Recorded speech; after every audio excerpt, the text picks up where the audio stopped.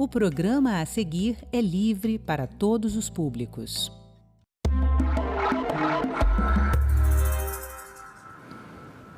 O roubo e o furto de celulares se tornou um problema nacional.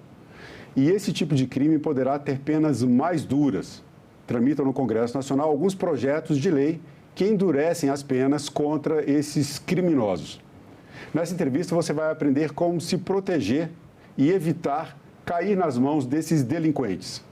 Segurança pública é assunto de cidadania e é sobre isso que eu converso agora com o delegado e secretário executivo institucional da Secretaria de Segurança Pública do Distrito Federal, Tiago Costa.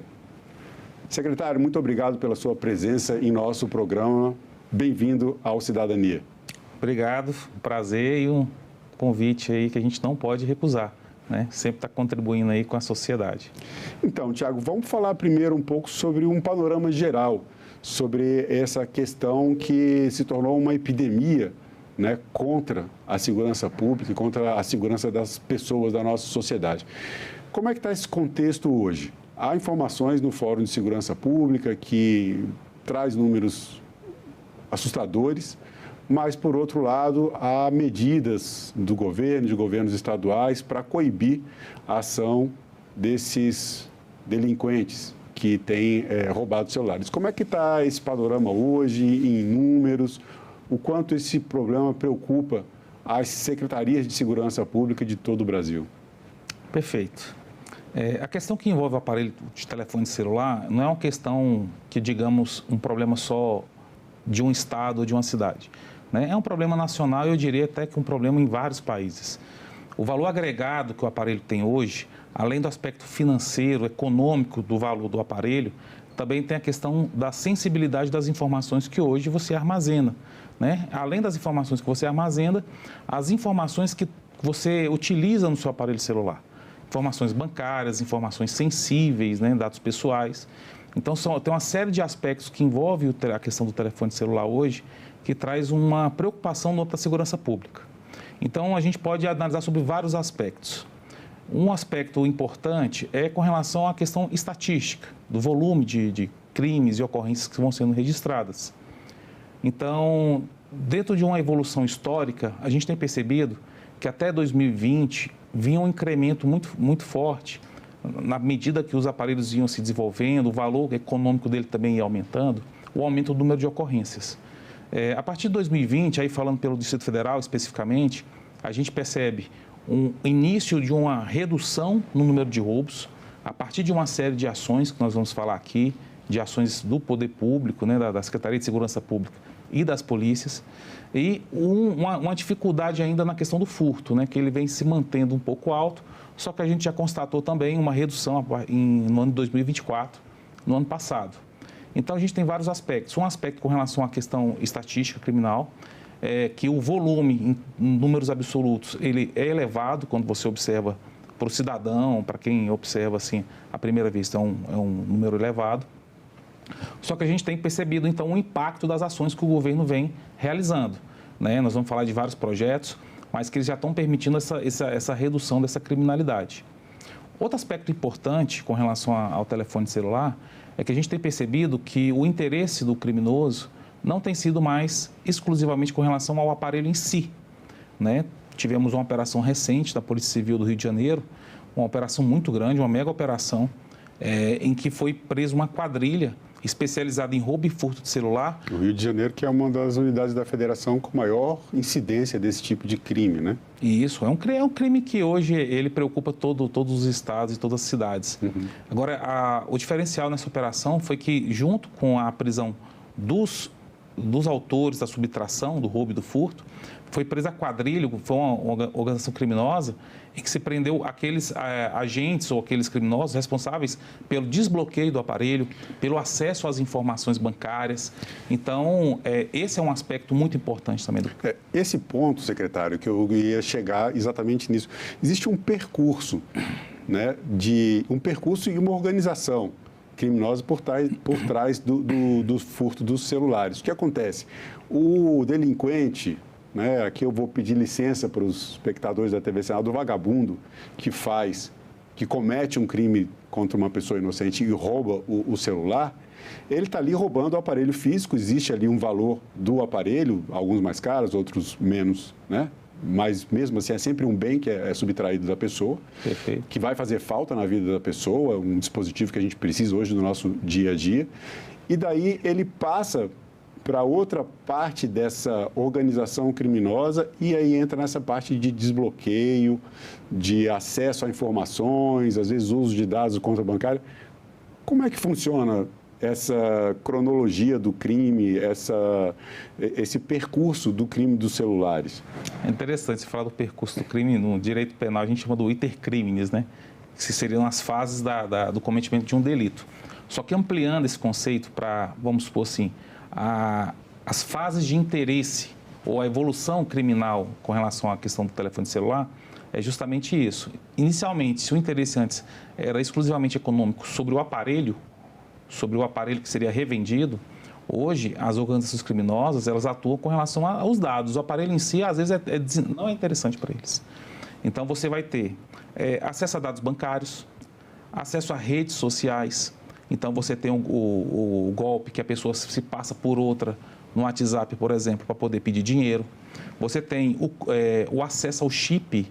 E com relação ao acesso ao chip, às informações, você consegue ter acesso ao SMS e aquele código de validação que às vezes você utiliza como duplo fator de segurança. Sim. Então, com base nisso, você consegue acessar e-mail, você consegue acessar os aplicativos de transação eletrônica.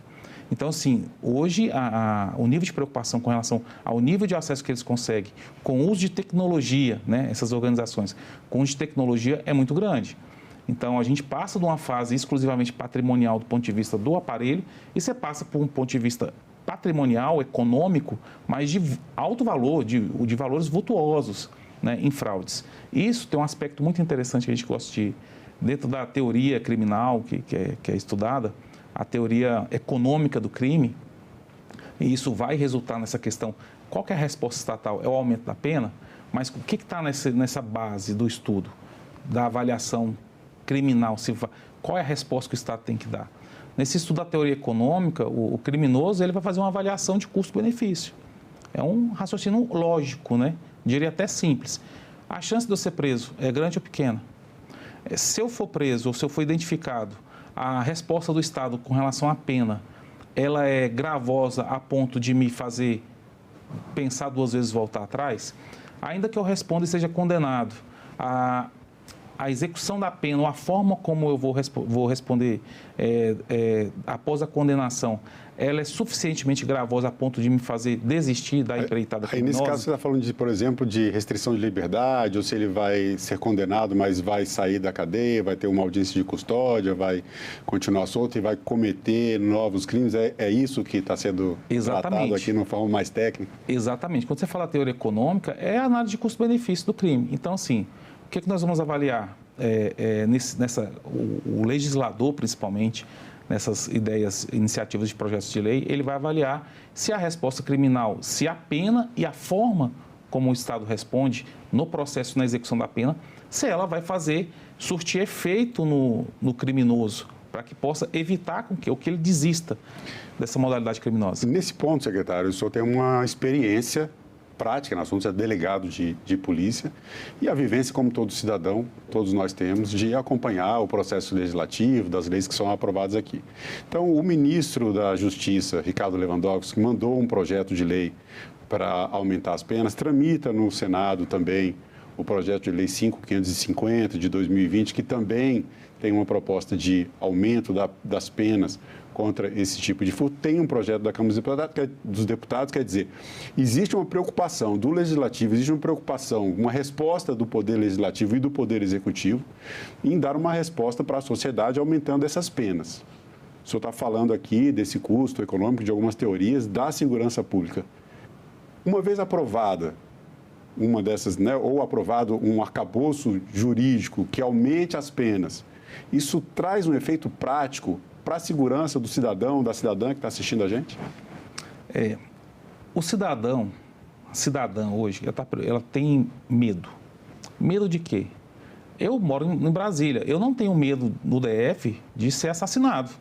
Eu ando tranquilamente aqui em Brasília. Só que você pode identificar que, às vezes, a sensação do medo, a sensação da insegurança, às vezes ela não corresponde com a criminalidade efetivamente. O que eu quero dizer é o seguinte: você pode ter uma redução de crime ou um dado muito baixo, só que a sensação de medo ser alta. E a sensação de medo, ela tem vários fatores. Isso é estudado no âmbito da segurança pública. A própria Secretaria de Segurança Pública tem um conceito que a gente chama de CPTED, que é prevenção criminal a partir do design ambiental. Então, você avalia todos aqueles aspectos do ambiente institucional, como é que se diz? Da arquitetura urbanística, né, desordens sociais, tudo aquilo que pode causar no cidadão medo. E hoje, qual que é o medo do cidadão? Que é o cidadão que está indo para o ponto de ônibus ir trabalhar. Às vezes é ter seu celular roubado, né? Ele pode ter sido vítima ou não. Só que se ele não foi vítima, ele pode ter notícias de que alguém teve o celular roubado, ou no caminho para o ponto de ônibus ele não tem iluminação, ou é um lugar com muita desordem. Então, isso gera medo. Gera medo, e a partir da percepção também de que celular hoje é um objeto muito desejado pelos criminosos, por essa série de fatores que nós falamos.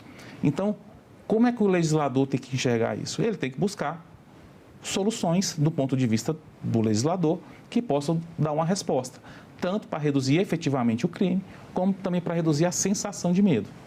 Então, você trouxe dois aspectos importantes. Um foi do pacote do Ministério da Justiça, a proposta de PEC, né, que dentro desse aspecto da criminalidade, que é aquela criminalidade que atinge o cidadão na rua. Não estou falando do âmbito que é importante, mas estou falando da criminalidade urbana. Sim. Desse aspecto, a PEC ela trouxe um dispositivo prevendo a integração de informações. Isso é fundamental. Esse é um ponto que eu queria chegar também, secretário. Você trouxe para a gente esse panorama de que o furto do celular, o roubo do celular, já não é mais um crime como uma pessoa que assalta uma carteira, que quer pegar o dinheiro ali na hora. É uma organização que está por trás disso. Então, a gente está falando de crime organizado. Perfeito. Para combater o crime organizado que se ramifica por todo o país, é preciso que a segurança pública também esteja integrada. Como é que está esse processo de integração das secretarias de segurança pública para que tenha um combate mais efetivo a esse tipo de situação que assusta toda a população brasileira? Perfeito. A evolução tecnológica, o que ela tem feito? A gente tem, a partir da análise criminal, a gente tem percebido uma migração do crime de rua, do crime violento, do crime de sangue, para aquele crime praticado no meio virtual. E isso, a questão do roubo e furto de celular está nesse contexto, como falamos, né? Essas organizações, elas têm deixado de ter interesse tanto no aparelho, para ter interesse mais nas informações. E essas informações são utilizadas para crimes no ambiente virtual. Então, a gente tem uma redução assim, considerável no número de crimes, roubo, por exemplo, de celular, só que a gente tem um crescimento exponencial em estelionato e fraudes virtuais. Então, como é que a gente combate isso? A integração, como você colocou muito bem, ela é fundamental. Então, a gente conversava aqui antes da entrevista, falando sobre a questão do roubo de carro, né? Sim. Que já é uma situação consolidada. Então, se você tem um carro roubado aqui no Distrito Federal, você pode ir para Goiás, ou para o Maranhão, ou para o Rio Grande do Sul, que você vai ter uma base de consulta em que qualquer policial do Brasil vai conseguir saber que aquele veículo é furtado ou roubado. Então, a partir disso, você tem como fazer uma repressão imediata e fazer a prisão ali da pessoa que está com o veículo. A questão do aparelho celular, a gente tem percebido várias iniciativas de integração, né? Tem iniciativas estaduais e a iniciativa do governo federal, a partir do aplicativo Celular Seguro. Uma iniciativa muito importante. Então, a gente tem percebido, e aqui no Distrito Federal, em 2018, nós lançamos o programa Fora da Rede. Foi um embrião disso aí. Então, qual que era a medida que a gente adotou enquanto Polícia Civil do DF? Foi a possibilidade de, no registro da ocorrência, a pessoa já solicitar o bloqueio do aparelho. E aí, a medida única era essa, o bloqueio do aparelho, que era uma parceria com a Anatel. Esses sistemas de integração de dados e de medidas para a recuperação do celular evoluiu.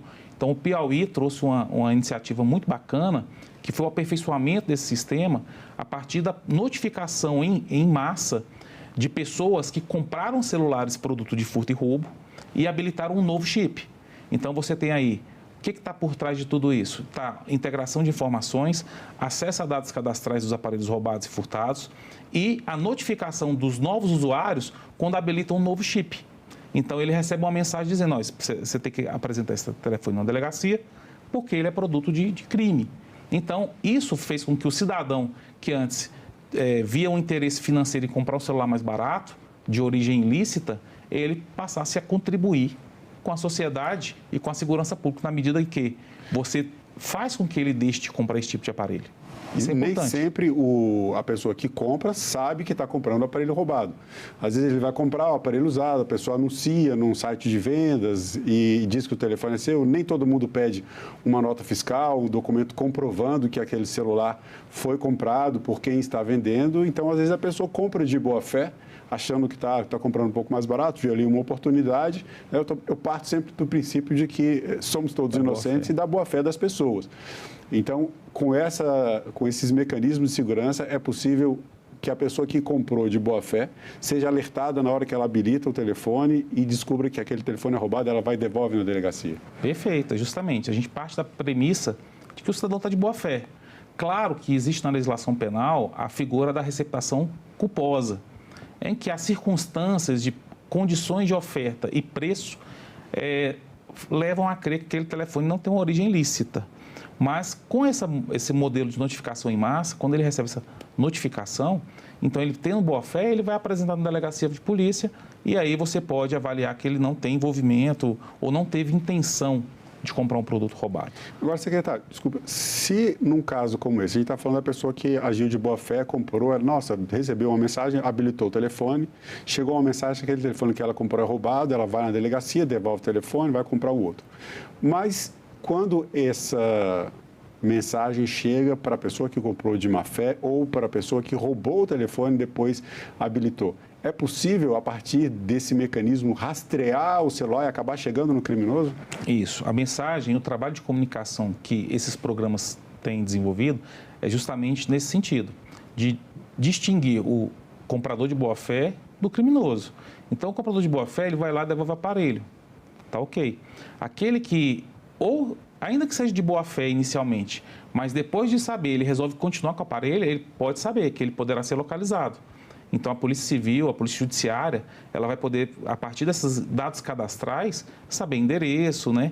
Representar judicialmente, obter essas informações, que a gente chama de quebra de dados, obter essas informações e localizar a pessoa que comprou e que manteve, ou comprou de má fé, ou que mesmo que tenha comprado de boa fé, tenha mantido de posse desse aparelho. Então, o trabalho de comunicação social que é feito também no âmbito dos programas, inclusive do programa do Governo Federal, do Ministério da Justiça, é nesse sentido. É estimular que o cidadão de boa fé restitua o aparelho e aí você pode reparar o dano para a vítima. Sim. E também evitar que ele continue nesse intento aí de, às vezes, procurar por diferença de questão de preço, buscar um telefone mais barato. Isso acaba também tornando o crime menos vantajoso, né? Porque diminui a vontade das pessoas de comprarem celular que não seja na loja, que não tenham uma certeza da sua procedência. Agora, esse cadastro, vamos falar um pouco aqui de prevenção. A pessoa que tem um celular, né? O Brasil tem cerca de 250 milhões de celulares, são mais celulares do que o número da nossa população. A pessoa que está comprando o celular, a pessoa que já tem um celular e quer ter um pouco mais de segurança, ela vai cadastrar. Qual é o caminho para a pessoa cadastrar? Que tipo de informação ela precisa saber para poder informar isso ao poder público e, no caso de uma perda ou furto, né, furto ou roubo de celular, ela apresente esses dados, ou enfim, ela tenha condições de facilitar a recuperação ou o bloqueio do celular, já que também tem essa preocupação de não ter os dados acessados. Isso. Esses aplicativos para cadastro de aparelho celular, para que numa eventualidade de um roubo ou furto ele possa ser recuperado, eles basicamente vão precisar de informações com relação à pessoa, ao número da linha e ao e-mail, né? Que é tipo de um código de cada aparelho. É como se fosse o chassi do carro. É o chassi do telefone, é isso aí. Então, essa é uma informação muito importante. Então, que comumente o cidadão ele não se preocupa. Ele não sabe, se eu perguntar para você, você não vai saber, porque é um número muito grande, é um código. Uhum. Então, é importante que as pessoas tomem uma de duas providências. Ou que guarde a embalagem do aparelho, em que nele vem uma etiqueta com o código do e-mail, ou que ele saiba qual é o procedimento para poder identificar o e-mail do seu aparelho. Vamos mostrar para as pessoas aqui como é que faz essa identificação do e-mail, porque você que tem um celular, você que quer cadastrar o seu número e deixar o seu aparelho mais seguro, você precisa identificar esse e-mail. Talvez você tenha a caixa, poucas pessoas guardam a caixa por muito tempo, que tem uma etiqueta com esse número de identificação. O secretário vai mostrar aqui para você como você identifica o e-mail do seu celular e aí você pode guardar esse número num lugar seguro para o caso de você precisar. Pode ser, secretário? Vamos lá? A gente vai acessar o aplicativo do telefone, né? Certo. Não é aquela ligação pelo WhatsApp ou pelo Telegram. A ligação normal do aparelho. Então, Então, nós vamos lá. Vamos acessar o asterisco. Como se fosse fazer uma ligação, Isso, né? Jogo da velha, 06 e jogo da velha. E aí vai aparecer o código e-mail. Isso. Então, vocês estão vendo que apareceram 2 e-mails, e-mail 1 e e-mail 2. São chips.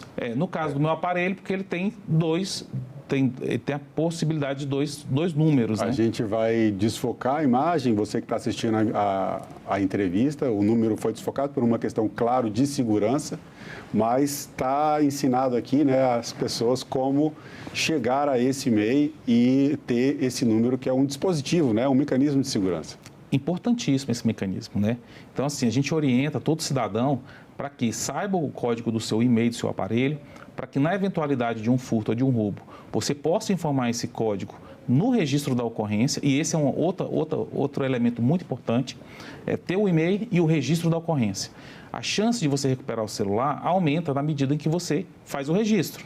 Então, esses equipamentos ou esses dispositivos hoje que permitem a localização e a recuperação, eles precisam também do registro da ocorrência. Então, essa é uma medida muito importante. Isso é bastante importante, porque há uma observação do Fórum Brasileiro de Segurança Pública e das Secretarias de Segurança Pública de que há subnotificação, quer dizer, a pessoa tem um aparelho roubado, vai comprar outro, mas não faz o registro da ocorrência. Sem esse registro, você não recupera.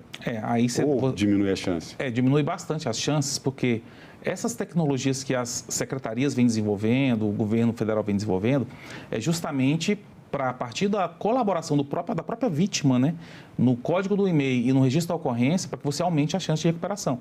Então, às vezes, aquele sentimento de descrédito, eu não vou registrar a ocorrência porque acho que não vai dar em nada. Então, eu acho que, a gente tem a convicção hoje que essa não é uma medida racional, não é uma medida adequada.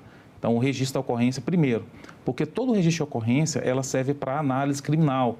Então, você avalia local de criminalidade, horário, modus operandi e, no caso do roubo e furto de celular, auxilia na recuperação do aparelho. Ajuda as secretarias a montarem estratégias e inteligências para coibir esse tipo de crime e deixar o nosso país cada vez mais seguro. Dicas rápidas para as pessoas que andam na rua, que estão com o celular, para evitar o roubo, o furto. Você colocou muito bem.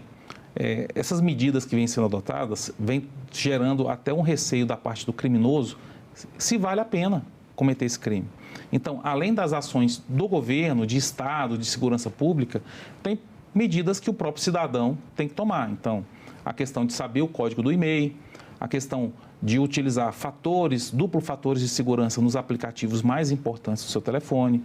Então, nós temos mecanismo hoje, tanto no Android como na Apple, né? no iPhone, para que você possa rastrear o seu aparelho. Então, é importante que você habilite essas opções.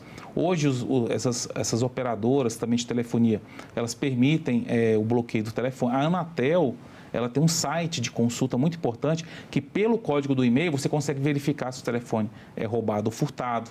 Então, isso aí reforça a questão da segurança. Grandes aglomerações, a questão do telefone celular no bolso traseiro, da calça. Então, essa é uma medida de segurança que você tem que adotar no sentido de não colocar no bolso traseiro, né? Botar de uma forma mais, ocultar o telefone, para que você não possa ser vítima de furto ou de roubo. Então, são várias medidas que a gente pode adotar do ponto de vista prático, da convivência ali do dia a dia, como onde você guarda seu telefone, mas também medidas do ponto de vista da segurança cibernética, vamos dizer assim, né? Utilizar fatores de segurança, bloqueio do telefone celular, não deixar ele desbloqueado. Então, são medidas que vão reforçar a segurança do cidadão. Bom, secretário, segurança pública é assunto de cidadania. E para você, o que é cidadania? Eu vou usar, para o conceito de cidadania, um conceito que o nosso secretário, Sandro Avelar, tem utilizado na Secretaria de Segurança Pública, que eu acho que ele encaixa muito bem. O artigo 144 da Constituição, ele estabelece que segurança pública é um dever do Estado, mas estabelece mais, que ele é um direito e responsabilidade de todos.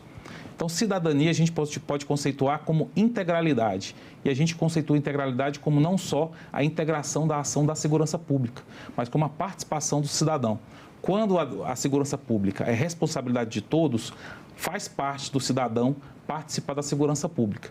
Então, o Estado conta com isso, nós, da segurança pública, contamos com o cidadão nessa participação para que a gente possa tornar o ambiente social com a convivência bem melhor. Bom, secretário executivo institucional da Secretaria Pública de Segurança Pública do Distrito Federal, Thiago Costa, mais uma vez obrigado pelo seu tempo e pelas informações. Eu que agradeço e estamos à disposição. E eu agradeço também a você que acompanha a programação da TV Senado. Assine o canal da TV Senado no YouTube, ative as notificações e acompanhe toda a produção do Poder Legislativo diretamente da fonte. Na TV Senado, democracia é todo dia.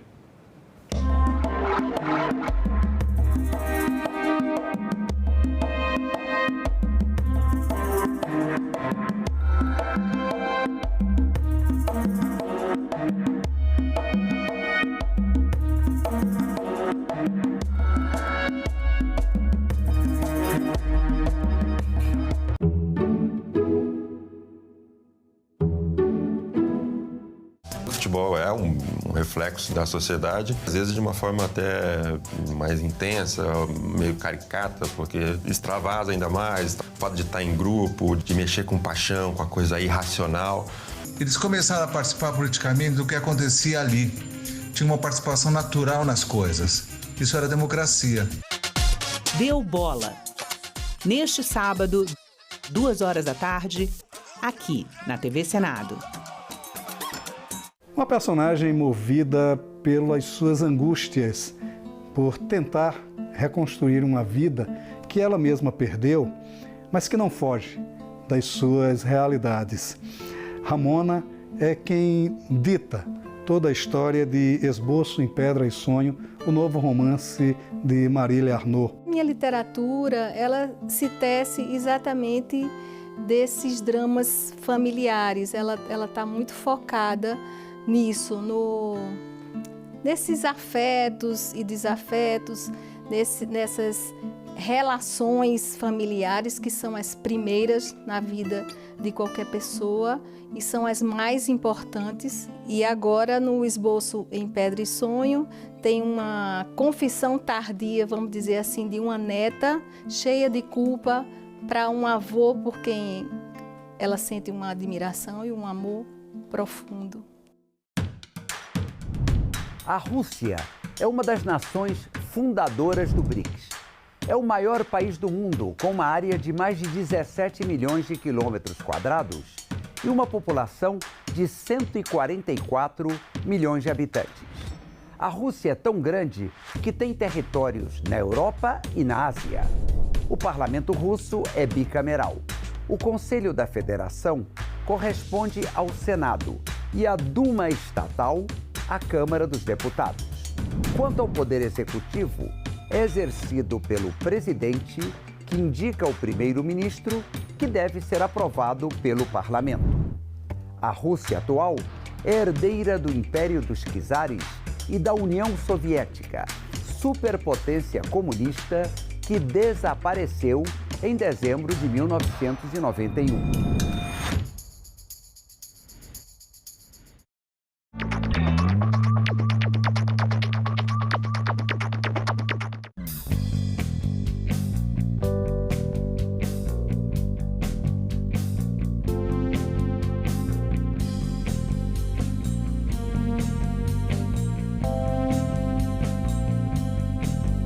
Meu nome é Lara Torres, eu nasci em 1985, sou empreendedora no mercado de vinhos. Eu não vivi a época da ditadura, eu nasci com a redemocratização. Eu acho que tem uma palavra essencial, que é liberdade. Liberdade de escolha. Eu participava muito de jantares, onde eu percebia que as mulheres bebiam um vinho e o homem bebia outro tipo de vinho. Então eu comecei com um curso de vinhos somente para elas. O mercado de vinho ele tem mudado muito nesse sentido porque ele era um mercado muito masculino. Mas a gente tem visto cada vez mais muitas mulheres inseridas. Mulheres sommeliers, mulheres enólogas. A democracia para mim é o alicerce. É muito gratificante saber que de alguma forma eu estou colaborando para que as mulheres se tornem mais independentes. Meu nome é Lara e eu nasci com a democracia.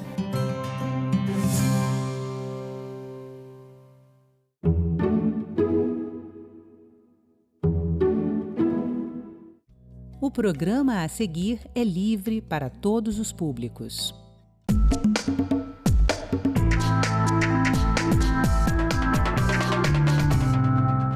Transporte gratuito no Distrito Federal é o objetivo de um projeto de lei que está em análise na Câmara Legislativa do DF.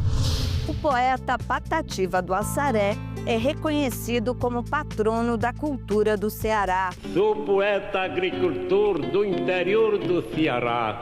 Abdito pranteador, canto aqui e canto acolá. Sequestro internacional de crianças. Mães brasileiras que fogem com filhos vítimas de violência doméstica estão sendo acusadas de crime. Senado vai debater o assunto.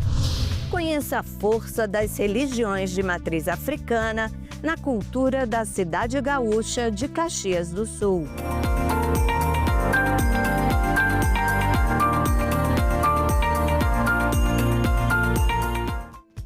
Você sabe, né? Que é daqui e de parlamentos como este que são tomadas decisões que impactam a sua vida, o dia a dia do brasileiro. Que tal saber o que acontece nas outras casas de leis país afora? Eu sou Andréa Alves e este é o Parlamento Brasil, um programa que há 19 anos é feito em parceria com as TVs legislativas de todo o país. Bora pro giro?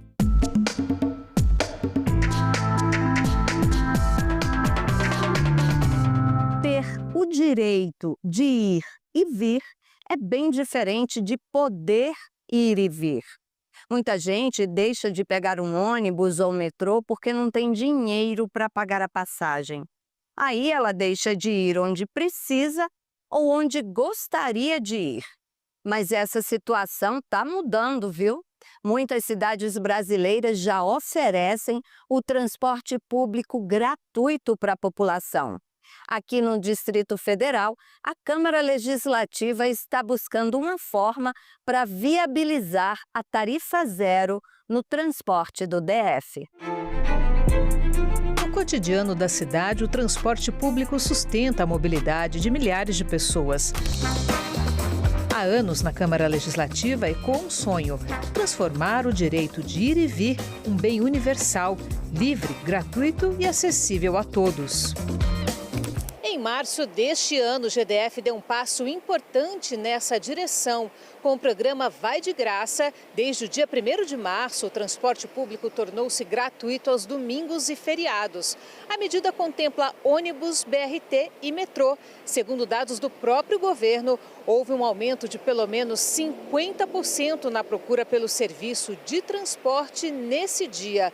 Uma prova de que a tarifa zero é uma demanda necessária para a população do DF. Durante seminário na Câmara Legislativa, foi apresentado o esboço de um projeto de lei que aponta como tornar a gratuidade no transporte público uma realidade. A minuta prevê a implementação progressiva da tarifa zero, começando pelas regiões de maior vulnerabilidade social, além de sugerir fontes de custeio, como receitas de multas de trânsito e publicidade nos ônibus e terminais.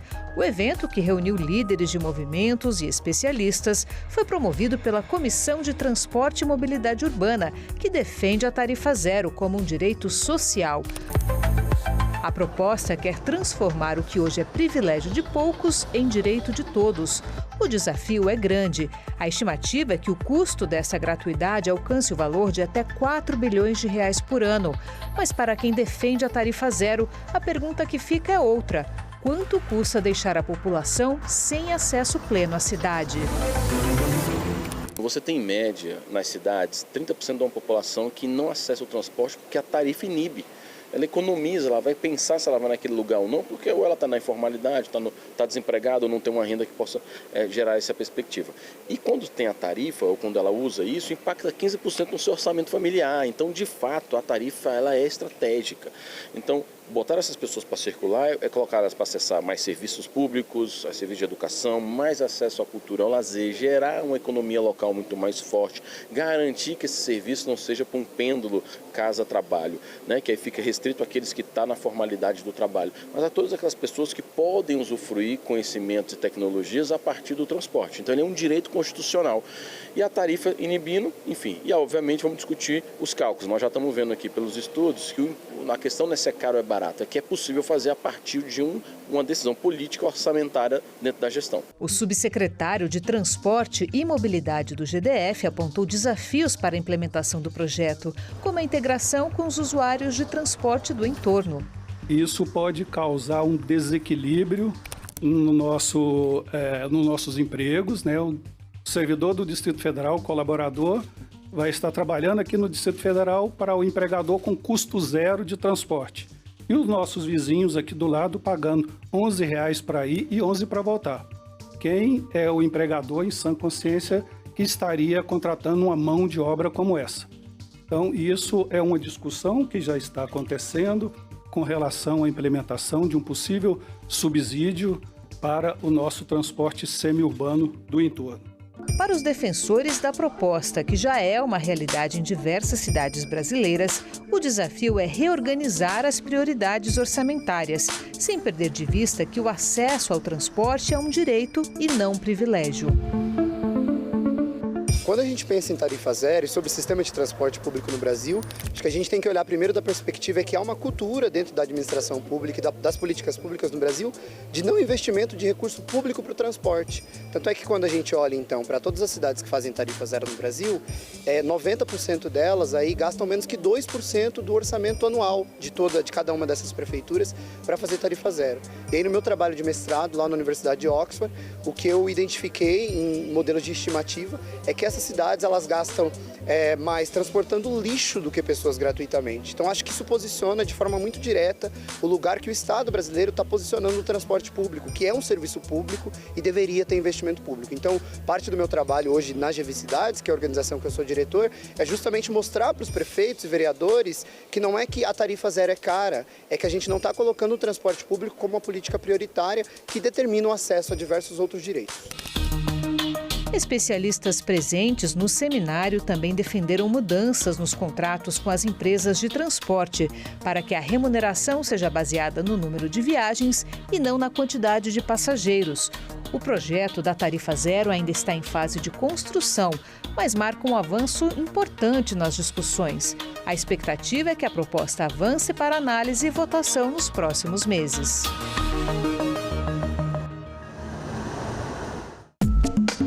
Ceará reconhece o poeta Patativa do Assaré como patrono da cultura estadual. Deputados do Amazonas debatem a participação na COP30. Veja o que foi notícia nas casas legislativas do país. A Assembleia Legislativa debate os temas a serem levados à COP30 em Belém, no Pará. A audiência pública foi uma autoria do deputado Sinésio Campos, que preside a comissão temporária da COP30 na ALEAN. O enfrentamento às mudanças climáticas foi um dos assuntos abordados. Entender como o Amazonas se prepara para enfrentar as mudanças climáticas e reduzir a emissão de gases do efeito estufa foram alguns dos temas abordados na audiência pública. O Amazonas é um dos estados mais afetados pelas mudanças no clima. Secas e cheias extremas afetam diretamente a vida das populações ribeirinhas e indígenas. Os conceitos de desenvolvimento sustentável são todos etnocêntricos e pouco se aplicam à população cabocla, ribeirinha e aos nossos moradores. Fala-se muito na COP30 em floresta de pé, em preservar a nossa floresta, mas a justiça climática que eles pregam é de qual desenvolvimento para a Amazônia? Eu acho que isso é importante para que nós questionássemos. Daqui, sim, sai um documento que expresse exatamente a face de nós que vivemos aqui. porque discutir COP30 sem deixar de falar com as pessoas que vivem aqui, eu creio ela não estará completa, até porque discutir somente a economia, discutir somente a preservação do meio ambiente, se não for para preservar também o cidadão e a cidadã que mora aqui, eu creio que essa COP não estará atendendo à expectativa de nós que vivemos aqui. Propostas como incentivos à bioeconomia, uma fiscalização ambiental mais rigorosa e investimentos em energia limpa ganharam destaque. Um dos pontos mais debatidos foi a importância de incluir a voz dos moradores da Amazônia nas decisões globais.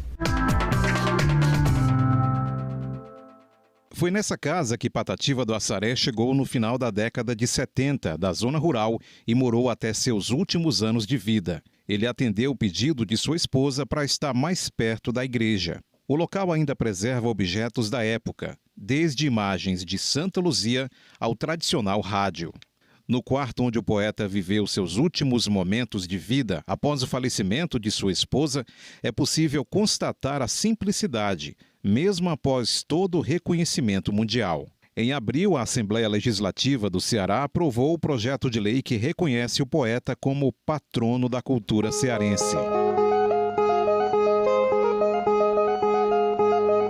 Patativa é uma voz, não é um canto. Patativa é estudo, é elaboração. Em Sorbonne você tem Patativa do Assaré sendo estudado, o que representa a dimensão desse patrimônio cultural que expressa toda uma visão de um homem que lá do seu torrão natal cantou em versos e prosa e trouxe conhecimento e disse da vida dura do que é o sertanejo. No Dia do Sertanejo, o governador Eumano de Freitas sancionou a lei e homenageou o poeta, destacando que Patativa traduziu em versos a alma, a força e a beleza do povo cearense. Ele sabia da sua capacidade de poeta, sabia que era grande poeta, só não ficava batendo no peito e repetindo isso, né? Mas esse reconhecimento só veio na sua velhice. Então hoje, quando a gente pega o Patativa, a história do Patativa nos dias atuais, e ver um título de patrono, é de grande importância e é como se fosse aquele reconhecimento que ele merecia em vida aquele reconhecimento. Sou poeta agricultor do interior do Ceará, abdito pranteador, canto aqui, canto acolá.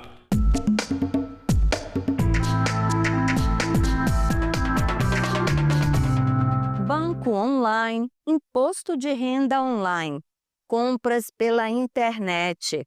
Nossa vida cada vez mais digital, o que traz algumas fragilidades, não é? Pensando nisso, a Câmara dos Deputados está analisando uma proposta que obriga os órgãos de governo a reforçarem a proteção de dados e a segurança digital. Com cada vez mais serviços públicos funcionando pela internet, proteger os dados da população virou uma prioridade. Qualquer falha ou ataque cibernético pode deixar milhares de pessoas sem atendimento, expor dados pessoais e até paralisar sistemas inteiros. Na Câmara, um projeto aprovado pela Comissão de Administração e Serviço Público muda a Lei de Acesso à Informação para obrigar os órgãos públicos a reforçar medidas de segurança digital.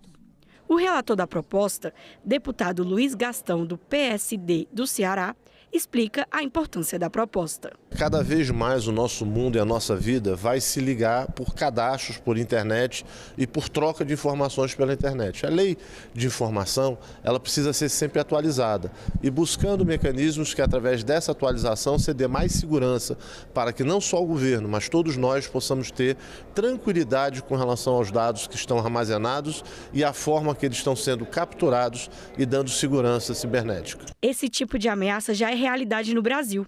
Ao longo dos últimos 5 anos, mais de 5.000 incidentes atingiram o setor público. Houve vazamento de dados, interrupção de serviços e até desvio de recursos. E o problema não é só no Brasil. Apagões digitais também têm afetado países europeus. O deputado Luiz Gastão lembra que proteger as redes virou questão de segurança pública. Nós tivemos agora há pouco um apagão em Portugal e na Espanha. E o que isso significa na vida das pessoas? Nós vivemos uma pandemia, que nós tivemos que ficar fechado. Imagina hoje que toda a comunicação e todo acesso tem sido pelas linhas de informação e pelas redes de internet. Se você tiver um blackout, você vai fazer com que as pessoas fiquem ilhadas e também sem comunicação. Então, ter a segurança de dados, ter a segurança cibernética é fundamental para o desenvolvimento do país e para a segurança da população. A proposta segue agora para análise da Comissão de Constituição e Justiça. Depois de aprovada na Câmara, a proposta ainda precisa passar pelo Senado para virar lei. Para tentar escapar da violência doméstica nos países onde moram, algumas mães brasileiras fogem com seus filhos de volta ao Brasil, mas acabam sendo acusadas de sequestro internacional. Os filhos são devolvidos aos abusadores. Essa é uma situação bem difícil que questiona a legislação internacional. Para estudar a fundo esse assunto e buscar uma solução, o Senado instalou uma subcomissão ligada à Comissão de Direitos Humanos. A subcomissão vai ser presidida pela senadora Mara Gabrilli, que recebe pedidos de ajuda de mães brasileiras que são julgadas como sequestradoras internacionais por tirarem os filhos de situações de violência doméstica no exterior. Em agosto de 2015, quando eu ainda era deputada federal, realizamos a primeira audiência pública na Câmara dos Deputados sobre o tema. Infelizmente, ao longo desses 10 anos, os casos destas mulheres brasileiras que fogem com seus filhos da violência cometida por seus ex-companheiros, companheiros estrangeiros, não param de aumentar. E essas mães, elas só desejam ter paz. Em muitos casos, a própria justiça brasileira determina que as crianças sejam retiradas de seus lares por policiais armados para serem entregues para os genitores que cometeram abusos e violência doméstica. A criação da subcomissão foi inspirada em casos como o de Raquel Cantarelli, que não vê as filhas há mais de 2 anos, desde que foram obrigadas a voltar para a Irlanda para ficar com o pai acusado de abuso sexual. Eu estive aqui nessa casa há 2 anos atrás, quando as minhas filhas tinham acabado de ser levadas embora. E hoje fazem 2 anos que eu não vejo o rostinho delas, que eu não escuto a voz dela, que eu não tenho qualquer notícia das minhas filhas. E há 2 anos eu venho lutando. Há 2 anos atrás era tudo vazio. Eu não sabia nem para onde correr. Eu vim aqui para essa casa com um bolo de papel, com o rostinho delas, ao lado do Esdras, que me ajudou, de gabinete em gabinete, falando com todos os senadores, deputados, pedindo apoio. E hoje ver a instalação dessa comissão é uma grande vitória, não somente para mim, para as minhas filhas, mas para todas as mulheres brasileiras que sofreram violência, que sofrem violência e que hoje gritam em silêncio. Eu estou muito feliz porque, depois de 2 anos, o Superior Tribunal de Justiça, por unanimidade, os 5 ministros determinaram o retorno das minhas filhas ao Brasil, reconhecendo a violência. Vamos bater palma.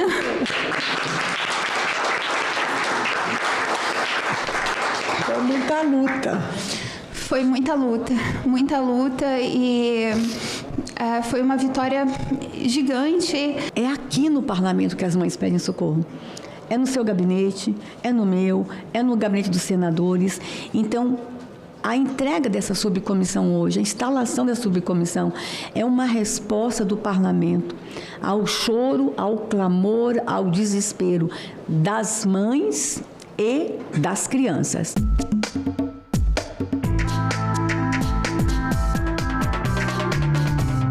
Sabia que a cidade gaúcha de Caxias do Sul é a que tem o maior número de terreiros de religiões de matriz africana em todo o Brasil? Mais ainda do que Salvador? Olha, isso é em relação à população, viu, gente? Veja na reportagem especial da TV Câmara Caxias.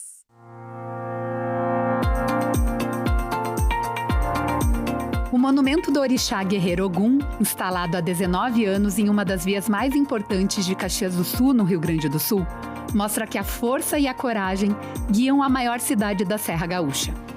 O deus do ferro, orixá da metalurgia, como também é reconhecida a divindade das religiões de matrizes afro-brasileiras, é o patrono do segundo maior polo metal mecânico do país desde 2001, eleito pela comunidade umbandista. Também é patrono espiritual das religiões afro-brasileiras no Rio Grande do Sul, por meio de lei estadual de 2023. A mesma cidade que carrega a tradição da imigração italiana e que tem como patrono um orixá, também tem como padroeira uma santa católica. O sincretismo, reconhecido em Salvador, capital baiana, também é muito presente em Caxias do Sul, mas com uma curiosidade a mais. Caxias do Sul é a cidade com o maior número de terreiros de religiões de matrizes afro-brasileiras do país. O número varia entre 800 a 1.200. Esse título é proporcional ao número de habitantes e faz com que a cidade serrana saia na frente da capital baiana, que possui o registro de 1.165 terreiros cadastrados em um universo de 2 milhões de habitantes, e da capital gaúcha Porto Alegre, com 1.300.000 moradores e 1.290 terreiros. Um fenômeno, realmente, mas é um fenômeno que não é uma prerrogativa de Caxias. O estado do Rio Grande do Sul se coloca hoje como o estado com maior número de terreiros, tanto de Umbanda como do nosso tradicional Batuque e também Quimbanda. A explicação que se dá em relação ao estado do Rio Grande do Sul e também Caxias é a militância. É o número de adeptos e, sobretudo, dirigentes de casa que tem esse vigor, esse desejo de se assumirem. Essa influência europeia também serviu para tornar mais pujante ainda essa cosmovisão, nos dando militância, nos dando o vigor necessário para tornar Caxias do Sul com essa pujança na representatividade das religiões afro-umbandistas. A própria aproximação do sincretismo dos santos católicos aos orixás, como no caso de Ogum e São Jorge, explicam o número de terreiros e fiéis. Uma resistência que também enfrenta intolerância religiosa. Tudo aquilo que está relacionado à etnia ou à cultura afro, ela tem uma resistência muito grande. A própria palavra negro, que vem do necros, né, no grego, que significa aquilo que não é bom, aquilo que está em decomposição, necromancia, necrofilia, também se associa ao negro. Quer dizer, não é uma coisa boa, porque, na verdade, o negro não existia, existiu o africano. Quem colocou essa digina foram os europeus, colocando ele como uma coisa ruim, uma coisa escura. Então, qualquer coisa que é associado ao afro já parte do princípio de que parece que não é bom. Se é religião, é macumba. E aí vem aquele velho adágio, o deus da religião do outro é o demônio na minha. A relação do município serrano com as religiões afro-brasileiras fez a cidade também entrar na história, sendo a única do país a ter uma praça que é batizada com o nome de um babalorixá, um pai de santo, Lauro de Oxum, fundador de uma associação de Umbanda com mais de 50 anos. Uma lei que teve reconhecimento do parlamento em 2006. O legislativo tem como papel, seguindo o que a Constituição preconiza, é respeitar a diversidade religiosa. E em vários momentos em que intolerância e discriminação às religiões de matriz africana se apresentaram, vereadores e o legislativo têm como função resguardar a liberdade que as pessoas têm de expressar e de professar a sua fé.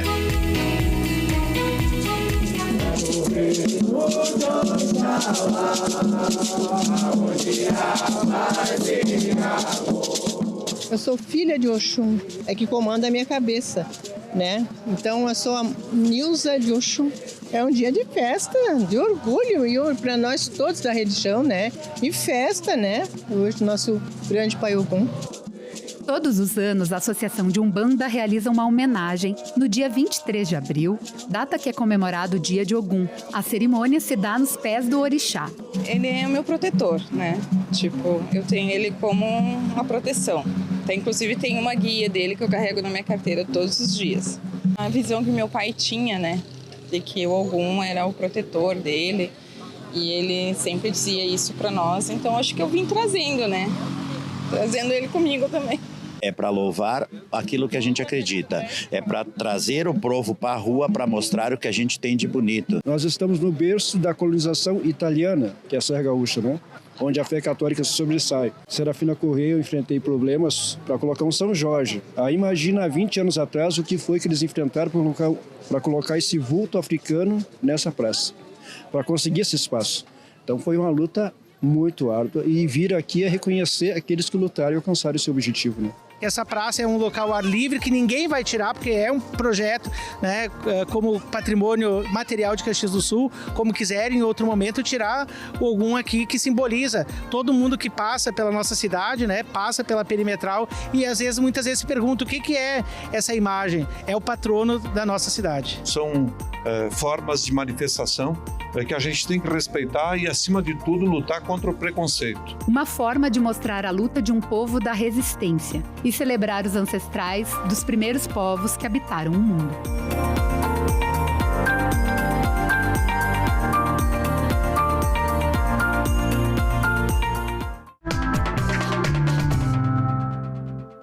Você vai ver agora os visitantes do Congresso Nacional.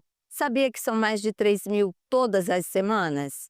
Você sabe que se quiser rever este ou qualquer outro programa da TV Senado, tem tudo na internet, no site da TV ou no YouTube. Até semana que vem, pessoal. Tchau! É muito legal ver tudo que a gente estuda dentro da faculdade e ver como funciona na prática, ver como tudo que a gente vê na TV, tudo que a gente lê nos livros, como funciona assim na realidade mesmo, né? Tá aqui é realmente uma experiência muito legal, muito cheio de conhecimento, né? Ela agrega muito no nosso conhecimento, na nossa prática, né? A visita foi esplêndido, é só entrar na concha, só entrar nesse coisa assim que nós vimos, é muito grande, então é tão grande que o tempo é curto, um dia só não dá para visitar esse prédio. Eu morava aqui, mas nunca tinha vindo fazer uma visita, vim trazer aqui uma amiga de Tocantins e para mim foi um aprendizado. Gostei muito de conhecer cada ala aqui, só tenho a agradecer, foi muito bom e muito obrigada. Eu acho importante porque faz parte da nossa vida pública. Então, eu acho que vale a pena a gente acompanhar. Acompanhar os senadores, os deputados, né? E o presidente também, né? Nós estamos aqui com um grupo de 10 acadêmicos do Centro Universitário Cenecista de Osório, do Rio Grande do Sul, e é de extrema importância que a gente possa proporcionar para os acadêmicos conhecer os poderes da nossa República. É uma parte da nossa história, né? Então, eu acredito que todo brasileiro deveria conhecer. É muito interessante saber como funcionam as casas e tudo o que acontece aqui. De qual parte da visitação que você mais vê? Com certeza conhecer os plenários, que a gente só vê pela televisão geralmente, né? Então é muito interessante ver presencialmente. É parte da nossa história, aqui está documentado tudo que a gente viveu e é interessante também a gente conhecer um pouco sobre a importância da gente ter o contato da população com quem a gente elege e coloca aqui. Eu amei conhecer o Senado. É muito interessante ver como funciona para a votação de tudo, de todas as leis, e fora que a arquitetura de lá é bem bonita.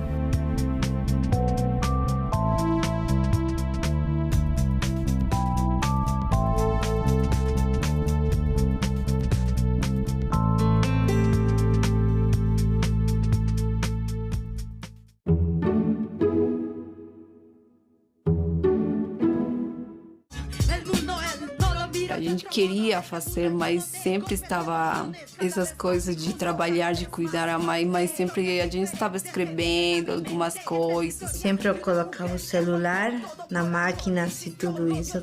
Colocava um beat. Então temos que continuar falando. Já estamos aqui às 3. Sons do Refúgio, neste sábado, 4h da tarde, aqui na TV Senado.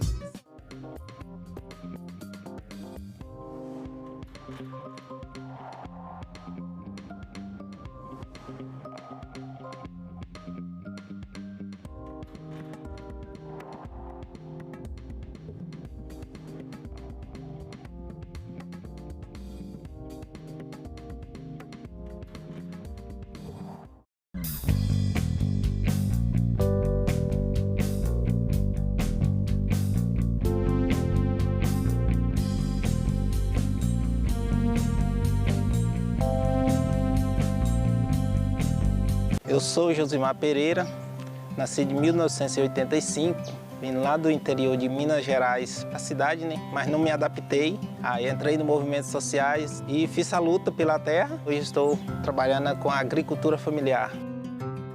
O acesso à terra é um direito de todos. A intenção é que a pessoa consiga seu pedaço de terra, consiga ser contemplado, que hoje é através do chamamento público, que tira o sustento dali, da família. Por isso que a gente se diz agricultor familiar. Eu cheguei aqui sozinho, barraco 4x4, não tinha irrigação, não tinha água, e de lá para cá eu tive que trabalhar e conseguir tudo, né? O mais importante da democracia é a gente ser livre para ir em busca do sonho e lutar e tocar adiante. Sou muito feliz vivendo da terra, a gente plantar, ter o próprio alimento e ainda tirar o sustento, isso é muito gratificante para a gente. Meu nome é Josimar e eu nasci com a democracia.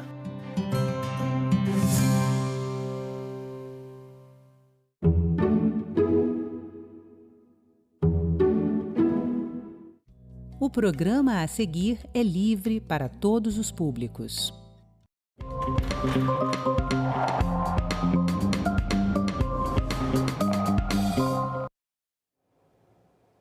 Bom dia, 9 horas da manhã em Brasília. Vamos para mais uma live aqui na TV Senado. E hoje vamos falar sobre contratos de namoro. Entender por que tantos casais estão adotando esse novo jeito de formalizar os seus relacionamentos. O que vale para a justiça e o que vale somente para os casais.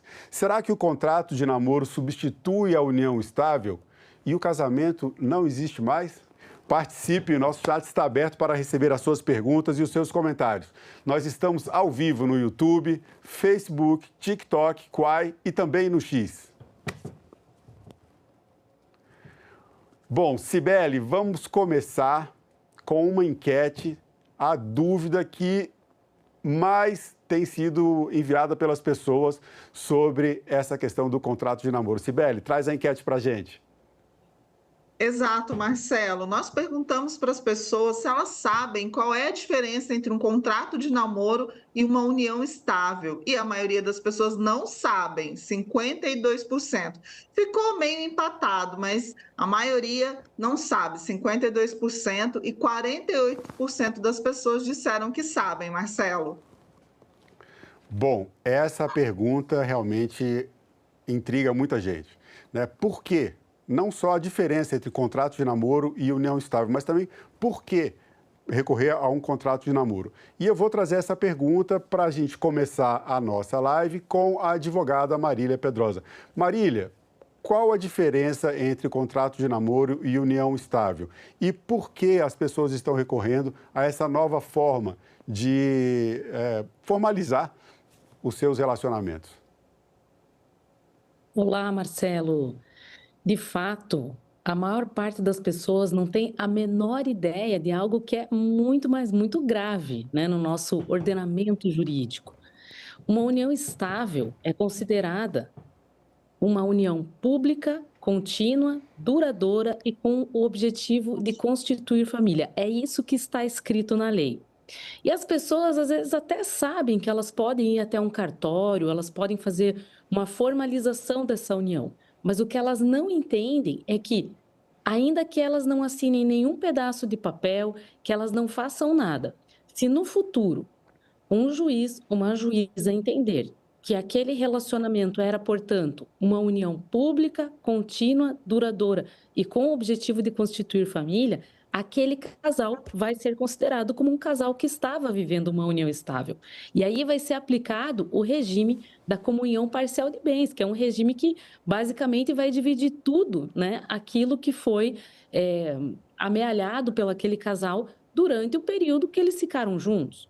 Então, a maior parte das pessoas se surpreende com isso, porque a pessoa pensa, poxa, mas eu não assinei nada, eu não fui perante um cartório, eu não fui perante um juiz, eu não fui numa igreja, eu não fui num cartório.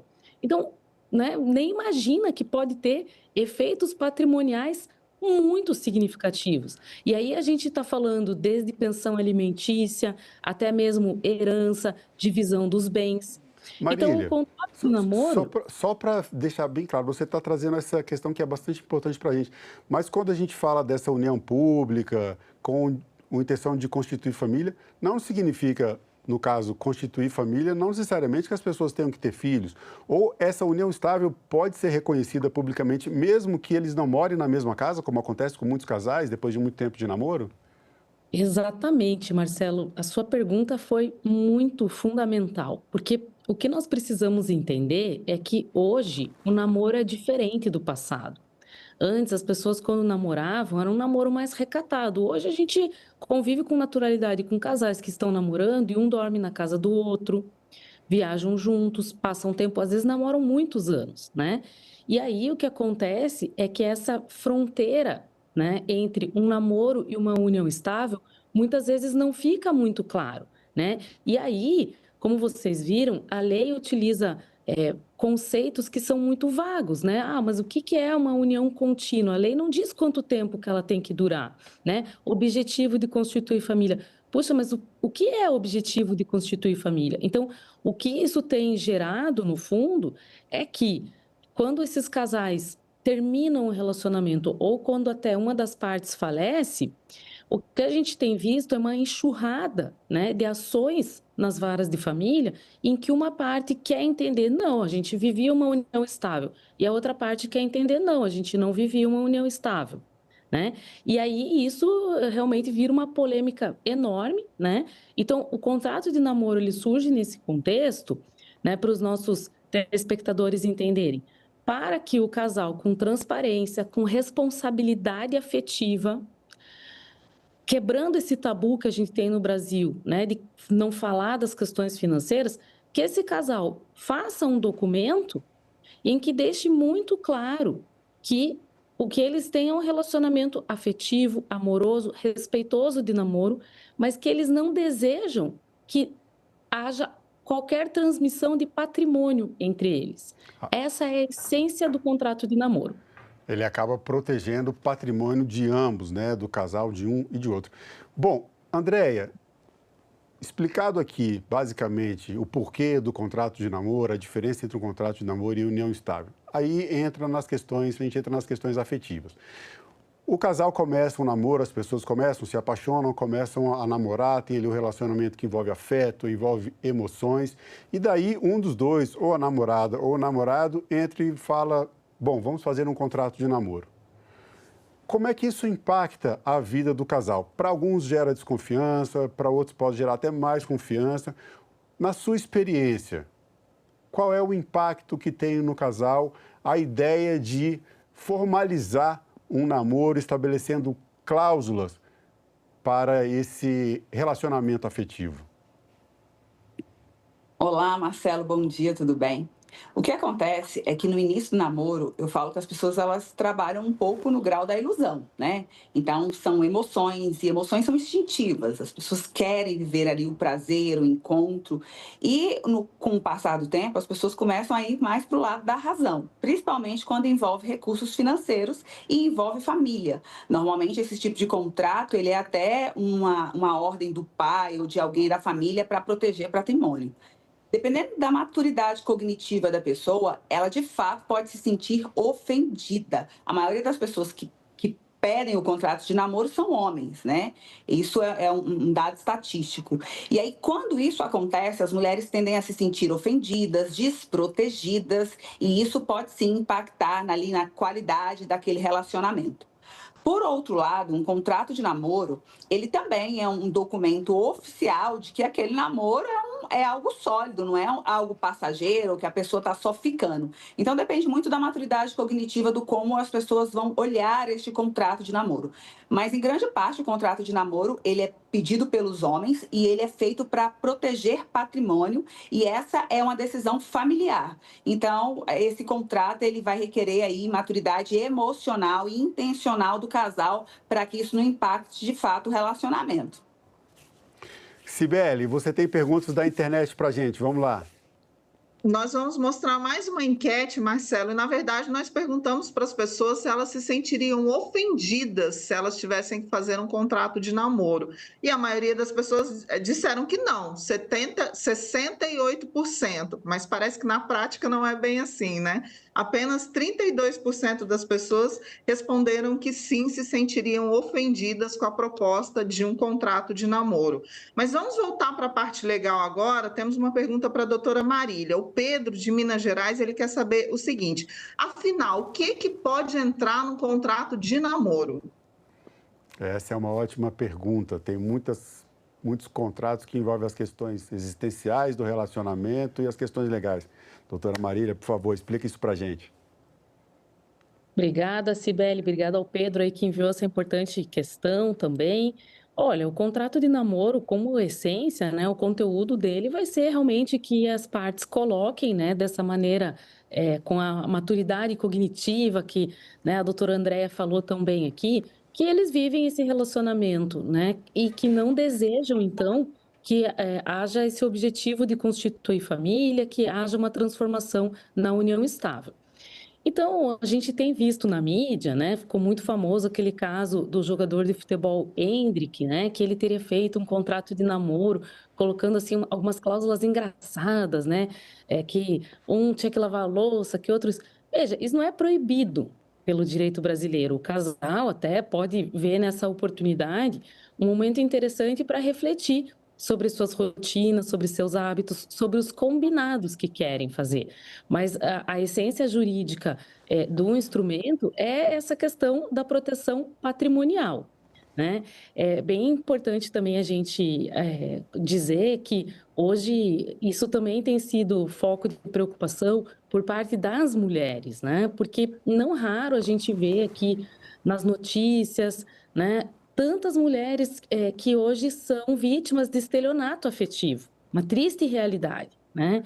Então, é muito importante a gente deixar esse alerta, porque o maior público de contrato de namoro são as pessoas que já estão numa maturidade, que querem, já são divorciadas, ficaram viúvas e querem namorar, já acumularam patrimônio, têm filhos, têm netos, e querem deixar tudo aquilo que construíram, né, durante uma vida para os filhos, para os netos, enfim. E aí, elas querem também namorar, querem viajar, querem curtir, né, a sua vida. Então, deixar esse alerta muito importante, né? Eu sei que às vezes parece assim mais que é algo procurado por empresários, por homens. A gente escuta um pouco essa narrativa, mas eu quero dizer que, graças a Deus, as mulheres também estão entendendo, né, e até se protegendo contra esse tipo de situação, enfim, né, de fraudes. A gente vê também uma cláusula que às vezes aparece, que é a questão da fidelidade. Isso é um tema sempre polêmico, né? Será que eu posso colocar uma cláusula sobre isso? Não há propriamente uma proibição, né? E eu acho que talvez até a doutora Andréia possa nos dizer que às vezes colocar no papel aí possa ter um significado importante, mais emocional, né, para esse casal do que qualquer outra coisa. Então, vamos passar essa bola para a Andréia. Eu ia falar justamente sobre isso. Além dessa questão, a questão da fidelidade ou da infidelidade dentro de um contrato de namoro é uma coisa que você está formalizando algo que normalmente faz parte dos relacionamentos, falar sobre isso. Normalmente, pela nossa cultura, não é aceita a infidelidade. Aí eu queria, Andréia, que você falasse um pouco sobre como isso funciona nos relacionamentos, como é que essa questão é tratada fora de um espaço contratual, de uma assinatura ali, de um documento formal, e outras questões relativas ao dia a dia do casal, ao dia a dia afetivo do casal, colocado às vezes num contrato. Por que isso ser colocado num contrato e não no dia a dia, ali nos acordos que as pessoas fazem, os casais fazem na sua própria convivência? Aqui no consultório, eu crio um documento com os casais, tanto de namoro quanto de casados mesmo, que eu chamo de acordos de boa vivência. E o que a gente vê na prática, né? A psicologia cognitiva, ela traz referências disso, é que a gente pensa, sente e se comporta, né? Que é a tríade cognitiva, né? Cognição, emoção e pensamento e comportamento. Então, quando você tira do abstrato, porque na cabeça cabe tudo, e coloca no papel, isso tende a ficar mais claro. A gente precisa sair do nível de adivinhação. Então, é óbvio que ele sabe que eu gosto disso, é óbvio que ela sabe que para mim isso é importante. Nesse acordo de boa vivência aqui no consultório, a gente prevê ações do eixo biológico, psicológico, social e da espiritualidade. E aí no biológico vem cláusulas do tipo, quantidade de sexo por semana, cuidado com o corpo, uso adequado de medicações. No eixo psicológico, todas as questões que envolvem emoções, o como um ou outro gostaria de ser tratado. No eixo social, visitas a familiares, saídas, como é que eles se comportariam nessas saídas. E no eixo espiritual, questões relacionadas às crenças, a ritos religiosos. E aí aqui no consultório a gente faz esse acordo de boa vivência nesses 4 eixos de cuidado. Eu peço para que eles escrevam de maneira separada e tragam para a sessão. E aí dá de tudo nesses 4 eixos, né? E aí, quando eles trazem para a sessão de maneira separada, é muito comum que a outra parte fala, poxa, mas você nunca falou que para você isso é importante. E aí a pessoa fala, eu queria que você percebesse, isso para mim era óbvio. Então, o óbvio, ele precisa ser dito. Eu, particularmente, faço esse instrumento aqui no consultório há muitos anos, que eu chamo de acordo de boa vivência, baseado nesses 4 eixos, e tem sido muito útil para que as pessoas, elas de fato ganhem repertório comportamental para os relacionamentos. Porque existe um pouco de ilusão do juntou um casal, juntou 2 pessoas, tem um casal, nasceu um filho, tem pai e mãe, e não. Esse repertório de comportamento, ele é treinado de maneira intencional. Então, quando as pessoas estão juntos, elas precisam ganhar repertório de comportamento de maneira intencional. Quando as pessoas têm filho, elas precisam treinar repertório de comportamento de maneira intencional. E isso vem daquilo que elas leem, que elas entendem, daquilo que elas de fato sentem e se comportam. Não é tão mágico assim. Então, eu gosto de escrever esse instrumento com os pacientes. E eu acho que trazer isso para o papel traz mais compromisso, mais responsabilidade. Inclusive, simbolicamente, eles assinam, eu também assino, né? E isso é muito legal.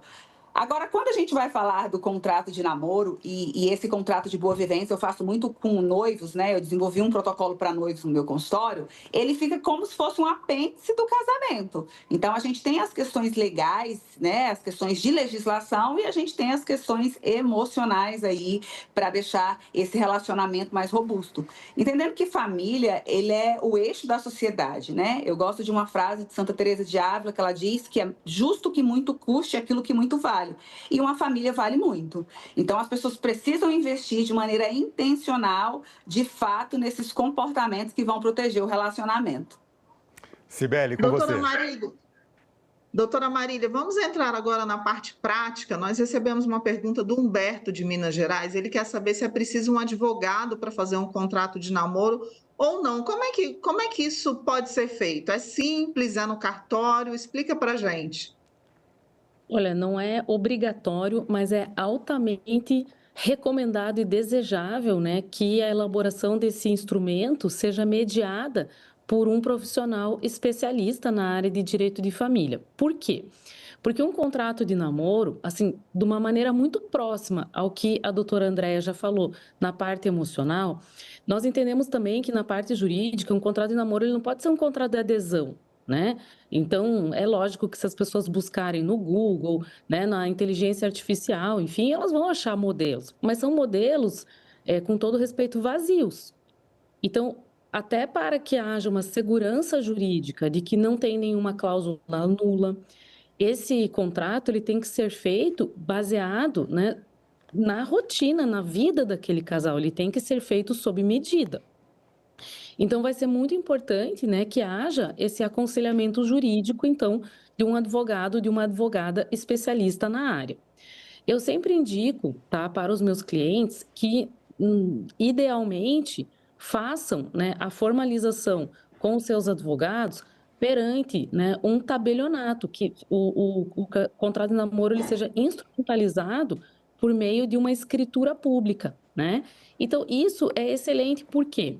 Porque o tabelião tem fé pública. Então, esse documento ele vai ser lido em voz alta, ele também vai ser validado, né? Vai haver ali a confirmação das assinaturas. E isso é muito útil para o futuro, para que amanhã ou depois ninguém venha dizer, não, essa não era a minha assinatura, eu assinei lá uma pilha de papéis, não sabia o que eu estava assinando. Então, eu acho que a escritura pública, ir até o tabelionato, também é um ato simbólico muito bonito, muito importante, e que vai dando cada vez mais validade para esse ato. Porque, de fato, nós temos um tabu ainda, né, no nosso país, das pessoas falarem de questões financeiras. E isso não se resume, lamentavelmente, aqui ao nosso contrato de namoro, né? A gente vê quantas pessoas que casam e muitas vezes uma nem sabe quanto que a outra ganha, né? Não fazem um pacto antenupcial bem feito, muitas vezes nem se informam o que é aquele regime de bens, né? Às vezes precisariam fazer um testamento e, né, não querem falar sobre isso com a sua família. Então, eu acho que a participação aqui nesse programa da TV Senado, ela é muito fundamental para a gente divulgar a importância dessa responsabilidade que as famílias têm que ter, né? De conversar sobre isso, da gente ir superando esse tabu. Mais de 2.000 pessoas com a gente no TikTok. Eu vou aproveitar a fala agora da nossa advogada e também a fala anterior de você, Andréia, para te fazer uma pergunta. Na verdade, eu vou pedir para você fazer um comentário. Você colocou que quando as pessoas vão ao seu consultório para formalizar um contrato de namoro, você acaba trazendo várias questões do relacionamento e elas são obrigadas, de certa forma, elas acabam intencionalmente escrevendo ali questões do convívio e as regras do relacionamento. Qual a importância do diálogo franco para que o relacionamento dê certo, que no final das contas, com contrato de namoro, sem contrato de namoro, união estável, casamento, noivado, o que as pessoas querem quando começam a se relacionar é que o relacionamento dê certo. Então, eu queria que você falasse sobre isso, já que a gente está falando de diálogo, a doutora Marília também falou sobre isso, a importância do diálogo franco, sobre tudo, finanças, sentimentos, comportamentos. Conta aí pra gente. A comunicação ela é fundamental em qualquer área da nossa vida, né? A doutora Marília trouxe algo muito importante, que é a questão do legado, né? E legado só acontece quando a gente, de fato, pensa em quem vai nos suceder, né? Então, um contrato de namoro, um contrato de casamento, ele tem a ideia de proteger gerações. E as minhas escolhas individuais, elas não podem deixar bagunça para quem vai vir depois de mim. Eu acho que isso é algo muito importante. E aí tem dois temas muito importantes em relacionamentos que as pessoas têm dificuldade de falar: sexo e dinheiro. E a comunicação, a clareza, né, a objetividade, ela evita que você literalmente quebre a cara. Existe um provérbio que fala que na multidão dos conselhos você vence uma guerra. Então, você não pode sair loucamente assinando um contrato. Se existe um advogado que pode te aconselhar, você não pode loucamente estar escolhendo uma pessoa para você casar, porque não é simplesmente sobre a sua escolha individual, é sobre a pessoa que vai ser o pai ou a mãe dos seus filhos, né, o avô dos seus netos. Então, a comunicação, a clareza, né, o conhecer o outro é fundamental. Eu digo que depois de Jesus, a escolha mais importante que as pessoas vão fazer é com quem elas vão casar. Eu ouso dizer no consultório que a maior parte do problema das pessoas não é no dia que elas faliram, não é no dia que elas descobriram um diagnóstico de câncer, mas é quando elas têm um relacionamento conjugal, emocional desestruturado, porque isso desestrutura qualquer área da vida das pessoas. Então, se comunicar é fundamental. E a comunicação, ela não é apenas falar. A comunicação é um jogo de bate e volta. É quando eu falo, o outro fala, né? Eu chamo isso de regra de acolhe e devolve. Então, o outro fala, e se ele fala é legítimo, eu acolho o que ele traz, devolvo o que não é meu, e aí a gente constrói de fato essa habilidade conversacional que para mim ela é fundamental, ela é a habilidade mais importante em qualquer tipo de relação, mas em especial nas relações afetivas. Então a habilidade de comunicação, a habilidade conversacional é que de fato vai evitar muito sofrimento, né? Se as pessoas se comunicassem mais, elas seriam mais racionais nas suas tomadas de decisão. E aí emoção é importante, mas emoção não é boa conselheira. A gente dorme de um jeito e acorda de outro. As pessoas precisam ir mais para a razão. E quando a gente vai para a semântica da palavra amor, amor é uma construção de sentimento. Sentimento é racional, ele tem um coeficiente cognitivo, e emoção tem um coeficiente instintivo. A paixão é instinto e o amor é razão. Então, quem ama cuida, quem ama zela, quem ama vai querer o bem. Isso são construções, isso não são afetos, né? E essa construção, ela tem um coeficiente cognitivo e ela vai sim ser estimulada através das habilidades conversacionais, das habilidades de comunicação. Certo, André. Agora a Cibele vai fazer uma pergunta. A gente está chegando perto do final do programa na TV, mas a gente continua na internet e nas redes sociais. Cibele, com você. Nós recebemos uma pergunta da Cláudia Damascena pelo YouTube para a doutora Marília. Como é que faz quando o namoro termina? É preciso cancelar o contrato ou ele automaticamente é extinto? Excelente pergunta da Cláudia, né? Olha, isso vai depender de como foi colocado, né, justamente a questão do término nas cláusulas do contrato de namoro. Então, você, né, pode colocar uma cláusula em que basta que uma das partes compareça, né, ao tabelionato e informe que o relacionamento terminou, que, né, já estará desfeito ali esse documento, né? E aproveitando aqui, pegando carona na pergunta da Cláudia, eu quero dizer o seguinte: às vezes um namoro ele pode acabar não só porque acabou o relacionamento como um todo, mas a gente precisa acolher, né, que às vezes esse relacionamento que era um namoro, ele pode sim evoluir no futuro para uma união estável, né? Por que não? As pessoas mudam suas vontades, seus comportamentos, então é natural que possa acontecer. O casal naquele momento não queria, assinou o contrato de namoro, depois, por várias circunstâncias, eles quiseram evoluir para um relacionamento em que se tornava uma família. Então, aí é que é mais necessário também colocar uma cláusula no contrato de namoro dizendo assim, olha, se no futuro esse relacionamento ele se transformar em uma união estável, qual que é o regime de bem que nós queremos que seja utilizado, né, para essa potencial futura união estável? Então, normalmente aqui, os casais eles já indicam que vai ser o regime da separação de bens, né? E por isso eles também já conseguem ficar bastante seguros. Bom, a gente vai continuar com essa nossa conversa. Eu tenho uma pergunta aqui para a doutora, para a Andréia, nossa psicóloga. O programa termina na TV, mas continua nas redes sociais. Eu vou fazer a pergunta para você continuar acompanhando a gente nas redes sociais. Daqui a pouquinho, a Andréia vai trazer a resposta.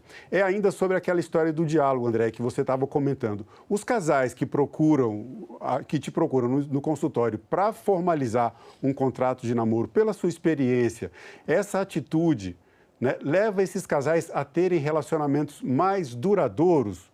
Ou os pacientes que procuram, às vezes, para uma terapia de casal, mas sem essa preocupação, têm os relacionamentos que duram mais.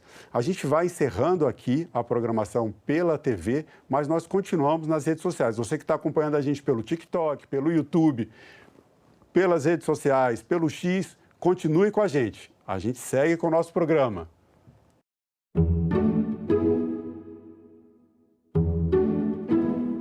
Frequentemente impactada por fenômenos climáticos, São Paulo planeja a participação na COP30.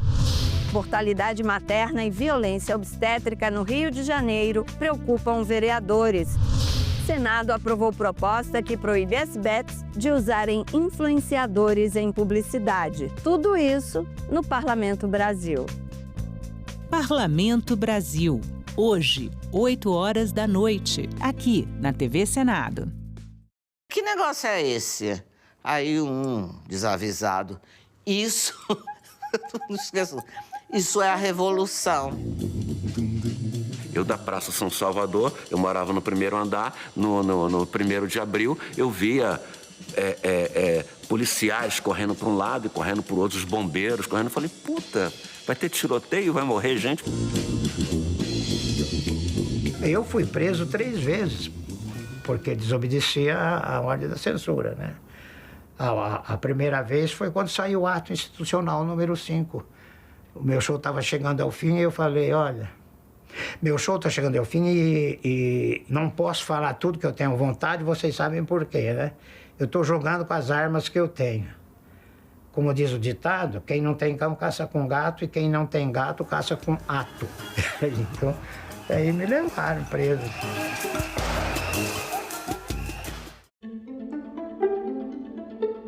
Quando em 2022 se opta por pôr fim à revalidação, essas empresas se sentiram livres para, a partir de 22, ou seja, em 23 e 24, passar uma enormidade de descontos não autorizados que fez esse número subir exponencialmente em 23 e 24.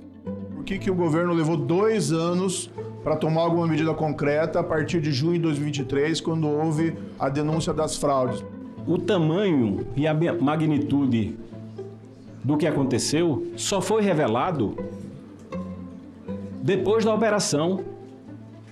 da AGU agora em abril de 2025, da CGU em 2025. Antes disso, o que todos nós sabíamos era o que tinha na imprensa, eventualmente ali uma menção aos descontos, e havia uma investigação por parte da CGU, por parte da CGU, e que essa investigação durou praticamente 2 anos. E por que o senhor acha que a AGU não teve um comportamento diferente com essa entidade que o Frei Chico, irmão do Lula, está à frente? Eu não tenho procuração da AGU para defendê-los nem para falar dos processos, mas me parece que a AGU age de acordo com questões objetivas. E eu imagino que... E resolveu poupar o irmão do Lula. Vou repetir, quem chamou a polícia ou quem deixou a polícia trabalhar livremente foi o presidente Luiz Inácio Lula da Silva. Ele é que ajudou a estourar o escândalo. E vamos deixar na tela, porque a tela deixa bem claro o que é a associação verdadeira. Eu sou favorável que a gente ajude a manter, porque a organização dos trabalhadores é fundamental.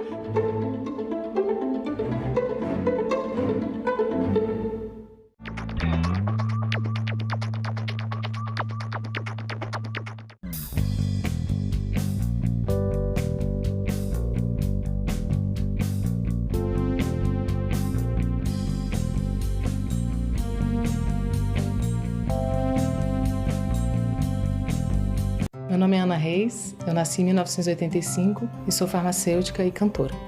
Eu também sempre segui essas duas profissões, né? Completo 20 anos da minha carreira como cantora e também tem 20 anos que eu entrei na UNB para o curso de farmácia. Dos direitos, dos que eu mais prezo, é a liberdade de expressão. Eu posso trazer em todos os âmbitos da minha vida, assim, mas principalmente na minha atividade como cantora. Eu sempre pude escolher, por exemplo, o repertório de um show com as músicas que eu queria cantar. Eu sou mãe do Hugo. O Hugo tem 6 anos hoje. Eu adoro ele pedindo as músicas. Mãe, põe um Luiz Gonzaga aí pra gente ouvir. Quando ele pede umas músicas assim, eu vejo que eu tô fazendo um bom papel. Porque acho que nossa cidadania, ela não é completa se ela não passar pela arte. Eu posso trabalhar com o que eu gosto, eu posso cantar o que eu quero. Democracia é isso, é liberdade. Meu nome é Ana e eu nasci com a democracia.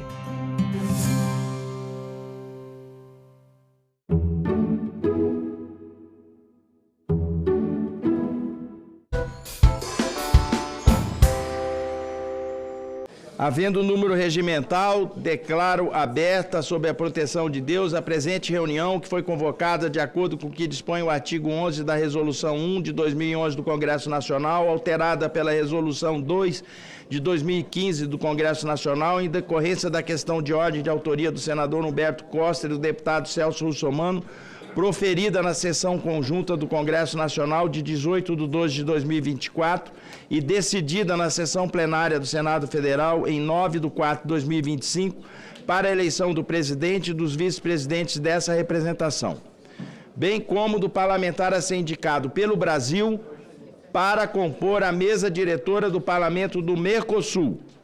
Esclareço aos nobres pares que essa representação é composta de 10 senadores e 27 deputados titulares, com igual número de suplentes, ou seja, 10 senadores suplentes e 27 deputados suplentes. Em decorrência da Resolução 1 de 2011 do Congresso Nacional e o Regimento Comum e suas resoluções integrantes não disciplinarem o processo eleitoral em comissão mista nessa eleição, será aplicado o disposto do artigo 88 caput do Regimento Interno do Senado Federal quanto à eleição para a mesa das comissões permanentes daquela casa. Assim, a eleição do presidente, dos vice-presidentes e do parlamentar a ser indicado para compor a mesa do Parlamento do Mercosul far-se-á por escrutínio secreto, exigida a maioria de votos, presente a maioria absoluta dos representantes da respectiva casa a que pertencer o cargo desse biênio.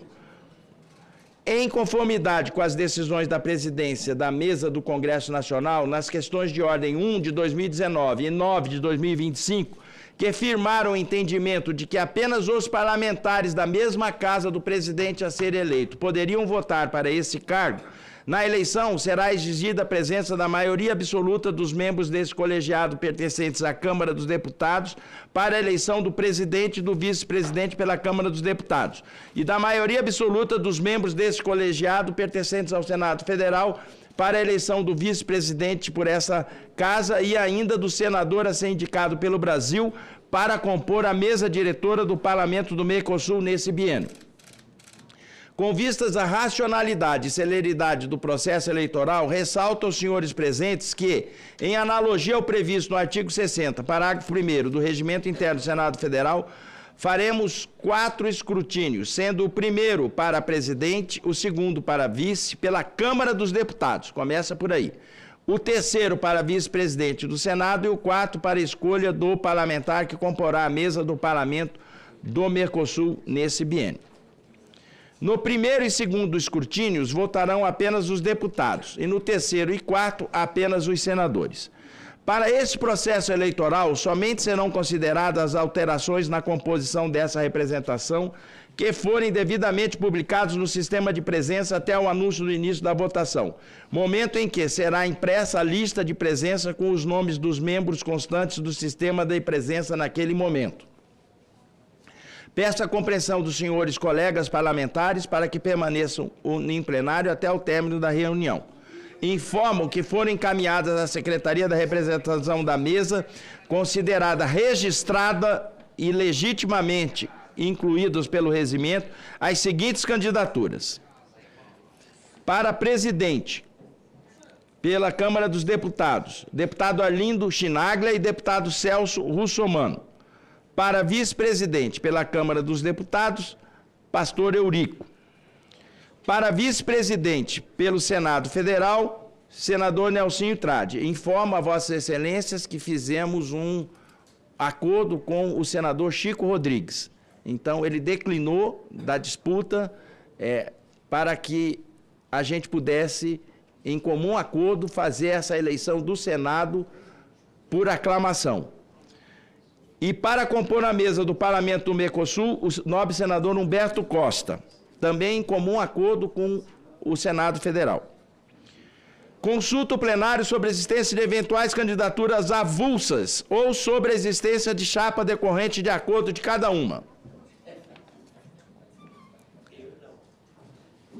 Não havendo nenhuma manifestação de candidatura avulsa e reafirmada pelo deputado Heitor Schultz de que não houve, consulta o plenário sobre a existência de acordo para o cargo de presidente dos deputados. Com a palavra, deputado Celso Russomano. Presidente, senhoras e senhores parlamentares, senadores e deputados, eu queria mais uma vez pedir ao deputado Arlindo Chinaglia, já que nós fizemos um acordo na última eleição, eu abri mão de ser candidato ao cargo para que ele fosse candidato a vice da representação lá no Mercosul, inclusive assumiu a presidência, está na presidência do Parlamento do Mercosul. Eu pedi a ele, nós fizemos um acordo, e ele ainda disse durante a reunião, está nas notas taquigráficas do Senado, de que ele abriria, de que eu, presidente, de que ele receberia à vista, né, o acordo, ou seja, ele assumiria de imediato o mandato do cargo e que eu receberia a prazo posteriormente. Então, que ficou acordado, está nas notas taquigráficas, eu vou pedir até para a minha assessoria para me trazer isso. A gente fez um acordo, eu pediria a ele que honrasse esse acordo, porque acordo deve ser cumprido. E não está certo o que está acontecendo. Eu entendo ele que ele quer continuar na presidência do Parlamento do Mercosul, mas ele não disputa comigo nesse momento. Ele disputa com o senador Humberto, que está aqui do meu lado, e num acordo que foi firmado, porque o senador Humberto também abriu mão na época da disputa do cargo que Vossa Excelência ocupa hoje, que é presidente da representação, no sentido de que a delegação ficasse unida. É importante dizer, presidente, que a gente precisa muito um equilíbrio nos cargos do Parlamento do Mercosul. Não é justo que um único partido fique com todos os cargos. Fique com o cargo de presidente da delegação e fique com o cargo também de vice-presidente assumindo a presidência do Parlamento do Mercosul. A gente tem que ter um equilíbrio no Parlamento, que foi o que sempre tivemos. Nós nunca tivemos duas pessoas no mesmo cargo. E aí o senador Humberto é do PT, o deputado Arlindo é do PT, os dois estão concorrendo. Quer dizer, então, tudo que a gente construiu até hoje no Parlamento do Mercosul, e eu cheguei no Parlamento em 1995, quando cheguei aqui, onde ainda era comissão interparlamentária, nós sempre construímos a unidade.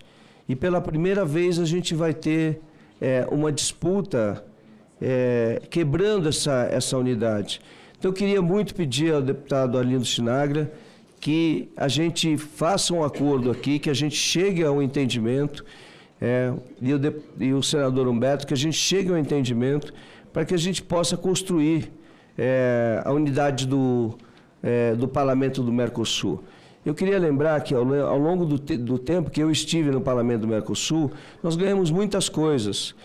Eu fiz toda aquela obra que nós estamos vendo lá, ou seja, aquele plenário foi feito, os acordos foram feitos com o ministro de obras do governo do Uruguai, com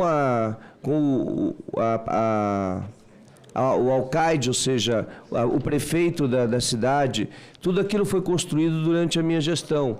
E tudo que eu preciso é continuar isso. Nós já temos, inclusive, uma conversa com o governo do Uruguai e com a LAD para a construção do resto do parlamento. Então, eu gostaria de pedir aos meus pares, a todos que estão aqui, que a gente cumpra o que foi acordado na última reunião e, se for necessário, eu leio aqui o acordo que foi feito. O senador Humberto está com o acordo aqui. Eu passo a ler para que todos aqui tomem conhecimento, mesmo aqueles que não estavam na época. São palavras do deputado Arlindo. Presidente e demais pares, o deputado Celso Russomano, obviamente, foi rigoroso e preciso no que nós conversamos. Então, não há nada a acrescentar. Eu vou brincar com ele, porque eu falando agora é quando alguém pede emenda e pede para a gente assinar o recibo. O Celso não pediu. Eu falei para o Renildo, o deputado Renildo Calheiros, que estou recebendo à vista, mas o Celso vai receber a prazo. Ou seja, o acordo que foi firmado, então, era de que ele assumiria naquele momento e, na próxima eleição, por acordo, eu estaria na presidência da representação. O deputado Arlindo, na última reunião, disse que ele seria candidato, ele se via obrigado a ser candidato, porque ele não conseguiu um acordo com o senador Humberto. Na verdade, o acordo foi firmado lá atrás.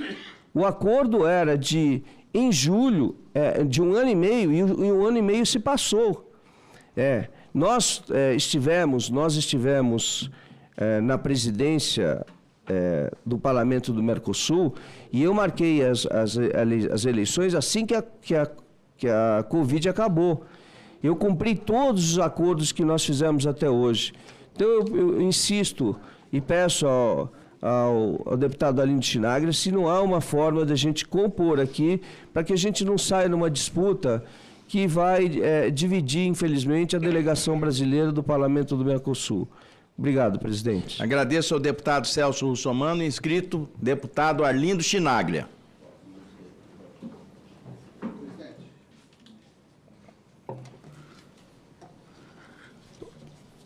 Quando o deputado Celso deu o informe, eu disse que era correto, eu também estava respondendo a uma questão que parecia um fantasma, pairava no ar. O senador Humberto Costa cobrando sobre um determinado acordo que ninguém tinha feito. Se houve algum acordo entre ele e o deputado Celso Russumano, evidentemente que nós não temos rigorosamente nada a ver com isso. É tão verdade que naquela oportunidade o deputado Damião Feliciano falou, olha, esse acordo não existe, só haverá ou haveria acordo se passar no plenário. Pois bem, a questão de ordem que o deputado Celso e o senador Humberto apresentaram ao presidente do Congresso Nacional, na própria redação, porque era inevitável, ao citar o regimento, falava mandato de 2 anos e rodízio nas funções. Bom, quando Vossa Excelência foi votado, senador Nelsinho, como eu também, ninguém nos alertou que, por consequência daquela reunião acontecer somente em setembro, quando deveria ter acontecido em janeiro ou fevereiro, que seria eu a pagar a conta daquilo que foi um erro, especialmente do deputado Celso Russumano. Ele reitera algo que é específico, aparentemente, para essa comissão. E quando ele fala em rodízio, eu me candidatei a vice-presidente exatamente para ter rodízio. Por quê?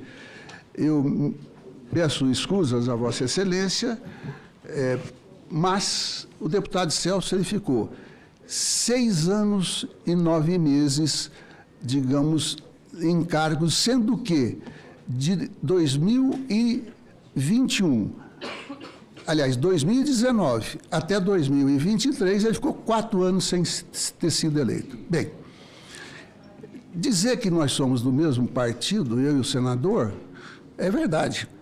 Todo mundo sabe. Agora, todo mundo sabe também que o senador Humberto Costa rejeitou o acordo que eu vim disposto a fazer na reunião anterior. Todos que estavam aqui sabem disso. E o deputado Celso fez uma escolha, eu diria, que eu respeito. Agora, quando eles entram com questão de ordem para resolver no tapetão, que foi o que está acontecendo, aquilo que aí sim nós deveríamos buscar um acordo político, pessoal, evidentemente que quem rompeu o acordo foi ele e não eu. Ele tirou toda a possibilidade ali. Primeiro, depois, na reunião, Vossa Excelência testemunha, senador Nelsinho, presidente, que eu vou relatar novamente, e pela circunstância é preciso, mas houve, a meu pedido, uma reunião do presidente da Câmara com o presidente do Senado. Ali me foi perguntado pelo presidente da Câmara, Arlindo, ele me chama de presidente, presidente, não dá para fazer um acordo? Eu falei, dá. Tanto é que a primeira observação que eu fiz aqui foi na linha do acordo. O acordo foi rechaçado. E hoje ele é retomado com repetição de argumentos que já foram respondidos e eu hoje quero ir para voto. Porque na reunião passada nós teríamos ganho a votação se de fato houvesse a votação. Então eu não quero mais falar, porque eu não quero contribuir para uma procrastinação. Então, que a gente vote, senador Nelsinho, presidente. Presidente, só uma correção. É uma pequena correção da parte. É a seguinte, o deputado Arlindo fala que eu fiquei durante muito tempo na condução do parlamento do Mercosul. Na verdade, não é bem assim. Eu só fiquei um pouco mais porque nós tivemos uma Covid. Agora, eu quero lembrar que de 2020, o deputado Arlindo Chinaglia, ele ocupou a presidência do Parlamento do Mercosul durante gestão, inclusive, do Senado. quando o senador, era o senador do Paraná, o senador Requião. Ele ocupou durante o mandato que era, e ninguém discutiu isso. E nós não tínhamos Covid, não tínhamos nada. Assim que começaram as reuniões, nós marcamos a eleição e nós construímos aqui um acordo. Eu gostaria de chamar o deputado Arlindo Chinaglia para entender que nós estamos construindo aqui, a gente não quer destruir absolutamente nada. Eu não quero embate. Agora, eu vou passar a palavra para o senador Humberto, que ele gostaria de falar. Não, eu tinha pedido ao senador Nelsinho Trade, eu inclusive não ia falar, mas como o deputado Chinaglia falou no meu nome, veja, existe aqui claramente um desejo de criar uma confusão. Nós não fizemos nenhum acordo Câmara e Senado, nem poderíamos, porque só vota no cargo do Senado quem é senador e só vota no cargo da Câmara quem é deputado. O acordo que aconteceu foi entre mim, o senador Nelsinho Trade e o senador Davi Alcolumbre, além do senador Rodrigo Pacheco. O acordo foi: eu queria me candidatar a presidente da representação, conversando com o companheiro Nelsinho, ele alegou que era muito importante que ele pudesse continuar e que na próxima eleição, que é essa que nós vamos fazer agora, ele sairia e eu seria um candidato ao cargo que cabe ao Senado. E o cargo que cabe ao Senado é a vice para o colegiado do Parlasul, além, logicamente, da vice da delegação, cargo para o qual o senador Nelsinho... E o senador Nelsinho cumpriu o acordo, assim como nós cumprimos integralmente o acordo. O acordo da Câmara não tem nada a ver com isso. Esse acordo da Câmara foi feito aqui, ao vivo e a cores, para todo mundo. Foi apresentado aqui, ao vivo e a cores, em que o deputado Celso Russomano abria mão de ser candidato ao cargo do Parlasul e, na próxima, ele seria o candidato à presidência da... Então, é isso que está... Outra coisa que precisa ficar claro... Aqui todo mundo tem memória. Nós tivemos aqui na semana passada, na semana passada, e o deputado Arlindo apresentou uma proposta de ele ficar na presidência do Parlasul e na vice-presidência do colegiado do Parlasul até setembro. Nós fizemos a aquiescência. Primeiro dissemos, não, vamos terminar o mês de junho e aí Vossa Excelência sai. Não aceito. Depois foi feita a proposta de que ele ficasse até o final de julho, que seria o final do recesso, e só em agosto eu assumiria essa função, esse papel. Ele não aceitou também. Quem é que está sendo intransigente aqui? Eu acho que vale a pena os companheiros todos que vão votar atentarem para essa questão aqui. Eu fico muito preocupado porque existe uma coisa muito importante aqui no parlamento que se chama a questão da palavra, né? Ainda mais uma palavra que é dada em público e registrada em ata. Presidente. Com a palavra, o deputado Luiz Nishimori, que ele tinha escrito. Obrigado, senador Nelsinho Trade.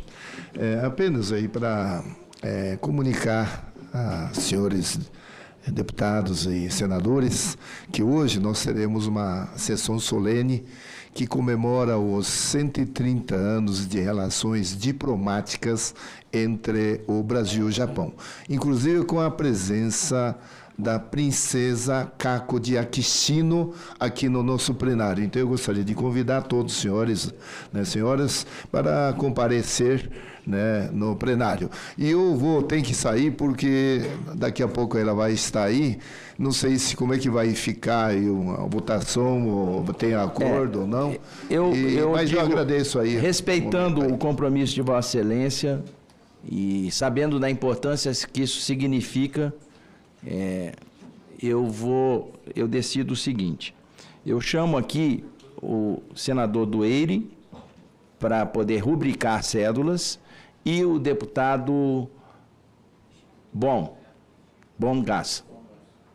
Cada um rubrica a cédula aqui para a gente já disponibilizar e encaminhar. Tem possibilidade de acordo, Alino?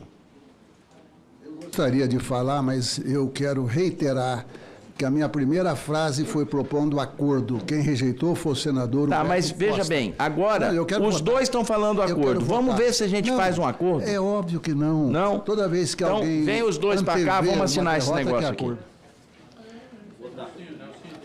Com a palavra, Afonso Mota.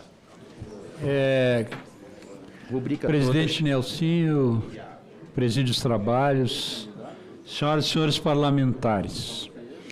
O pressuposto básico, o pressuposto essencial da nossa participação no Mercosul é a representação e a diplomacia.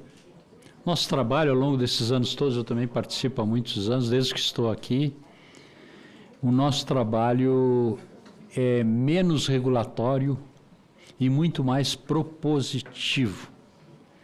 E eu, assim, eu acho que tem uma figuração aqui na candidatura do pastor Eurico a vice-presidente, que é candidatura única, que mostra bem qual tem sido o propósito.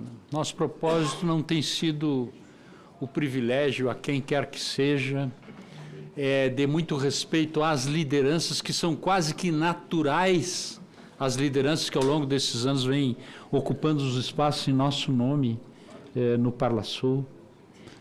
E, portanto, eu acho que se nós continuarmos o debate nos termos que está colocado, palavra contra palavra, é só desgaste para figuras que são muito importantes para nós. Né? O Celso Russomano, o Chinaglia, enfim, o nosso Humberto Costa, Vossa Excelência mesmo, são figuras, são os nossos líderes no Parlasul. Né? Claro que sempre com a possibilidade de outros companheiros e companheiras ocuparem esses espaços importantes para nós. Então, eu acho que realmente nós vamos ter que votar e que a gente saia, depois da votação, com a unidade necessária para continuar esse trabalho, eu digo assim, espetacular, que a delegação brasileira realiza no Parlasul, que é exemplar, e que engrandece o Congresso Nacional. Deputados e senadores engrandecem o Congresso Nacional. Obrigado, presidente Nelsinho, era só essa observação assim, para a gente realmente votar. Estão rubricando as cédulas, estão devidamente rubricadas e a cabine de votação é lá. Como que vai ser? A célula tem um nome do deputado Arlindo e do deputado Celso. São cédulas diferentes. Se você quiser votar no deputado Celso, você pega a cédula dele, bota um X nele e coloca dentro da urna. E guarda contigo a cédula do deputado Arlindo, que foi preterido. Se você quiser votar no deputado Arlindo, você marca um X no deputado Arlindo, coloca ele dentro da urna e guarda a do Celso, que fica preterido. É desse jeito. Melhor mudar a frase, senador. Ué, a assessoria me deu assim, vocês querem que eu faça o quê? Ué, mas então manda, já está pronto aqui, ué. A ordem do produto não altera. Já chega no Senado, que deu 82 votos. Presidente. Peraí, Mota. Leva de recordação o preterido. O presidente. Ei, deputado. Presidente. Leva o preterido de recordação. Presidente. Com a palavra, deputado Alino. O que precisa ser evitado é o erro de que, de repente, mais de um vote. Exemplo. Mas isso não vai ocorrer. Não. O cara vai receber uma célula de cada um. Não, mas aí não tem como ele produzir. Senador, mas aparece um deputado suplente e se ele também vai receber somente uma cédula, como é então que o senhor vai saber, e nós vamos saber, que os que votaram é o direito de cada partido ou federação? Porque ali, veja, o painel, com referência aos senadores, ele controla. Se tentar votar um a mais de qualquer partido, ali segura. Mas dessa não, maneira, Arlindo, deixa eu lhe explicar. Vamos dizer, nós vamos fazer a chamada. O primeiro a ser chamado vai ser o deputado Luiz Nishimori. Não, aí tudo bem. Aí o cara vai vir aqui, eu tô com 2 colegas, nós vamos entregar para ele o envelope e as 2 cédulas. Quem ele escolher, ele põe no envelope e enfia lá dentro, acabou. Não, mas ainda não resolve, senador. Como que... Se não tiver a lista para cada um dos escrutinadores, para ele poder conferir e aferir se todos daquele partido já votou, ele poderia involuntariamente... Tá aqui a lista. Vamos fazer a chamada. Aí sim. Primeiro pelos titulares e assina do lado. Assim eu pediria a compreensão de todos para que a gente possa chamar o deputado Luiz, que vai receber a princesa Caco, para que ele possa inaugurar.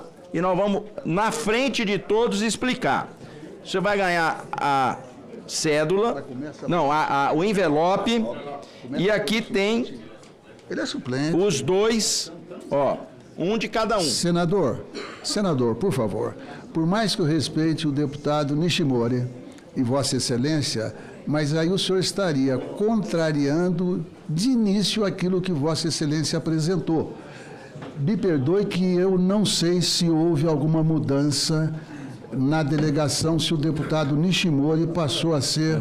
Ele é suplente. Ele é suplente, mas os 2 titulares não estão. E aí... se chegarem os titulares? É isso que eu estou falando. Aqui já começou. Escuta, peraí. Eu estou alertando para que eu não quero de maneira nenhuma que alguém tenha a pretensão de questionar... Se chegar os 2 do PSD aqui, ou o Danley, ou o Paulo... Eu vou chamar eles aqui e vou falar, ó, você vaza, vai embora. Entendeu? Toma aqui. Senador Nelsinho, assina aqui, Luiz. Pela ordem, senador Nelsinho. Assina ali para ver se tá... Senador Nelsinho. Olha se tem alguma coisa aí dentro. Presidente Nelsinho. Assina aqui. Luiz. Então encerra a votação na hora que terminar aqui. Claro. Calma, não vem mais ninguém. Não entra. Tá declarada iniciada a votação. Ele é o primeiro. Vai lá, vota e bota aqui dentro e leva contigo quem você não quer. O deputado Sérgio Souza aqui. Deputado, pode falar. Presidente, para que não haja nenhum constrangimento no momento da apuração, e lógico, não levantando suspeita com relação a nenhum colega, mas se houver 2 votos dentro do mesmo envelope, a proposição é que esse voto seja considerado nulo. Perfeitamente. Só vale um. Tá bem explicado, né? Deputado Giovanni Cherini. Tá aí? Cadê o deputado? Giovanni. Venha.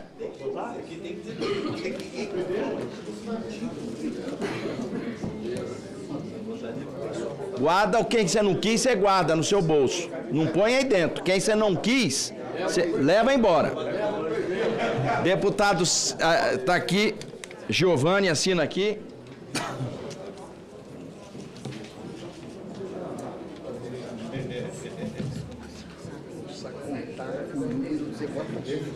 Tá, o próximo que chegar, vai lá, escolhe e bota aqui dentro.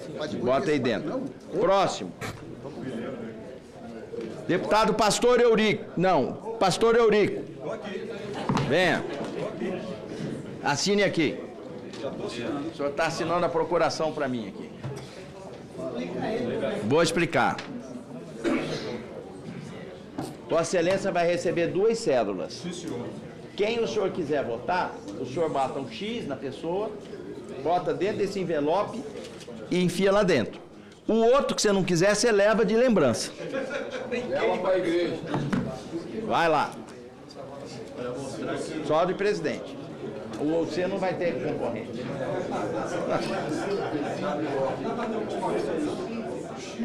Deputado Roberto Monteiro Pai.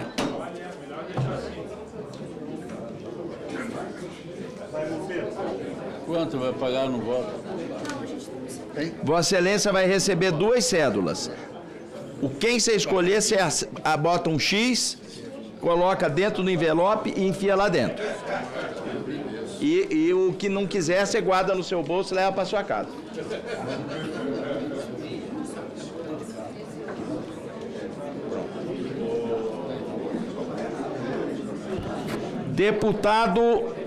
Deputada Rosana Vale. O deputado Heitor pediu licença para depois de terminar esse bloco, falta só o deputado Vermelho. A gente poder te dar a preferência porque você tem um compromisso agora. Deputada Rosana Vale, Vossa Excelência recebe os dois.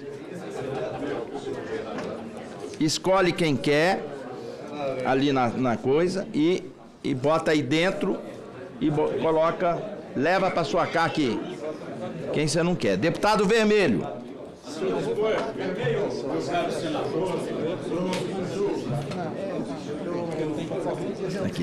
Aqui, assina aqui.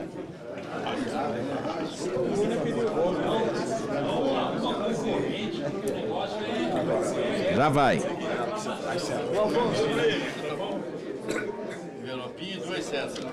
Precisa anunciar que foram encerradas as vagas do PL. Tá.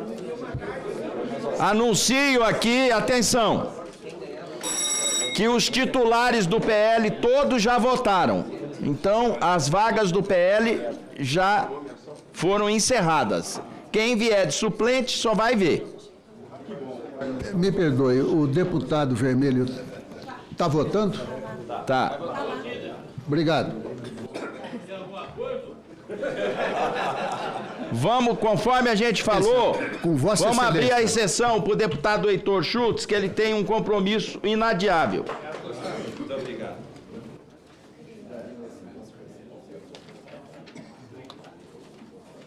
Vossa Excelência já está sabendo como que é.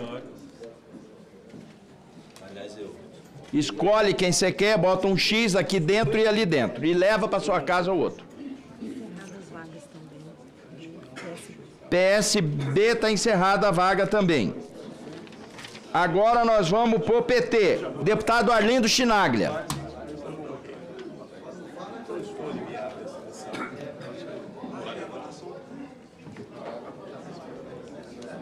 Deputado Helder Salomão, está presente? Você tem que escolher quem você quer, bota aqui dentro e leva para sua casa quem você não quer. Aqui, presidente. Aqui. Tá bom, prefeito querido. Tá bem? Nunca deixa de ser, né? Nunca. Obrigado.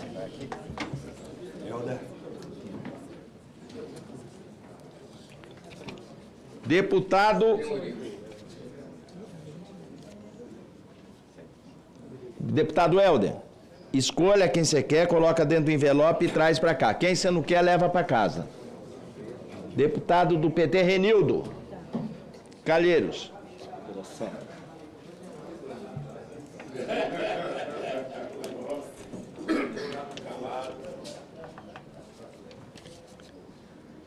O senhor escolhe, Vossa Excelência escolhe quem o senhor quer, deposita dentro do envelope e coloca o envelope lá dentro. E quem não quer, leva para casa.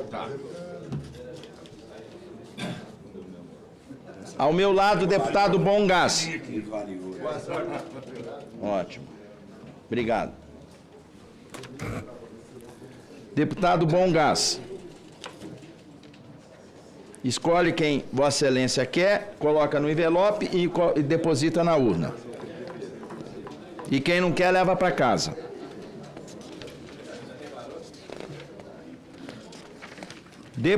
Terminou os deputados do PT.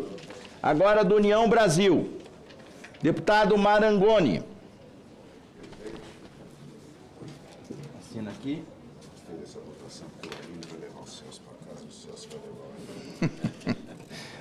Boa. Escolhe quem você quer, bota dentro do envelope e ali dentro. Quem você não quiser, você leva para casa. Pode ser lá ali na cabine, por favor. Próximo deputado. Cadê? Geraldo Mendes não está presente? Está presente? Não. O suplente é... vamos no Damião Feliciano primeiro. Depois o Davi Soares. Escolhe qual dos dois você quer, marca um X e põe aqui dentro. E aí deposita ali. O que você não quiser, você leva para sua casa. Tem que chamar os titulares de todos os partidos e depois eu chamo os suplentes. A assessoria está dizendo que eu tenho que chamar os titulares de todos os partidos para depois chamar o suplente. Então, o deputado Davi Soares está aí? Está aí? Vamos seguir o rito, senão pode dar algum rolo. Mas logo, logo vai ser chamado. O próximo deputado. Bebeto. Ah, não, ele é suplente. Só um minutinho. Vamos chamar os titulares. Do MDB, Sérgio Souza.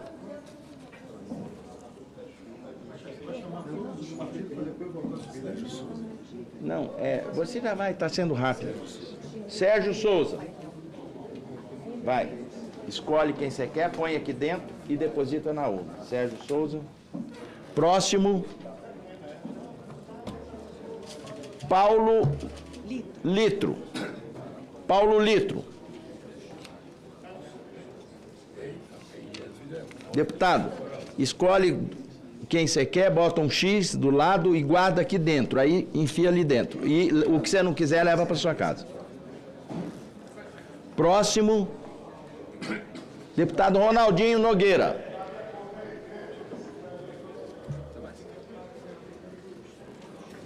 Da mesma forma, assina aqui.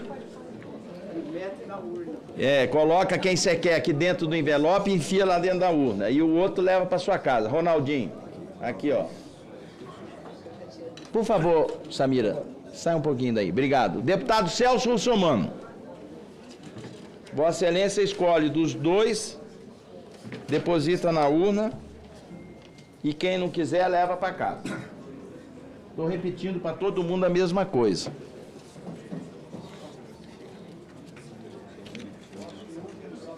Aqui. Aqui, Celso. Próximo. Acessório aí, Fernando. Beto Richa. Bota no jeito para ele assinar. Depois do Beto Richa, Afonso Mota e Heitor Schultz. Já vai fazendo a fila aqui. Beto Richa. Assina aí.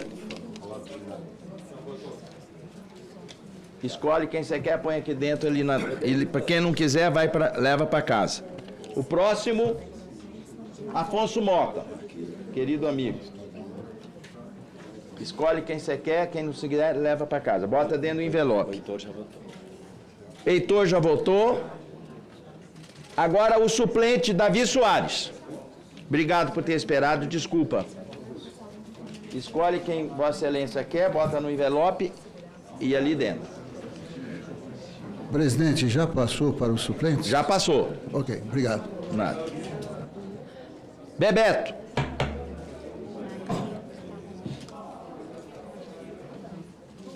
Vossa Excelência escolhe quem quer, bota no envelope e coloca ali dentro. Deputado Bebeto. Aqui, deputado, ó, o envelope está aí dentro, né? Bota um X em quem você quer. Aqui a caneta.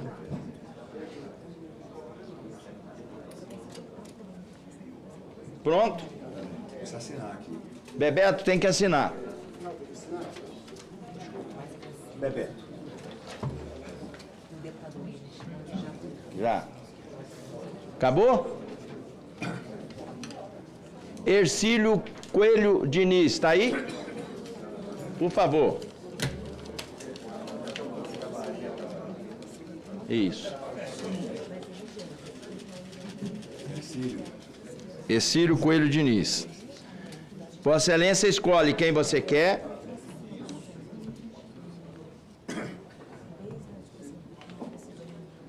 Coloca quem você quer aí dentro e quem você não quer leva para casa. Marca um X aí. É o último deputado. Presidente, o deputado Afonso Ram está chegando, tá? Ele pediu... Afonso? É Afonso Ram, do PP. Certo.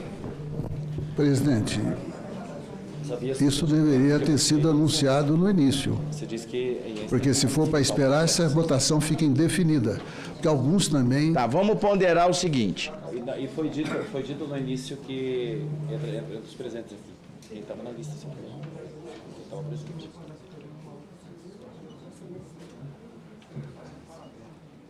Vamos ser sensatos, né? Vamos esperar 5 minutos? 5 minutos. Sim. 5 minutos. A gente espera 5 minutos. Agora são 10h32, até 10h37 a gente espera. Aí, se não chegou, dá por encerrada a votação. E é a apuração dos votos pelos 2 escrutinadores.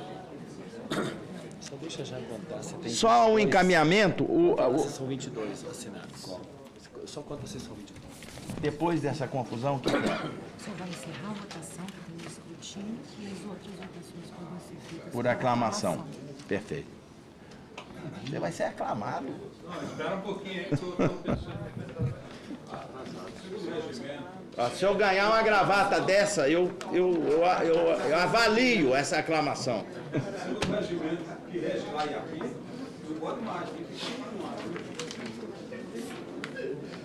Certo?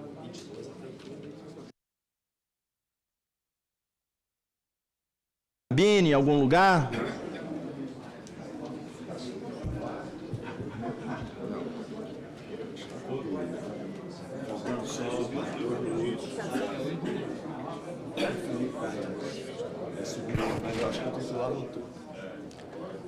Deputado Felipe Carreiras.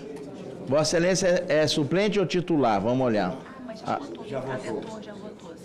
Vossa Excelência já votou o titular? Vossa Excelência pode só ficar acompanhando, deputado, infelizmente. Já votou o titular do seu bloco, do seu partido? Eu acho. Não é Heitor Show? Votou aqui. Já votou, Heitor foi o primeiro. Já votou? Já. Já votou. Ele já foi para uma outra reunião, ele se justificou. Obrigado pela presença, deputado. Desculpa.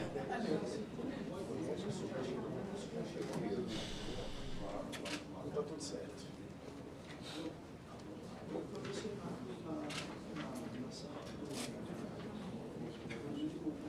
Que hora que a gente abre? 10h37, né? Isso. 10h37.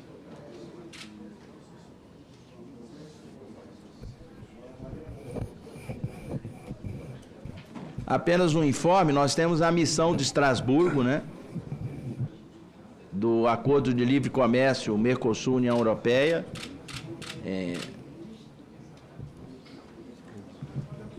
Muito importante ver se finaliza isso para a gente poder abrir novas oportunidades de mercado para o Brasil.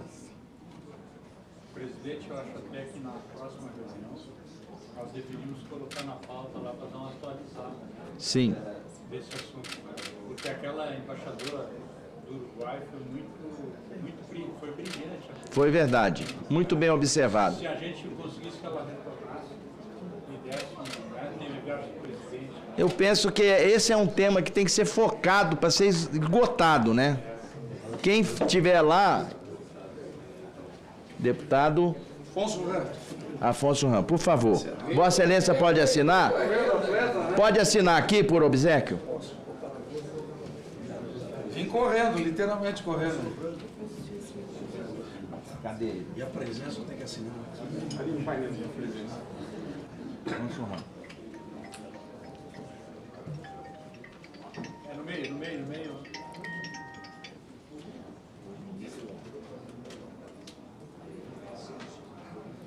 Deputado Roberto Monteiro, pai. Saudações alvinegras.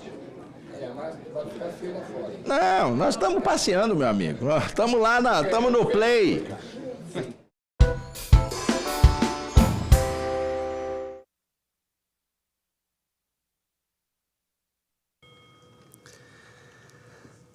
Declaro aberta a sessão sob a proteção de Deus. Iniciamos nossos trabalhos.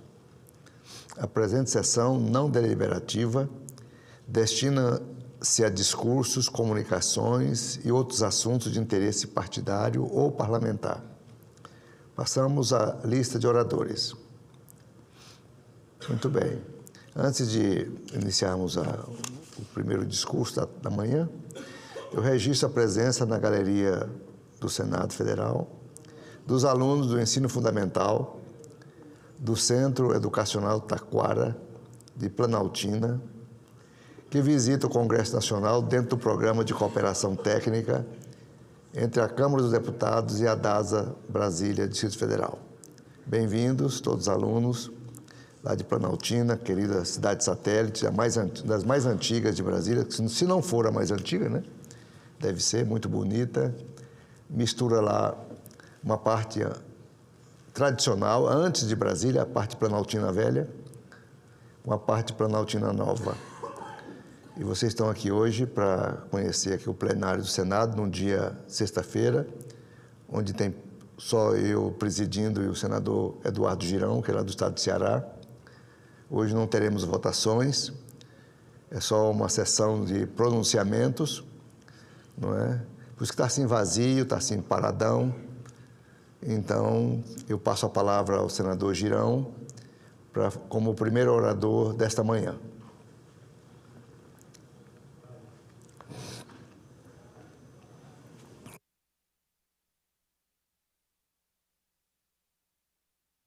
Paz e bem, meu querido irmão, senador Confúcio Moura.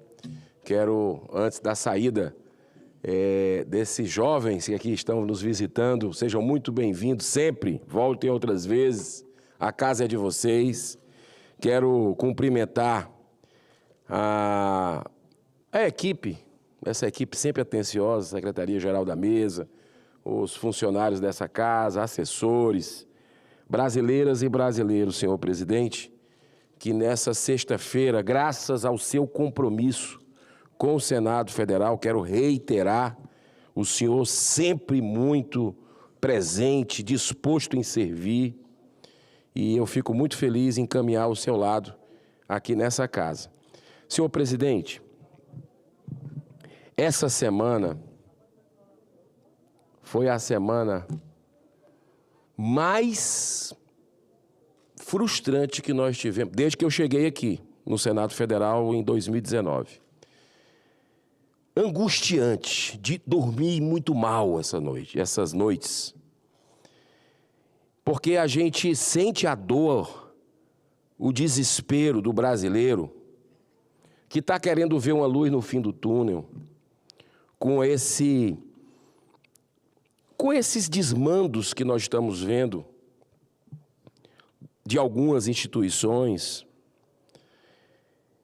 onde avançou a censura. Aliás, nem com essa palavra avanço ou censura, avanço é coisa positiva, né?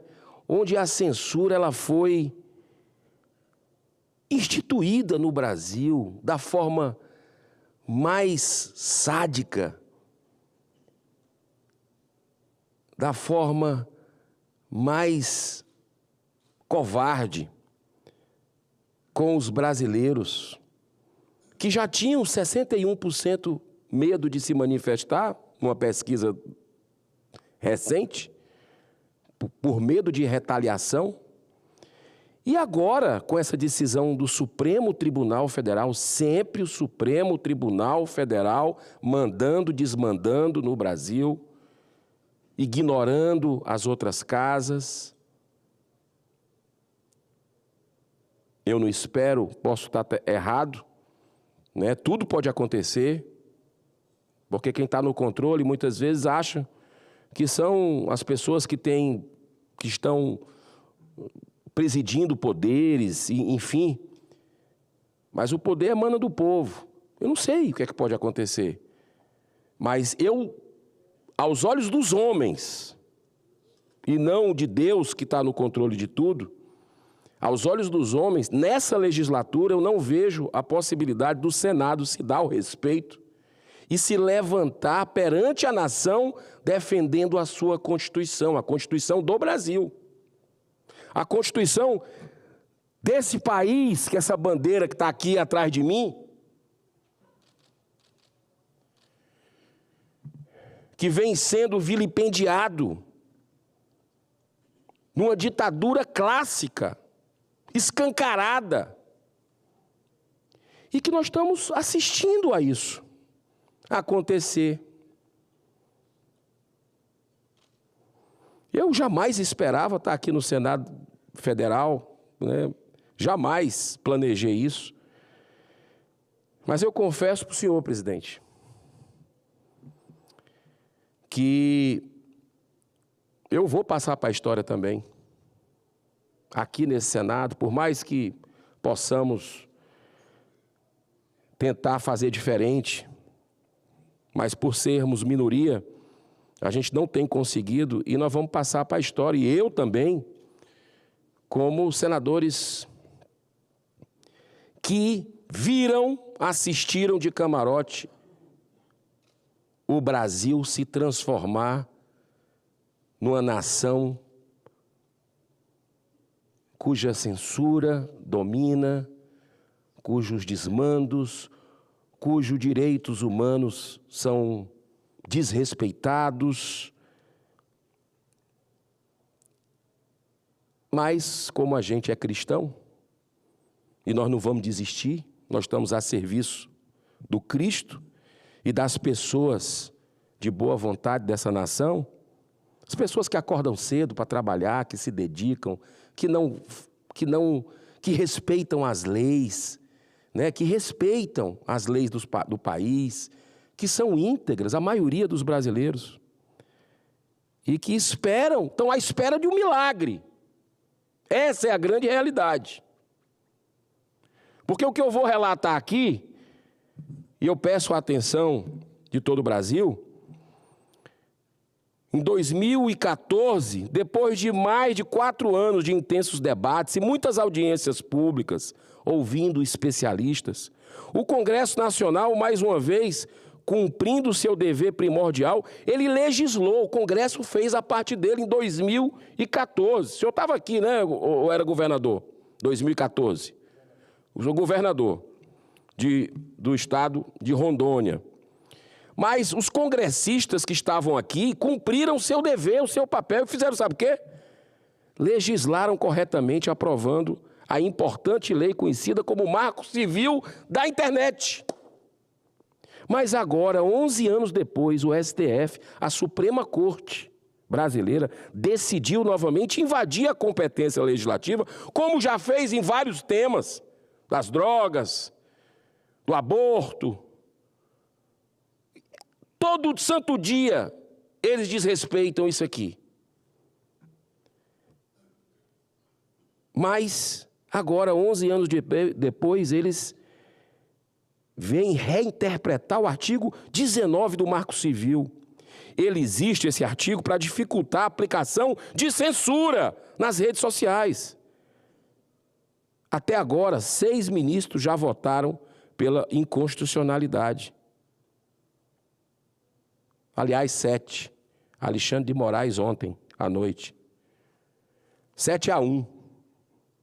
7-1. É o retrato do Brasil. Só o ministro André Mendonça, que votou corretamente pela sua constitucionalidade, que deve ser mantida a decisão do Congresso, porque nós fomos eleitos pela população para fazer isso. O Supremo não teve voto de ninguém. E manda e desmanda nesse país. Ele que está comandando o país, alinhado político e ideologicamente com esse governo. Lula, governo vergonhoso.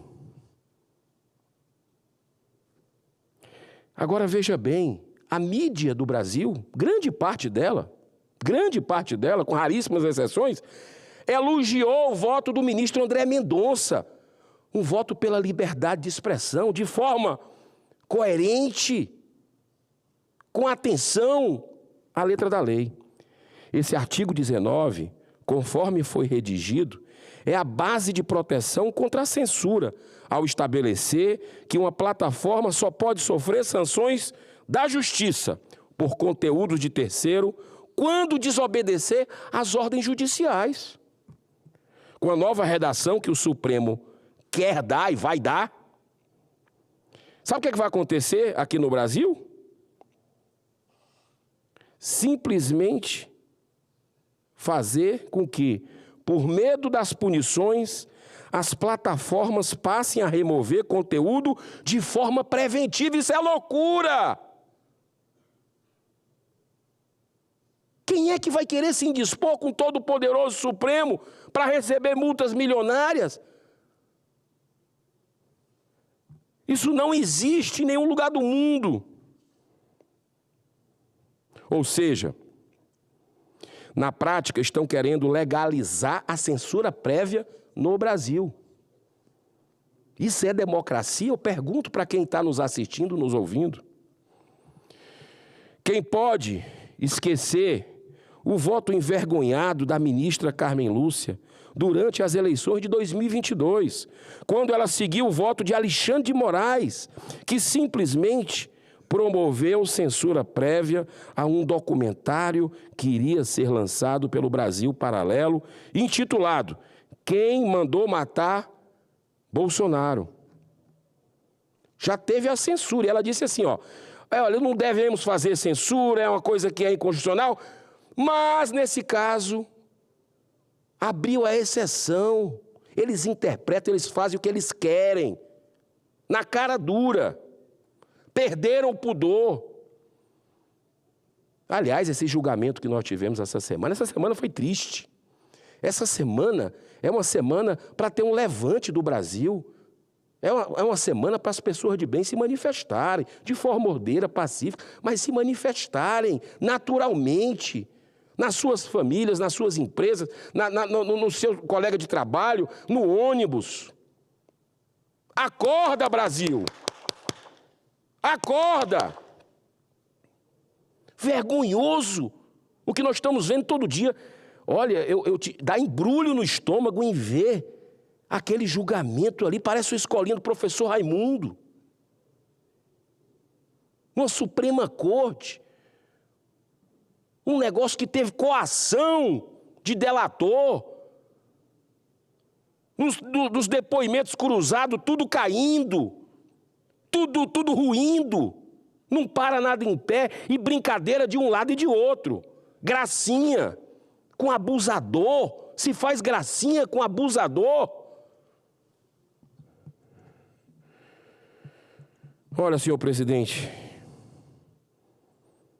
querem agora institucionalizar o que é flagrantemente inconstitucional e que só existe nas ditaduras, nas piores ditaduras.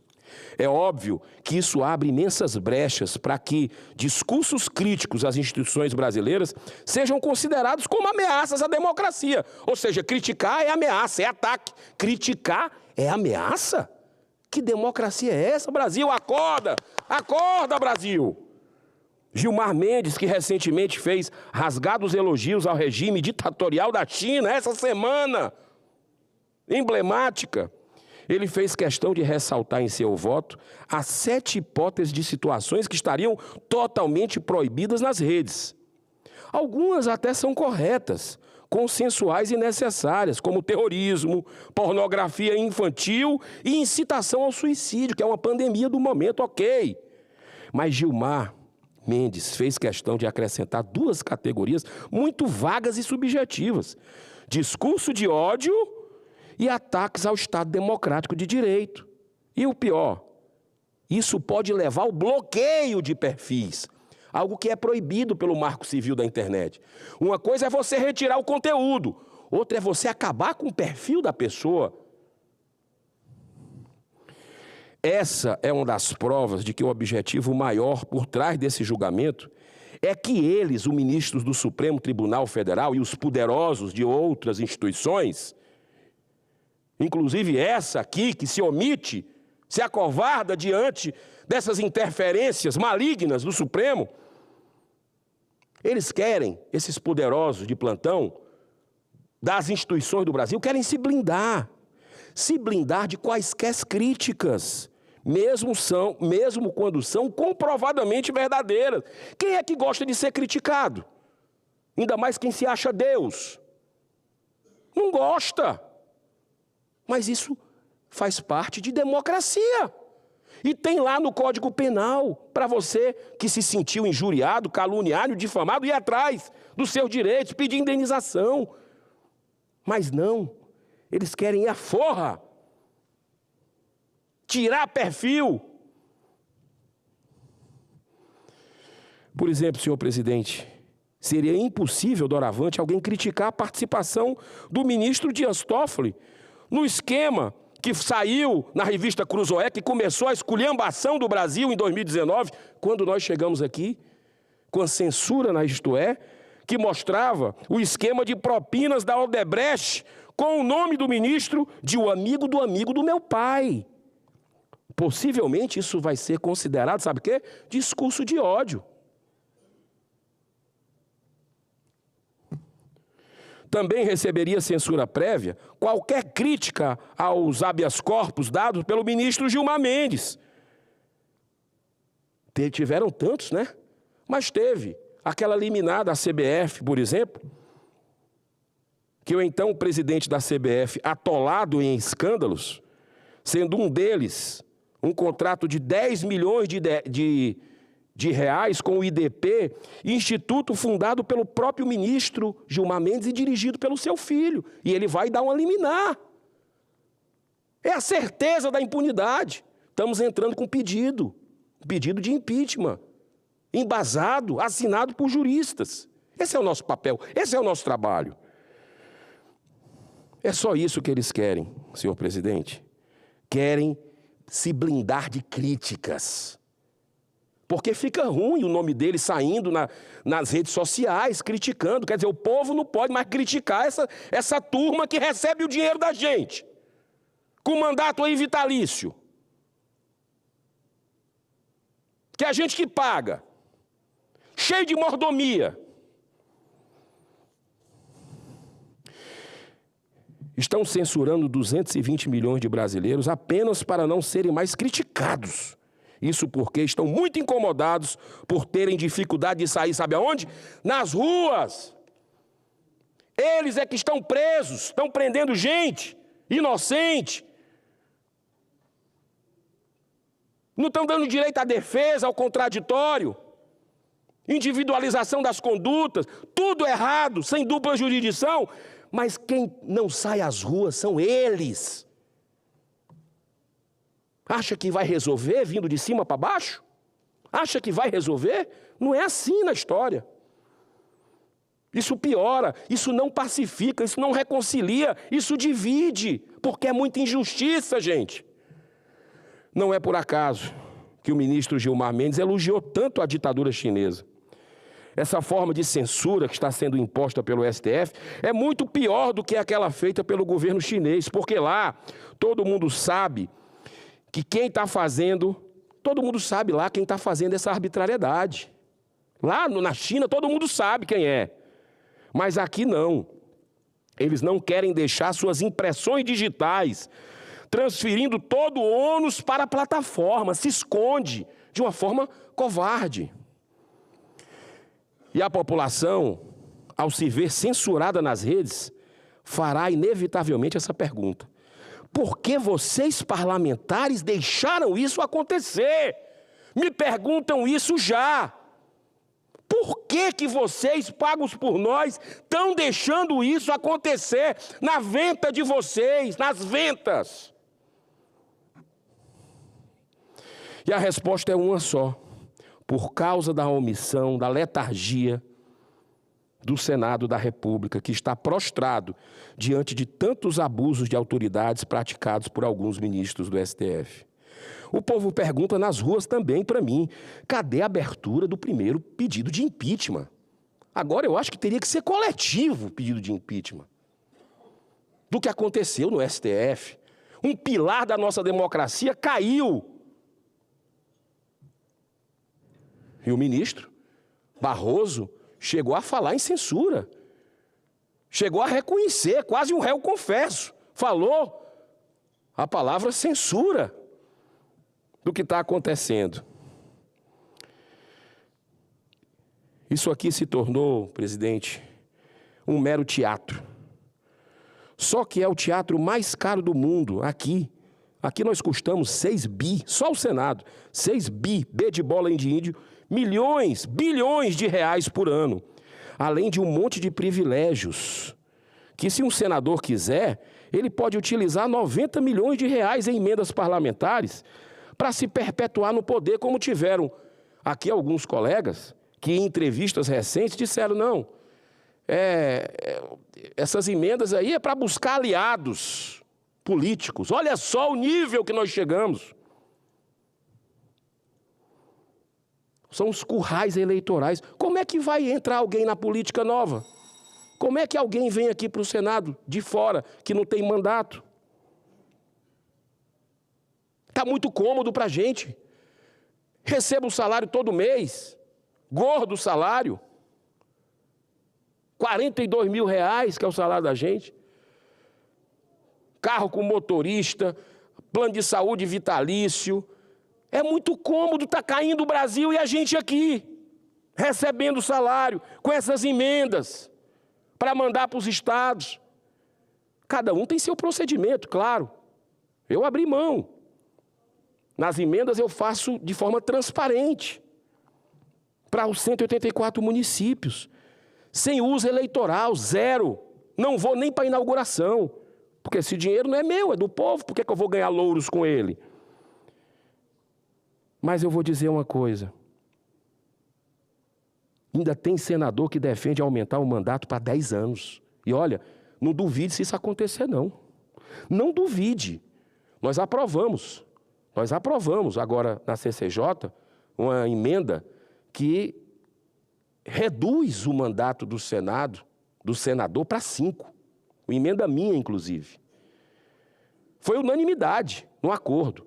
Mas você acha que não teve reação dos caciques da velha política? No dia seguinte, na reunião de líderes, já teve. Agora vai lá, tu vai ter que botar digital, dizer que tu quer 10 anos. O fim da reeleição, todo mundo concorda. O calendário único para uma eleição a cada 5 anos, todo mundo concorda. Agora, 10 anos para o Senado? Tá de brincadeira, isso é mandato vitalício. Isso não existe em nenhum lugar do mundo. Um verdadeiro tapa na cara de quem banca tudo isso, pagando impostos com muito suor e lágrimas, que é você, brasileiro. Agora mesmo, visando a aprovação da inaceitável medida provisória que aumenta impostos sobre o IOF, o governo mandou acelerar a liberação de emendas parlamentares. Olha o jogo bruto, sujo, escancarado. Eu não acho isso republicano. O brasileiro não aguenta mais imposto, está desesperado com tanto imposto. O governo Lula, a cada 37 dias, bota imposto. Desde que assumiu, há 37 dias, bota imposto. Aí agora, para passar essa aprovação, quer liberar emenda parlamentar, é um indecente balcão de negócios para cooptação de apoio no Congresso. A gente sabe no que isso dá. Mas as maldades não param por aí. Além da queda, o coice. Nós tivemos ontem também uma semana trágica, com direito a uma blindagem. Blindagem na CPI das bets. Ela acabou com um final melancólico, triste. Senadores que nunca participaram, nunca foram nem um dia, durante 6 meses, apareceram, e alguns nem apareceram, voto virtual, para votar contra o relatório que indiciava pessoas de uma tragédia humanitária, que são essas bets que estão acabando com o Brasil, com os brasileiros de todas as formas, com o futebol também, o prazer do brasileiro, o lazer. Olha, senhor presidente, ainda tem mais. Ontem, a Comissão Mista de Orçamento aprovou algo indecoroso. O governo, de forma surpreendente, enviou um projeto correto para a isenção do imposto de renda, para quem ganha até R$5 mil. Está de parabéns. Ok, estamos juntos. Mas poderíamos estar batendo palmas para a redução do imposto de renda. Mas eu estou batendo essas palmas também para acordar. Já bati outras vezes aqui. A Comissão de Orçamento simplesmente introduziu 2 jabutis. Sabe quais são os 2 jabutis? Para encerrar, senhor presidente. O primeiro é o indecente aumento do número de deputados federais de 513 para 531. Sabe quanto é que vai custar por ano? No mínimo isso aí, R$65 milhões. Não tem nem estrutura de gabinete para aguentar essa turma toda. O segundo jabuti É o mais indecente ainda. Estão querendo aumentar o vergonhoso orçamento secreto em 2 bi, B de bola e de índio. Em 2024, o governo tinha vetado na LDO todas as obras com problemas técnicos, como falta de licitação. A farra das emendas propõe retomar tudo, mesmo com irregularidades. Eu não encontro adjetivo possível para expressar a inevitável indignação da sociedade. Eu encerro com um inspirado pensamento nos deixado pelo Papa João Paulo II, que nos ajuda a manter esperança no progresso das criaturas humanas e de suas instituições, mesmo diante de tantas adversidades. Abro aspas. A liberdade não é somente um direito que se reclama para si próprio. É também um dever que se assume em relação aos outros. Muitíssimo obrigado, senhor presidente. Muito obrigado. Deus abençoe a nossa nação. Muito obrigado, senador Girão, e parabéns pelo seu pronunciamento.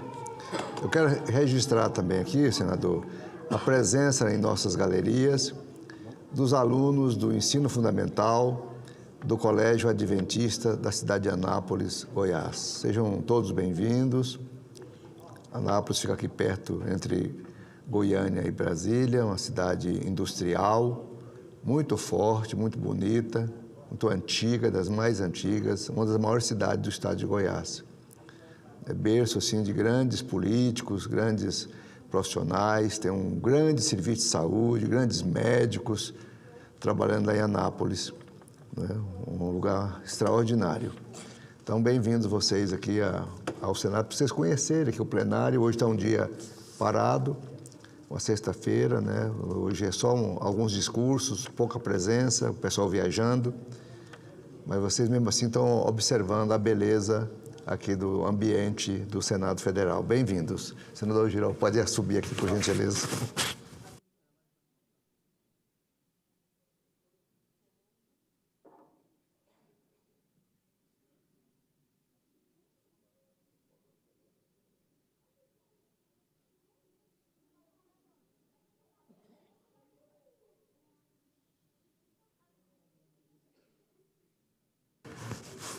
Imediatamente já passo a palavra para o meu amigo, irmão, senador Confúcio Moura, do estado de Rondônia. O senhor tem 20 minutos com a tolerância da casa.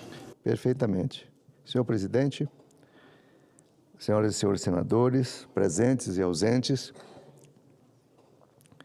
eu venho a essa tribuna para tratar de um tema que parece simples, mas que revela uma das maiores distorções da nossa economia e da nossa sociedade, que é a dificuldade que o brasileiro tem de poupar, de economizar. E não é por falta de vontade que o brasileiro gasta muito, é por falta de formação. Segundo os dados recentes da Confederação Nacional do Comércio, mais de 77% das famílias brasileiras estão endividadas e quase 30% delas estão inadimplentes. Uma pesquisa do Banco Central, em parceria com a Febraban, revelou algo ainda mais preocupante. 7 de cada 10 brasileiros não têm nenhuma reserva financeira. Nada. Ninguém guarda dinheiro, pouca gente guardando pequenas reservas. Nenhum real guardado. Vivem no fio da navalha. Isso significa uma vulnerabilidade total diante de qualquer imprevisto. Uma doença, uma demissão, uma despesa inesperada, qualquer dessas intercorrências pode derrubar toda a estrutura familiar. Eu tenho aí no gabinete um profissional da área de comunicação, que ele fala assim, ele vive de cargos comissionados, ele fala assim, olha, eu tenho que poupar para, caso eu seja demitido, eu ter 10 meses garantido com dinheiro guardado para eu aguentar o sufoco da demissão. Então, ele faz uma poupança mensal, prevendo, assim, guardado direitinho para eventuais intercorrências do futuro. Ele é bem precavido e assim poderia ser outros tantos brasileiros também deixar uma reserva, uma doença, um problema qualquer, uma necessidade de um filho, algo imprevisto, que tem que ter um dinheirinho guardado. Não fica, bate aqui, bate ali, vai atrás de um parente, pega emprestado, termina até na mão de agiota. Isso é perigoso. Segundo o IBGE e o Banco Mundial, a taxa de poupança brasileira é uma das mais baixas do mundo. Menos de 15% do PIB. Enquanto isso, a China e a Índia, países mais populosos do mundo, que enfrentam, em razão disso, múltiplos desafios, possuem uma taxa de poupança familiar mais ou menos de 30%, o dobro do Brasil. E o que explica isso, gente? Nesses países, a educação financeira começa cedo. É a parte da cultura da formação dos cidadãos. O incentivo à poupança não ocorre apenas por meio da doutrina governamental, mas é tido como de um valor familiar e nacional. Eu tenho exemplo, assim, eu tenho 3 netas, né? Eu sempre, no aniversário, a gente dá um dinheirinho de presente para elas. Uma delas guarda o dinheiro do presente. E a outra, enquanto não gasta tudo, ela não sossega, tem que gastar rápido. Parece que tem uma necessidade de gastança muito rápida. E aqui no Brasil, o que é feito? Aqui a TV, bem como as mídias sociais, incentivam os jogos de azar. E o Girão, ele bate muito nessa questão de jogo de azar. Acabou de falar aqui agora mesmo sobre o jogo de bets, esses jogos, todo tipo de jogo de azar. Então aqui as mídias incentivam o jogo de azar. Seja por meio de bets, seja venda de sonhos fáceis, seja por loterias, enriquecimento, chega aquela mega cena da virada no fim do ano, todo mundo quer ganhar aqueles 500 bilhões e joga, né? E vai assim, por meio também dos velhos e ainda ilegal o jogo do bicho, mas todo mundo sabe que todo lugar, quando a cidade brasileira conhece um jogador, uma pessoa que vive do jogo do bicho. É uma banquinha, frente de uma loja, de um bar, e aquela pessoa está ali vendendo aquele bilhetinho do jogo do bicho todo dia. E o pessoal comprando, vai embora, aquele velho vai, compra, e vai voltando, às vezes ganha, joga no cachorro, joga no leão, joga no bicho tal, e vai levando essa vida de jogo. Um povo sem alternativa entrega essa ilusão de jogos e das apostas, né? É uma ilusão substituindo uma realidade. É o Brasil dando exemplo, o Estado gastador, que gera um povo gastador também. Uma cultura do imediatismo que reflete o próprio comportamento do próprio Estado. Na verdade, não se pode atribuir culpa ao povo que não aprendeu a economizar, até porque não foi educado para isso. Quando se pensou em introduzir, por exemplo, a educação financeira nas escolas, desde cedo, eu nunca vi esse debate aqui no Brasil. Eu lembro, assim, a questão de poupança é uma questão de interessante, né? Eu tinha uma tia Luizinha, ela era costureira, e era viúva, sozinha. E ela conseguia guardar um dinheirinho, que eu não sei que milagre que ela fazia. Quando um parente tinha um sufoco, vai lá na Luizinha. Vai lá, que ela sempre tinha uma reservinha que podia socorrer, emprestar ali para um parente sufocado, um pouquinho de dinheiro, né? Ela tinha o dinheirinho dela, que ela economizava nas costurinhas que ela fazia, ia guardando aquele pouquinho. Mas que depois servia aquilo para ela ou servia para outros parentes ou amigos pessoais. Sem dúvida, a formação, o cidadão comum só aprende aquilo que chega até ele.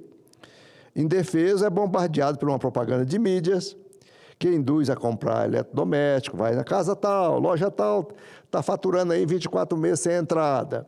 Vamos comprar uma geladeira nova, uma televisão nova. Tem uma televisãozinha que está funcionando, mas chegou uma nova grandona, com a internet, eu vou lá comprar, a gente vai pagar aos poucos, a prestação leve, uma geladeira, é uma coisinha daqui, outra dali, e ele é bombardeado por essa propaganda. Colchão novo, e o seu sonho em suaves prestações, tudo com juros embutidos. Ele diz que não tem juro, mas tem juro sim. Na verdade, essas grandes lojas, esses grandes conglomerados são verdadeiros bancos, porque realmente essa carteira de parcelamentos, de compras a prazo, é uma carteira rica, tudo com juro embutido. A melhor aplicação financeira do mundo é vender a prazo. Isso é muito bom. Precisamos mudar esse cenário. Vamos introduzir esse tema em nossas vidas, como se fez na China, na Índia. Isso servirá de exemplo até para os nossos entes federados que acostumaram ao endividamento, né? A causa é boa, é importantíssima. E a poupança, mesmo familiar, cada um que está me ouvindo aí agora, dona de casa e tal, o que ela guarda, ela deixa na poupança, lá no banco, e esse dinheiro depois é aproveitado pelo próprio governo para financiar a casa própria, para alguns investimentos sociais importantes, não é? Então, quanto mais poupança tiver, mais recursos tem o próprio políticas públicas de investimentos na área de habitação e outras áreas importantes. Poupar no Brasil virou um ato de coragem. Tem que ser corajoso para poupar. Quem o faz diante desse cenário merece uma medalha de ouro. E é essa coragem que o Estado precisa reconhecer e incentivar. Mas o que é que a gente pode fazer, assim, na prática, para nós incentivarmos a poupança das famílias brasileiras e reduzir o endividamento, né? Um dos fatores que vem estimulando, quando eu era deputado na década de 90, não tinha esse tal de consignado, não. Não tinha, não.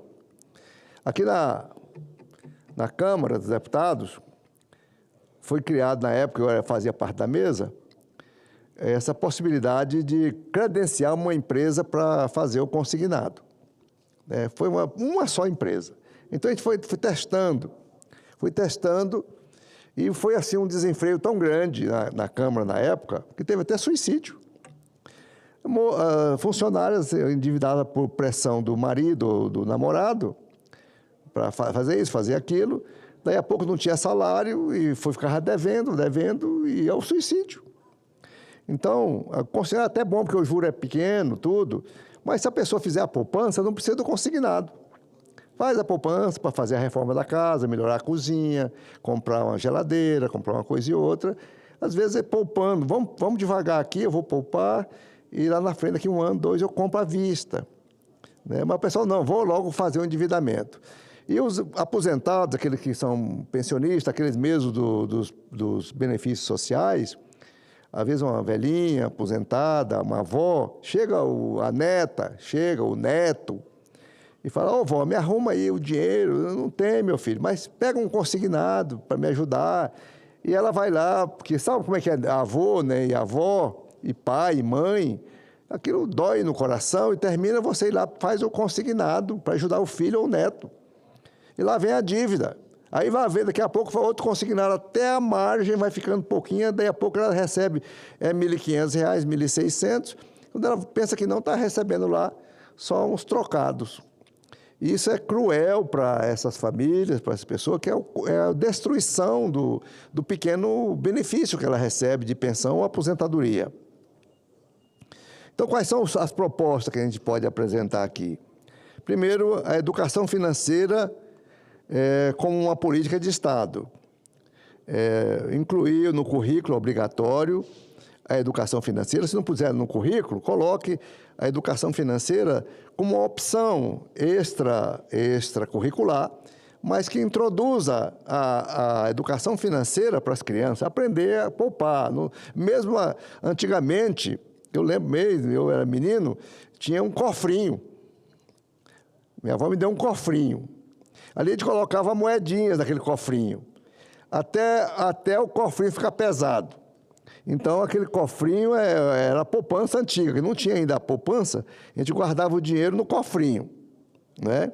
Era um estímulo que as famílias tinham, os mais velhos tinham, com os netos, com os filhos, para poder guardar as moedinhas que sobravam, né? Esse incentivo é fundamental, a poupança. Ampliar também a Estratégia Nacional de Educação Financeira, coordenada pelo Banco Central, cujo objetivo, entre outros, é promover uma educação como ferramenta de tomada de decisões ao longo da vida da pessoa. Apoiar programas comunitários de finanças populares nas periferias. E direcionar incentivos para a pessoa poupar. A pessoa pobre vai poupar, talvez seja criado isso aí através da Ministério da Fazenda, através do governo, né? Um incentivo, né, quando puder, para a formação da cultura popular da poupança. Isso é importante. Quais são os incentivos são esses para popular?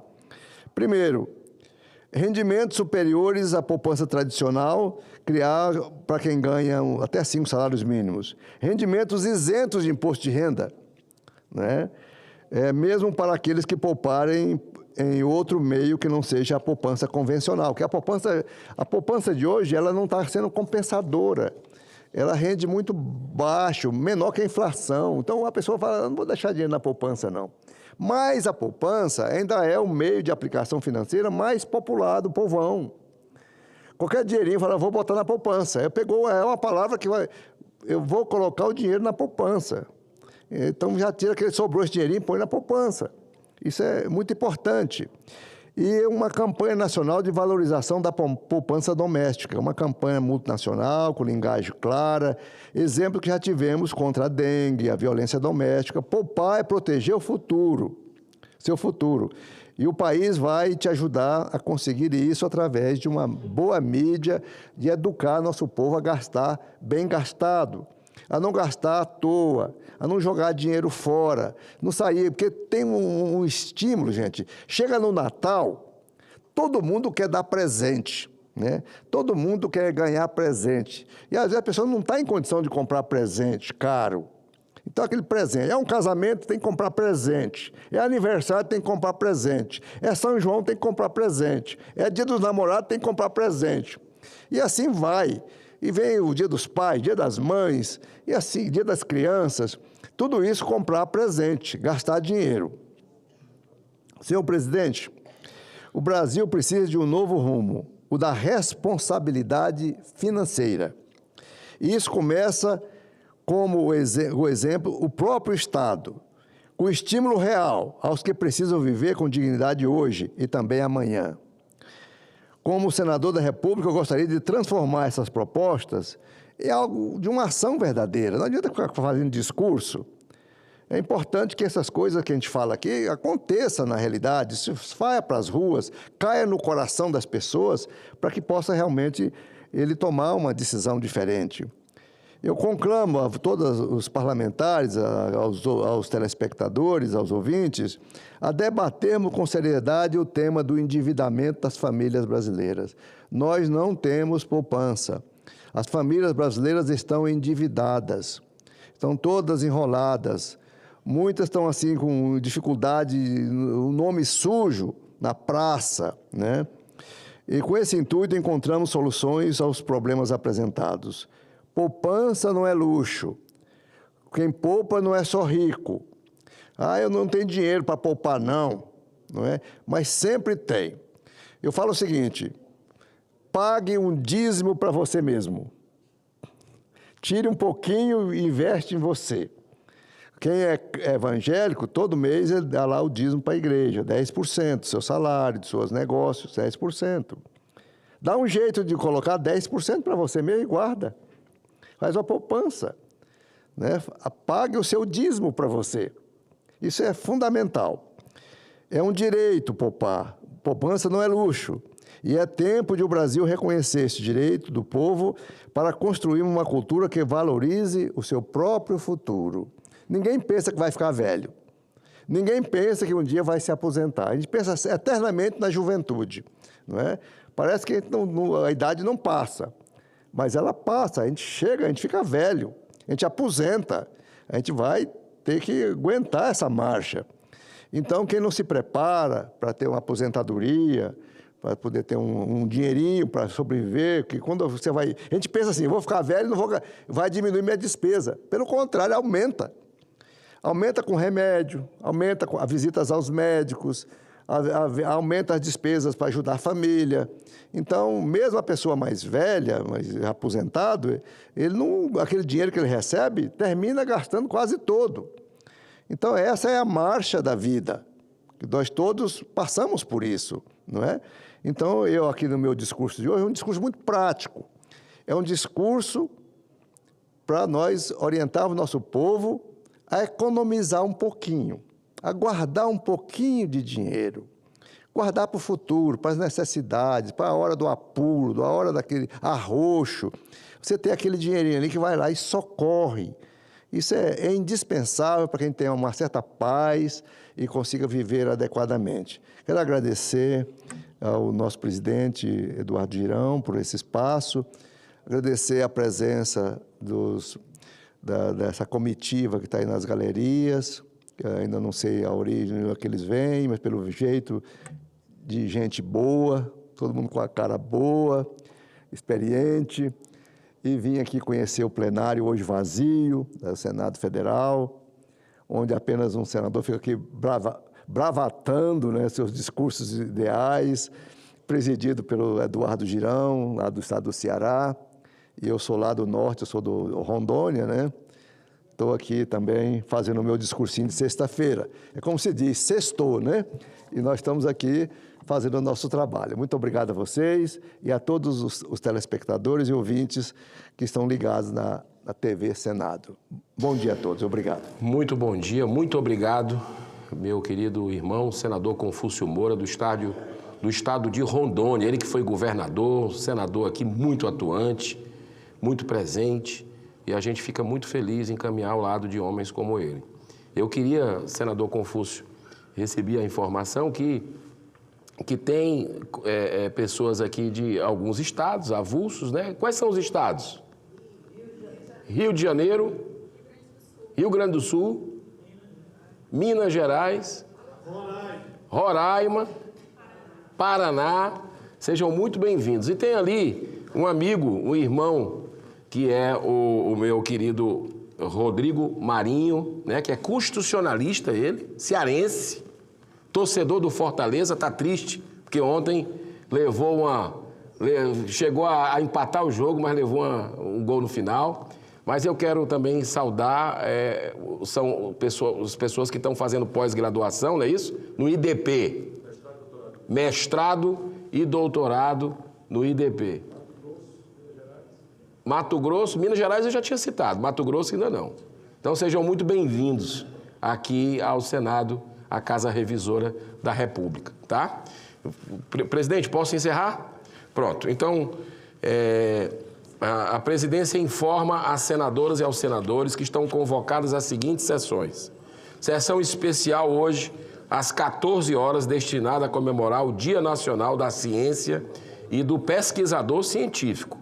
Sessão de debates temáticos na segunda-feira, dia 16 de junho, às 10 horas, destinada a debater o papel da ciência, tecnologia e inovação na prevenção e mitigação de futuros desastres e enchentes no Rio Grande do Sul e, na oportunidade, homenagear as vítimas dessa tragédia.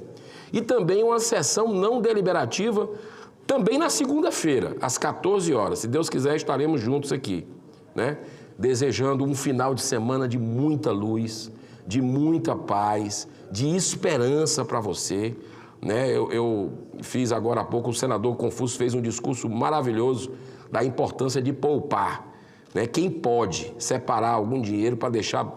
Isso aí já tem até escolas, né? Tem legislação nesse sentido para as escolas fazerem essa questão da economia, né? Trabalharem com essa economia doméstica mesmo. É importante trabalhar desde a infância isso, esse sentimento, porque ninguém sabe o dia de amanhã, né?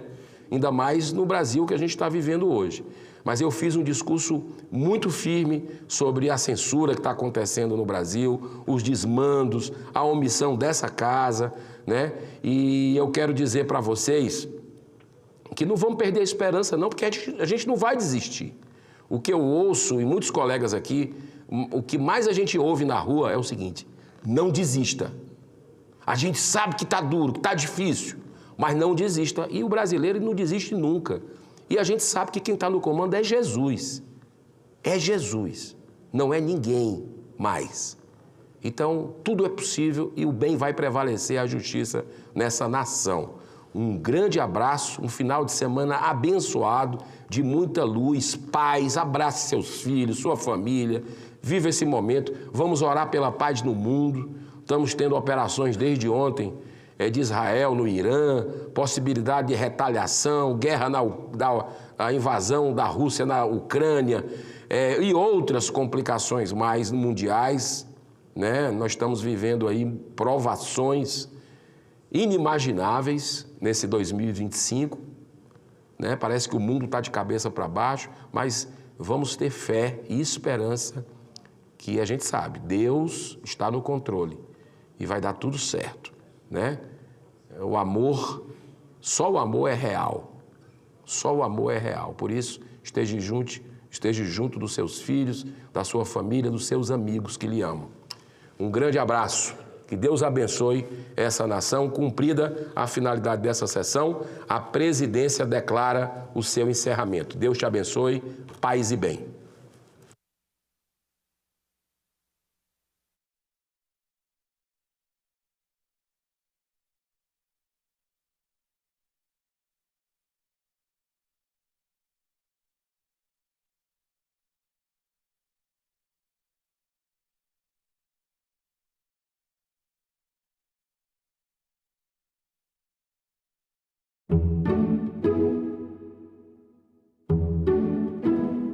Frequentemente impactada por fenômenos climáticos, São Paulo planeja a participação na COP30. Mortalidade materna e violência obstétrica no Rio de Janeiro preocupam vereadores. Senado aprovou proposta que proíbe as bets de usarem influenciadores em publicidade. Tudo isso no Parlamento Brasil.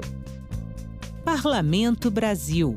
Hoje, 20h, aqui na TV Senado.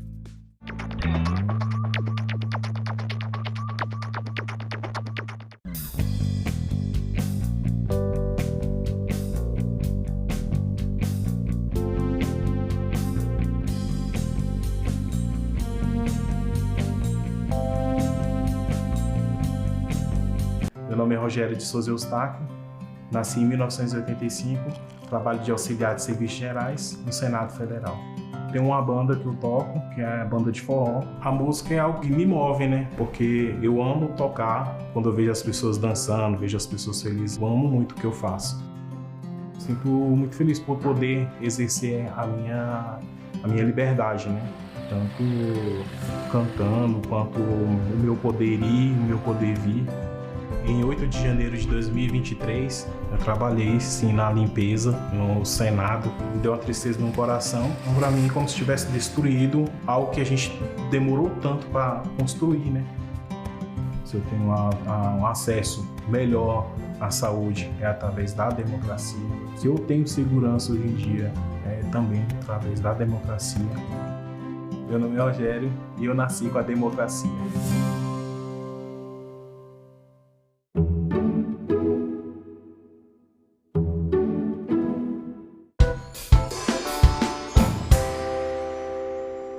Declaro aberta a 12ª reunião extraordinária da Comissão de Transparência, Governança, Fiscalização, Controle e Defesa do Consumidor, da 3ª Sessão Legislativa da 57ª Legislatura. Submeto aos senhores e senhoras senadores a dispensa da leitura da aprovação das atas da 10ª e 11ª reuniões. As atas estão aprovadas e serão publicadas no Diário do Senado Federal. Comunico que foi publicada na pauta uma listagem de documentos recebidos pela comissão que estarão disponíveis em sua página por um prazo de 15 dias. Não havendo manifestação, serão arquivadas nos termos da Instrução Normativa da Secretaria-Geral da Mesa número 12 de 2019. Recebidas ainda 2 propostas de fiscalização e controle de autoria dos senadores Messias Jesus e Mara Gabrilli. As propostas serão autuadas e distribuídas para a relatoria prévia, nos termos do artigo 102b, inciso 2º do Regimento Interno. Passamos à pauta. Item 1.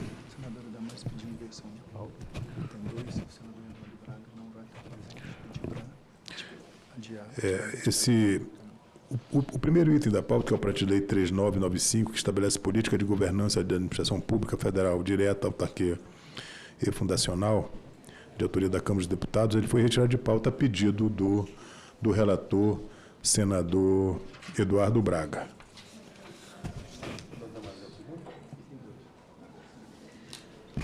De forma que, como eu pedi de retirada de pauta, ficou desnecessário haver inversão, porque o segundo item da pauta é de autoria da senadora Damares Alves. Requerimento da CTFC número 27 de 2025, que requer nos termos do artigo 256 do Regimento Interno do Senado Federal a retirada em caráter definitivo do requerimento 21 de 24 da CTFC, que requer a realização de audiência pública com o objetivo de instruir o PL 74/2023, que dispõe sobre a obrigatoriedade de assinatura física das pessoas idosas em contratos de operação de crédito firmados por meio eletrônico ou telefônico. Autoria, senadora Damares Alves. Concedo a palavra à senadora Damares Alves, autora do requerimento. Presidente, o artigo 256, ele me dá essa garantia de poder pedir a retirada definitiva de um requerimento anteriormente aprovado. Esse meu requerimento é do ano 24, onde eu pedi a realização de uma audiência pública para a gente discutir o PL 74, de 2023. De lá para cá, eu já reuni elementos o suficiente, eu estou entendendo que eu não preciso mais da audiência pública, então eu queria fazer a retirada desse requerimento da audiência pública e item 3, imediatamente a gente vai voltar ao projeto que eu iria discutir na audiência pública. Então, eu peço aos demais pares que me ajudem aprovando o requerimento 27 para a retirada do requerimento 21. Pergunto aos senhores senadores se há algum óbice em acatarmos a solicitação da senadora Damares. Não havendo nenhum óbice, em votação. Aqueles que aprovam o requerimento permaneçam como se encontram. Aprovado a rejeição. Item 3. Projeto de Lei 74/2023 não terminativo. Dispõe sobre a obrigatoriedade da assinatura física das pessoas idosas em contratos de operação de crédito firmados por meio eletrônico ou telefônico. Autoria, nosso querido senador Paulo Paim. Relatoria da senadora Damares Alves, a quem passo a palavra. Presidente, eu peço permissão para ir direto à análise. Pois não, senador. O relatório está completo, essa matéria já foi discutida na Comissão de Direitos Humanos e eu vou direto à análise. Quanto à constitucionalidade, a matéria da competência legislativa concorrente da União, Estados e Distrito Federal, nos termos do inciso 5 e 8 do artigo 24 da Constituição Federal. Ademais, cabe ao Congresso Nacional dispor sobre a matéria, sendo legítima a iniciativa parlamentar nos termos do artigo 48 e 61 da Lei Maior. Em relação à juridicidade, o projeto possui os atributos de novidade, abstração, generalidade e potencial coercibilidade, sendo compatível com o ordenamento jurídico vigente. No tocante à regimentalidade, a proposição está escrita em termos concisos e claros, dividida em artigos, encimada por ementa e acompanhada de justificação escrita, tudo em conformidade com os artigos 236, 238 do Regimento Interno, além de ter sido distribuída às comissões competentes conforme citado. Relativamente à técnica legislativa, a proposição observa as regras da Lei Complementar 95 de 98, que dispõe sobre a elaboração, a redação, a alteração e a consolidação das leis. No tocante ao mérito, presidente, da proposta, o projeto de lei aperfeiçoa os dispositivos protetivos do consumidor no que se refere ao consumidor idoso. Vale destacar que o PL está em consonância com a recente alteração da Lei 8078 de 1990, o Código de Defesa do Consumidor, promovida pela Lei 14181 de 1º de julho de 2021, uma lei recente, então está em conformidade.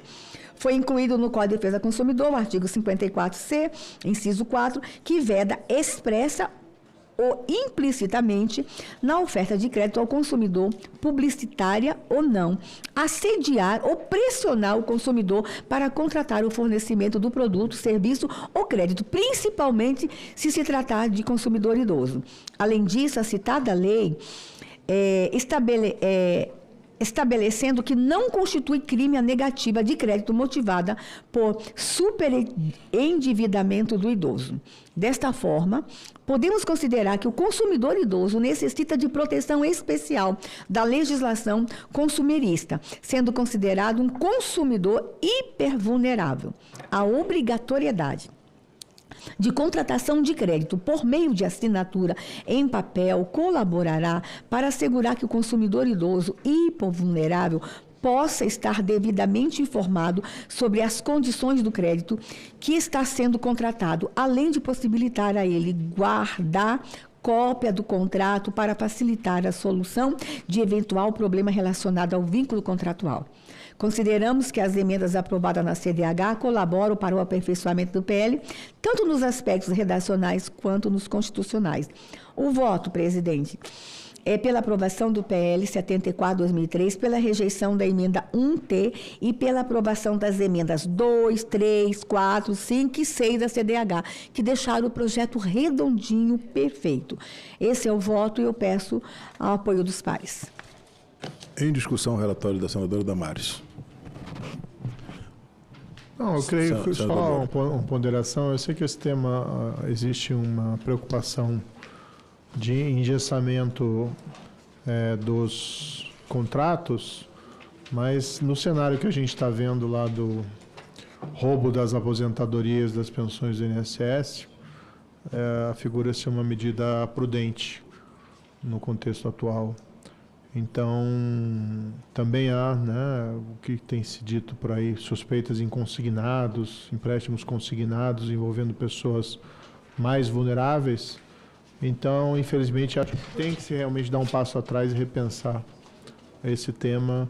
Por isso aqui registro o meu apoio ao projeto. Gente, eu aprendi tantos anos aqui no Congresso que projeto bom é projeto aprovado. Como eu já debati esse projeto na Comissão de Direitos Humanos, a senadora Damares presidiu, o contrato foi o relator, e nesse momento, pela exposição do relatório dela, eu sou totalmente favorável a votar o projeto. Obrigado, senador Paim. Não havendo mais quem queira discutir, em votação. Aqueles que aprovam o relatório permaneçam como se encontram. O relatório foi aprovado. O relatório favorável ao projeto com emendas número 2, 3, 4, 5 e 6 da CDH, CTFC e pela rejeição da emenda número 1T, e a matéria vai para a CAI.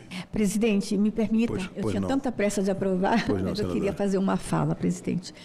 Eu estive em seu estado, a semana passada, em comitiva, uma missão oficial da Comissão de Direitos Humanos. Eu quero muito lhe agradecer por todo o apoio que seu gabinete deu àquela comitiva. Mas o que eu vi lá, presidente, na Operação Acolhida, venezuelanos, quando atravessam a fronteira, com a barreira da língua, eles, especialmente os idosos, imediatamente a eles é possível conceder o BPC.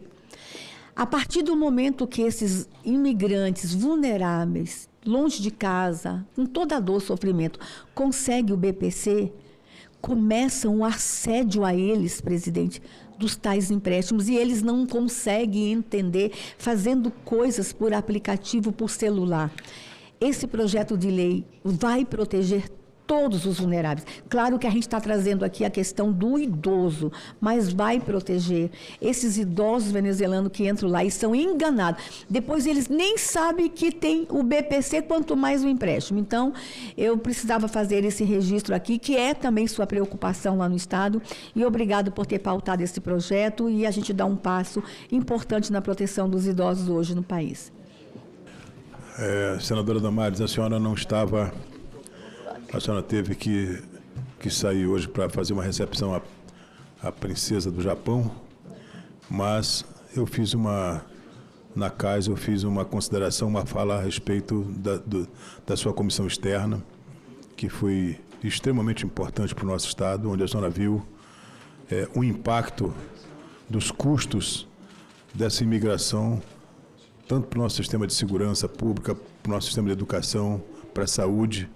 E o mais grave disso, o governo federal, que já tem uma decisão julgada no Supremo para fazer essa compensação do nosso Estado. Até hoje nós não conseguimos liberar esse recurso para mitigar um pouco os nossos gastos. Obrigado. Esse projeto vai ajudar aquele debate que todos nós somos. Sim. Abraço, senador Paim. Muito obrigado. E nós... nos preocupamos muito com essa questão dessa imigração desenfreada de venezuelanos. E lá em 6 de setembro do ano passado, eu fui à Polícia Federal e depois fiz uma denúncia a uma revista de grande circulação. Não tenho nenhum interesse na revista, mas na revista Veja. E saiu uma matéria no radar da revista a respeito do que me chamou a atenção. O estado, senador Seif, que mais concedia BPC para estrangeiros no Brasil é São Paulo. E o segundo, pasme, Roraima. E aí eu disse, tem alguma coisa errada. E aí nós descobrimos que tem alguns escritórios de advocacia inescrupulosos que vão à Venezuela, fazem publicidade em espanhol dizendo que seus viejitos têm direito de ter benefício de Brasil. E aí eles vêm para o Brasil, eles muitas vezes falsificam um endereço permanente no Brasil, que às vezes até um CRAS, e aí eles passam a receber esse benefício, e aí uma parte fica para o escritório e a menor parte fica para aquelas pessoas com mais de 60 anos ou que têm alguma necessidade especial, e elas voltam para a Venezuela e a turma fica recebendo aqui, de forma que já tivemos 3 operações. Anteontem tivemos mais uma operação, onde foram submetidos aí a busca e apreensão vários escritórios, inclusive médico envolvido, laudos fictícios. Então nós estamos fazendo um grande trabalho para preservar esse recurso previdenciário que tem, sim, ajudar aquelas pessoas que estão em situação de vulnerabilidade, sejam elas nacionais ou não, mas primeiro os nacionais, primeiro os brasileiros. Aí isso gera aí uma injustiça social com o nosso povo, porque a senhora viu, senadora Damares Vico, por exemplo, quando nós fazemos nossos atendimentos, você sabe, eu sou oftalmologista, nos nossos mutirões de catarata, a metade, senador Moro, ou às vezes um pouco mais, são venezuelanos. E os brasileiros, às vezes, ficam sem entender, mas doutor, o fulano que é venezuelano passou na nossa frente. Eu digo, mas é o SUS. O SUS é universal, é equitativo. Quando você entra no país, você adquire o mesmo direito de um brasileiro que, desde que nasceu, que começou a comprar, o pai começou a comprar fralda, a comprar leite, está pagando imposto. E as pessoas que vêm de fora têm o mesmo direito que nós. E eles, quando entram no nosso país, e o mais grave também, que a senhora chamou a atenção, eu já tenho chamado a atenção, na acolhida, senador Moro, a nossa lei de imigração ela é autodeclaratória. E aí, eu chegando lá na fronteira, hipoteticamente, eu chego na fronteira, na acolhida, e eu chego na Polícia Federal para conseguir um cadastro de refugiado, pergunto como é meu nome. Eu digo, meu nome é Pedro. Quantos anos o senhor tem? Tenho 50 e poucos anos. Como é o nome da sua mãe? Maria. Seu pai, João. Ali nasceu uma nova pessoa, que às vezes tem uma ficha corrida na Venezuela, com latrocínio, uma série de coisas, e ali a pessoa adquire um salvo-conduto e limpa a sua ficha corrida, a sua história pregressa, de uma maneira que a gente não consegue controlar. Isso gerou, inclusive no nosso sistema penitenciário, a senhora sabe que nós já temos mais de 500 venezuelanos condenados no nosso sistema prisional. Quer dizer, nós vivemos uma situação, além dos indígenas que a senhora viu, é uma situação que é um desafio para tanto para o nosso governo do Estado, quanto as prefeituras, que são sobrecarregadas com essa imigração que eu digo que eu não entendo quando um tirano desse chega no Brasil, é recebido aqui com pompas e circunstâncias. Só no nosso país que a gente vê um negócio desse. Isso é um absurdo.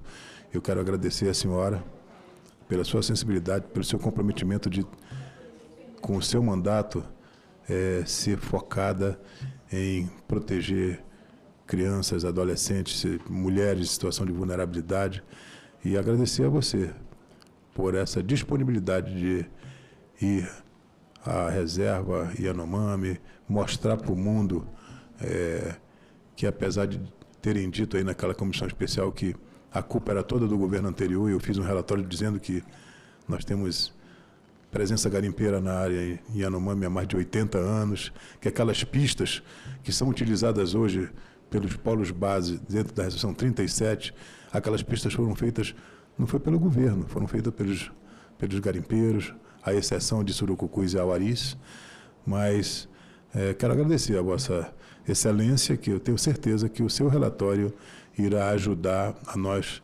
corrigirmos essas distorções que nós vemos lá no nosso estado. A senhora viu os recursos que são aplicados em saúde do índio, a senhora viu os dados epidemiológicos são sofríveis, são cada vez piores, quer dizer, e a gente precisa aperfeiçoar esse modelo. Muito obrigado lá pelo seu trabalho. Presidente, só uma observação. Pois não, senador Moro. Na esteira dos seus comentários, embora Roraima me pareça a situação mais calamitante por conta desse fluxo dos refugiados vindo de Roraima e também pessoas que vêm mas voltam, mas existe uma discussão de cidades fronteiriças, isso acontece também no Paraná, de uma sobrecarga muitas vezes do sistema de saúde por estar atendendo estrangeiros. É claro que numa situação de emergência, até pelo juramento de Hipócrates, tem que ser atendido. Então vamos supor um imigrante ou alguém que é estrangeiro que está passando pelo Brasil, sofre um acidente, é evidente que o SUS não pode negar atendimento, né, de forma nenhuma. Mas a grande questão é quando existem as questões eletivas, né, tratamento eletivo. E, historicamente, né, o que eu ouço é que, por exemplo, lá em Foz do Iguaçu existe uma sobrecarga do sistema de saúde por conta disso, da utilização pelos estrangeiros, e não haveria nenhum problema se isso não gerasse dificuldades para as pessoas, para os locais serem atendidos. Então, talvez fosse até o caso de se pensar em a gente construir um debate sobre isso, audiência, um projeto, para estabelecer as circunstâncias mais claras de quando cabe o atendimento do estrangeiro pelo sistema público de saúde do Brasil. Como disse, em emergência, juramento de Hipócrates, né? Não tem nem como negar.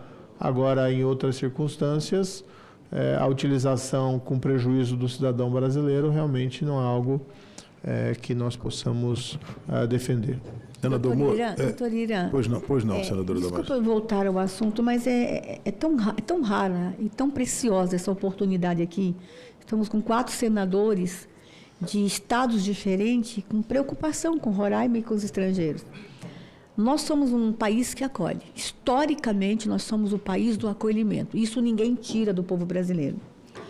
Mas a gente tem que acolher com qualidade, mas também com responsabilidade. Senador Moro, além da saúde, eu vou lhe trazer um dado gravíssimo aqui.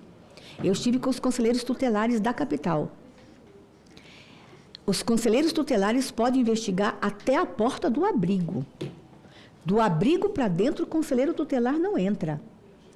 Eu fui em um abrigo, que só em um abrigo indígena tinha 2.000 indígenas venezuelanos.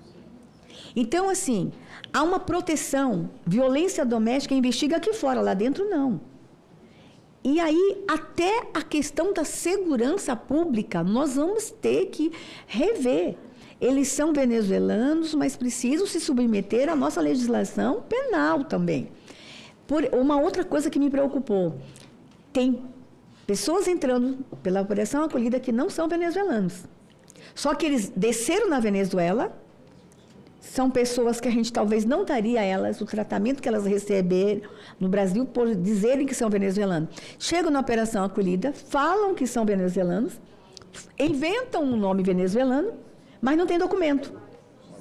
Aí o que a gente faz? Com o nome que ele inventou, a gente dá um CPF para ele, o cartão do SUS, cartão de vacina. A gente nasce uma pessoa sem saber se ele é venezuelano ou não. E aí a gente soube de pessoas que vieram de países com histórico de terrorismo, que entraram na Venezuela e vieram para a fronteira dizendo que eram venezuelanos. Isso é muito grave. Eu vou apontar isso no relatório. E quando a gente chega, o policial vai investigar, não está dentro do abrigo, está protegido. E quem que protege? Com todo respeito às agências da ONU, todo respeito. Nós sabemos da parceria com essas agências, mas quem manda na fronteira é o Exército, quem manda na fronteira é a Polícia Federal, quem manda na fronteira é o Brasil, não são as agências da ONU.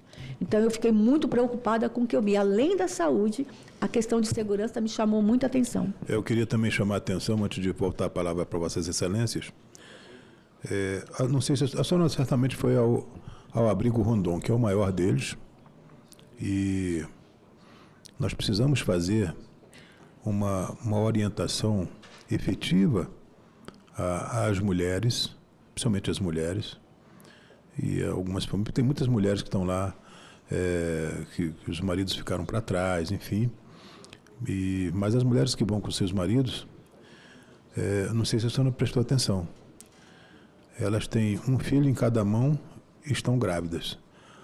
O índice de natalidade dentro dos abrigos é absurdo, e eu acho que está faltando aí uma orientação mais adequada a essas pessoas que estão em situação de vulnerabilidade e colocando no mundo mais pessoas em vulnerabilidade que vão sobrecarregar os nossos sistemas.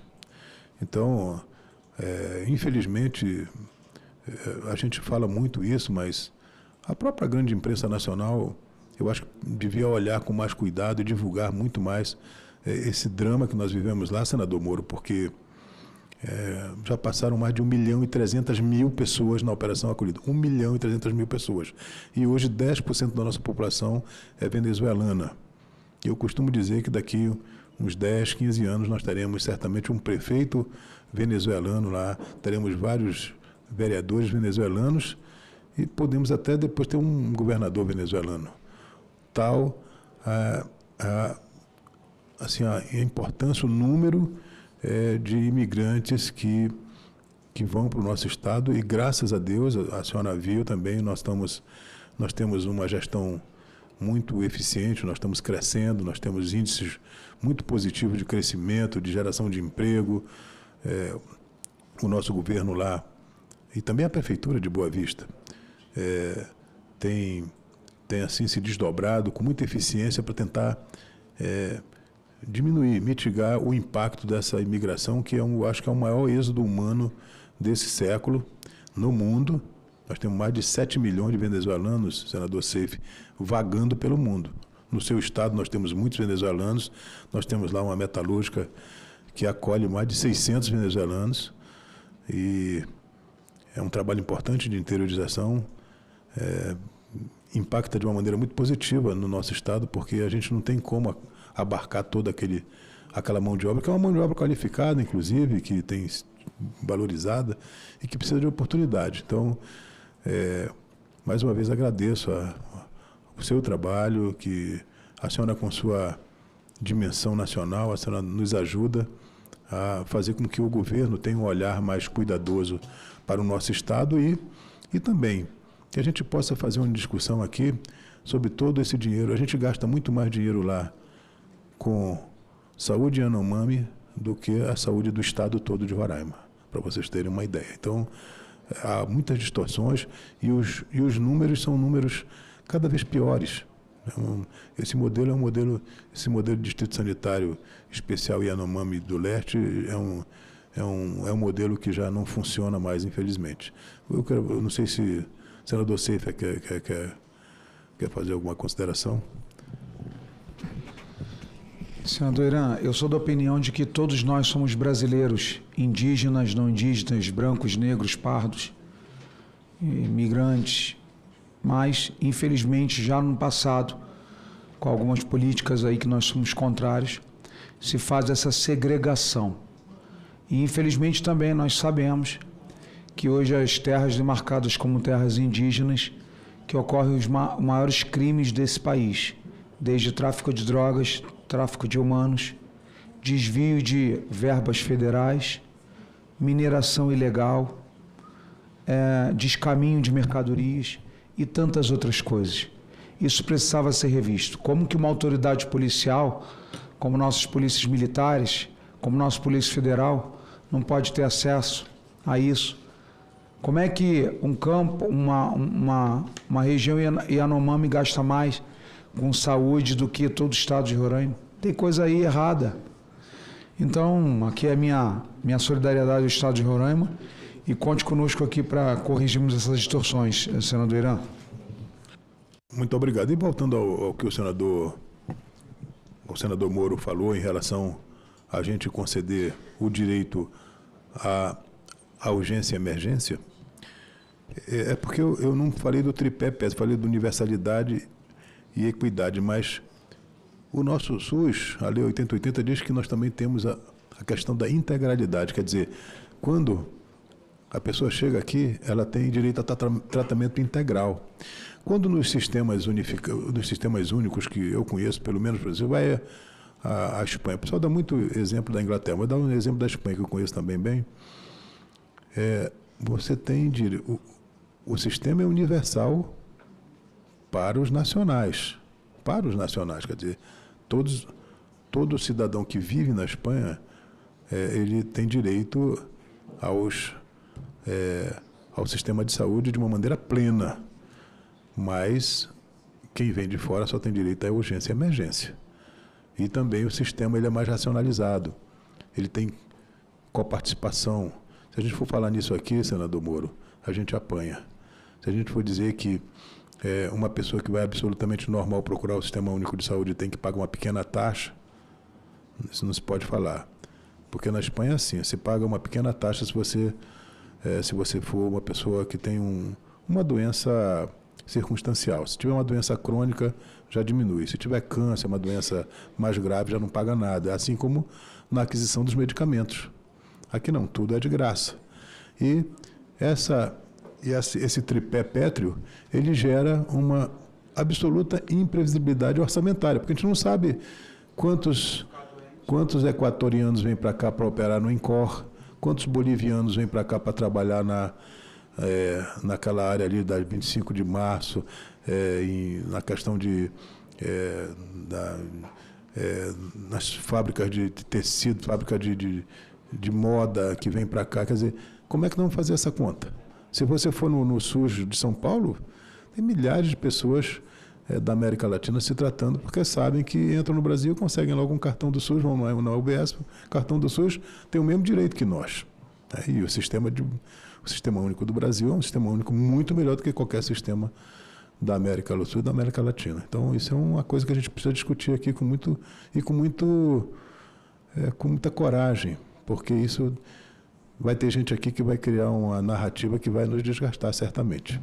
Mas eu vou aqui passar para o item 4, que o senhor está aqui, não foi para falar de Roraima, o senhor aqui foi para falar do item 4, que o senhor tem aqui vários projetos apensados. O primeiro deles é o projeto de lei 5569 de 2023, que ele é terminativo, que dispõe sobre o direito dos consumidores de acesso de água potável nos estabelecimentos comerciais e eventos coletivos, que especifica. A autoria do senador Wellington Fagundes. Ele tramita em conjunto com o projeto de lei 5560 de 2023, que também é terminativo, que altera a lei 11.771 de 17 de setembro de 2008, que dispõe sobre política nacional de turismo e define atribuições do governo federal no planejamento, desenvolvimento e estímulo ao setor turístico. Revoga a lei número 6.505 de 13 de setembro de 1977, o decreto-lei número 2.294 de 21 de novembro de 1986 e dispositivos da lei 8.181 de 28 de março de 1991 e dá outras providências para estabelecer as obrigações das organizadoras de eventos de lazer e entretenimento de grande porte, de autoria da nossa querida senadora Damares Alves. Tramita também em conjunto com o projeto de lei número 6096 de 2023, que é terminativo, que altera o artigo 6º da lei 8.078 de 11 de setembro de 1990, que dispõe sobre proteção do consumidor e dá outras providências para garantir o acesso do consumidor à água potável trazida por ele ou oferecida pelo estabelecimento comercial onde ele estiver, de autoria do nosso querido senador Jorge Cajuril. A relatoria é do senador Jorge Seife, a quem passa a palavra.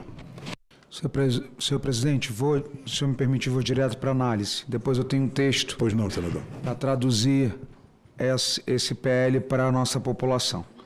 Inicialmente, sob a ótica de constitucionalidade, observamos que a proposição trata de matéria inserida na competência legislativa da União, conforme disposto no artigo 24, incisos 5º e 8º da Constituição, segundo compete à União legislar concorrentemente sobre produção e consumo e responsabilidade por dano ao consumidor. E cabe ao Congresso Nacional, senhor presidente, dispor sobre a matéria e a iniciativa parlamentar é legítima, nos termos dos artigos 48 e 61 da Lei Maior. Regimentalmente, compete a esse colegiado apreciar assuntos pertinentes à defesa do consumidor, especialmente estudar, elaborar, propor normas, medidas voltadas à melhoria contínua das relações de mercado, em especial as que envolvem fornecedores e consumidores, e aperfeiçoar os instrumentos legislativos reguladores referentes aos direitos dos consumidores e dos fornecedores. Quanto à juridicidade, o projeto se afigura retocável, porquanto o meio eleito para o alcance dos objetivos pretendidos, normatização via edição de lei, é o adequado. 2. O assunto nele vertido inova o ordenamento jurídico. 3. Possui o atributo de generalidade. 4. Se afigura dotado de potencial de coercividade. 5. É compatível com os princípios diretores do sistema de direito pátrio. Em relação ao mérito, o projeto merece prosperar porque promove em forma prática o acesso gratuito à água potável, o que para nosso país de temperaturas tão elevadas pode significar a diferença entre a vida e a morte em contextos extremos, como já verificamos. Já existem leis estaduais e municipais que determinam o fornecimento de água potável aos consumidores em repartições públicas e estabelecimentos comerciais, aqui no Distrito Federal, município de São Paulo, no estado de São Paulo. Os críticos dessas medidas argumentam que ela pode acarretar custos para os estabelecimentos. Contudo, ponderamos que tais custos são pequenos frente ao valor dos demais produtos e serviços comercializados e ínfimos diante do valor de uma vida.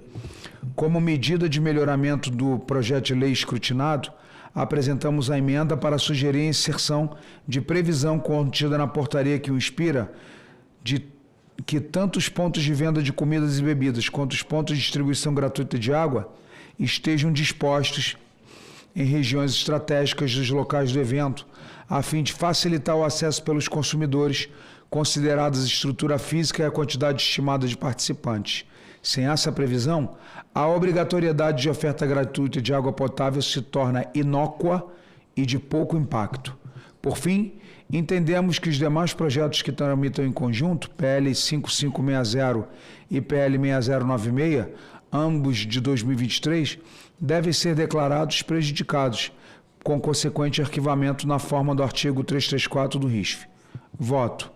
Em vista do exposto, manifestamos pela constitucionalidade, juridicidade, regimentalidade e boa técnica legislativa e o mérito pela aprovação do projeto de lei 5569 de 23, com a seguinte emenda, bem como pela recomendação da declaração de prejudicidade do PL 5560 de 23 e do PL 6096. Emenda. Acrescente-se ao artigo 2º do projeto de lei 5569 de 23 o seguinte parágrafo. Artigo 2º. Parágrafo 4º. Os pontos de venda de comidas e bebidas e os pontos de distribuição gratuita de água devem estar dispostos em regiões estratégicas dos locais do evento, a fim de facilitar o acesso pelos consumidores, consideradas a estrutura física e a quantidade estimada de participantes. Esse era o voto, senhor presidente.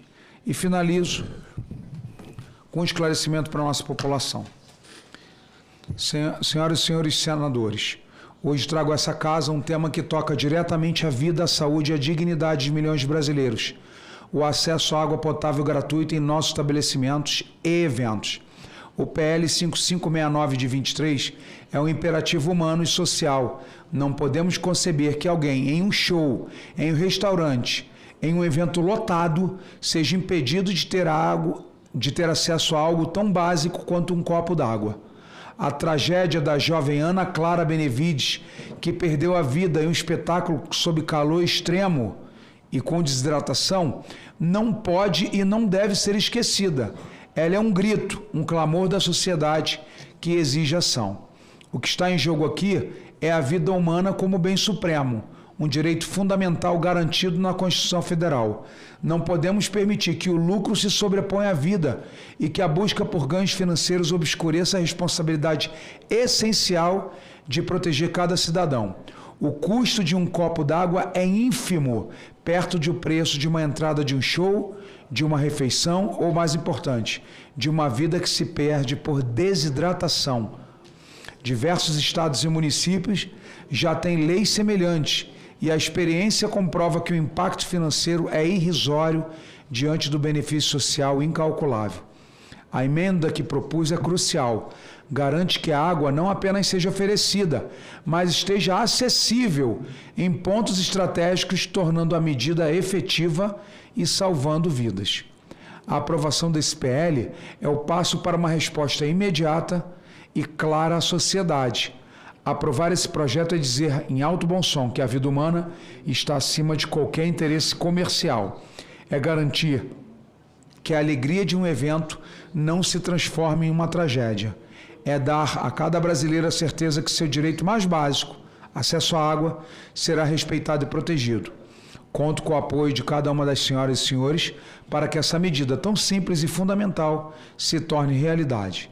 Vamos juntos dar esse passo crucial para a dignidade e a segurança do povo brasileiro em shows e eventos em todo o nosso território nacional. Muito obrigado. Em discussão, o relatório do senador Jorge Seife.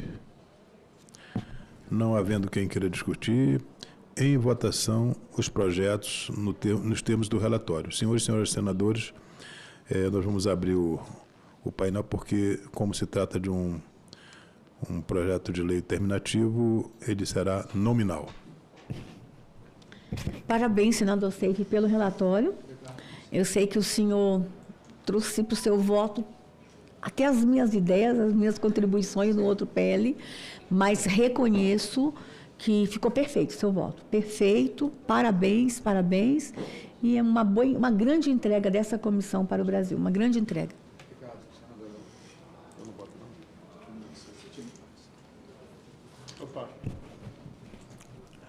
não. Estamos em votação nominal. Eu pediria que as assessorias dos senadores e senadoras mobilizem os membros dessa comissão para que a gente possa votar o mais rápido possível esse projeto tão importante para o país. E vou logo em seguida submeter aos senhoras e senhores senadores a votação dos requerimentos. Nós temos aqui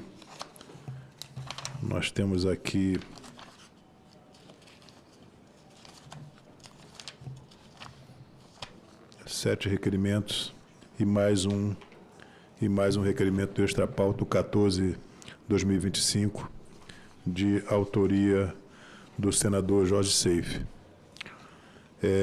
Como tem alguns requerimentos cujo o autor não está presente, eu vou subscrever a todos para que a gente possa votar a todos aqui, sem exceção.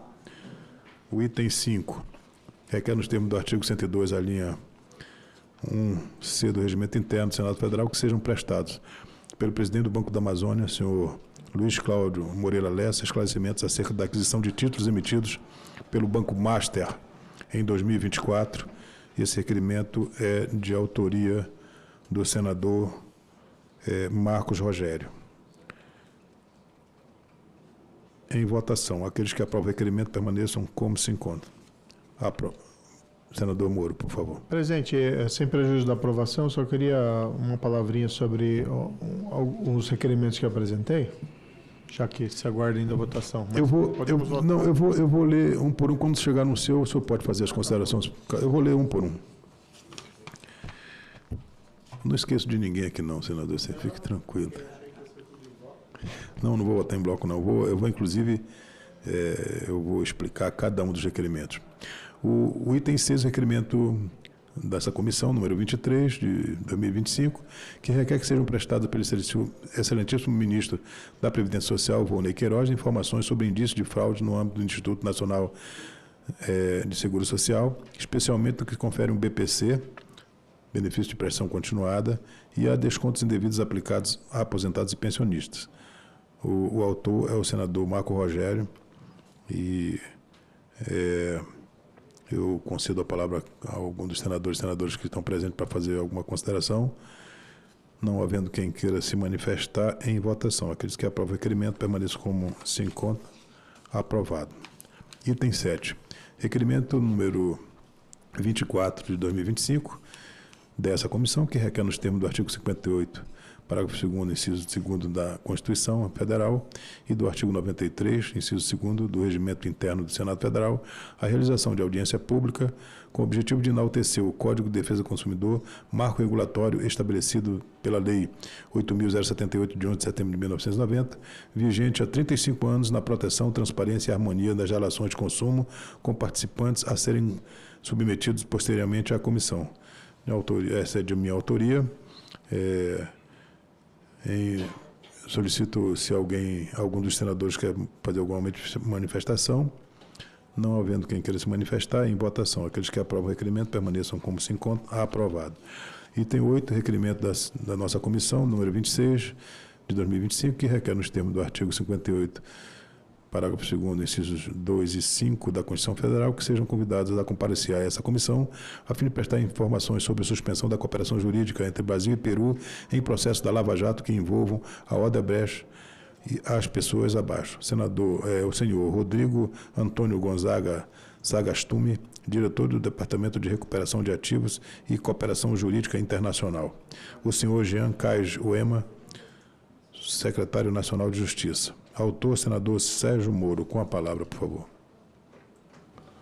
Presidente, esse requerimento ele deve também ser visto em conjunto com os requerimentos 29 e 30, no qual eu peço informações sobre o pedido de refúgio e o asilo concedido pela senhora Nadine Heredia. Você me permite, então, que eu leia os outros e depois você faz a consideração em bloco? Em votação. Aqueles que aprovam o requerimento permaneçam como se encontram. O requerimento está aprovado. Item 9. Requerimento número 28 de 2025, que requer nos termos do artigo 71, inciso 7, artigo 4º da Constituição Federal, combinado com o artigo 90, inciso 10º e 102A, inciso 1º, a linha E, do Regimento Interno do Senado Federal, que seja solicitado ao Tribunal de Contas da União que realize auditoria para apurar a legalidade, legitimidade, economicidade e eficiência das contratações públicas realizadas no âmbito da organização da 30ª Conferência das Nações Unidas sobre Mudança de Clima. A autoria da senadora Damares Alves, a quem passo a palavra. Presidente, eu tenho manifestado já faz tempo minha preocupação com os gastos com a COP30, gastos como, por exemplo, árvores artificiais. Não sei se os senhores viram, o governador construiu árvores artificiais para enfeitar Belém, como se a Amazônia precisasse de árvores artificiais. Algumas obras de saneamento que ele está mostrando para o país não estão sendo concluídas. E eram obras que já estavam em execução e não saiu desse dinheiro da COP. E agora a gente tem a grave notícia de que eles não têm quarto suficiente para hospedar todo mundo. Estão pedindo que a Marinha ofereça os navios da Marinha para hospedar os visitantes da COP. Nós vamos deixar nossa fronteira descoberta? A Marinha agora vai ter que ficar hospedando gente para a COP? E o dinheiro que foi para lá não era para investimento nessa área? Então, tem algumas contradições e eu estou muito preocupada com tudo que envolve a COP, com tudo. Tem gente alugando quarto muito caro. Esses quartos estão sendo alugados aonde? Na casa de quem? Vai ter criança lá? Esse turista vai ter acesso à criança? Eu estou muito preocupada com tudo. Então, eu quero que o TCU faça uma análise completa dos gastos para a COP. Vamos até descobrir que o dinheiro da COP está vindo daquela nossa conta que a gente pagava lá de Itaipu, que nós já aprovamos aqui um requerimento, já solicitamos, inclusive, senador Moro, uma auditoria na MVPAR, sobre aqueles mais de 400 convênios, recursos para shows e recursos para a COP também, né? Então, em votação, aqueles que aprovam o requerimento permaneçam como se encontram. Aprovado. O item 10, requerimento número 29 de 2025, que requer que sejam prestadas pelo senhor secretário nacional de Justiça e presidente do Comitê Nacional de Refugiados, CONARE, Jean Cais Uema, informações e cópias integrais de documentos e atos administrativos relativos ao processo de solicitação e análise de pedido de refúgio feito pela senhora Nadine Heredia, ex-primeira-dama do Peru, no âmbito da CONARE, Ministério da Justiça. Autoria, senador Sérgio Moro. Concedo a palavra ao senador. Tem mais um? Em votação, aqueles que aprovam o requerimento permaneçam como se encontra. Aprovado. Item 11. O requerimento número 30 de 2025, que requer que sejam prestadas pelo excelentíssimo senhor ministro de Estado das Relações Exteriores, embaixador Mauro Vieira, informações sobre o asilo diplomático concedido a Nadine Heredia, ex-primeira-dama do Peru. A autoria do senador Sérgio Moro, a quem concedo a palavra. Presidente, agradeço. requerimentos muito simples. O 26, o 29 e o 30, os assuntos são correlatos. O primeiro, diante da notícia de que o DRCI, do Ministério da Justiça, suspendeu a cooperação jurídica internacional com o Peru. É necessário que nós possamos ouvir as razões. Isso foi divulgado na imprensa, ficou um tanto quanto obscuro, mas parece aqui talvez uma tentativa de imposição, né, da jurisdição brasileira frente à jurisdição peruana. O Peru recebeu provas aqui do Brasil, tem utilizado para processar funcionários públicos corruptos que receberam suborno de empreiteiras brasileiras, isso foi elucidado pela Lava Jato, e existe essa decisão agora inusitada. Vamos ouvir ambos, o secretário nacional de Justiça e o diretor da RC, para entender exatamente os motivos, se tem algo a mais ou se é uma tentativa, aí, a meu ver, equivocada, de impor um controle e, no fundo, fomentando impunidade, né, nos outros países. Mas vamos ver e ouvi-los aqui dar o benefício da dúvida. Os outros temas, 29 e 30, de novo, a gente precisa de esclarecimentos da documentação, porque nós ouvimos o ministro Mauro Vieira na Comissão de Relações Exteriores e ele não explicou direito por que foi dado o asilo e enviado o avião da FAB lá para resgatar a Nadine Heredia, que é aquela ex-primeira-dama que foi condenada por corrupção no Peru. Ele falou que tinha um problema de saúde, das costas, da coluna, enfim, mas não esclareceu. Eu até indaguei especificamente, mas qual que foi o problema da coluna, das costas? Ele não conseguiu esclarecer. Então vamos ver o que é essa documentação e nós estamos requisitando. Isso é ainda mais importante, senador Irã, porque ontem veio uma notícia que foi condenada, senador Seif, a Cristina Kirchner por corrupção lá na Argentina, 6 anos de prisão. E aí a gente fica preocupado, né? Porque já que o Lula está abrindo as portas, abriu a porta para o Maduro para receber aqui, né? Tapete vermelho, tirano lá de Caracas, embora não para ser ainda asilado, né? Mas abriu as portas para Nadine Heredia. Não só abriu, mas mandou o avião da FAB lá resgatá-la. Agora vem a Cristina Kirchner, também é condenada. E não sei, será que vai conceder asilo também, a senadora Damares, a Cristina Kirchner? É isso que o Brasil vai se tornar? Daqui a pouco a gente vai parecer aquelas ilhas piratas que a gente vê em filme, que a gente fica brigando, navio pirata e Barbarossa, essas coisas, um paraíso para criminosos. Então acho que nós temos que ter um escrutínio severo em relação a esse asilo concedido a Nadine Heredia, até para evitar que esse fato se repita e mostrar, olha, estamos vigilantes aqui, é inaceitável que se cogite, e não digo que está se cogitando, né, mas considerando os precedentes nós ficamos preocupados, a concessão de asilo a mais uma liderança latino-americana relacionada, próxima ao presidente Lula, condenada por corrupção, como foi a Cristina Kirchner. Na verdade, aqui é o caso da gente aplaudir a justiça da Argentina, a Suprema Corte da Argentina, por fazer justiça nesse caso específico. Então, daí os motivos desses requerimentos. Continuamos em discussão. Senador Jorge Seif, por favor. Senhor presidente, infelizmente o Brasil realmente tem virado um paraíso de bandidos, de condenados, de criminosos. Não só a palavra aqui do senador Moro, Nadine Heredia, agora Cristina Kirchner, que também condenada por corrupção, amiga de Lula. Assim como falamos há pouco, Nicolás Maduro, um assassino, um ditador que persegue seu povo, fraudador de eleições, recebido aqui com pompas e circunstâncias, tapete vermelho.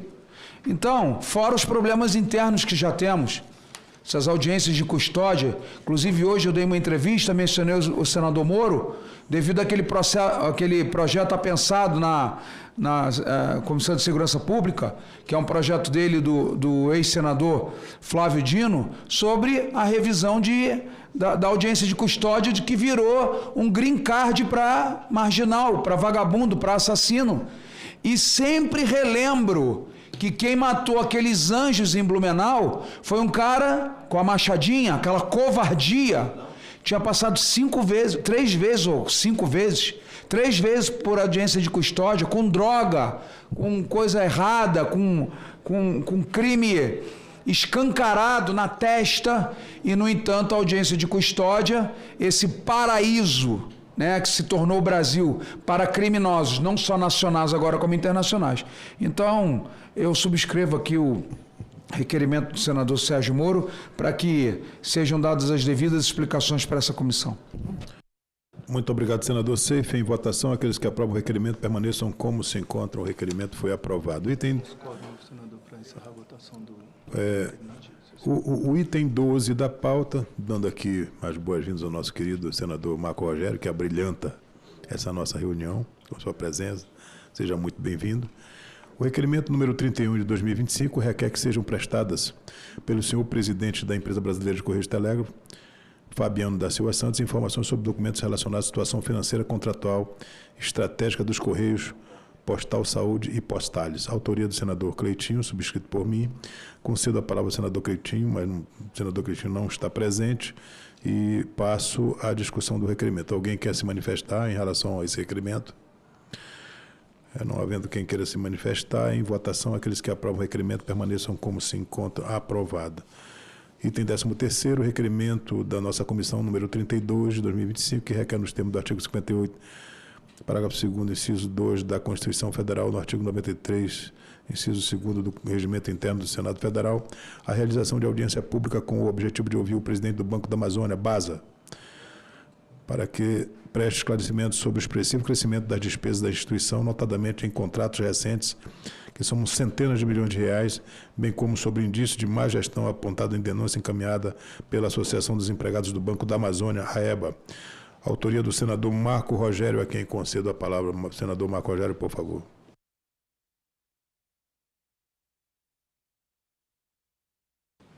Senhor presidente, agradeço Vossa Excelência por colocar em pauta esse requerimento. É um pedido de informações, né, uma série de... O gabinete tem recebido uma série de denúncias com relação à gestão do Banco da Amazônia, inclusive com aplicações, investimentos, né, fora da área de abrangência do próprio Banco da Amazônia, né, inclusive fazendo operações, né, de risco que pode ser caracterizada como eu não estou querendo, nesse primeiro momento, fazer nenhum tipo de ilação, nenhum tipo de acusação. O objetivo aqui é realmente pedir as informações, mas as informações que eu tenho recebido é algo que me parece ser grave, né?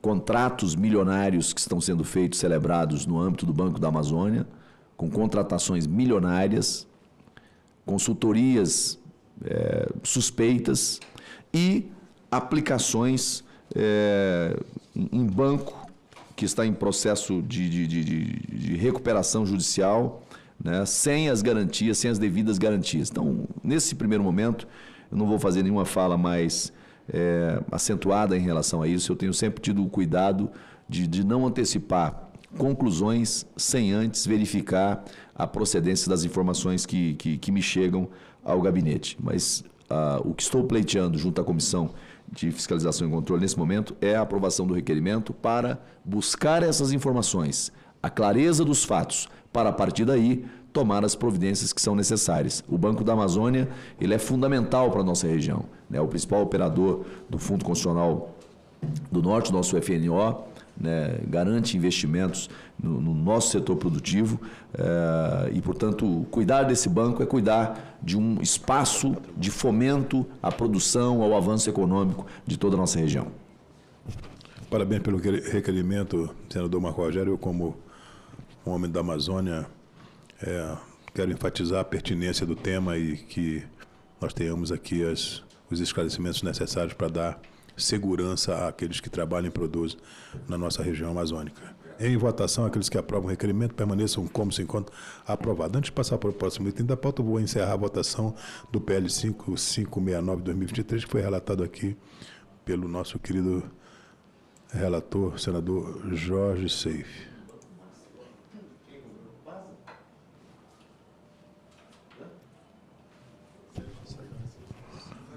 Bom,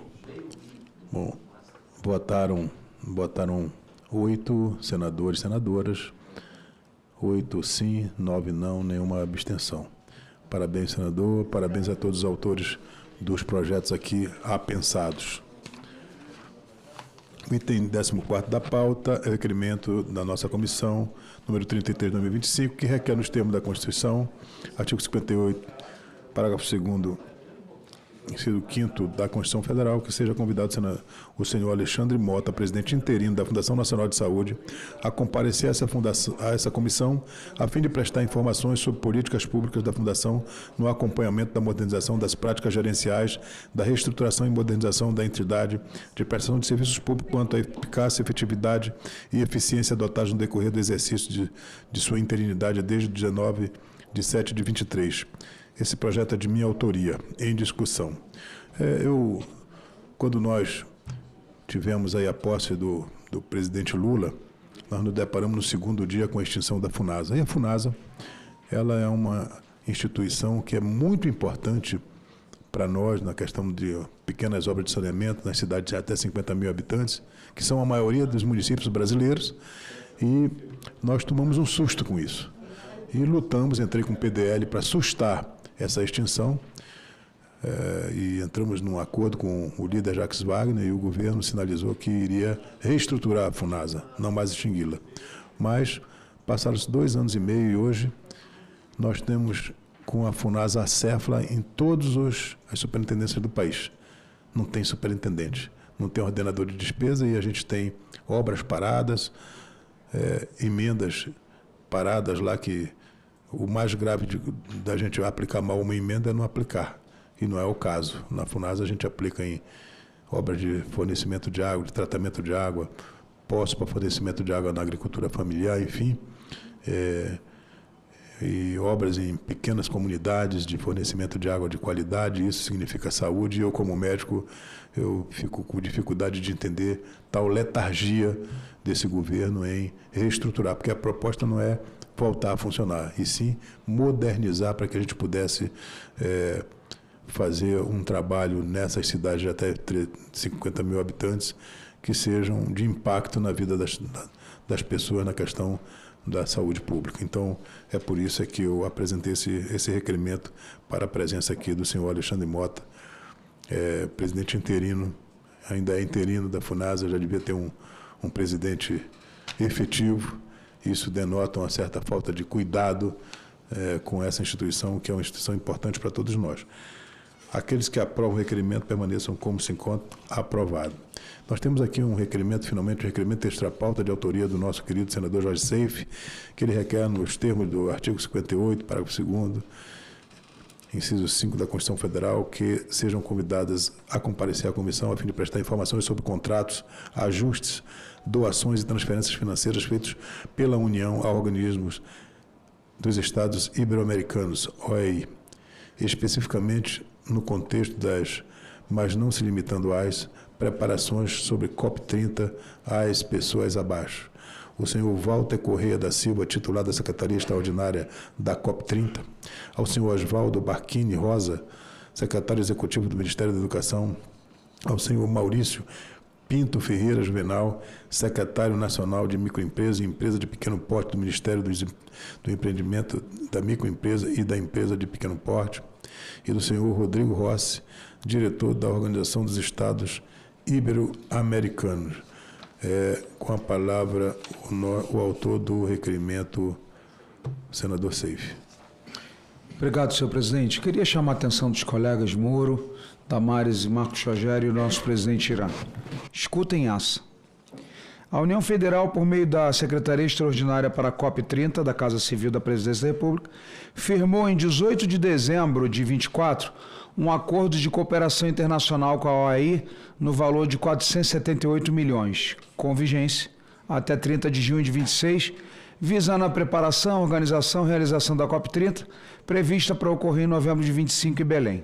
A referida contratação ocorreu sem licitação, sob a justificativa que a OAI, por ser organismo internacional, estaria amparada pela disposição da legislação brasileira e pelos parâmetros de cooperação internacional. Contudo, senhores e senhoras senadores, o montante envolvido, a forma da escolha da entidade e os elementos já disponíveis em fontes públicas e oficiais revelam possíveis afrontas aos princípios constitucionais de legalidade, economicidade, impessoalidade, moralidade e publicidade.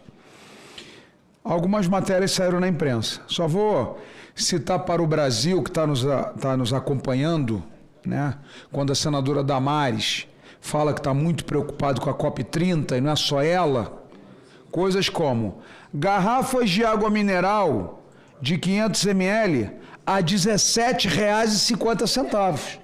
Barato, né, presidente? Meu Deus, que água barata. Garrafa de 20 litros de água, R$ 167. E você querendo dar água de graça nos eventos? Pois é, rapaz. Caderno Moleskine, R$ 112,50. Um piso, que eles querem um piso elevado lá para um evento, que no mercado custa aproximadamente R$ 250, R$ 500 o metro quadrado. E o nosso, senhor presidente, a nossa função aqui, além de legislar, além de parlar, também é fiscalizar o dinheiro do povo. Que afinal de contas é dinheiro do povo e dinheiro nosso também, que nós somos cidadãos brasileiros e senadores eleitos para cuidar do dinheiro do povo. O acordo, senhor presidente, prevê o pagamento à OAI, olha essa também, mais essa, de taxa administrativa de 5% sobre o valor executado, o que vai resultar em mais de R$ 22 milhões em benefícios. Tu acredita isso, rapaz? Esse percentual foi autorizado por decreto. Não fará nenhuma falta, tenho certeza disso. Para nós, amazônicos, não fará nenhuma falta. Presidente, foi autorizado por decreto. O dinheiro sim, a COP não. 11.941, de 12 de março de 24, permitiu a majoração da taxa para até 10%. 5% de administração estava barato. Botaram mais 5%, 10%, aplicava eventos do COP30, G20 e BRICS, mas sem a clara justificativa técnica da vantajosidade econômica da solução em relação a alternativas como licitação direta, execução por órgãos governamentais ou parceria com instituições públicas nacionais. Para finalizar, senhor presidente, segundo dados do Portal da Transparência, citado pelas reportagens e conforme registrado na representação formal já apresentada a essa Corte de Contas pelo deputado federal Luciano Zucco, parabéns, Zucco, parabéns, Zucco. Os repasses do governo federal ao OAI, nos 2 primeiros anos do atual governo, olha, senhor presidente, já ultrapassam 197 milhões de reais, com projeção de 676 milhões de reais. Ou seja, para a OAI, né, eles podem passar 197 milhões e mais 676 milhões até 2025. Mas quem vai pagar isso aqui é o povo, IOF, Imposto de Renda, LCI, LCA, entendeu? E querendo cortar emendas nossas. Mas é bom deixar claro que ninguém vai botar em negócio de IOF aqui, não é não? Com certeza, isso aí não vai passar nem a pau. Além disso, foram identificados pagamentos antecipados à OAI nos meses de agosto e dezembro de 24, anteriores ou concomitantes à formulação de convênios, sem clareza quanto à legalidade da antecipação de execução orçamentária e a existência de instrumento jurídico que autorizasse. O Portal da Transparência, senhor presidente, registra que a inclusão inédita de contribuições voluntárias de orçamento federal, especificamente direcionados à OAI, totalizando 98 milhões de reais, distribuído por 3 ações orçamentárias distintas, com justificativas genéricas, desvinculadas das metas verificáveis e sem exigências de contrapartida. Esse era meu pedido, senhor presidente. Em discussão. Não havendo quem queira discutir, eu acho que a matéria é uma unanimidade aqui entre nós, a importância desse requerimento, parabenizando o senador Jorge Seife. Aqueles que aprovam o requerimento permaneçam como se encontra aprovado. Nada mais havendo a tratar, declaro encerrada essa reunião. Muito obrigado e uma boa tarde a todos.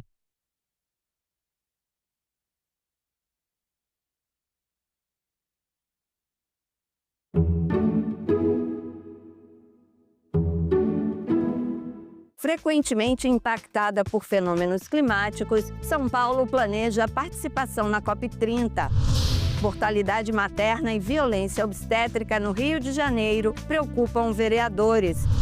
Senado aprovou proposta que proíbe as bets de usarem influenciadores em publicidade. Tudo isso no Parlamento Brasil.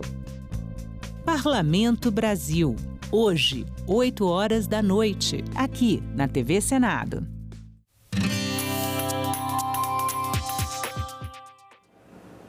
Olá, eu sou a Carla Benevides e este é o programa Argumento. Limites para cursos de graduação à distância. O Ministério da Educação editou uma portaria que estabeleceu que cursos como medicina, direito, enfermagem, odontologia e psicologia deverão ser majoritariamente presenciais, sendo que medicina tem que ser 100% presencial. Para falar um pouco sobre esse assunto aqui conosco está a presidente da Comissão de Educação do Senado, senadora Tereza Leitão, que é do PT de Pernambuco. Senadora, obrigada pela sua presença aqui no programa. Eu que agradeço, Carla, para tratar de um assunto tão importante para a educação. Exatamente. Senadora, na sua avaliação, por que o Ministério tomou essa decisão de limitar um pouco esses cursos EAD?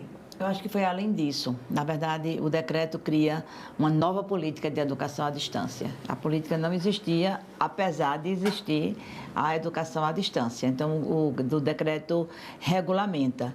Por quê? O Brasil é um país continental, a gente não pode prescindir desse instrumento, mas ele estava sendo usado muito aleatoriamente.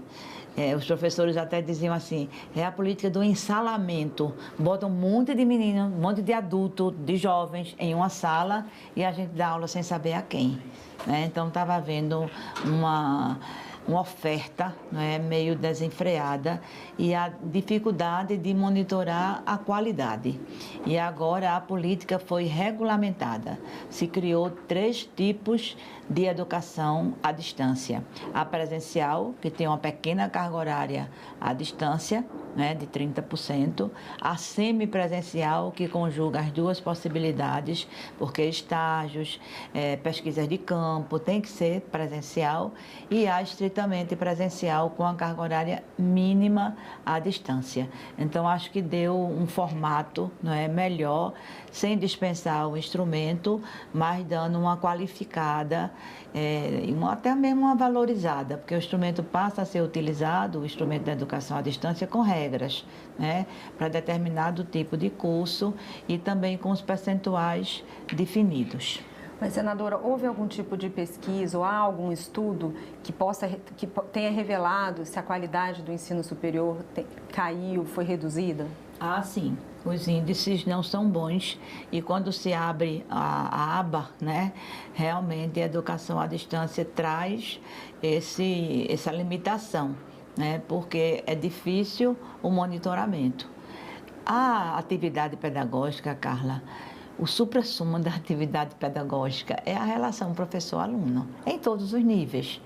É o diálogo, é o questionamento, é a própria relação interpessoal que facilita a aprendizagem, é a convivência. E numa tela você não consegue tudo isso.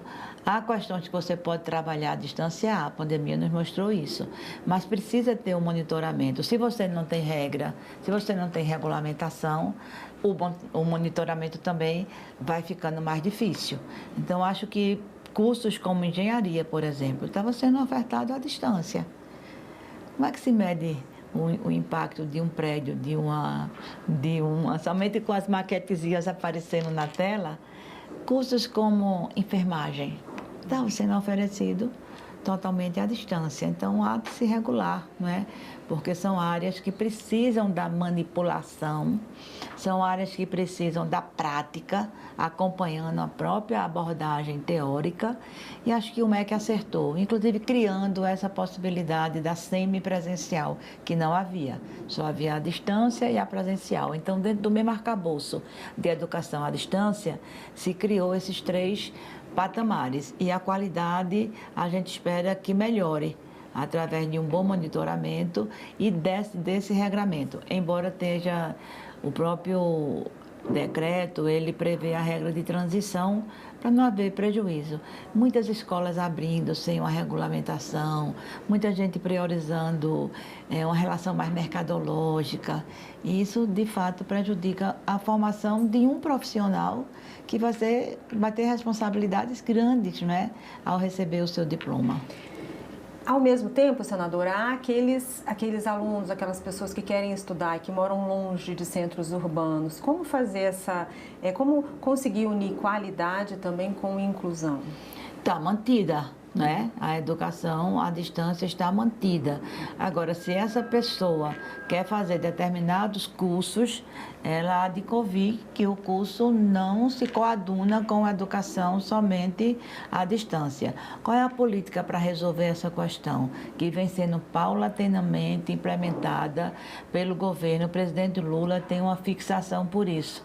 Ele diz sempre, eu sou o primeiro presidente que não tem um diploma acadêmico, mas fui o que mais abri institutos federais de educação e universidades. É desse tempo a interiorização das universidades. É isso que vai responder um jovem, dando um exemplo do meu estado, de Petrolina, que fica a mais de 800 quilômetros do Recife, não precisa vir para o Recife estudar. Ele tem uma universidade pública agora em Petrolina, cujo campus vai se estender para uma outra cidade do sertão, que é Salgueiro. E a interiorização também dos institutos federais. Esses últimos que foram anunciados, poucos são em capital, poucos são em região metropolitana, a grande maioria é em cidades do interior. Eu acho que isso é uma política que conjuga, entendeu? A exigência de determinados cursos serem presenciais dentro da política de educação à distância, com a interiorização de universidades e de institutos federais de educação. Agora, senadora, voltando um pouquinho para a questão da qualidade do ensino superior, a senhora mesmo falou que há muitos cursos que foram abertos e alguns senadores, alguns deputados, existem alguns projetos aqui no Congresso Nacional que tratam de exames de proeficiência após a finalização de cursos de graduação, principalmente em áreas como medicina e odontologia. O que a senhora acha dessas propostas? Acha que é importante fazer essas avaliações pós-curso de graduação? A avaliação é importante, mas não do jeito que se quer. A gente, inclusive, está para realizar uma audiência pública sobre essa proeficiência em medicina e odontologia.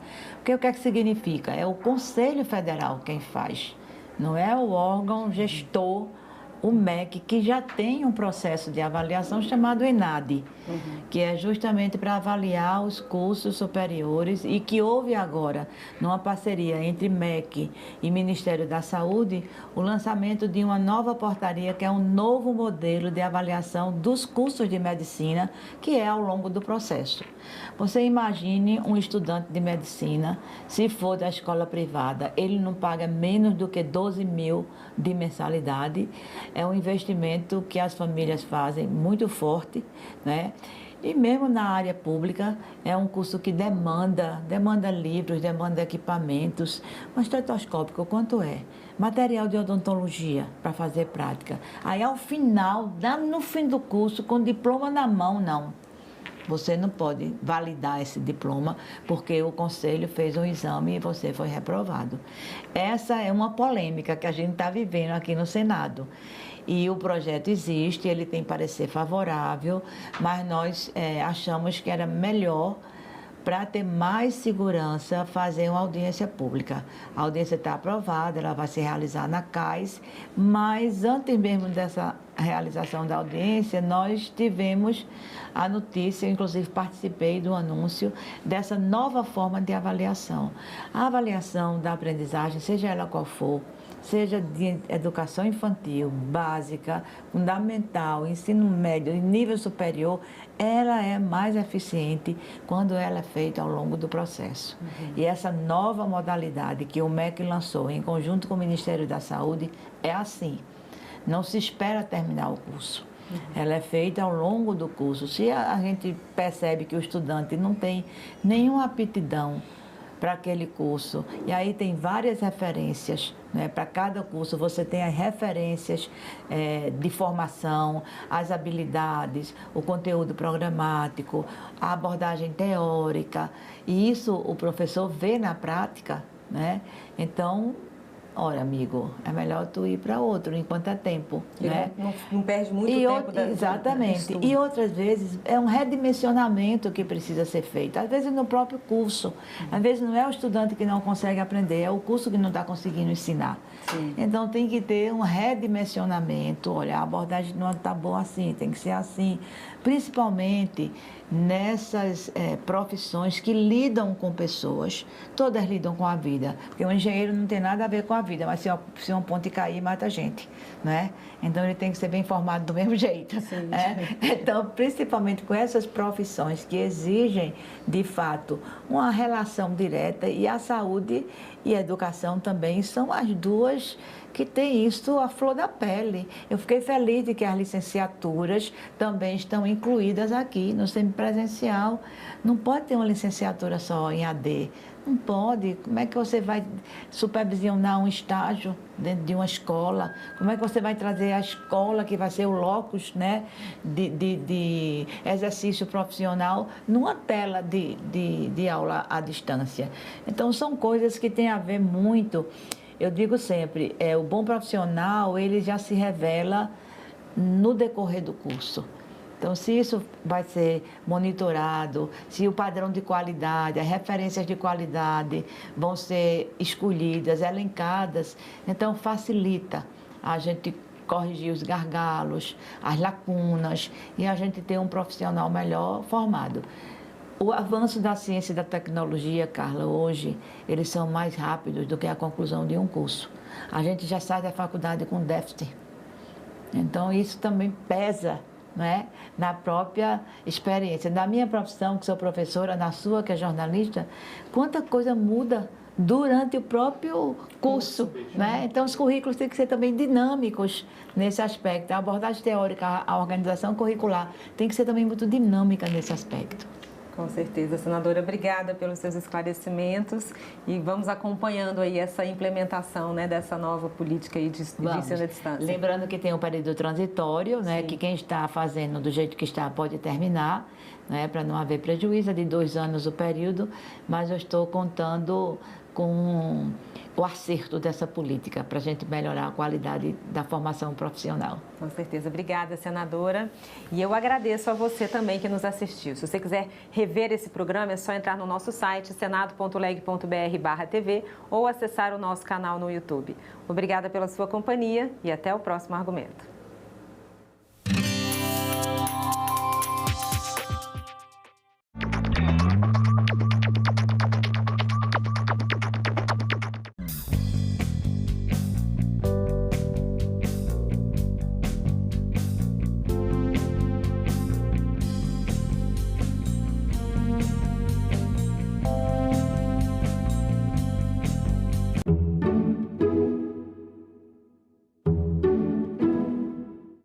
O programa a seguir é livre para todos os públicos. Olá, está começando o Ecosenado. Veja nesta edição o desafio de conter a poluição causada pelos plásticos. Mudanças climáticas expulsam as pessoas de suas casas. Hoje existe uma dificuldade em individualizar quais são aqueles deslocamentos que dizem respeito especificamente aos impactos das mudanças climáticas. Bitucas de cigarro se transformam em papel artesanal. A celulose é a substância que é usada para fazer o papel. Então, depois de se transformar, né, a bituca em celulose, a gente usa ela na cadeia produtiva da celulose e papel. Então, a gente faz diversos produtos, né, e usa diversos papéis e usa esses papéis em diversos produtos. E a árvore trazida da África que pode ser encontrada em várias cidades brasileiras. Como é uma árvore muito grande, mas tem uma semente muito pequenininha, as sementes vieram escondidas nos navios, possivelmente também nos penteados, nas tranças, nos cabelos, dada a sua importância simbólica e material para os povos africanos.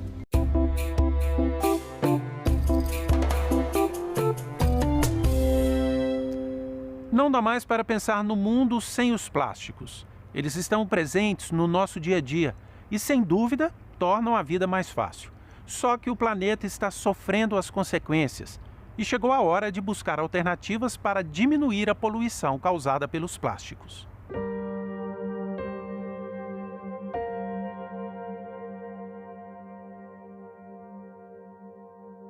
Plásticos de todos os tipos. Eles estão em toda parte, nos aparelhos celulares, nos insumos da saúde, nos equipamentos de ponta, na conservação dos alimentos, nos meios de transporte, no lazer e no trabalho. Com o tempo, o que era uma vantagem se tornou uma enorme ameaça. A cada ano, mais de 350 milhões de toneladas de plástico são descartadas no meio ambiente.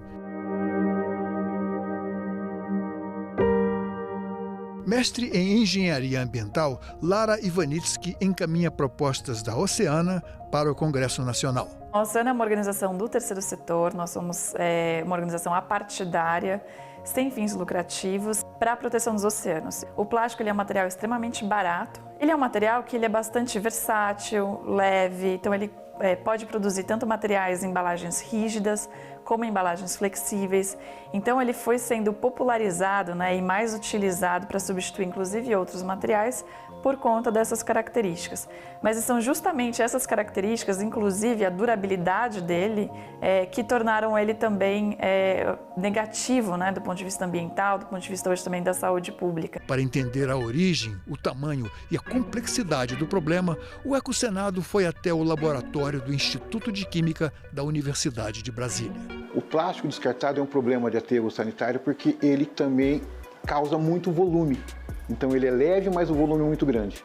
Então nós mudando agora a nossa matriz de descarte de materiais, a gente descarta muito plástico depois do uso e esse descarte acarreta um problema de volume muito grande. Então a gente precisa de aterros muito mais rápidos do que a gente esperava.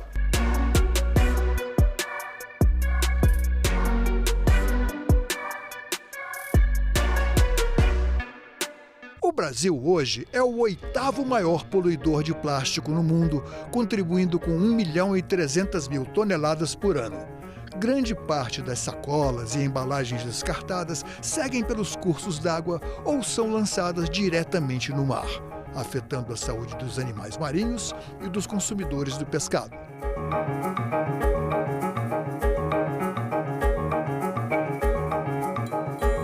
O mar ele está contaminadíssimo com lixo plástico, sobretudo esses itens descartáveis e as embalagens. E o que a gente vê, a gente recebe muitos vídeos e fotos e relatos dos pescadores que saem todo dia para pescar e voltam com a rede cheia de sacola plástica, cheia de copo plástico, embalagens emaranhadas na rede de pesca, porque aquilo está no mar e aquilo está sendo pescado. Retirar o plástico do meio ambiente depende de um conjunto de mudanças nas leis, na atitude dos governos e no comportamento da população. Uma das alternativas para reduzir a presença indesejada do plástico seria a reciclagem, mas até o momento ela tem obtido resultados muito aquém do desejado. Menos de 4% do plástico descartado pode ser reciclado. Na verdade, tem uma questão sempre de escala e de comércio, Então, a questão de plástico biodegradável ser mais caro, porque a quantidade é muito menor. A indústria plástica, desses plásticos que a gente chama de grande escala, de commodities, é muito mais forte. Fora que tem um interesse industrial evidente, A indústria que está dominando, ela não tem o interesse de ter a substituição. Nós temos uma série de limitações para a reciclagem do plástico. A primeira limitação é uma limitação técnica, que é do próprio material. Então, o que a gente chama de plástico, na verdade, são diversos tipos de resina plástica. Então, a gente tem fatores técnicos. Um outro fator técnico é que o plástico, quando ele vai para a reciclagem mecânica, a cadeia molecular dele se quebra e não se rearranja, que é diferente, por exemplo, do alumínio. Quando você recicla alumínio, os metais em geral, eles produzem uma nova lata, uma nova embalagem igualzinha à outra, idêntica, e da mesma forma o vidro. Para plástico, isso não é possível, então a gente consegue reciclar ele mecanicamente 2 vezes. Um projeto do Senado propõe a economia circular do plástico, que começa pela retirada gradual do mercado dos itens não retornáveis até a mudança da cadeia de produção e consumo para reduzir ao mínimo possível a presença do material e seus compostos no meio ambiente. O texto aprovado na Comissão de Assuntos Sociais proíbe a venda de plásticos de uso único um ano após a publicação da lei. Em 31 de dezembro de 2029, todas as embalagens serão retornáveis ou recicláveis. As embalagens de materiais biodegradáveis ou compostáveis serão isentas de IPI, Imposto sobre Produtos Industrializados. O projeto ainda aguarda votação na Comissão de Assuntos Econômicos. A questão não é nada simples, pois coloca de um lado a ecologia e o desenvolvimento sustentável, do outro a indústria do plástico convencional, que integra a cadeia petroquímica.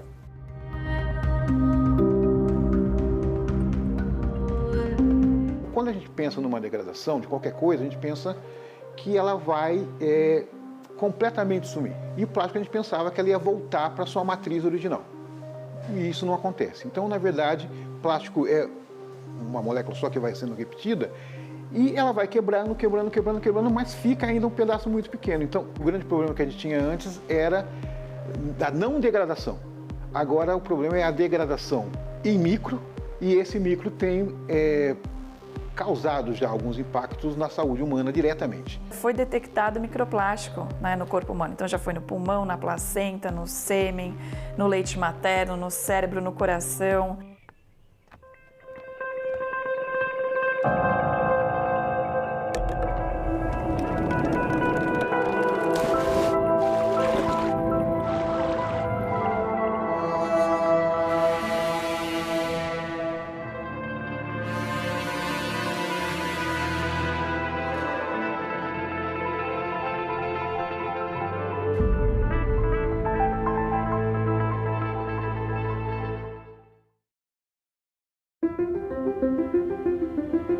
É assustador pensar que, desde a origem, quase todo o plástico fabricado ainda permanece no planeta.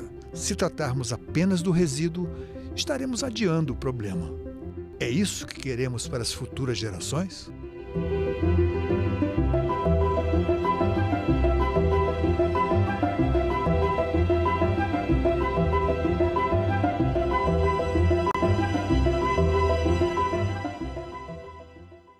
130 milhões de pessoas de várias regiões do planeta estão em deslocamento forçado, ou seja, tiveram que deixar suas casas e até seus países por motivos alheios à própria vontade. Além das guerras e da pobreza, as mudanças climáticas também se tornaram causa desses deslocamentos.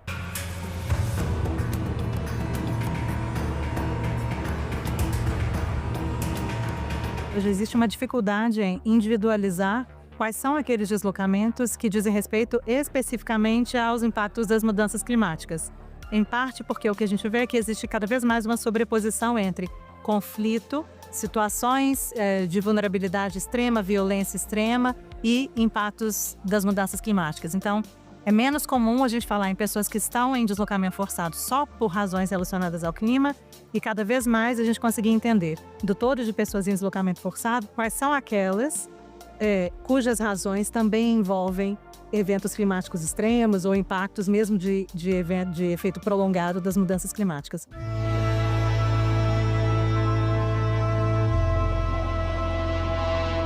Por outro lado, se a gente olha para a nossa região, nas Américas, o que a gente já sabe é que, nos últimos anos e até o final de 2022, o tema dos eventos climáticos extremos e desastres já representava a principal razão para novos deslocamentos internos dentro dos países.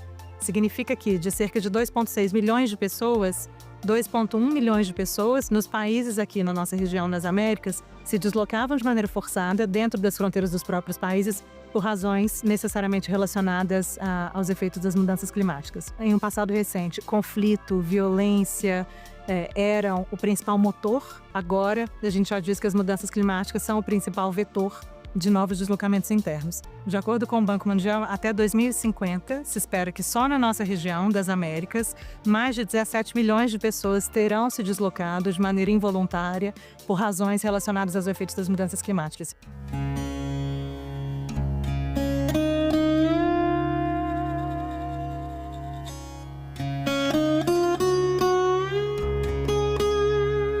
Regiões que são mais gravemente ou desproporcionalmente expostas aos efeitos das mudanças climáticas, né, como ciclones, furacões, secas prolongadas, enchentes, como a gente vê acontecendo no Rio Grande do Sul.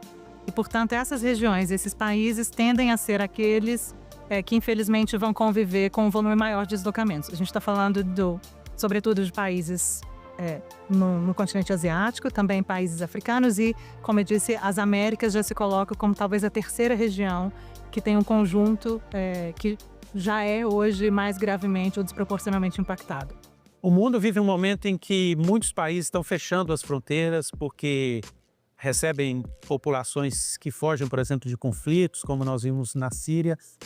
Isso pode causar um problema ainda maior na medida em que aquelas populações que estão tendo que se deslocar em função das mudanças climáticas não tenham para onde ir? O que a gente percebe é que em um mundo em que os recursos, como, por exemplo, acesso à água, acesso a terras produtivas, acesso a territórios seguros, né, que não são tão gravemente afetados por enchentes, terremotos, etc., na medida em que esses eventos climáticos extremos vão se tornando mais frequentes, a gente percebe que novos conflitos vão emergindo desses contextos, ou seja, por disputa por terra, disputa por água, disputa por outros meios, inclusive de geração de renda, de subsistência, o que, por um lado, vai fazer com que novas situações de movimento ou de deslocamento humano aconteçam, por outro lado, que você tenha comunidades anfitriãs que eventualmente vão se ver cada vez mais pressionadas e, portanto, menos solidárias a receber quem vem de fora. Né? Então, no contexto global, a gente enfrenta hoje um cenário bastante desafiador, né, de queda substantiva do financiamento para as respostas humanitárias, né, a movimentos massivos de refugiados ou outros movimentos de deslocamento humano. Por outro lado, a crise climática chega como um fator que vai pressionando cada vez mais essas comunidades anfitriãs, e aí a gente percebe que você tem uma queda de solidariedade que ora aparece através dessa queda do financiamento, não só financiamento humanitário, mas o próprio financiamento climático, né, a política de adaptação, de mitigação, e por outro lado em populações que já se preocupam se vão ter o suficiente para sobreviver, né, nesse contexto de recursos escassos e o que vai representar a chegada de novas pessoas, né, vindas de outras regiões do país, vindas de outros países.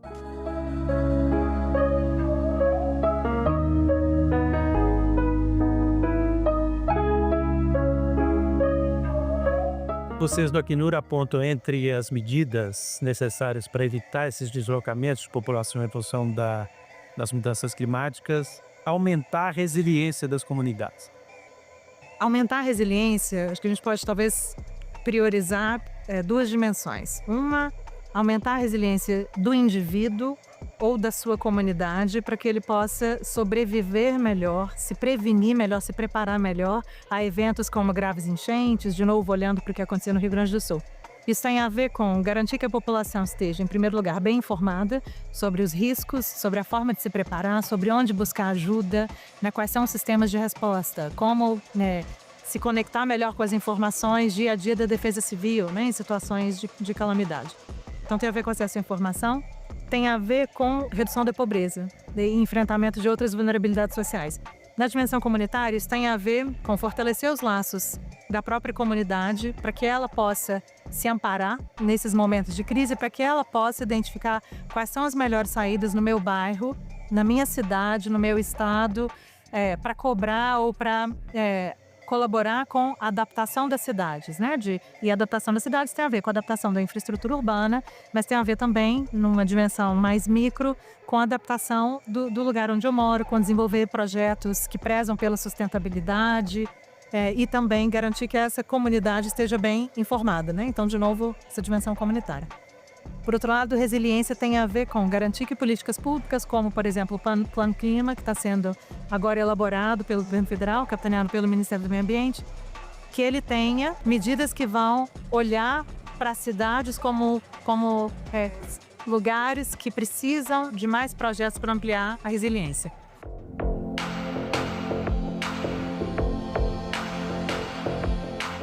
No ano passado, o Rio Grande do Sul viveu uma enchente que foi uma das piores da história, uma crise climática, uma emergência climática.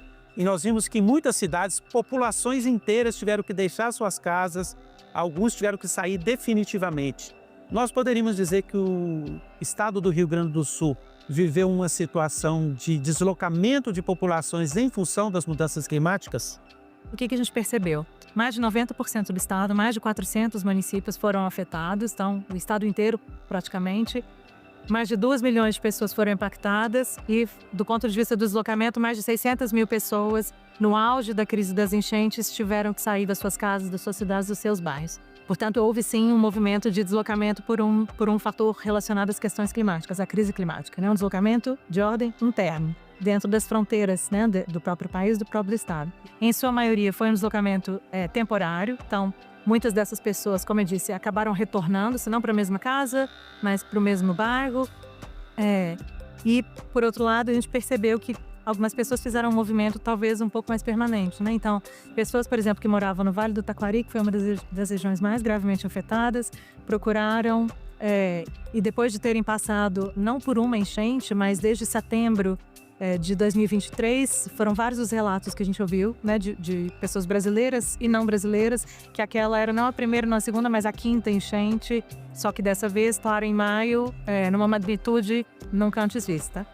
Algumas dessas pessoas saíram do Vale do Taquari e decidiram procurar trabalho, por exemplo, se restabelecer na Serra Gaúcha, que também foi muito afetada, nem tanto por enchentes, mas por graves deslizamentos de terras, né? Era uma região montanhosa. E agora parte do desafio é como olhar para as lições aprendidas, boas e ruins, dessa tragédia que aconteceu ali, para inclusive melhorar a visibilidade estatística é o tema, como contabilizar melhor quem se desloca, por quanto tempo se desloca, quantas vezes se desloca e quais são as melhores respostas para esse contexto específico.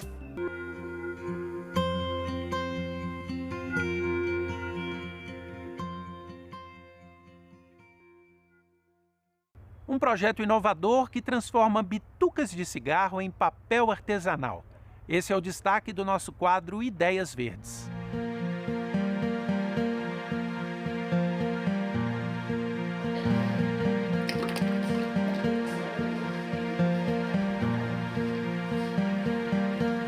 Estudantes do Instituto de Artes da Universidade de Brasília, com a orientação da professora e doutora em Desenvolvimento Sustentável, Therese Hoffmann, desenvolveram a técnica inovadora de reciclagem, a transformação de bitucas de cigarro em papel artesanal. A gente está aqui, né, em 2 laboratórios, o Laboratório de Materiais Expressivos e o Laboratório de Papel Artesanal, onde são oferecidas aulas das disciplinas do curso de Artes Visuais.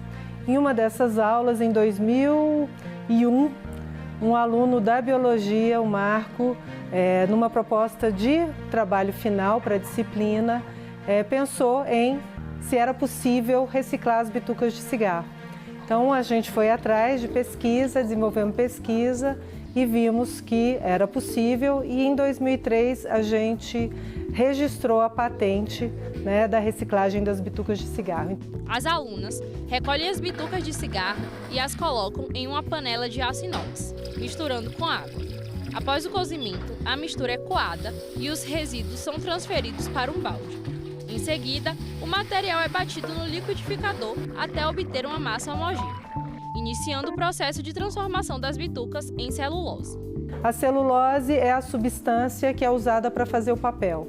Então, depois de se transformar, né, a bituca em celulose, a gente usa ela na cadeia produtiva da celulose e papel. Então, a gente faz diversos produtos, né, e usa diversos papéis e usa esses papéis em diversos produtos. Cadernos, agendas, porta-retratos, né? Tem uma infinidade de materiais que a gente produz com esse resíduo, né? Que ele deixa de ser resíduo, deixa de ser lixo e vira matéria-prima.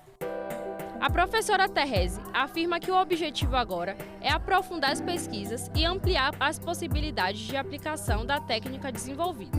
A gente já chegou numa tecnologia e, a partir dela, a gente está pesquisando outras possibilidades de uso dessa massa celulósica. Nós vamos começar um novo projeto de iniciação científica em parceria com a Embrapa, onde a gente vai estudar, né, possibilidades diferentes do uso dessa massa, desse resíduo que são as bitucas de cigarro. Desde 2014, a patente da técnica desenvolvida na UNB está licenciada para a empresa Poyato Recicla, responsável por coletar e dar a destinação correta às bitucas de cigarro. A empresa distribui coletores em diversos pontos do Distrito Federal, facilitando o descarte adequado. O material recolhido é então encaminhado para São Paulo, onde passa pelo processo de reciclagem e transformação em papel artesanal.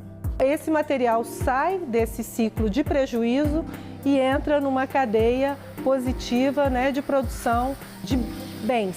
Tem parcerias com as APAES, os usuários, né, as pessoas que frequentam a APAE, elas fazem, o Hospital Cândido Dias também, então vários setores têm usado dessa nossa patente por meio da Apoiato Recicla para produzir materiais diversos. Símbolo de resistência, o baobá foi trazido da África e conquistou os brasileiros. Um professor do Distrito Federal mapeou a espécie na capital do país e tem unido o amor à árvore à educação antirracista. Troncos volumosos, galhos finos e uma copa que lembra uma raiz. Estamos falando dos baobás. A espécie já ganhou espaço em livros, em filmes e tem destaque na cultura africana. Aqui no Brasil, ela também não passou despercebida. O professor especialista em cultura africana, André Lúcio Bento, tem uma paixão especial pela espécie. Os baobás vieram parar no Brasil nos navios escravagistas, né, durante esses quase 400 anos de escravização. Como é uma árvore muito grande, mas tem uma semente muito pequenininha, as sementes vieram escondidas nos navios, possivelmente também nos penteados, nas tranças, nos cabelos, dada a sua importância simbólica e material para os povos africanos. Tipicamente africana, o baobá se adaptou bem ao solo brasileiro. O estado com maior concentração de baobás é Pernambuco, mas aqui no Distrito Federal, a espécie ganhou mapeamento só para ela. O professor André, com a ajuda da população, já mapeou mais de 70 baobás aqui na capital e no entorno. O mapeamento começou em 2019, quando eu plantei 2 baobás no meu local de trabalho. Eu acreditava que estava plantando os 2 primeiros baobás de Brasília. No ano seguinte veio a pandemia e durante uma live eu comentei do plantio desses 2 baobás e uma funcionária do Jardim Botânico de Brasília comentou comigo ao final da live, pediu fotos dos baobás. Ela mostra para o seu chefe, né, lá no Jardim Botânico, e ele fala para ela que no Jardim Botânico também havia baobás, nem ela sabia. Eu fui até esses baobás e então começo a catalogação, o registro. As pessoas foram me dizendo, professor, eu acho que em tal lugar tem um baobá, e eu fui, seguia a trilha mostrada pelas pessoas, né? E deu certo. Então se formou uma rede de árvores e de pessoas. Eu não fiz sozinho. A iniciativa foi minha. Mas hoje o registro total, inclusive o mapa que eu construí, isso só foi possível com a ajuda das pessoas, de várias pessoas. Foi a partir do contato com os baobás que o professor aprofundou ainda mais seu trabalho com a educação antirracista em escolas e universidades. Ele explica que a espécie tem uma grande importância cultural e religiosa na África. É o espaço para que as crianças aprendam o conhecimento com os mais velhos, né? Estamos falando de comunidades tradicionais da África, comunidades sem escrita. Então é pela oralidade que se dá, né, a perpetuação dos conhecimentos culturais, e o baobá serve de palco, de sala de aula, para que os anciãos, os mais velhos, ensinem as crianças, né? Também é uma árvore com importância religiosa, é uma árvore sagrada para esses povos africanos. E em algumas regiões da África, o baobá chega a ser cultuado como um orixá. O orixá Oxê, o orixá do enraizamento, o orixá da resistência. Além da importância cultural, o baobá também serve de alimento e tem propriedades medicinais. Para o professor André, ao trazerem os baobás nos navios, os escravos tinham na bagagem muito mais do que uma planta, uma muda, mas também um pouco da história do povo africano. Eu defendo uma tese de que os baobás vieram mais por sua força simbólica, né, do que por uma subsistência imediata, né? Agora, o professor quer que a Câmara Legislativa do Distrito Federal aprove o tombamento do baobá. Ele acha que, além de proteger a árvore como um patrimônio cultural, a medida ajuda a preservar a memória dos povos africanos trazidos ao Brasil como escravizados. Os baobás têm longevidade milenar, existem hoje já catalogados, registrados, por meio de um exame de radiocarbono, baobás na África com 3.900 anos, né? Inclusive alguns sendo vítimas também de mudanças climáticas, derrubadas em razão da construção de cidades, construção de estradas. Você também encontrou um baobá e quer ajudar na catalogação do professor? Entre em contato com ele através do Instagram ou pelo site www.baobabrasil.com.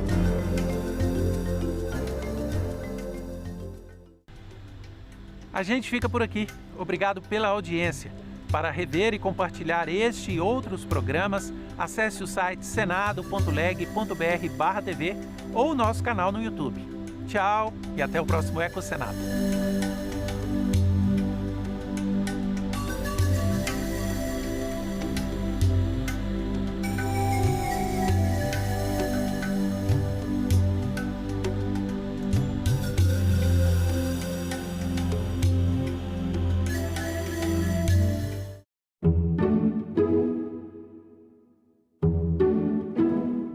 Frequentemente impactada por fenômenos climáticos, São Paulo planeja a participação na COP30.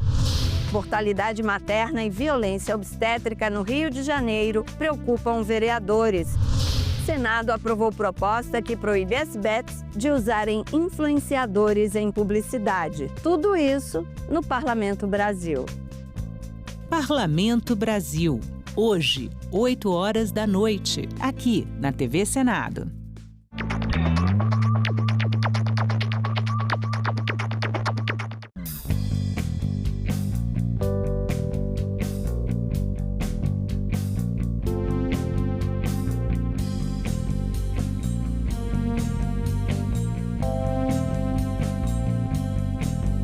Meu nome é Lara Torres, eu nasci em 1985, sou empreendedora no mercado de vinhos. Eu não vivi a época da ditadura, eu nasci com a redemocratização.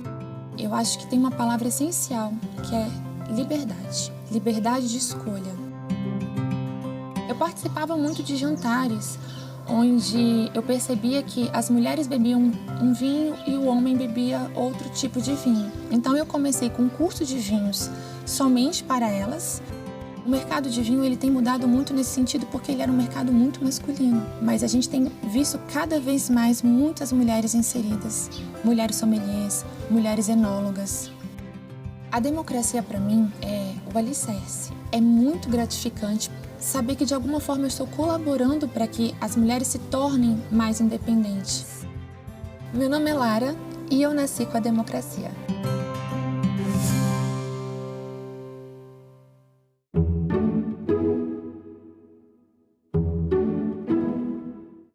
O programa a seguir é livre para todos os públicos.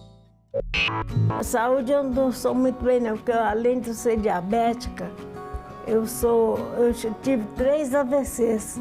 Aí depois eu estava atrapalhando meu filho trabalhar, eu falei, me inscreve no Lar dos Velhinhos. A senhora foi chamada para um Lar dos Velhinhos, eu falei, graças a Deus.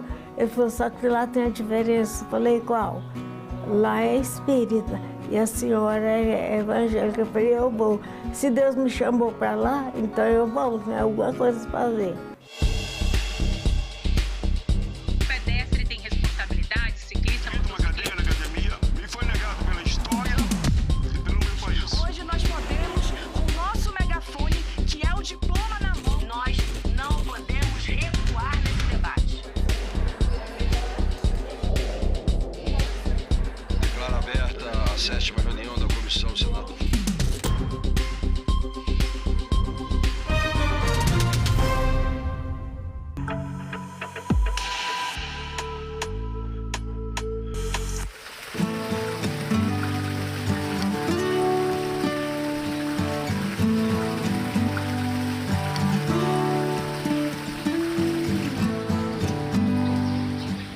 O tempo é mesmo inexorável, passa para todo mundo. Para uns, de forma mais branda, para outros, tempos difíceis. Mas, sem exceção, são muitas histórias para contar. O que o senhor acha da palavra idoso? Muito bom, significa que a pessoa já viveu bem, não é? Já tem uma idade boa. Eu não vejo um peso nessa palavra, porque se eu já cheguei nessa fase de idoso, é porque eu já deixei muita estrada para trás. Muita água eu já vi passando por baixo da ponte e elas não voltaram.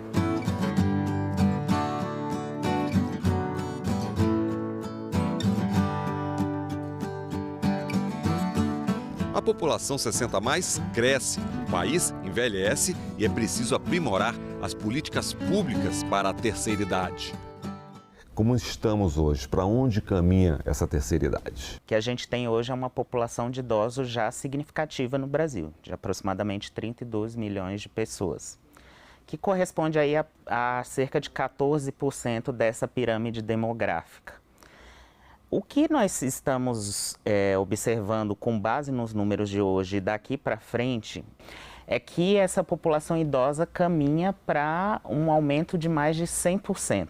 Em 2010, agora há pouco mais de uns 15 anos, nós celebramos um marco dentro do Brasil que não foi grandemente noticiado, mas que foi interessante de ser lembrado, que foi o fato de que pela primeira vez nós passamos a ter mais idosos em sociedade do que crianças em primeira infância, de 0 até os 5 anos incompletos. Então foi a primeira vez em que no nosso país, na nossa estrutura etária, pirâmide etária, nós passamos a ter mais avós do que netos. Até 2050, nós vamos celebrar o momento em que nós vamos atingir uma revolução da longevidade, com o Brasil tendo pela primeira vez mais idosos, 60 anos ou mais, do que jovens no geral. E quando eu falo jovens, ali contabilizados do 0 até os 19 anos, chegando aos 20. Isso vai ter uma consequência do ponto de vista das políticas públicas, porque se você tem uma sociedade que envelhece, você tem também demandas específicas que tomam a centralidade, o protagonismo da agenda pública. A maioria dos países ditos do primeiro mundo, né, ficaram ricos antes de ficar velhos. E aqui é o contrário, a gente está caminhando para um envelhecimento populacional muito grande. Eu acho que a parte da população que mais cresce é a faixa da população idosa, sem que a gente tenha resolvido problemas básicos, né, como é que eu vou chamar, de saúde social, não sei se esse termo existe, né? Melhor educação, melhor saúde para todos, desenvolvimento, infraestruturas, né? Sanitárias, etc. e tal, tudo que o país precisa para se desenvolver, né? Qual seria o prejuízo econômico para o país? Uma relação entre a questão do mercado de trabalho e a questão previdenciária, quando a gente olha para esse processo de envelhecimento populacional. Porque no âmbito do mercado de trabalho, especialmente no setor privado, à medida que as pessoas envelhecem, elas são consideradas inaptas para a ocupação de certas posições. Então, ainda existe um grande, é um termo que a gente vem utilizando muito hoje, ainda existe um grande etarismo, uma grande discriminação contra pessoas idosas, ou pessoas que nem são idosas, mas que já estão ali acima dos 45, acima dos 50, com relação à inserção dessas pessoas no mercado de trabalho. E, ao mesmo tempo, ela está acima de 50, sendo considerada ainda muito jovem para aposentar. Com a reforma previdenciária de 2019, você teve um aumento da idade de aposentadoria dos homens para 65 anos, das mulheres para 62. Como é que essas pessoas vão encerrar o período de completar o tempo mínimo de contribuição previdenciária? Até 2070 é projetado que nós praticamente teremos uma falência do modelo de financiamento da Previdência Social. Por quê? Porque hoje quem sustenta a Previdência são as pessoas que estão no mercado de trabalho, injetando recursos para pagar os benefícios de aposentados, o que hoje está na faixa aí dos seus 5, 6 trabalhadores para cada pessoa aposentada. Em 2070 será 1 para 1, será um trabalhador para cada aposentado. Hoje já não consegue atingir a taxa de reposição populacional necessária para fazer, fazer a reposição da população. Essa taxa é de 2,1. Hoje o Brasil já não alcança essa taxa, está por volta de 1,7.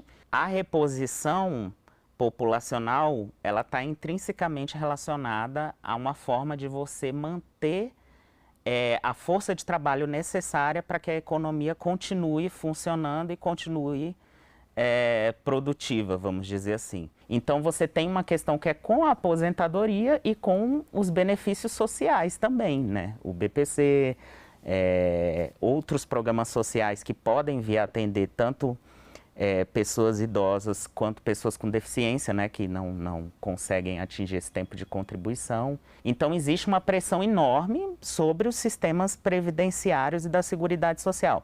Já que estamos falando de economia, podemos até utilizar o modelo atual do Japão.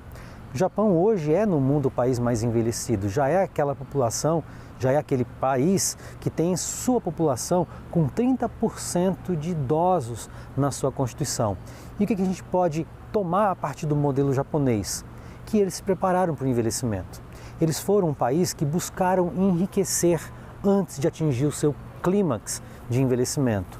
Como? Através de investimento em tecnologias, através do investimento em educação, e conseguiram chegar até a ser a segunda grande potência no mundo. As famílias, inclusive, precisam tomar para si essa lição, no sentido de cada vez mais poupar aquilo que obtém em termos de renda. Para quê? Para podermos gastar nas nossas respectivas velhices. O idoso de ontem, o idoso atual. Melhoramos, pioramos nesse cuidado. Houve progressos, houve melhorias, no sentido de que nós deixamos de ser um país em que vários benefícios sociais, vários serviços, né, ao público que envelhece, às pessoas, né, que atingem seus 60 anos ou mais de idade, deixaram de ser meras gratuidades, né, ou concessões fornecidas pelo Estado, e passaram a ser direitos, né, direitos que a pessoa tem de envelhecer com dignidade e, portanto, podendo contar com, por exemplo, um benefício de prestação continuada que lhe assegure uma renda mínima, também podendo contar com, eventualmente, o apoio de instituições de longa permanência, os antigos asilos, mas que hoje ganham essa denominação nova de instituição de longa permanência, que funcionam como casas, como residências com que as pessoas podem contar quando não podem mais ter um apoio, por exemplo, de um núcleo familiar. E hoje estou com 86 anos, estou aqui no lar dos velhinhos. E estou contente de estar aqui, porque aqui é lar dos velhinhos. Tem gente que não gosta de ser chamada de velha, mas eu sei que eu sou velha. Hoje eu já sou avó, sou bisavó. Quantos anos o senhor já está aqui? Eu já estou nos 14 anos, entrei para 14 anos. Pega amor pelo lugar, pelas pessoas, por tudo, pelo espaço que é grande. Quando eu fiquei muito doente, tive 6 meses internada aqui no Hospital de Sobradinho. A assistente social desta casa maravilhosa foi lá conversar comigo. Aí eu falei, asilo, casa de idoso, prefiro ir para o cemitério. Tá, foram embora. Aí depois voltaram, eu já estava com a cabeça mais fresca. Falei, vou tentar. Pode me levar que eu vou tentar. Aí quando eu cheguei aqui há 7 anos atrás, eu cheguei na ambulância, cadeirante, porque eu tinha cirurgia na perna, não podia andar. E essa casa, para mim, eu vou te dizer, para mim é um paraíso, porque aqui não me falta absolutamente nada. Diferentes áreas das políticas, como mercado de trabalho, previdência social, educação, a própria questão da oferta de cuidados, né, que é um tema importantíssimo quando a gente olha para essa população, saúde, todos esses campos de políticas públicas, eles vão ser atravessados por essa questão. Nessa transformação demográfica, você também tem uma transformação das famílias, uma redução dos núcleos familiares. As pessoas têm menos filhos, às vezes têm filhos mais tarde, né? Tem se tornado mais comum esse fenômeno.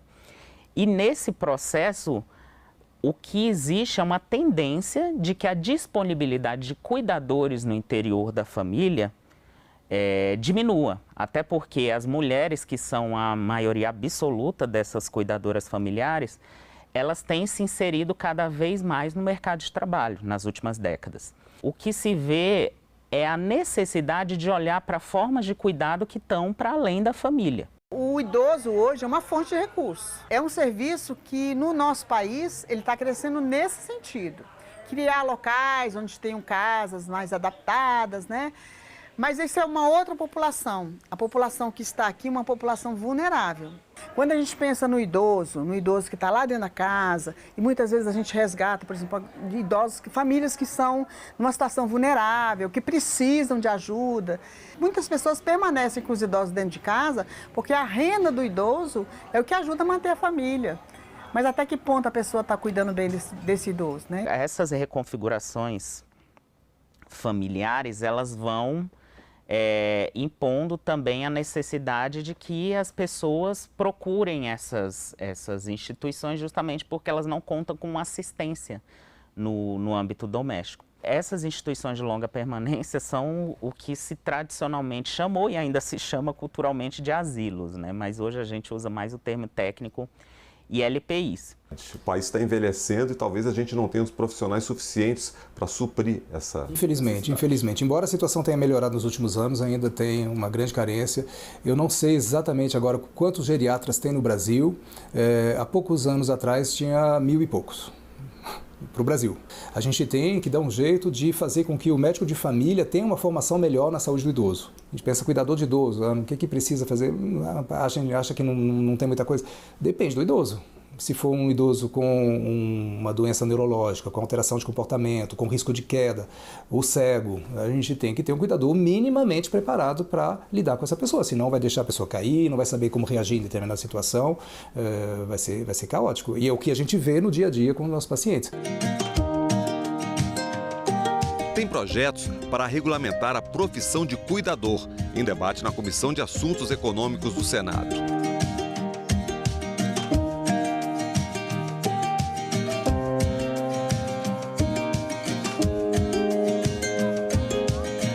Programas de incentivo ao envelhecimento saudável também estão na pauta do Congresso. E tem proposta que altera a Constituição. A proteção ao idoso passaria a ser competência não só da União, mas de estados, municípios e do Distrito Federal. Olha, eu apresentei essa PEC exatamente porque o nosso país é um país continental. E os idosos hoje, cada dia mais, precisa de atenção, até porque a população idosa está duplicando. Então nós precisamos criar política pública de atenção ao idoso, mas de acordo com as regiões do Brasil. Por isso, o nosso projeto da PEC é para descentralizar, dar oportunidade para que estados e distritos federais possam também atuar criando leis e oportunidade para os nossos idosos. Agora, nós vamos trabalhar na Câmara dos Deputados para incluir também os municípios. Então, da mesma forma, União, estados, municípios e Distrito Federal, legislando, trabalhando, criando oportunidades de política pública para que os nossos idosos possam, acima de tudo, serem respeitados, terem uma atenção de saúde, terem atenção na convivência com a sociedade. Espero que não fique só na criação de leis, não é? Que se materialize na prática com realmente ajudas efetivas que possam melhorar e facilitar a vida das pessoas idosas, notadamente na assistência social, na assistência da saúde, na assistência de produtos farmacêuticos e outras necessidades básicas que a população de idosos tem e que nem sempre consegue ter, né? Cada município tem uma liberdade de fazer leis acima daquilo que nós temos hoje. Eu dei alguns exemplos na saúde, no transporte, no dia a dia. A violência contra o idoso, por exemplo, é muito forte dentro da sua própria casa. Os dados mostram que as agressões aos idosos surgem principalmente de seus familiares ou amigos próximos. Ora, se isso acontece nesse ou naquele município, a própria Câmara de Vereadores poderá tomar medidas que vão na linha de proteção aos idosos. Então é um movimento aberto, eu diria, fraternal, solidário, carinhoso e respeitoso com a nossa gente mais velha. A nossa população está indo, na verdade, para a terceira idade, envelhecendo e precisa envelhecer com qualidade de vida. Eu acho que essa proposta que nós estamos aprovando, ela força a criação de uma política pública mais arrojada e de uma política pública que contemple todas as necessidades da população idosa brasileira. A PEC 81 corrige uma omissão constitucional.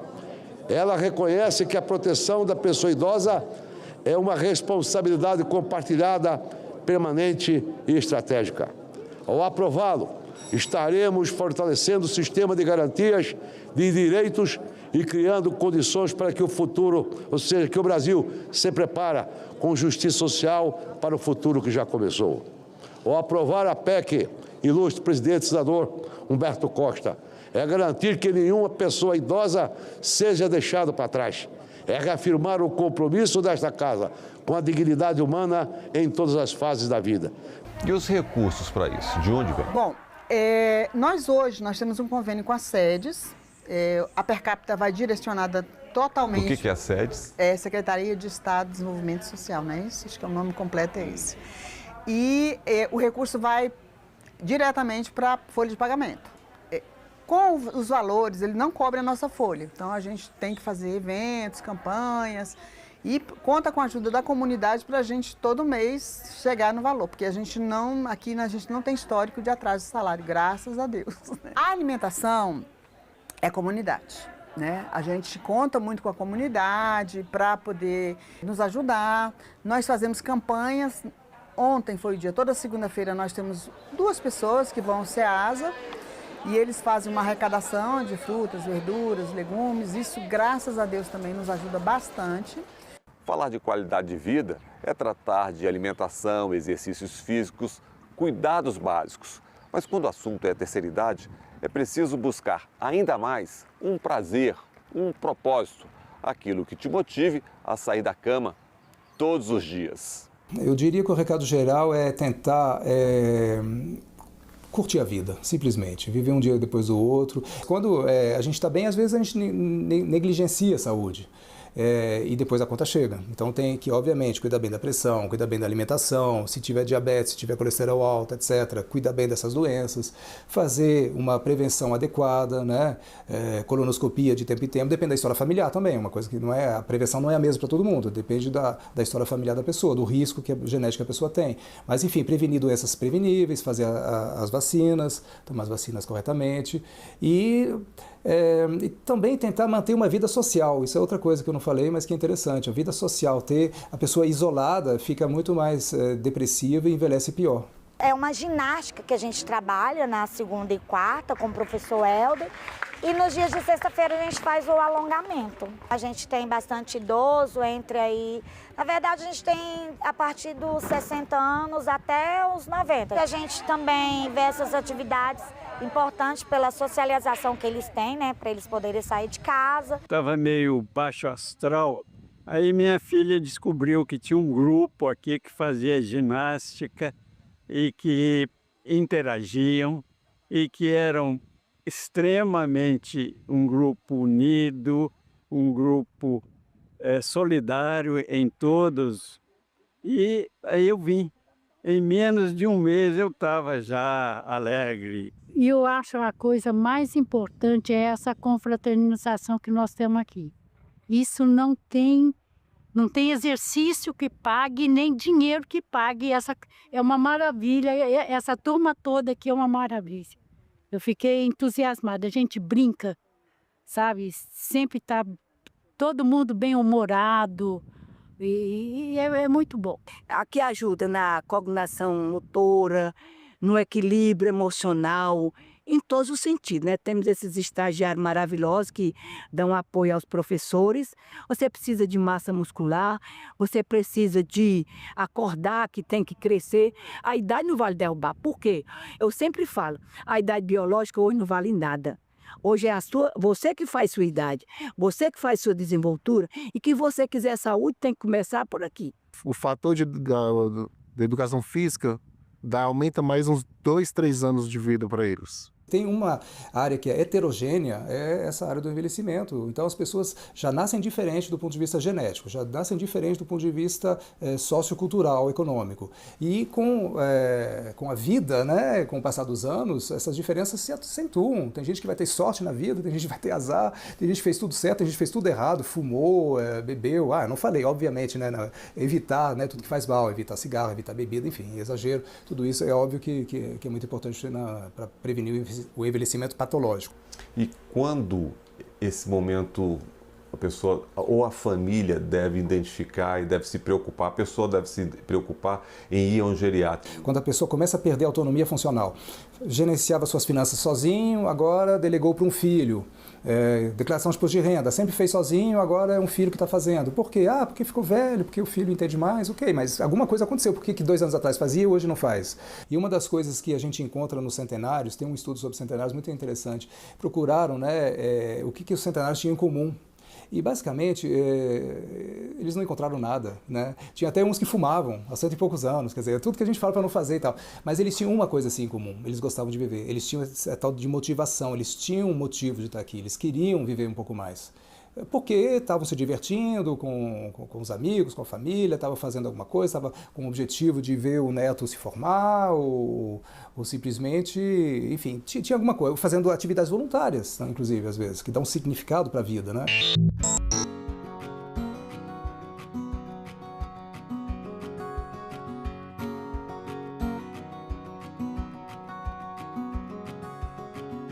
Cuidado que você tem que ter com o idoso paciência e responsabilidade. Você tem que dar amor para ele, porque se você der amor para o idoso, ele vai te retribuir. Como tem deles que não fala, não faz nada, mas te mostra um sorriso, te olha com carinho, porque muitas vezes a boca não consegue mais pronunciar palavras, mas os olhos pronunciam. Você tem uma família? Como é que hoje? Tem, graças a Deus, eu tenho 2 filhas. 2 filhas, tem um bocado de netos, né? Bisnetos. São 10 netos, 5 de cada filha e 7 bisnetos. São muito carinhosos comigo. A mulher ligou aqui e falou assim: daí, Angelina, tudo bem? Falei: maravilhoso. Eu não lavo nem minha mão para comer. Tem quem vem, joga água, seca. O que eu quero mais? Por isso, eu amo esta casa. Mas eu posso dizer com os filhos dos meus pais que uma coisa que é mais importante em tudo, e eu achei aqui dentro, meus pais tinham amor por nós. E aqui nessa casa eu encontrei amor também.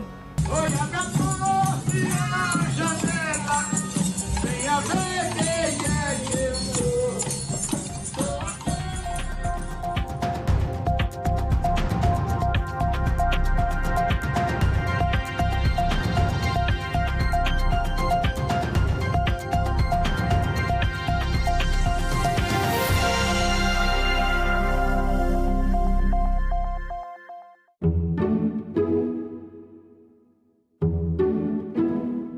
Frequentemente impactada por fenômenos climáticos, São Paulo planeja a participação na COP30. Mortalidade materna e violência obstétrica no Rio de Janeiro preocupam vereadores. Senado aprovou proposta que proíbe as bets de usarem influenciadores em publicidade. Tudo isso no Parlamento Brasil. Parlamento Brasil. Hoje, 8h, aqui na TV Senado. A gente também fala tupi. O nome do estado do Maranhão vem do tupi e é formado por 2 termos, mar mais inhã. Mar é uma variação de embará, bará, que vem de Pará e significa mar ou Rio Grande. A outra parte da palavra é inhã, que quer dizer correnteza. Então Maranhã virou Maranhão, que tem na origem o significado de mar grande ou mar que corre. A gente também fala tupi. Nós temos capacidade do bloqueio desse foco.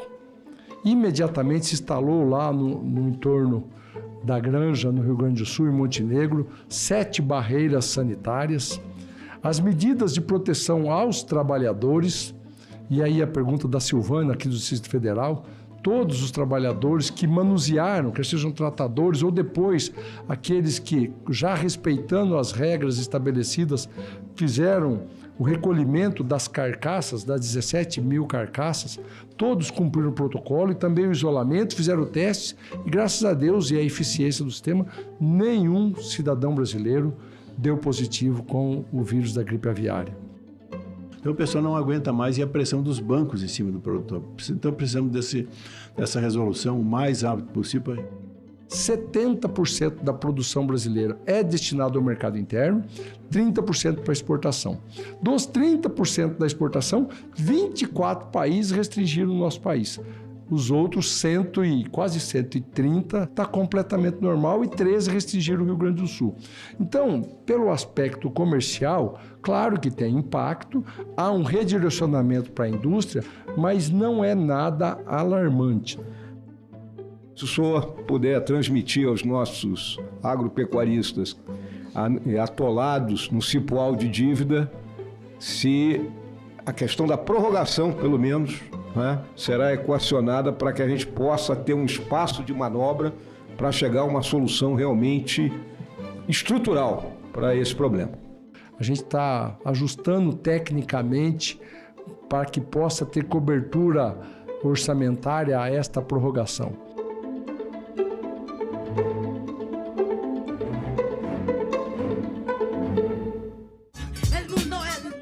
A gente queria fazer, mas sempre estava essas coisas de trabalhar, de cuidar a mãe, mas sempre a gente estava escrevendo algumas coisas. Sempre eu colocava o celular na máquina, assim, tudo isso. Colocava um beat. Então temos que continuar, falamos. Já estamos aqui às 3. Sons do Refúgio, neste sábado, 16h, aqui na TV Senado.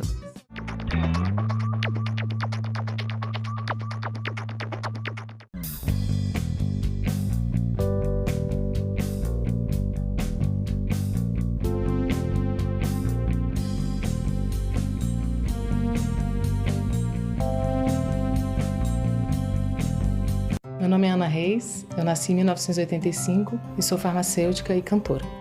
Eu também sempre segui essas duas profissões, né? Completo 20 anos da minha carreira como cantora e também tem 20 anos que eu entrei na UNB para o curso de farmácia. Dos direitos, dos que eu mais prezo, é a liberdade de expressão. Eu posso trazer em todos os âmbitos da minha vida, assim, mas principalmente na minha atividade como cantora. Eu sempre pude escolher, por exemplo, um repertório de um show com as músicas que eu queria cantar. Eu sou mãe do Hugo. O Hugo tem 6 anos hoje. Eu adoro ele pedindo as músicas. Mamãe, põe um Luiz Gonzaga aí pra gente ouvir. Quando ele pede umas músicas assim, eu vejo que eu tô fazendo um bom papel. Porque acho que nossa cidadania, ela não é completa se ela não passar pela arte. Eu posso trabalhar com o que eu gosto, eu posso cantar o que eu quero. Democracia é isso, é a liberdade. Meu nome é Ana e eu nasci com a democracia.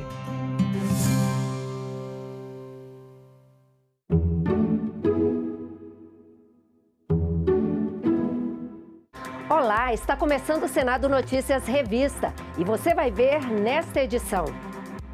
Criação da CPMI do INSS pode ser votada pelo Congresso. Medida provisória com alternativas ao aumento do IOF vai ser analisada pelos parlamentares. E relatório final da CPI das bets é rejeitado por 4-3.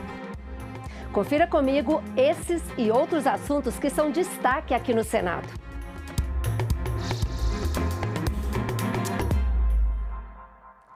O Congresso pode se reunir na próxima terça-feira para analisar vetos presidenciais e o requerimento para a criação da CPMI do INSS. Mais de 60 vetos trancam a pauta da sessão do Congresso, entre eles o veto ao uso do Vale Cultura para atividades esportivas, o veto à lei que cria o Cadastro Nacional de Pedófilos e Predadores Sexuais, o veto à indenização e pensão para vítimas do Zika vírus e o veto à versão do Programa de Pleno Pagamento da Dívida dos Estados, PROPAG, aprovada pelo Congresso. Nós estamos falando de 64 vetos ao todo. Desses 64 vetos, nós vamos manter o sobrestamento de alguns desses vetos e outros o governo chancelará. O governo, por exemplo, tem disposição de aquecer e chancelar a derrubada de vetos como o veto relativo ao Zika vírus, né? O governo fez uma análise mais pormenorizada e compreendeu que é de bom tom autorizar que esse veto seja derrubado, né, pelo Congresso. Então, alguns vetos serão derrubados e outros houve já um acordo prévio com os líderes da Câmara pela derrubada e pela manutenção. A sessão também será destinada à leitura de requerimentos, incluindo o que propõe a criação da CPMI para investigar as fraudes nos benefícios de aposentados e pensionistas do INSS. O requerimento foi protocolado, o requerimento tem que ser lido por determinação constitucional e regimental pelo presidente do Congresso na primeira sessão do Congresso. Nós vamos fazer as indicações e claro que nós vamos participar da CPMI. O governo publicou medida provisória com providências alternativas ao decreto que aumentou o IOF. A MP já está valendo, mas precisa ser aprovada pelo Congresso em até 120 dias para não perder a validade. A medida provisória foi publicada em edição extra do Diário Oficial. Ela foi apresentada como alternativa ao decreto publicado no mês passado, que aumentava o IOF, Imposto sobre Operações Financeiras. O novo decreto traz regras mais amenas quanto ao IOF. Por outro lado, a medida provisória estabelece mudanças na tributação de aplicações financeiras e aumento da carga tributária para determinados tipos de empresas. Entre as principais propostas estão a cobrança de 5% de imposto de renda sobre títulos de renda fixa que eram isentos dessa cobrança, como, por exemplo, as letras de crédito imobiliário, LCI, e do agronegócio, LCA. A cobrança será sobre a emissão desses títulos a partir de janeiro do ano que vem. O dinheiro que os bancos arrecadam com esses títulos é usado em empréstimos tomados por produtores rurais e por construtoras. A MP também muda a contribuição social sobre o lucro líquido, CSLL, de instituições financeiras. As fintechs e instituições de pagamentos recolhiam entre 9% e 15% para financiar a Seguridade Social, enquanto bancos tradicionais pagavam 20%. A MP acaba com a alíquota de 9% e agora pequenas fintechs pagarão ao menos 15%. A taxação das empresas de apostas esportivas, as chamadas bets, também fica maior com a medida provisória. Hoje elas recolhem 12% sobre o rendimento das apostas, descontados os prêmios e o imposto de renda sobre as premiações. Esse percentual sobe para 18% e começa a valer a partir de outubro deste ano. O ministro Fernando Haddad já vinha conversando sobre as medidas em reuniões com líderes de partidos e com os presidentes Davi Alcolumbre e Hugo Mota. E nesta quinta-feira, a medida provisória foi um dos temas discutidos na reunião de líderes do Senado. Nós não aceitamos mais aumento de impostos. E o governo insiste nessas novas medidas na taxação da LCI, que compromete a construção civil, não é? Um alíquota de 5%. Também a LCA, que é a questão da agricultura, do agro.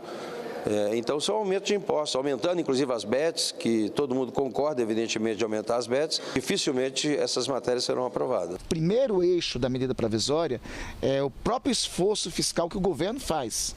O segundo é medida de justiça tributária. Nós não estamos aumentando o cargo tributário. Nós estamos ponderando na medida provisória que, sobre CSLL, por exemplo, que não é aceitável que a maioria dos brasileiros paguem tributos e uma parcela pequena, que estão nos bancos, que são os multimilionários, não paguem. É uma questão de justiça fiscal, sobretudo, em primeiro lugar. E a terceira questão é essa que relatei para vocês, que é uma questão de saúde pública, que fala sobre o aumento da tributação em relação às bets, sobretudo para ter um poder e um papel de inibir o consumo desenfreado que tem desta epidemia que assola os brasileiros. Por 4 votos a 3, o relatório final da CPI das bets foi rejeitado pelos senadores da comissão.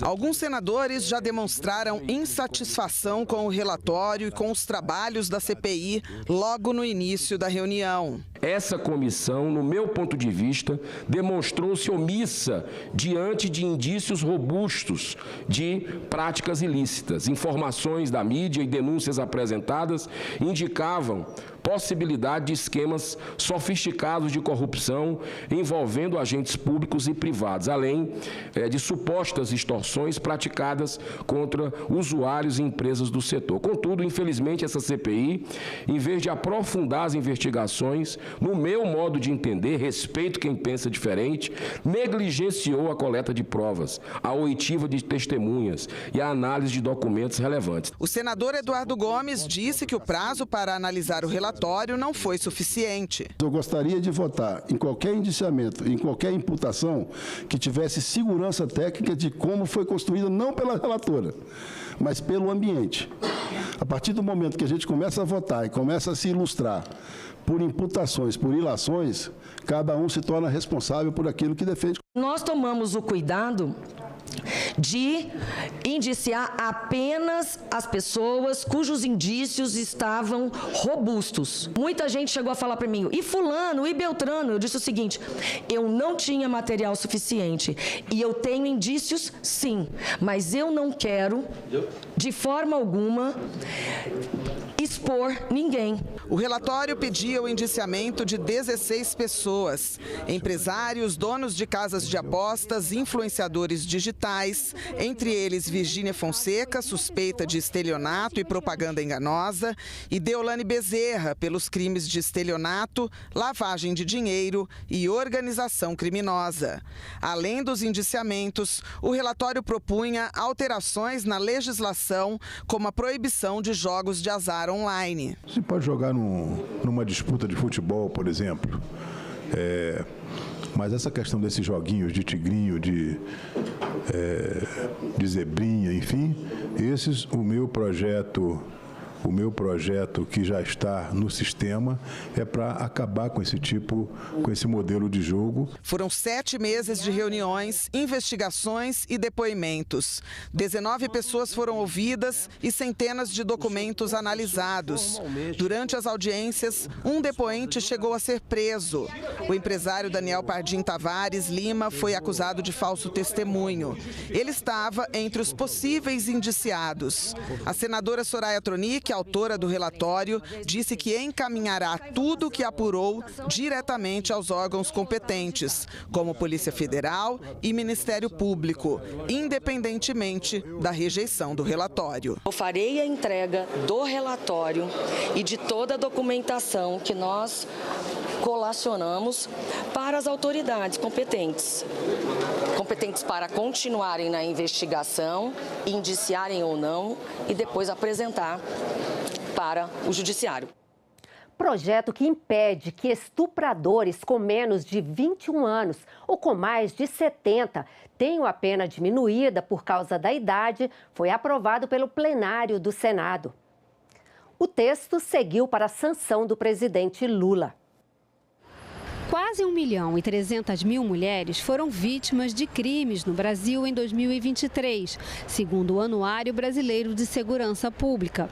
Os números incluem homicídios e feminicídios, violência doméstica e psicológica, ameaça, perseguição e estupro. O projeto aprovado pelo plenário do Senado nesta terça-feira determina que ter menos de 21 anos ou mais de 70 deixa de ser circunstância atenuante no caso de estupro. Isso significa que a pena não será reduzida pela idade. Fica também proibido diminuir o prazo de prescrição da pena nesses crimes. O texto da proposta reforça que a juventude e a velhice não podem ser usadas como desculpa para cometer crime sexual contra mulheres.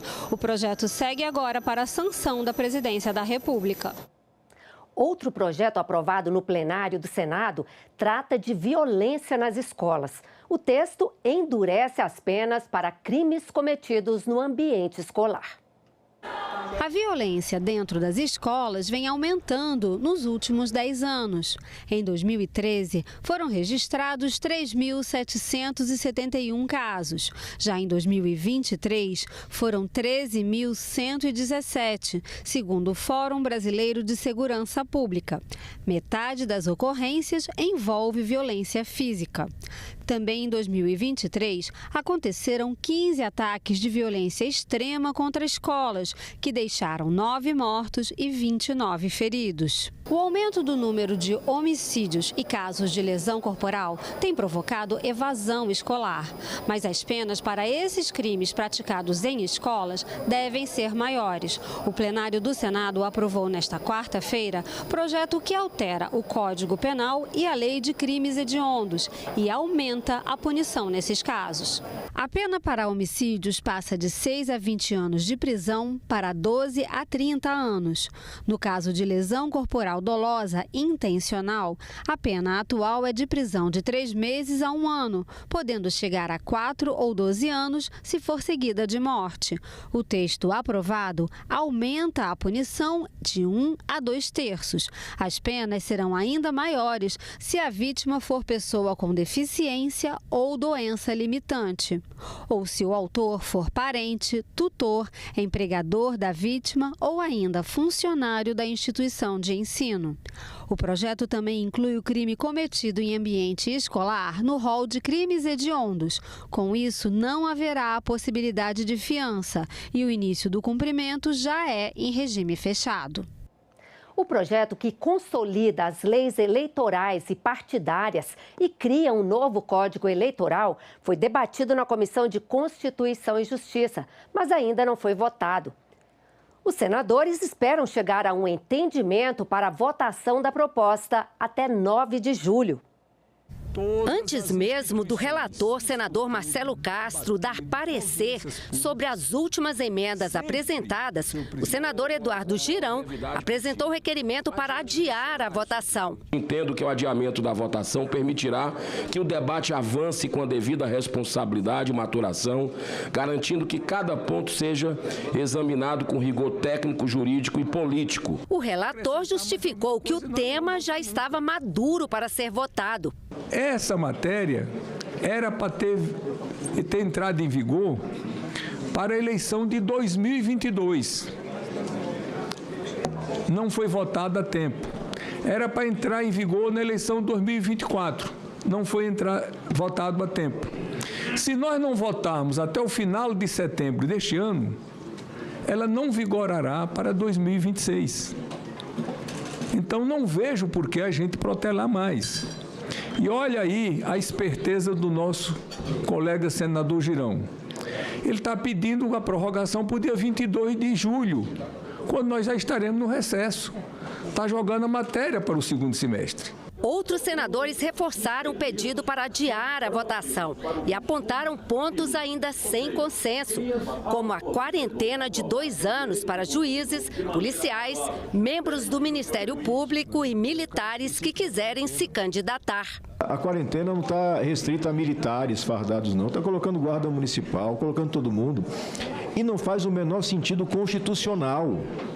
Eu estou praticando ou tentando praticar uma discriminação contra categorias que se dedicam à segurança pública, com base em ilações. Imagine, Vossa Excelência, médico consagrado, tem que ser proibido 2 anos antes de operar, porque cada paciente ser operado sai com uma gratidão muito grande, porque o senhor fez um bom trabalho. Imagina o senador da República, que a cada ano pode levar para o seu estado em torno de 100 milhões de reais em emendas. Ele pode concorrer dentro do cargo. O governador que assina a ordem de serviço concorre no cargo. O guarda da esquina não. Porque alguém decidiu que ele pode influenciar demasiadamente uma eleição. Isso não faz o menor sentido. Uma operação policial conduzida direcionadamente, ela inviabiliza uma eleição há 1 ano antes. Não é um caso ou outro que a gente tem, depois da operação feita, o desastre feito com a reputação de uma pessoa, e depois isso cai por terra e aquela pessoa está destruída. Senadores de oposição apontaram outras discordâncias, principalmente com relação ao uso da tecnologia nas eleições. Não se pode fazer censura prévia, nem se pode banir perfis ou conteúdo de cidadãos se não houver uma motivação judicial e a comprovação de que há um ilícito. Aqui se chega a um detalhamento de que fatos sabidamente verídicos são crimes, ok, na contramão do que diz o acordo do eminente ministro Alexandre de Moraes. Mas você vai mais adiante, que você deveria ter esse conhecimento. Imagine que eu vá conversar com o eminente senador Marcelo Castro e ele me conte um caos do Piauí. E eu, acreditando na fé pública do eminente senador, eu propague essa ideia. Mas era uma brincadeira, um xiste. E aí eu recebo uma pena de prisão ou de multa. Dizer que a gente vai votar esse projeto no meio de um recesso parlamentar é dizer que não quer o projeto aprovado. Então eu quero pedir aqui a benevolência para que a gente possa seguir uma linha que Vossa Excelência adota, que é separar aquilo que realmente a gente não consegue evoluir para nenhum tipo de entendimento, mas votar a matéria principal. Fazer destaque, retirar o que for preciso, mas votar aquilo que é principal e não deixar de votar. Diante de tantas divergências, ficou definido, por sugestão do presidente da comissão, senador Otto Alencar, que o relator vai se encontrar, vai conversar com um representante de cada partido para buscar um consenso. E só depois disso o texto retorna à pauta. A votação do projeto já está marcada para o dia 9 de julho. Novas emendas só poderão ser apresentadas até o dia 2 de julho. A criação do Comitê Gestor do IBS também foi destaque na Comissão de Constituição e Justiça. Foi a 4ª audiência pública do colegiado sobre reforma tributária. O Comitê Gestor do Imposto sobre Bens e Serviços é um órgão especial responsável por coordenar o IBS, tributo criado ano passado pela reforma tributária para substituir os atuais ICMS, tributo estadual, e o ISS, municipal. O comitê já foi criado temporariamente, mas precisa ser implementado de forma definitiva até o final deste ano. Durante a audiência pública na Comissão de Constituição e Justiça, o secretário extraordinário da Reforma Tributária do Ministério da Fazenda detalhou o funcionamento do órgão. Então, o Comitê Gestor, na verdade, não é um ente estranho aos estados e municípios. Ele é os estados e municípios que estão atuando de forma conjunta através do Comitê Gestor. Às vezes, senador, a gente ouve falar que o Comitê Gestor vai ter muito poder. Na verdade, não. A função do Comitê Gestor são funções de natureza administrativa, operacional. Ele, inclusive, não tem poder, por exemplo, ao contrário do CONFAS hoje. O CONFAS pode conceder benefícios fiscais, autorizar a concessão de benefícios fiscais. O Comitê Gestor não tem esta competência. O Comitê Gestor, ele não legisla, embora ele tenha, sim, a competência de interpretar a legislação do IBS. A Frente Nacional dos Prefeitos e a Confederação Nacional dos Municípios enfrentam um impasse em torno da eleição dos 27 representantes no Conselho Superior do Comitê. O que nós entendemos é que também, no caso dos municípios, as funções deveriam ser ocupadas pelo secretário de Fazenda. Por que isso, prezado senador Confuso, senadoras e senadores?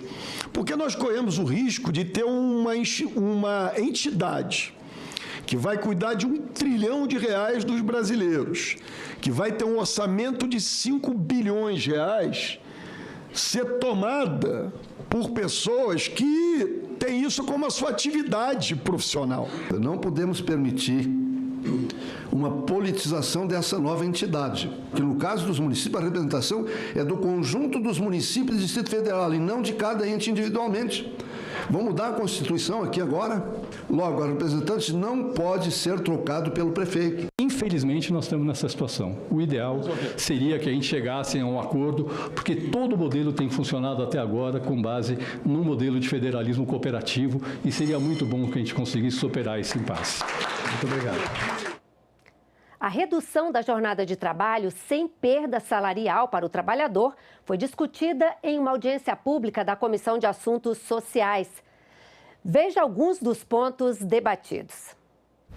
Trabalhar menos horas por dia ou apenas 4 dias por semana, sem ter o salário reduzido.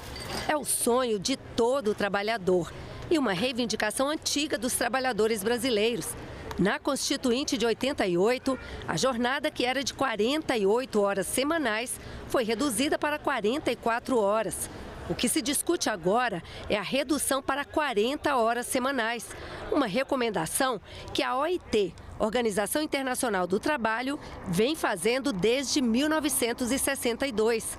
A redução da jornada é uma questão de saúde pública, defendem trabalhadores. A redução da jornada e o fim da escala 6x1 são medidas de saúde pública, de proteção coletiva. Se a gente reduz, automaticamente você diminui a exposição, diminui o ataque à saúde e ao perigo que o trabalhador e a trabalhadora corre no dia a dia de trabalho. O problema do burnout, distúrbios psíquicos, a exaustão extrema, problema da depressão, da irritabilidade, a ansiedade e outros atingem hoje mais de 30% dos trabalhadores e trabalhadoras brasileiras.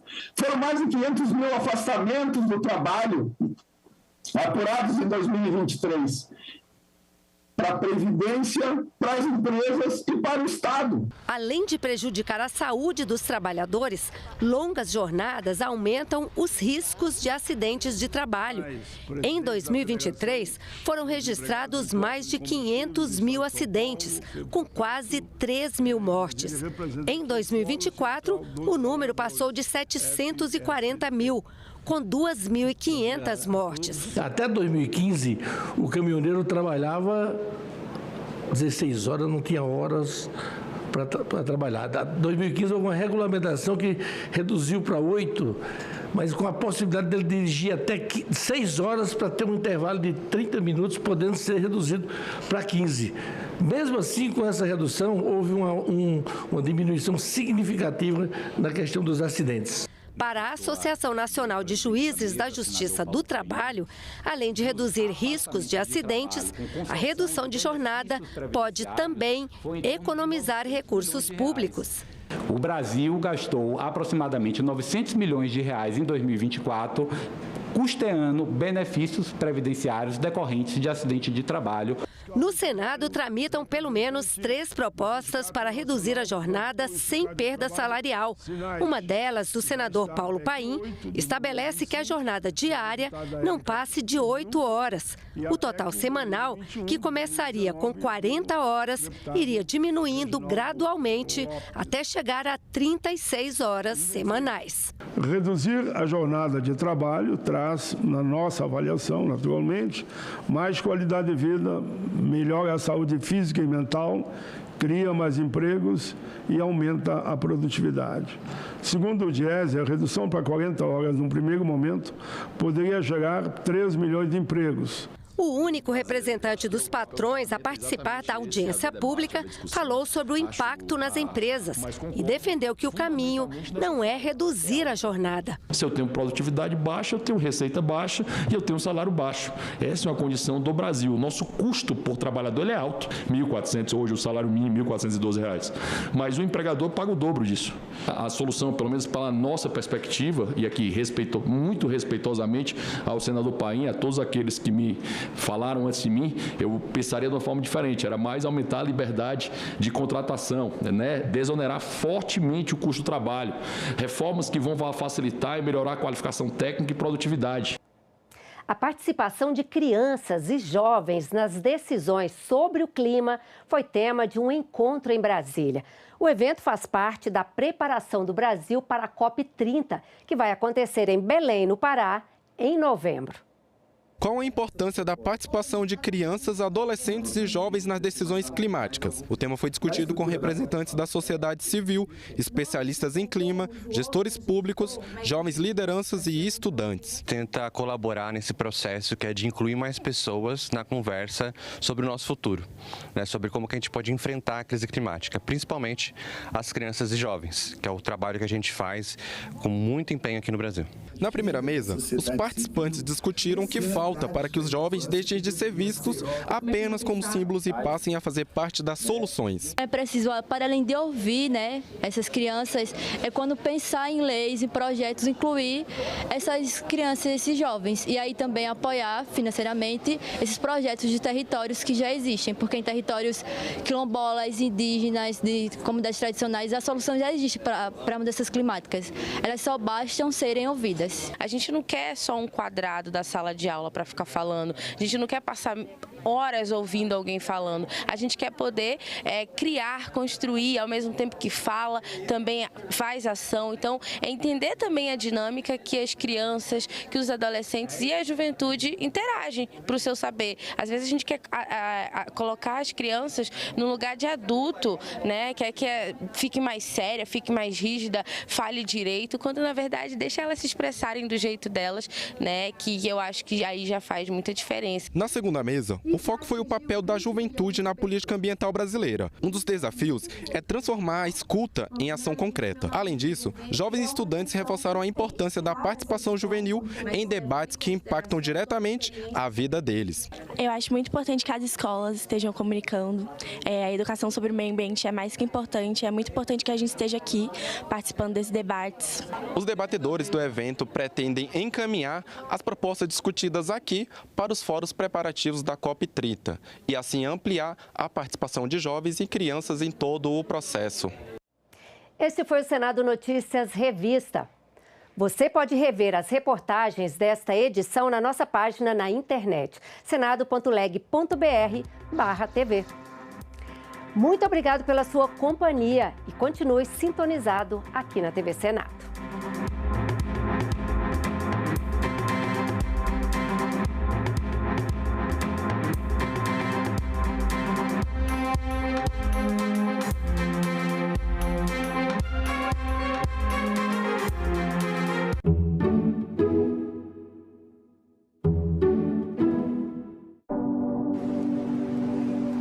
Quando eu falo em respeitar as pessoas mais velhas, não é naquele sentido do senso comum, eu respeito a minha avó, eu respeito meus pais. É num sentido de saber que são sujeitos de direito.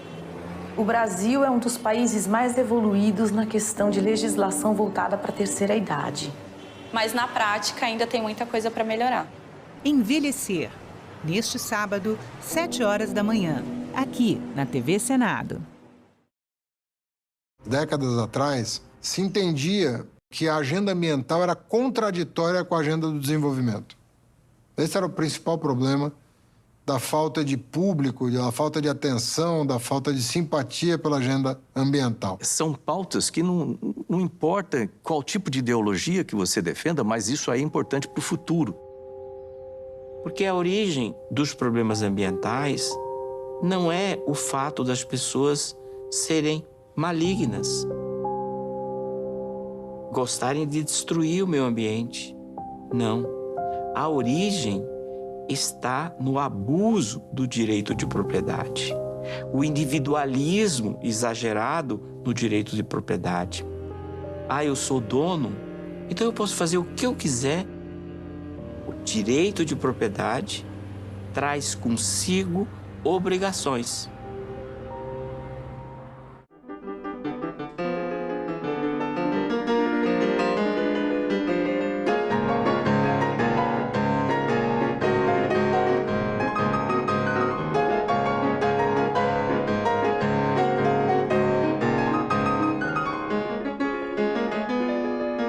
George Gershwin, compositor de melodias que cruzaram salões, palcos e telos do cinema e que uniu esses dois gêneros musicais, jazz com a música clássica.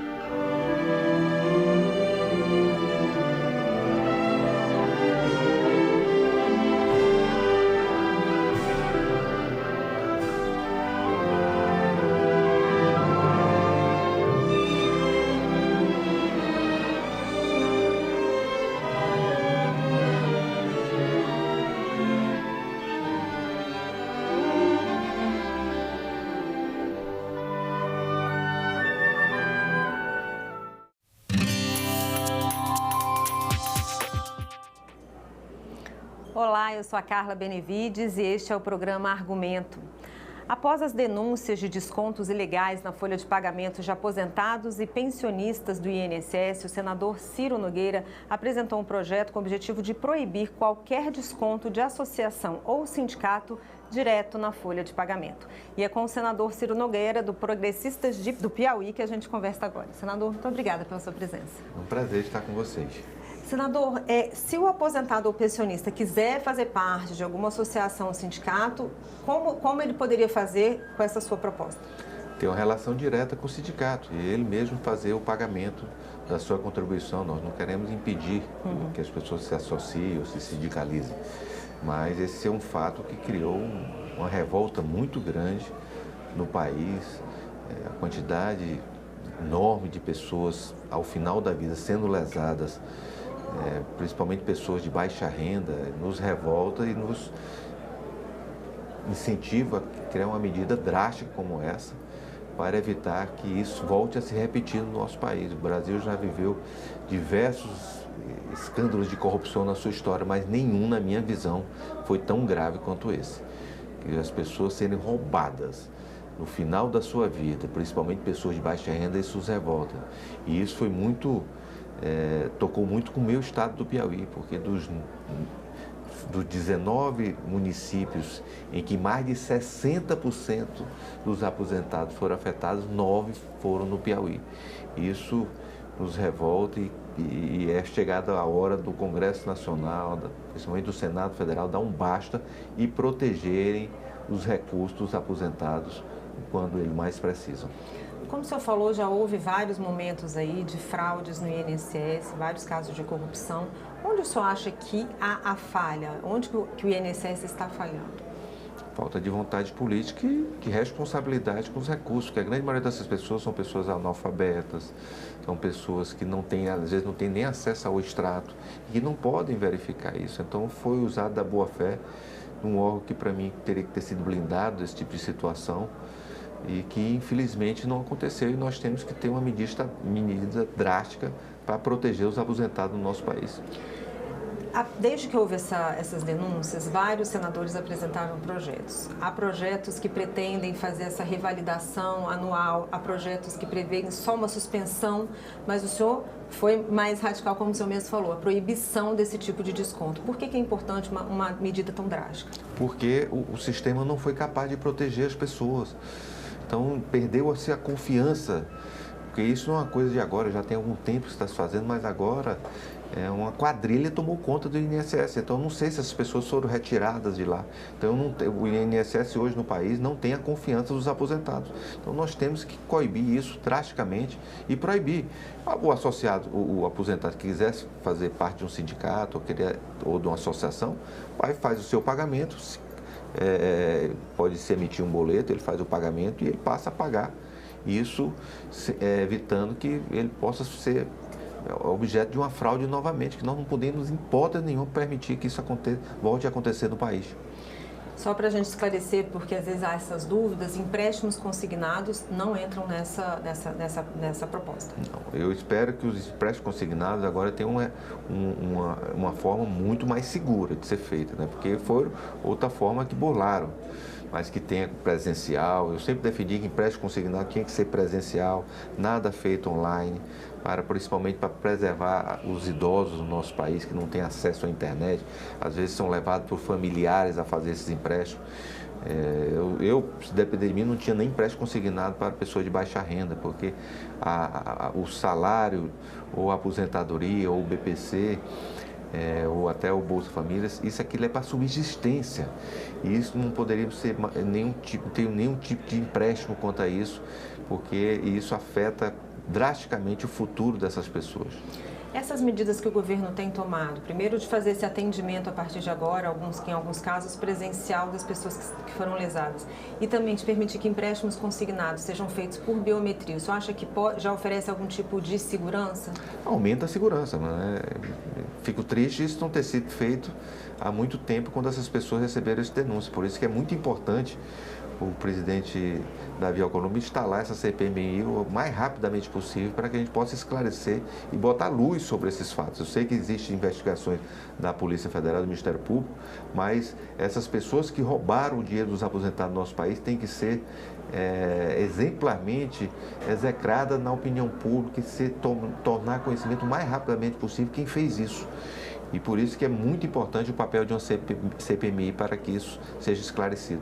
Além da CPMI, que medidas o Congresso poderia tomar para evitar esse tipo de fraude se repita? Acho que é uma discussão que está acontecendo. Esse é um projeto que, se for aprovado, não vai ter mais fraude, não vai ter mais nenhum tipo de desconto, e que o INSS seja utilizado para o seu fim, que é pagar os aposentados, não intermediar recursos para sindicatos, como aconteceu atualmente e se deu margem a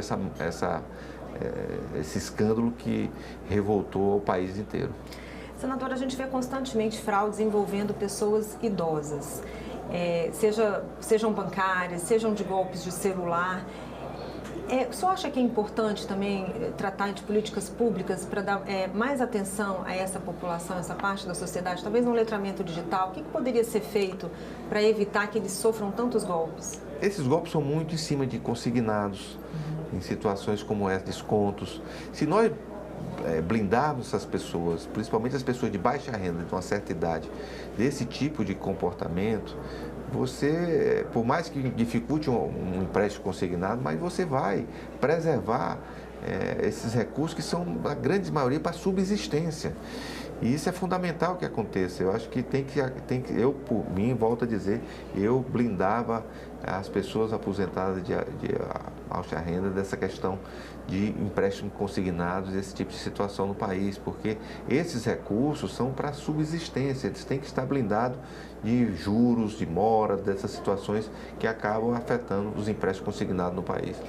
Senador, diante de tudo que aconteceu e de outras propostas que estão tramitando, o senhor apresentou a proposta agora, o senhor pretende pedir urgência? Como é que vai ser a tramitação dela? Com certeza, eu espero que o presidente Davi Alcolumbre faça a mesma coisa que o presidente Hugo Mota, de priorizar esses projetos para que o Senado vote isso o mais rapidamente possível nos próximos dias. Em relação à CPMI, há alguma articulação que está sendo feita para que ela possa ser instalada? Nós já temos 40 senadores, metade do Senado Federal, já que o presidente não vota, já assinou. Então não tem motivo nenhum, por mais que tenha pressão do governo, é uma pressão indevida, até fico envergonhado do governo tomar essa atitude de querer encobrir esses gastos, esses fatos no nosso país. Eu espero que o presidente Davi Alcolumbre instale o direito da maioria hoje, que não é nem da minoria, da maioria que assina hoje uma CPMI no nosso país.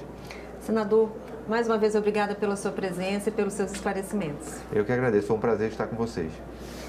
E eu agradeço a você também que nos assistiu. Se você quiser rever esse programa, é só acessar o nosso site, senado.leg.br/TV, ou acessar o nosso canal no YouTube. Obrigada pela sua companhia e até a próxima.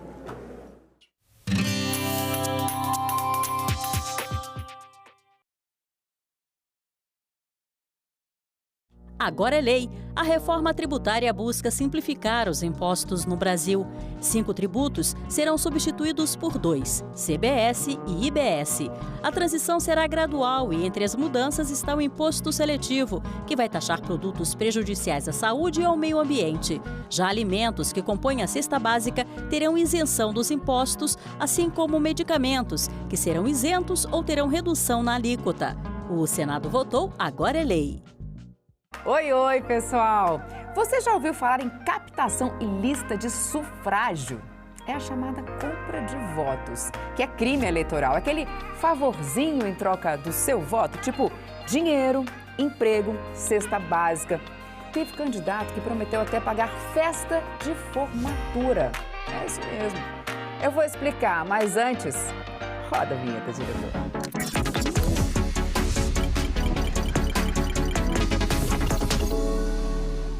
Então, é isso. Tá lá no Código Eleitoral, também na Lei das Eleições. Candidatas e candidatos não podem oferecer qualquer tipo de vantagem em troca de voto e nem precisa entregar. Se prometeu, já é crime.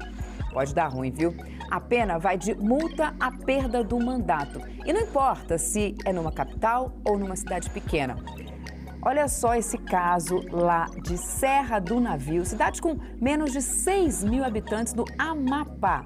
Um candidato a vereador prometeu pagar a festa de formatura de 30 alunos de ensino médio, em troca dos votos deles nas eleições de 2020. Ele foi eleito e o caso veio parar na Justiça Eleitoral. Aí, o Fausto José dos Santos foi condenado por compra de votos, teve diploma cassado e ainda levou uma multa. No julgamento do TSE, que confirmou a cassação, o relator, ministro André Mendonça, destacou a gravidade do caso. A conduta ganha maior gravidade diante do contexto de envolver compra de votos de jovens do terceiro ano do ensino médio, de uma escola pública localizada em região carente. Jovens que muito provavelmente, e nós temos aqui alguns estudantes de direito, estavam exercendo seu direito ao voto pela primeira vez. Por isso, vamos lembrar, voto não é mercadoria. E fique atento, o eleitor que vende o voto também comete crime eleitoral, com pena de até 4 anos de prisão e multa. Então é isso. Quer saber mais sobre o que pode e o que não pode nas eleições? Segue a gente nas redes sociais e ativa o sininho no YouTube. Tchau!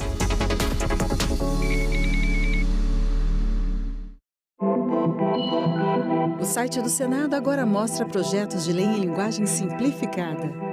É o Senado Explica, uma ferramenta de inteligência artificial combinada com revisão humana que torna mais fácil entender e acompanhar as leis em debate aqui no Senado.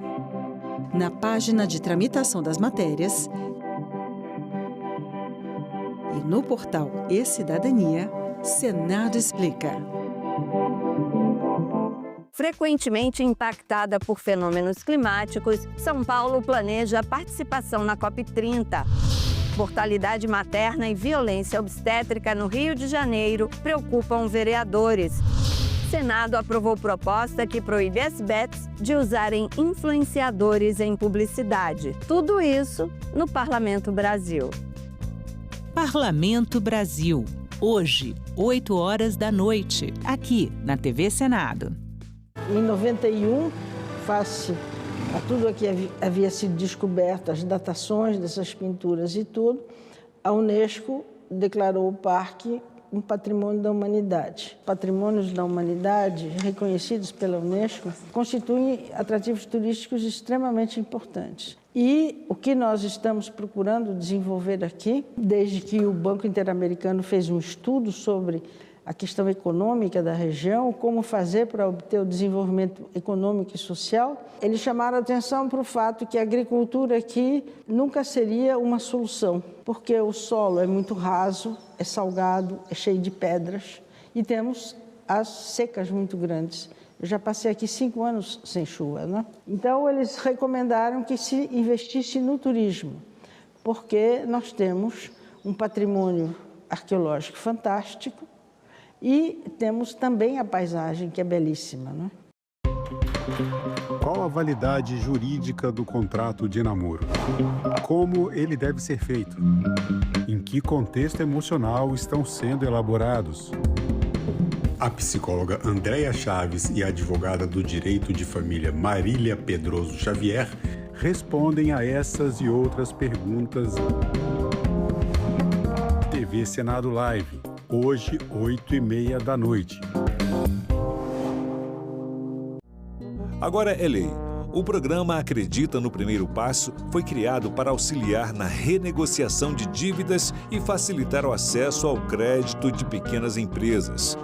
O objetivo é a qualificação profissional e a inserção socioeconômica por meio do emprego e do empreendedorismo. Podem participar do programa pessoas inscritas no Cadastro Único, o CAD Único. O Senado votou, agora é lei. Quando eu falo em respeitar as pessoas mais velhas, não é naquele sentido do senso comum, eu respeito a minha avó, eu respeito meus pais. É num sentido de saber que são sujeitos de direito. O Brasil é um dos países mais evoluídos na questão de legislação voltada para a terceira idade. Mas na prática ainda tem muita coisa para melhorar. Envelhecer.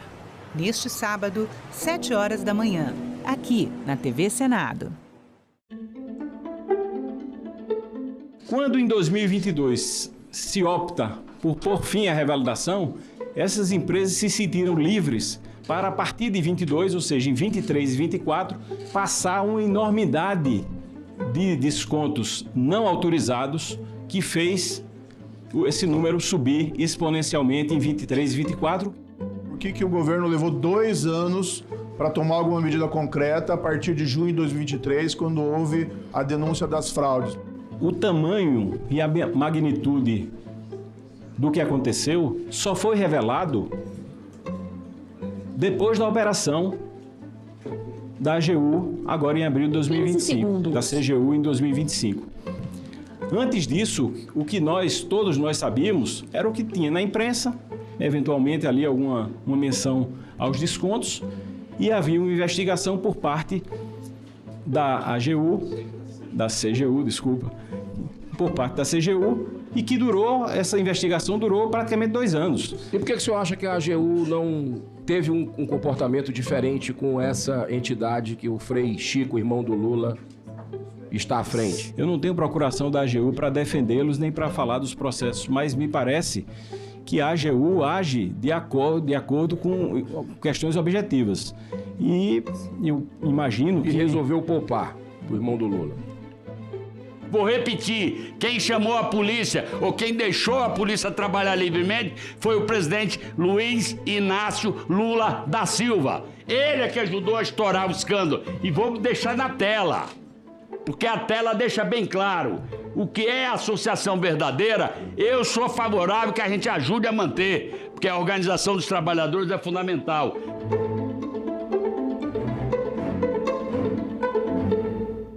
Os esforços para combater os efeitos da seca prolongada em nossos biomas. Usinas eólicas geram energia limpa em alto mar. Especialistas defendem um novo modelo de financiamento para o combate às mudanças climáticas. E a anta, o maior mamífero terrestre brasileiro, está ameaçada de extinção. Ecosenado, neste sábado, 9 horas da manhã, aqui na TV Senado. Uma notícia falsa pode vir de quem a gente menos espera, no grupo da família ou nas nossas redes sociais. Mas como saber se uma informação é verdadeira? Agora, as informações sobre o Senado podem ser checadas.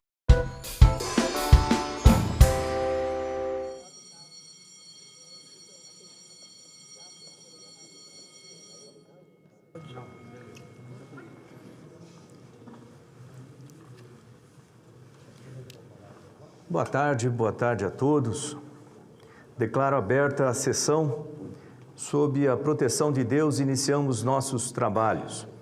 A presente sessão especial foi convocada em atendimento ao requerimento número 53 de 2025, de autoria desta presidência e de outros senadores, aprovado pelo plenário do Senado Federal. A sessão é destinada a comemorar o Dia Nacional da Ciência e do Pesquisador Científico. Convido para compor a mesa desta sessão especial os seguintes convidados. Senhor Contra-Almirante Marcos Frix Cavalcante, diretor do Centro Tecnológico da Marinha do Rio de Janeiro e celebrando a memória do Almirante Álvaro Alberto.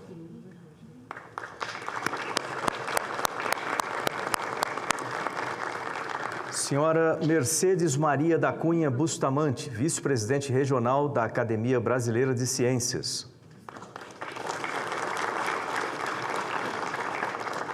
Senhor Oswaldo Moraes, secretário substituto de Políticas e Programas Estratégicos do Ministério da Ciência, Tecnologia e Inovação, representando a secretária Andréa Brito Laché.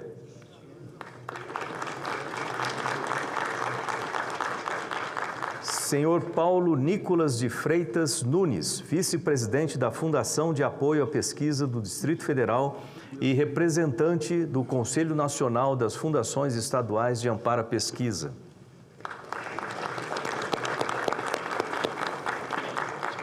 Senhora Maísa Furlan, reitora da Universidade Estadual Paulista, da Unesp.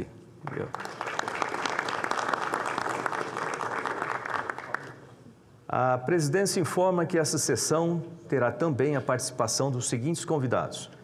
Senhor Marcelo Morales, aliás, Marcelo Marcos Morales, tem 3 M's aí, representante da Academia Nacional de Medicina. Senhor Clênio Pilon, diretor executivo de Pesquisa e Desenvolvimento da Empresa Brasileira de Pesquisa Agropecuária, da Embrapa, representando a presidente, senhora Silvia Maria Fonseca Silveira. Senhor Marcelo Ramada, pesquisador da área polar, representando o campo de pesquisa em regiões antárticas. Senhor Rogério Luiz Veríssimo Cruz, diretor de governança do setor espacial da Agência Espacial Brasileira, representando o presidente Marco Antônio Chamon. E o senhor Eduardo Colombari, presidente da Federação de Sociedades de Biologia Experimental.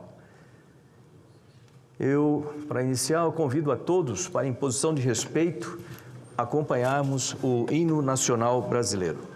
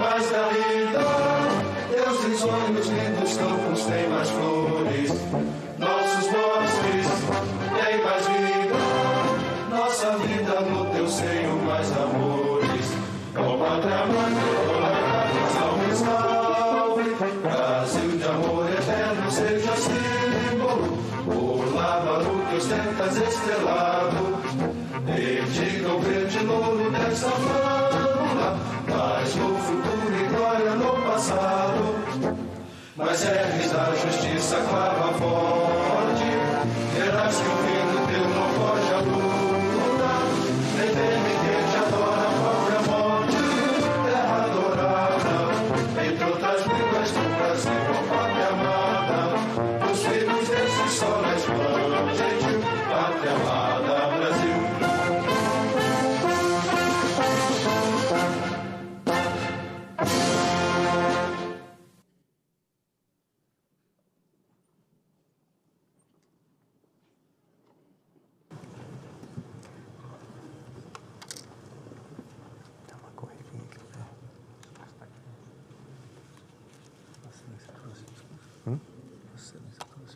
não trouxe, eu vou falar aqui de improviso.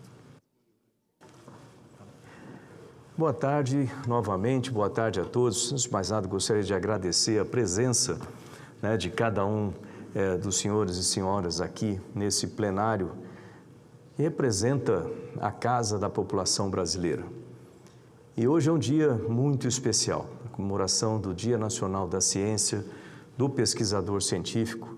Sem dúvida nenhuma, isso precisa ser comemorado no nosso país, apesar de todas as dificuldades que o setor sempre passou e passa aqui no Brasil.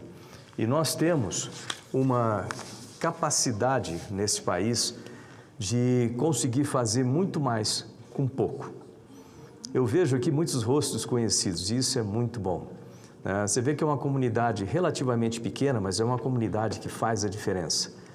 Eu tive a honra de ser ministro de Ciência, Tecnologia e Inovações, ali o Paulo Alvim, né, que também foi ministro logo na sequência da minha passagem pelo Ministério. E ali nós buscamos a cada dia estruturar os programas de pesquisa e desenvolvimento no país, estruturar o financiamento dos programas, a coordenação de todo o setor, recursos humanos, infraestrutura. Eu coloquei aqui alguns dos pontos principais que nós temos que trabalhar nesse nosso país, muito mais ainda.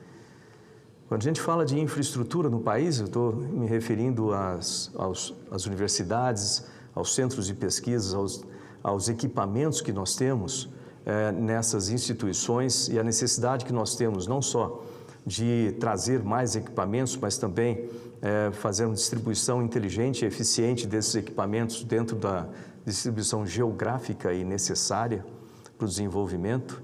Também a manutenção, eu lembro que lá no Ministério, junto com a FINEP, nós estabelecemos lá um sistema de manutenção do equipamento, não é só comprar e deixar ele lá, porque ele vai se perder, mas esse equipamento tem que ser colocado em algum lugar, então tem toda a infraestrutura dos laboratórios, havia laboratórios pingando água, para ter uma ideia, né? E a gente precisa melhorar essa situação no país.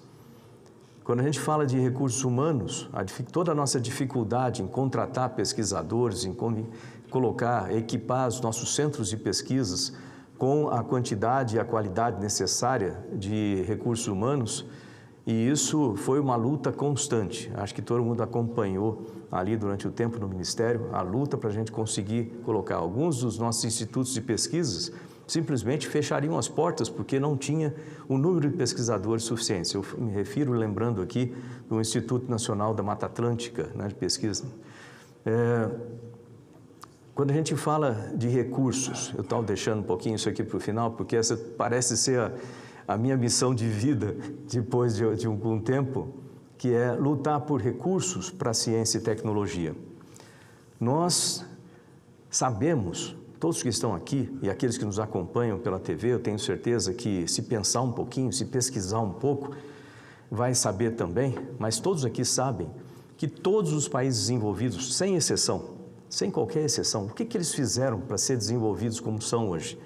Não é questão de posição geográfica, não é questão de religião, não é questão de língua, não é questão de cultura, é só questão de usar a inteligência para fazer o investimento consistente em pesquisa e desenvolvimento, de forma que nós consigamos, consigamos fazer aqui no Brasil o que eles fizeram lá, usando uma receita simples, educação focada, investimento consistente em ciência, tecnologia e inovação, ambiente de negócio favorável para o desenvolvimento de empresas, principalmente de base tecnológica, para que os pesquisadores formados consigam ter empregos. A maior parte dos nossos pesquisadores trabalham na academia.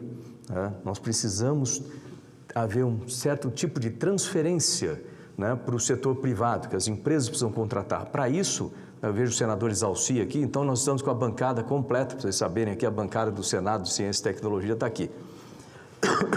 Nós precisamos que as empresas possam contratar o recurso humano que nós formamos no país. Nós formamos mestres, doutores, pós-doc, com todo o sacrifício no setor público. E aí o que acontece na maioria das vezes? Eles vão trabalhar no exterior porque lá eles têm melhores condições de trabalho, melhores laboratórios, melhores empresas para trabalharem.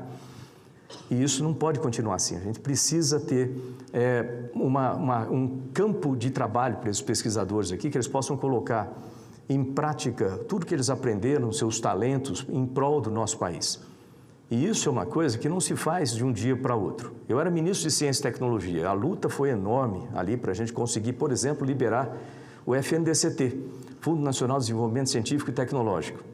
Parecia que eu estava falando no deserto, muitas vezes, porque parece incrível, você tem que falar o óbvio, né? Falar assim, olha, isso aí, esse recurso, todos os países envolvidos utilizaram isso aí, eles chegaram lá assim.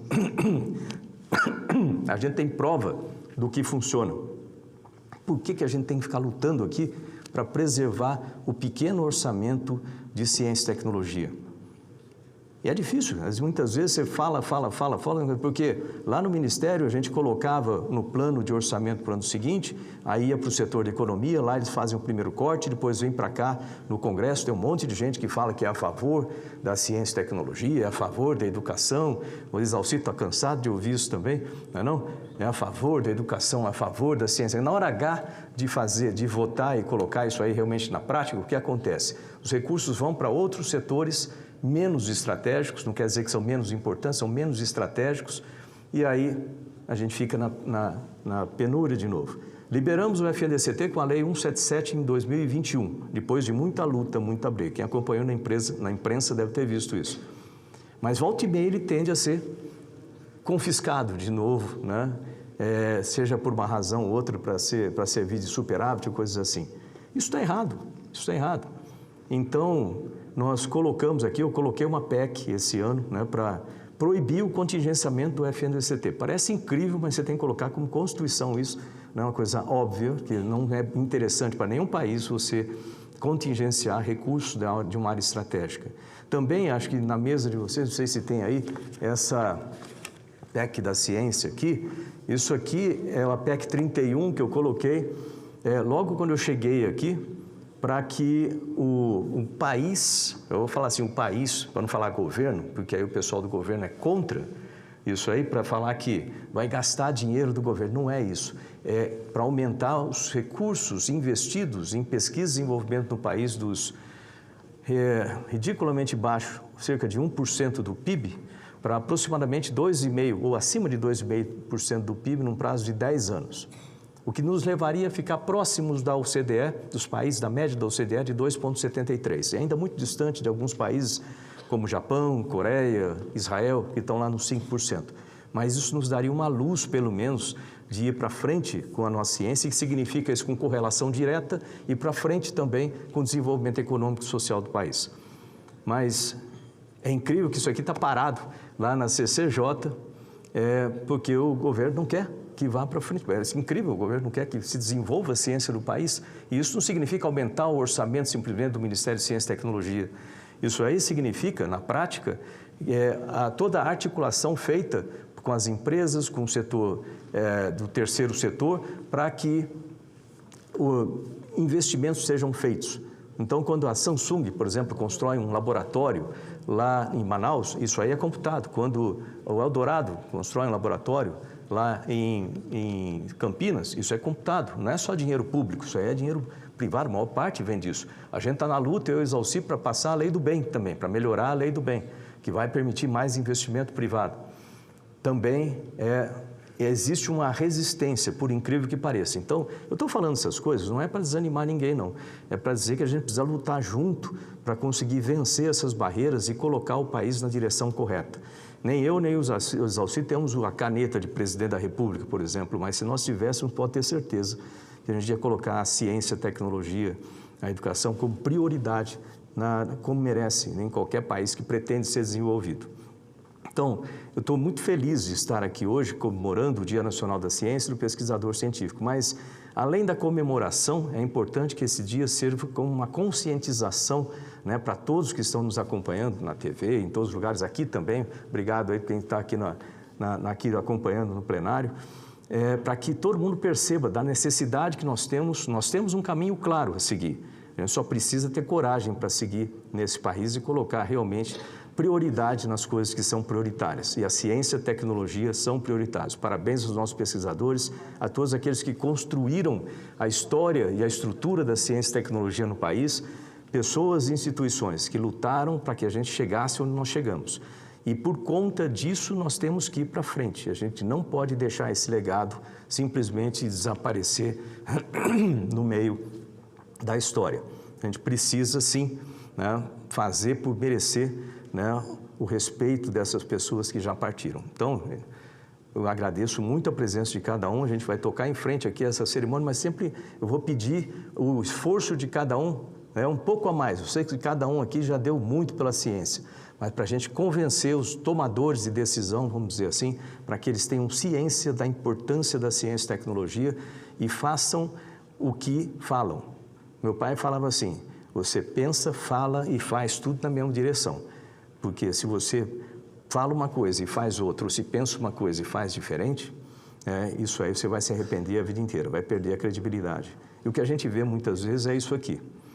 Pessoas que falam uma coisa e fazem outra. Então, a gente tem que convencê-los do óbvio, que ciência e tecnologia é importante. Eu solicito à Secretaria-Geral da Mesa a exibição de um vídeo especialmente preparado para essa sessão em homenagem aos cientistas brasileiros que fazem da pesquisa um caminho de transformação para o nosso país. O Brasil é terra, é céu, é mar, mas é, acima de tudo, pensamento. Um país forjado não apenas por suas riquezas naturais, mas pela inteligência de seu povo. Em cada canto desta nação existe uma mente que pergunta, que busca, que transforma. Cientistas brasileiros estudam, desenvolvem, criam, conectam. Eles revelam o invisível, explicam o complexo, enxergam o que ainda não existe. Do espaço à Antártida. Em laboratórios, universidades, escolas e centros de pesquisa, a ciência brasileira avança, silenciosa, mas poderosa. E sua força não está apenas nos equipamentos, está nas ideias, na curiosidade, na coragem de pensar o impossível. São homens e mulheres que não apenas acompanham o mundo, eles o conduzem.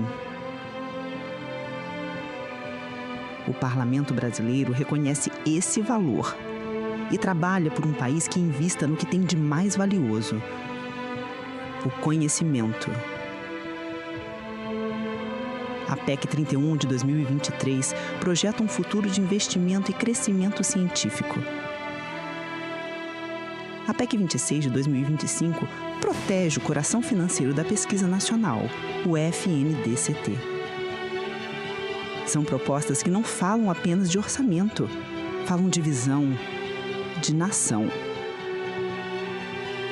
Hoje, o Senado Federal presta sua homenagem aos cientistas do Brasil, a cada pesquisador, a cada educador, a cada jovem sonhador que escolheu servir ao país com o poder do saber.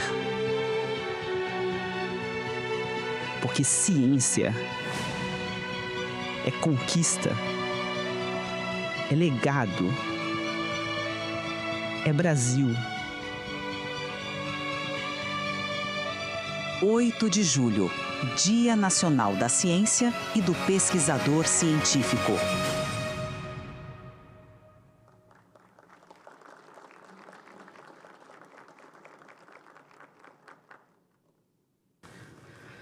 Nesse momento, eu gostaria de convidar o senador Exalci Lucas para algumas palavras.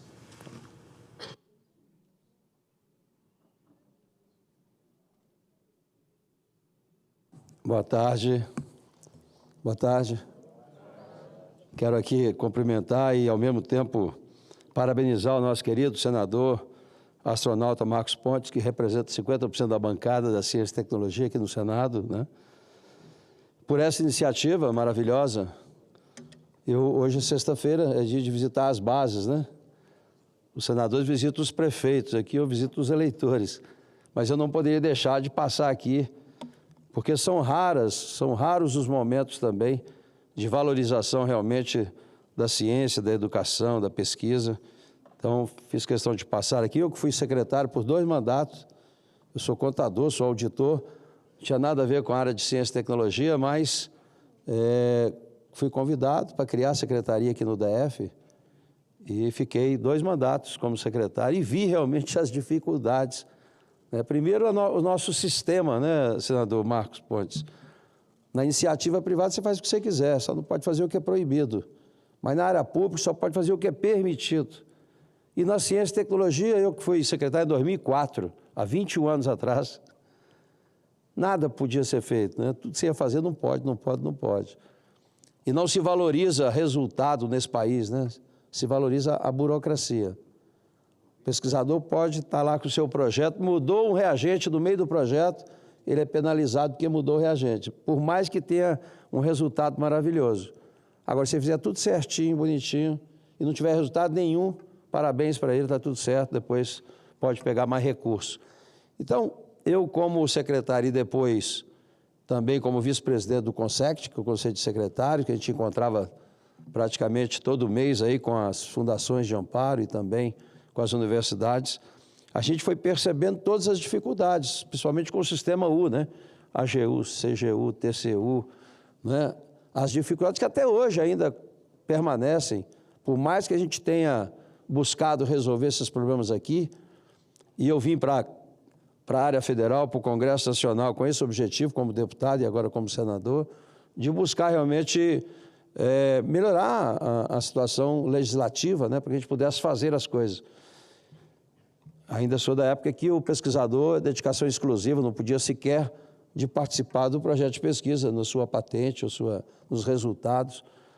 Dificilmente você via um pesquisador nas empresas, mesmo sabendo, não é, que a inovação está nas empresas, o conhecimento está na universidade.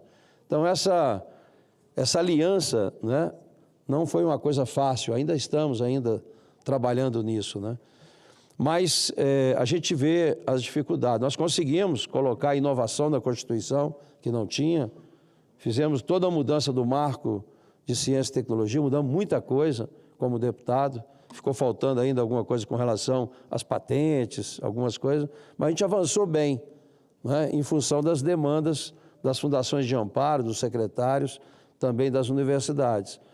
Mas deparamos, talvez, com o maior problema, que é a questão financeira, né?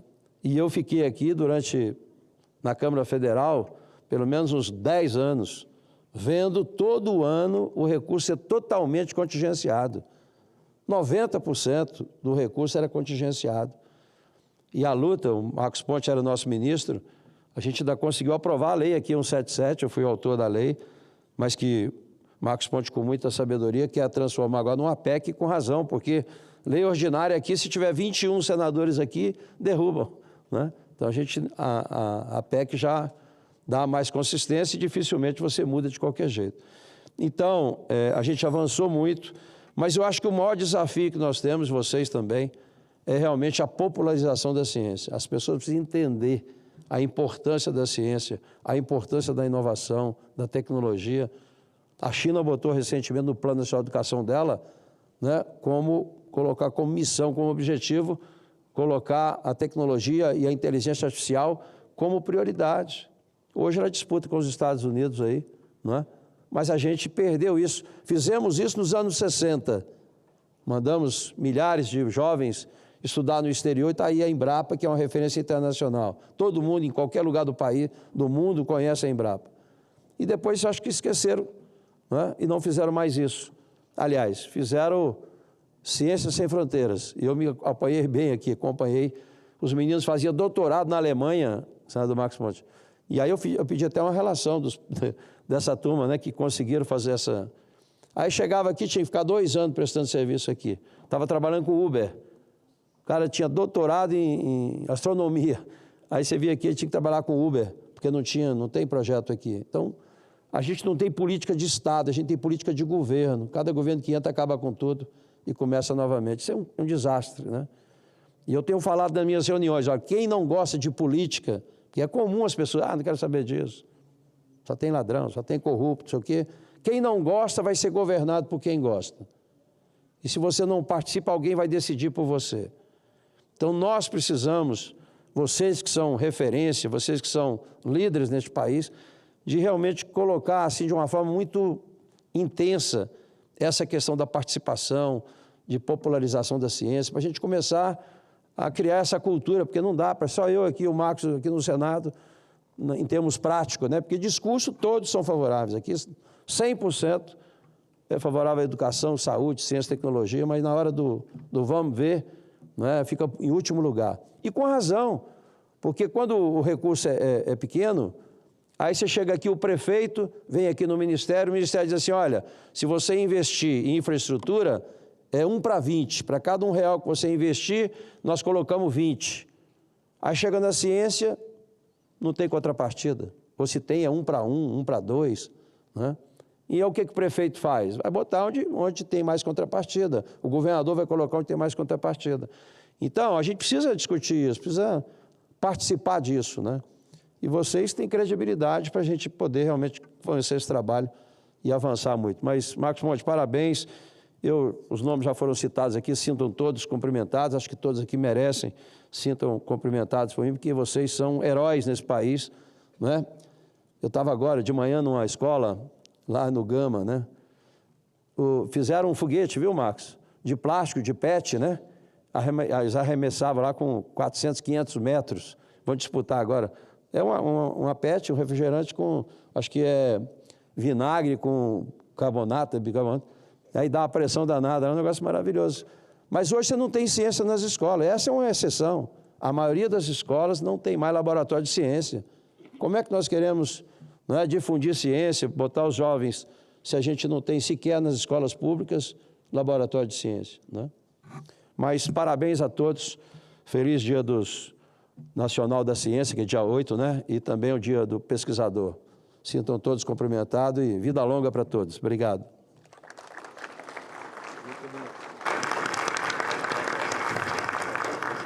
Obrigado, senadores Alci e Lucas, né? Aqui 100% da bancada da Ciência e Tecnologia aqui no Senado. E também, ele não falou, mas também existe um outro projeto que a gente colocou, está passando aqui agora, ele é o relator, inclusive, para se destinar uma parte dos recursos do FNDCT, parece óbvio também, mas para divulgação, para promoção e popularização da ciência. A gente precisa trazer novos talentos, né? Então, isso é importante e geralmente essas coisas são esquecidas. E é difícil depois a gente convencer os jovens, principalmente as meninas na ciência. A gente precisa trazer mais mulheres para a ciência. O número ainda, percentual é muito baixo. A gente precisa convencer as meninas a participarem mais da ciência. Eu concedo a palavra à senhora Mercedes Maria da Cunha Bustamante, vice-presidente regional da Academia Brasileira de Ciências, por 5 minutos.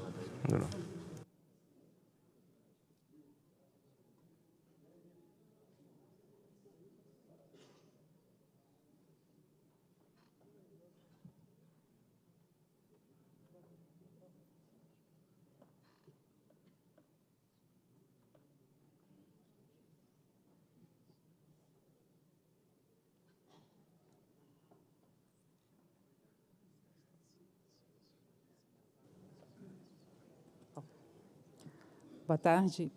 Boa tarde a todas as pessoas aqui presentes. Eu inicio cumprimentando o senador Marcos Ponte, a quem eu já agradeço pelo convite de participar dessa cerimônia. E, em seu nome, também cumprimento a todos os colegas da mesa. Em nome da Academia Brasileira de Ciências, eu agradeço o convite para compor a mesa de honra da sessão especial de comemoração do Dia Nacional da Ciência e do Pesquisador Científico. Eu inicio essa fala já com a nossa mensagem principal. A ciência é a nossa bússola indispensável e deve ser prioridade de financiamento em uma era de desafios globais. Estamos em uma encruzilhada sem igual na história da humanidade. Nosso planeta responde a um clima em transformação, elevação do nível do oceano, intensificação dos eventos extremos, mudança de ecossistemas, perda de biodiversidade. A ainda recente pandemia de Covid-19 e a propagação da gripe aviária nos lembram de nossa vulnerabilidade interconectada. As desigualdades se aprofundam, ameaçando a coesão social. A segurança alimentar persiste enquanto os recursos diminuem. Novas tecnologias surgem a um ritmo veloz, prometendo progresso, mas também apresentando profundas questões éticas e sociais. Diante da complexidade e múltiplos desafios globais e de desenvolvimento, temos uma ferramenta indispensável, a ciência. A ciência não é apenas uma coleção de fatos em livros didáticos ou experimentos em laboratórios distantes. É um processo de investigação dinâmico e autocorretivo. É a busca rigorosa da compreensão das leis fundamentais que regem nosso universo, nosso planeta e nós mesmos. E o mais importante, é o mecanismo que transforma esse entendimento em soluções. A mudança climática não é uma crença, é uma realidade física medida e modelada por cientistas do clima. Para enfrentá-la, são necessários avanços em energia renovável, captura de carbono, agricultura sustentável e infraestrutura resiliente, todos nascidos da pesquisa científica. Quando a próxima pandemia surgir, ela não será derrotada pela retórica, mas por epidemiologistas que rastreiam sua propagação, por virologistas que decifram a estrutura de vírus e por imunologistas que desenvolvem vacinas e terapias em uma velocidade sem precedentes. Tudo isso alimentado por décadas de pesquisas prévias e fundamentais. A ciência feita para pessoas e por pessoas é a pedra angular do progresso. Ela sustenta os avanços na medicina, erradicando doenças, prolongando vidas saudáveis. A ciência agrícola desenvolve culturas resistentes à seca e práticas agrícolas sustentáveis para alimentar uma população crescente. A ciência dos materiais cria blocos de construção mais leves, mais fortes e mais baratos para a infraestrutura. As tecnologias digitais, com base na ciência da computação e na engenharia, conectam comunidades, democratizam as informações e criam novas oportunidades econômicas. As ciências ambientais que nos indicam que somos dependentes das interações de milhares de espécies em ecossistemas complexos. A ciência é a chave para desbloquear as metas de desenvolvimento sustentável. À medida que a inteligência artificial, a engenharia genética e outras tecnologias poderosas remodelam o nosso mundo, precisamos da ciência não apenas para criá-las, mas também para entender as suas implicações. Cientistas sociais, especialistas em ética e filósofos que trabalham ao lado de engenheiros e biólogos são essenciais para orientar a inovação responsável, garantindo que a tecnologia sirva à humanidade e não o contrário. A ciência fornece a base de evidências para decisões políticas sólidas em tudo, desde a saúde pública até a estratégia econômica. Trata-se de desenvolvimento responsável para uma sociedade mais justa. Mas esse motor vital à ciência não funciona apenas com boa vontade. Ela exige financiamento constante, robusto e previsível, instituições sólidas e formação contínua de recursos humanos. E por que o financiamento é tão essencial? E aqui eu elenco algumas das razões. Primeiro, esse jogo é longo. As verdadeiras descobertas raramente acontecem da noite para o dia. A tecnologia de RNA mensageiro, por trás das revolucionárias vacinas de Covid-19, não foi inventada em 2020. Foi resultado de décadas de pesquisa com recursos públicos, muito antes que a pandemia tornasse urgente.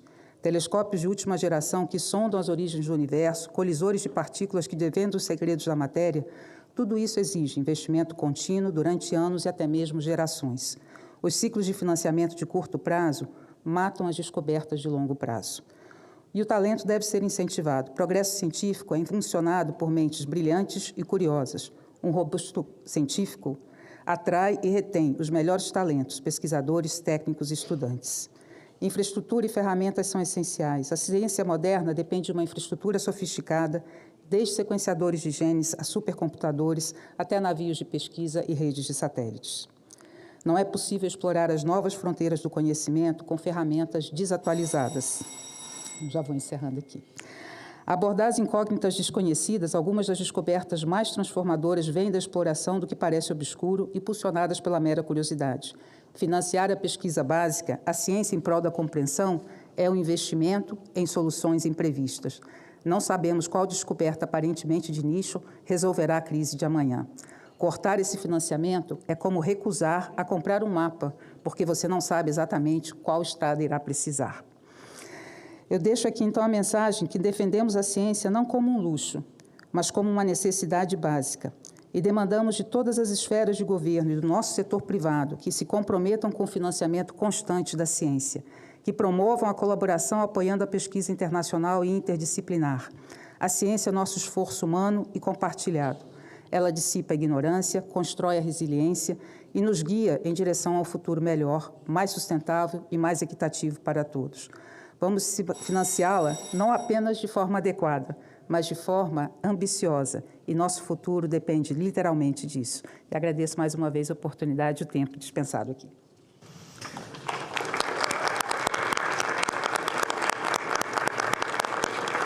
Obrigado à senhora Mercedes Maria da Cunha Bustamante, vice-presidente regional da Academia Brasileira de Ciências. Peço desculpas pela campainha, mas é assim mesmo, ela toca automaticamente aqui, então não é ninguém apressando, não. Obrigado. E parabéns pelas palavras. Realmente, simplesmente assim, não existe outro caminho que não seja pela ciência. Ponto. Não tem como. Eu gostaria de agradecer às pessoas que comparecem aqui nesse momento na galeria aqui do Senado. Parabéns, sejam bem-vindos ao Dia Nacional da Ciência e do Pesquisador Científico. Concedo a palavra ao senhor Oswaldo Moraes, secretário substituto de Políticas e Programas Estratégicos do Ministério da Ciência, Tecnologia e Inovação, representando a secretária Andréa Brito Lachê por 5 minutos.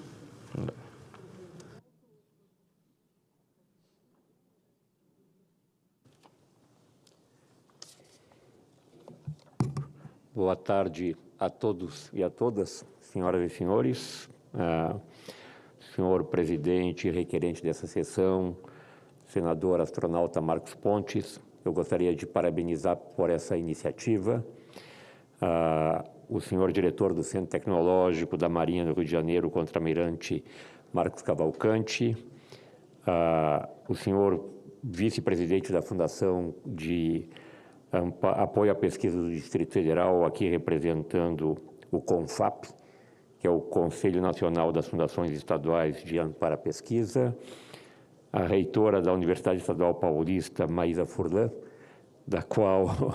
onde eu sou professor do programa de pós-graduação em desastres na Unesp, a minha amiga Mercedes Bustamante, vice-presidente da Regional da Academia Brasileira de Ciências. Eu gostaria, antes de fazer a minha saudação para a ciência e para os cientistas, fazer uma pequena reflexão sobre a minha trajetória nesse meio. Eu sou professor da Universidade Federal de Santa Maria, mas estou, de alguma maneira, nesse meio de gestão de ciência há aproximadamente quase 15 anos, quando eu fui ser coordenador-geral do Centro de Previsão de Tempo e Estudos Climáticos do INPE. Depois, passei um tempo aqui no Ministério de Ciência e Tecnologia, vindo a convite do então secretário Carlos Nobre, quando o ministro Marco Antônio Raupp, e naquela oportunidade eu substituí a Mercedes Bustamante na diretoria da então CEPED. Mas eu não vou fazer nenhum comentário a respeito da realidade da ciência no Brasil, porque isso é por demais conhecido e seria ser repetitivo. O ministro, hoje senador, na sua introdução, já fez uma digressão sobre os desafios que nós, pesquisadores e cientistas, enfrentamos. E isso é alguma coisa que a gente está quase num regime estacionário, né? Não é um regime de transição, mas nós precisamos encontrar uma maneira de ampliar os investimentos em ciência e tecnologia no país. E por que a gente precisa fazer isso, né? Não é apenas para possibilitar que o Brasil se torne um player importante no mundo acadêmico, no mundo científico e no mundo desenvolvido. Mas é porque nós enfrentamos, nesse momento, algumas peculiaridades que requerem o uso da ciência como uma ferramenta poderosa para nós enfrentarmos o negacionismo. E quando eu falo em negacionismo, não estou apenas falando no negacionismo climático. Eu estou, inclusive, falando do negacionismo que se propaga através das fake news. E por que eu falo isso? Porque se nós fôssemos fazer uma reflexão sobre qual foi a maior contribuição que a ciência deu para a humanidade. Talvez cada um de nós tivéssemos uma ideia de que a ciência contribuiu para a humanidade no exemplo mais recente, que foi o desenvolvimento super rápido das vacinas que salvaram milhões de pessoas no planeta. Talvez nós pudéssemos também refletir sobre o desenvolvimento tecnológico que levou ao desenvolvimento de capacidade de nós nos comunicarmos imediatamente com qualquer pessoa, não apenas nesse planeta, mas com pessoas que estão fora desse planeta. Quer dizer, o desenvolvimento hoje da agricultura que possibilita que nós alimentemos bilhões de pessoas nesse mundo. Ou seja, tudo isso é resultado da ciência, não tem dúvida nenhuma disso. Mas existe talvez uma outra contribuição que a humanidade deu, que a ciência deu para a humanidade, que é, no meu ponto de vista, superior a essas que eu citei, que é o método científico. O método científico é alguma coisa tão poderosa, que nós não nos damos conta do que ela representa. O método científico é aquilo que possibilita que nós separemos os charlatões de quem fala com capacidade e baseado em evidências. Tem um exemplo que eu costumo dar para os meus alunos, que é a resistência que Einstein teve logo que ele estava desenvolvendo a teoria da relatividade. Ele estava desenvolvendo a teoria da relatividade, ou melhor, havia desenvolvido a teoria da relatividade antes do nazismo se colocar na Alemanha. E naquela oportunidade havia um grande cientista que foi um dos pais da mecânica quântica, que era alemão, e ele e outros cientistas escreveram um livro que se chamava 100 cientistas contra Einstein. A resposta do Einstein mostra exatamente o que eu quis dizer com a contribuição do método científico. A resposta dele foi exatamente a resposta de uma mente brilhante. Se eu estiver errado, não precisa 100, basta 1.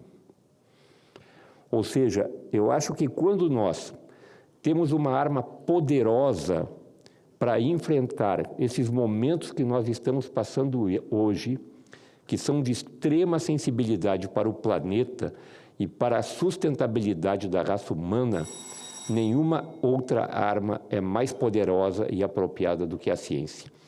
Então, nesse momento, hoje, como trabalhando no Ministério de Ciência e Tecnologia, eu gostaria, em nome do Ministério de Ciência e Tecnologia, parabenizar a todos os cientistas brasileiros pela sua resiliência. Muito obrigado.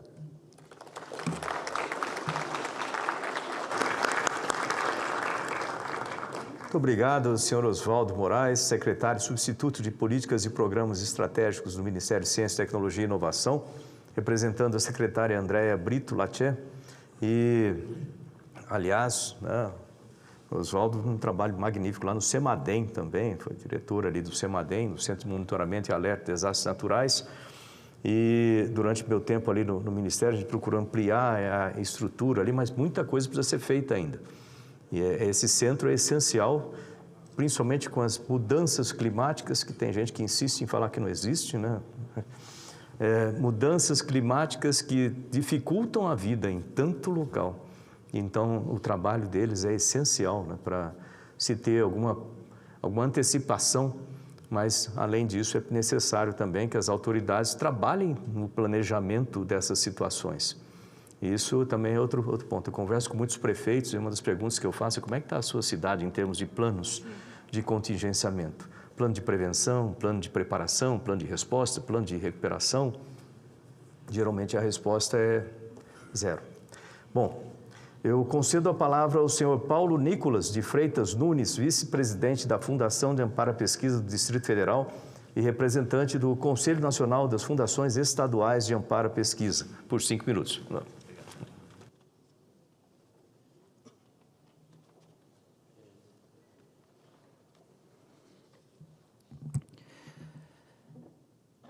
França, 1799. Napoleão Bonaparte havia acabado de se auto-intitular imperador e assumir o poder naquele país, onde 10 anos antes havia sido iniciada a Revolução Francesa e acabado com a nobreza. Uma das primeiras medidas tomadas por Napoleão Bonaparte naquele momento foi dar títulos de nobreza aos engenheiros e aos indutores da tecnologia e da inovação naquele país. O resultado é claro, catapultou a França, a partir daquela época, no alvorecer do século XVIII, para ser o que é até hoje uma das grandes potências do mundo, dando título de nobreza aos cientistas. Senador astronauta Marcos Pontes, demais autoridades presentes, ainda que o objetivo aqui seja muito menos dramático, ele é de igual importância. Dar notoriedade e conferir a importância necessária para a ciência e especialmente para o pesquisador científico. A ciência hoje, desde então, na era moderna, ela hoje é um instrumento de soberania, de desenvolvimento, de combate à pobreza e mais, de sobrevivência. Nós só conseguimos ser 8 bilhões, talvez 9 bilhões de habitantes no planeta, graças à ciência e graças ao pesquisador científico. Hoje a ciência é o nosso soldado. Antigamente precisávamos de armas, hoje a gente precisa de ciência e de tecnologia. O cientista hoje é nossa ponta da lança, é o nosso último escudo, é o nosso instrumento de defesa contra desmandos, contra doenças e contra dominação. Por isso, a importância de se comemorar e de se dar importância ao dia de hoje, valorizando, definindo metas e cobrando dos nossos governantes verba, estratégia e, mais ainda, a importância que a ciência e o pesquisador científico devem ter nos dias de hoje. Então, por isso, estou aqui representando o CONFAP, que é o Conselho Nacional das Fundações de Apoio à Pesquisa. Para quem não sabe, cada estado do Brasil e o Distrito Federal possui uma fundação de apoio à pesquisa, uma fundação estadual, e aqui no Distrito Federal, no caso distrital, cuja parte do orçamento é destinada unicamente para o investimento em ciência, tecnologia e inovação. E juntos formamos o CONFAP, que é o conselho dessas fundações. Estou aqui hoje representando nosso presidente, Márcio de Araújo Pereira, e em nome dos 27 representantes de fundações de apoio à pesquisa do Brasil, reafirmo o nosso apoio com a ciência mais plural, mais impositiva e mais digna para todo o Brasil. Vou acabar por aqui porque dizem que o discurso bom é discurso pequeno, e se for pequeno não precisa nem ser bom. Muito obrigado a todos e uma boa sexta-feira.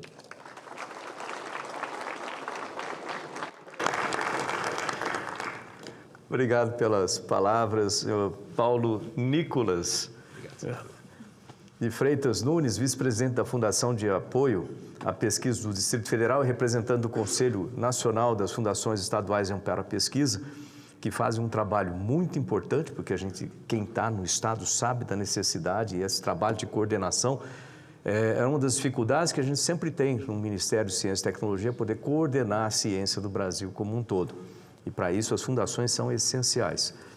Eu concedo a palavra ao senhor Contra-Almirante Marcos Frix Cavalcante, diretor do Centro Tecnológico da Marinha, no Rio de Janeiro, e celebrando a memória do Almirante Álvaro Alberto. Almirante Álvaro Alberto, que viveu de 22 de 4 de 1889 a 31 de 1 de janeiro de 1976.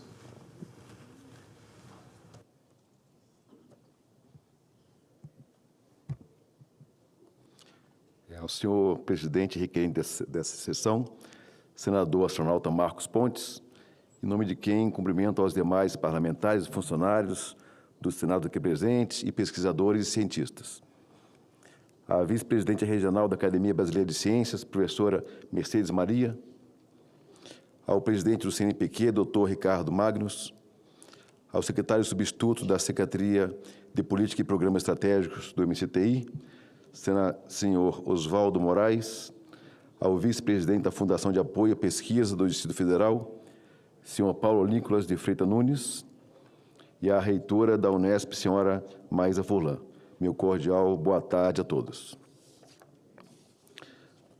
O Dia Nacional da Ciência do Pesquisador Científico, celebrado dia 8 de julho, se reporta a criação da Sociedade Brasileira para o Progresso da Ciência em 1948. A data é um reconhecimento simbólico da importância das instituições estabelecidas, além daquelas já mencionadas,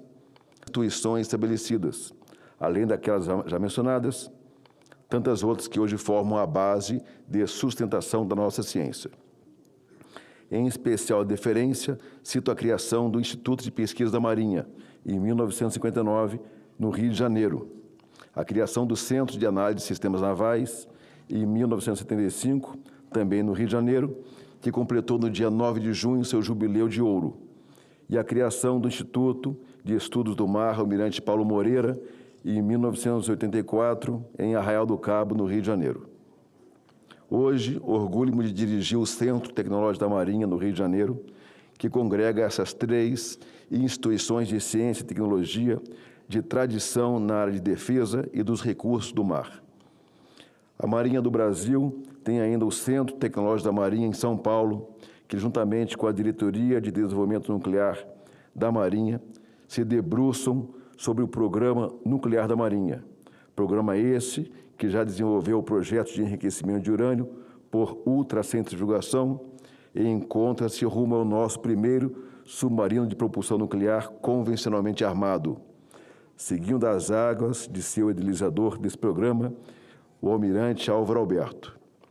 De fato, a Marinha congrega 15 instituições de ciência e tecnologia subordinadas ou vinculadas à nossa diretoria de desenvolvimento nuclear e tecnológico da Marinha, sob o comando do almirante de esquadra Alexandre Rabelo de Faria. Desde a criação do Instituto de Pesquisas da Marinha, foram 66 anos de dedicação e árduo trabalho de gerações de brilhantes pesquisadores civis e militares, apoiados pelo sistema administrativo e operacional da Marinha. Graças a esse esforço, a Marinha do Brasil se modernizou, incluindo conteúdo local, dentro de suas limitações orçamentárias e restrições geopolíticas, e ousou adentrar o restrito clube de países que produzem e operam o principal poder de dissuasório existente, o submarino de propulsão nuclear. Além de sua responsabilidade com o poder naval, a Marinha tem um papel determinante na área social, em particular nos rincões mais isolados do nosso país, pois lá também a ciência e a tecnologia se fazem presentes, sejam em missões da própria força ou em apoio a missões civis em cooperação. Estamos presentes em diversas demandas de avanço do conhecimento emanadas da sociedade, com participação relevante ou liderança, como nos estudos de poluição ambiental, no mar, fruto de um derramamento criminoso de óleo bruto em nossa costa em passado recente.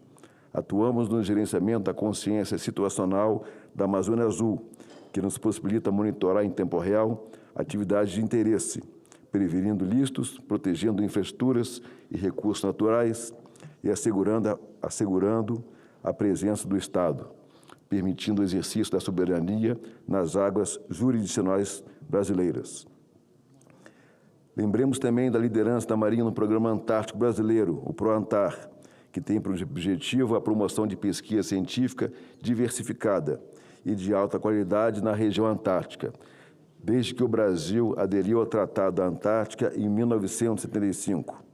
Esse apoio ganhou ainda maior vulto com a reinauguração, em 2020, da Estação Antártica Comandante Ferraz.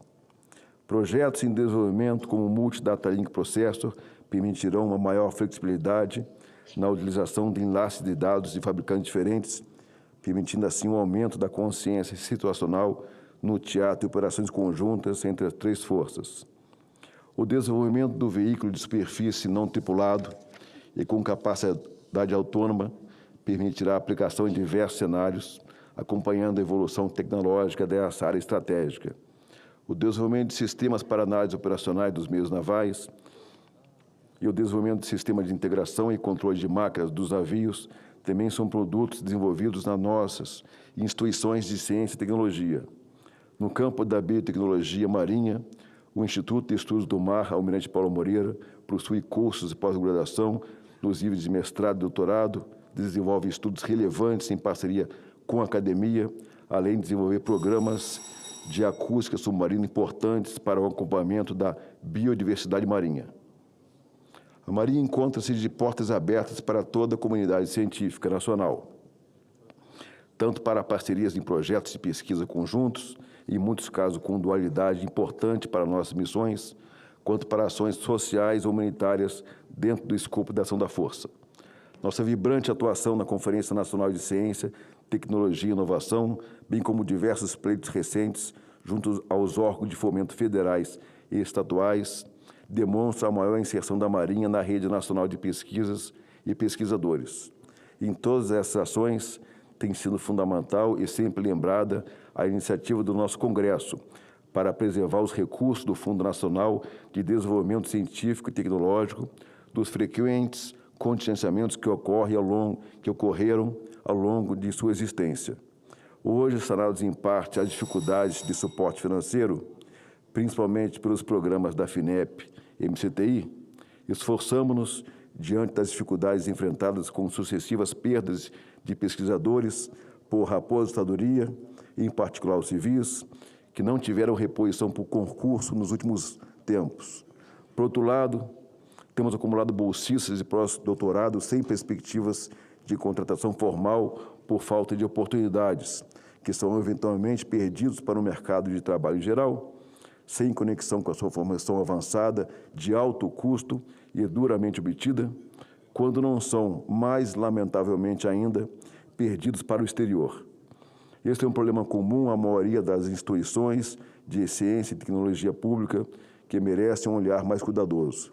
A ciência é movida por desafios e para enfrentá-los precisamos de profissionais mais qualificados para tal, com entradas mais previsíveis, naturalmente por concorrência, para sua fixação funcional. As universidades, os institutos de pesquisa, os centros de inovação, os órgãos do governo e as empresas de tecnologia dividem essa angústia relativa à necessidade de um plano nacional para incremento na formação e aproveitamento dos nossos melhores cérebros com especialização avançada dentro do nosso país.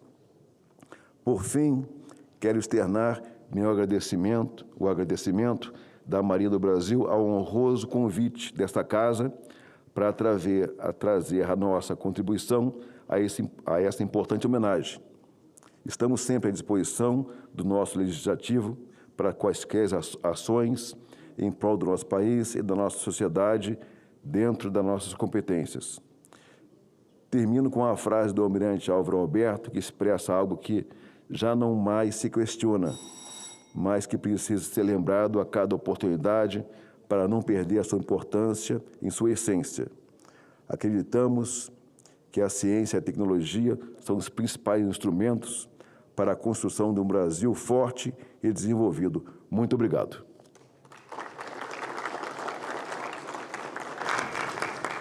Obrigado, senhor Contra-Almirante Marcos Frix Cavalcante, diretor do Centro Tecnológico da Marinha, no Rio de Janeiro, e celebrando a memória do Almirante Álvaro Alberto.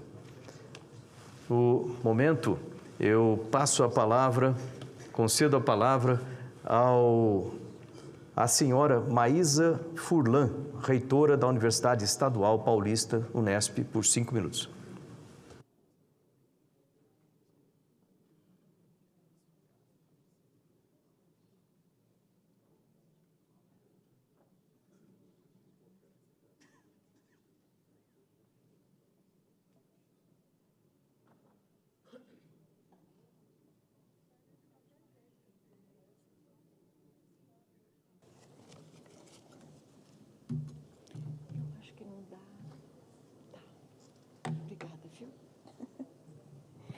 Bem, boa tarde a todas as pessoas presentes. Eu gostaria de um modo assim muito especial cumprimentar o nosso querido senador astronauta Marcos Pontes, cumprimentá-lo não só pelo evento, mas também por tudo que dedicou né, a ciência e tecnologia aqui do nosso país.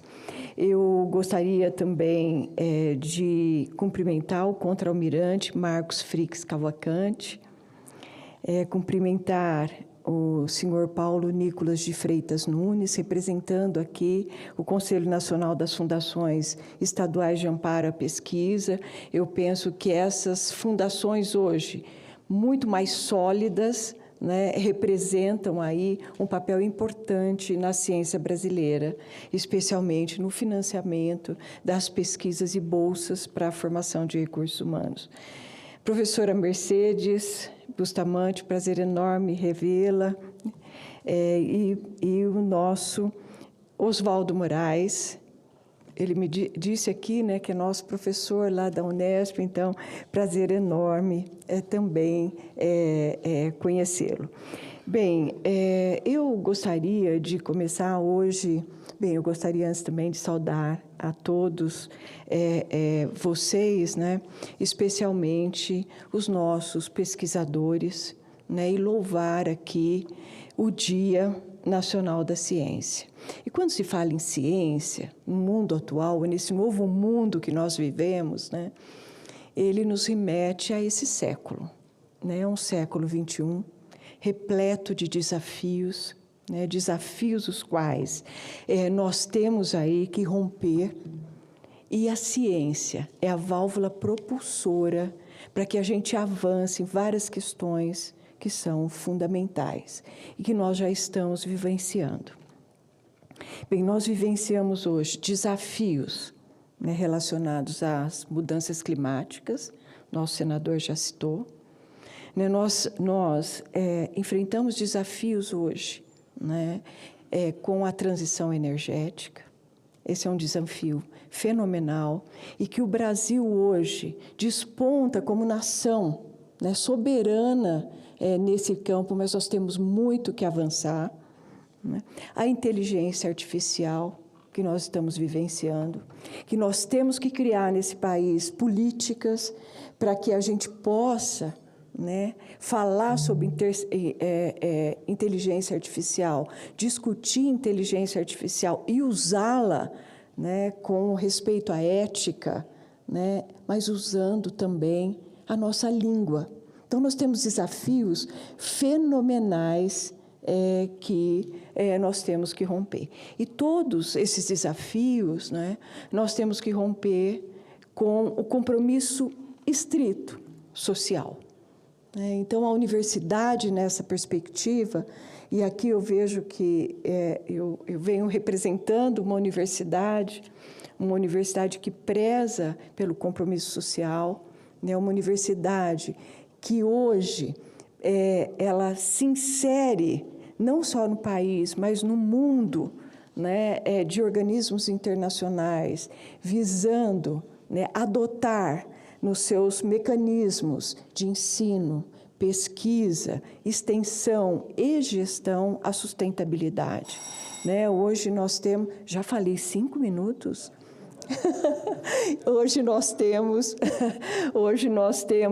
Nós estamos avançando para incluir a nossa universidade, né, num projeto internacional e que vai trazer aí, nós já temos universidades também do país, né, que é o Zero Campus, que traz aí a concepção, né, de carbono zero. Então, nós estamos aí com um projeto e um projeto de ações. Né? Nós temos aí que avançar de forma, eu acho que bastante incisiva, né, na formação de recursos humanos aderente a essas questões sociais, essas questões que nos desafiam aí num século repleto, né, eu penso de questões que vão muito além dessa, e eu gostaria de chamar aqui também de questões geopolíticas que são fundamentais. Né? Então, assim, nós vamos vivenciar um novo mundo com essas questões que a ciência avança, e a ciência vai ter um papel fundamental também para conversar com esse mundo, né, que, do ponto de vista geopolítico, ele se transforma também. E nós vamos ter, em pouco tempo, eu penso,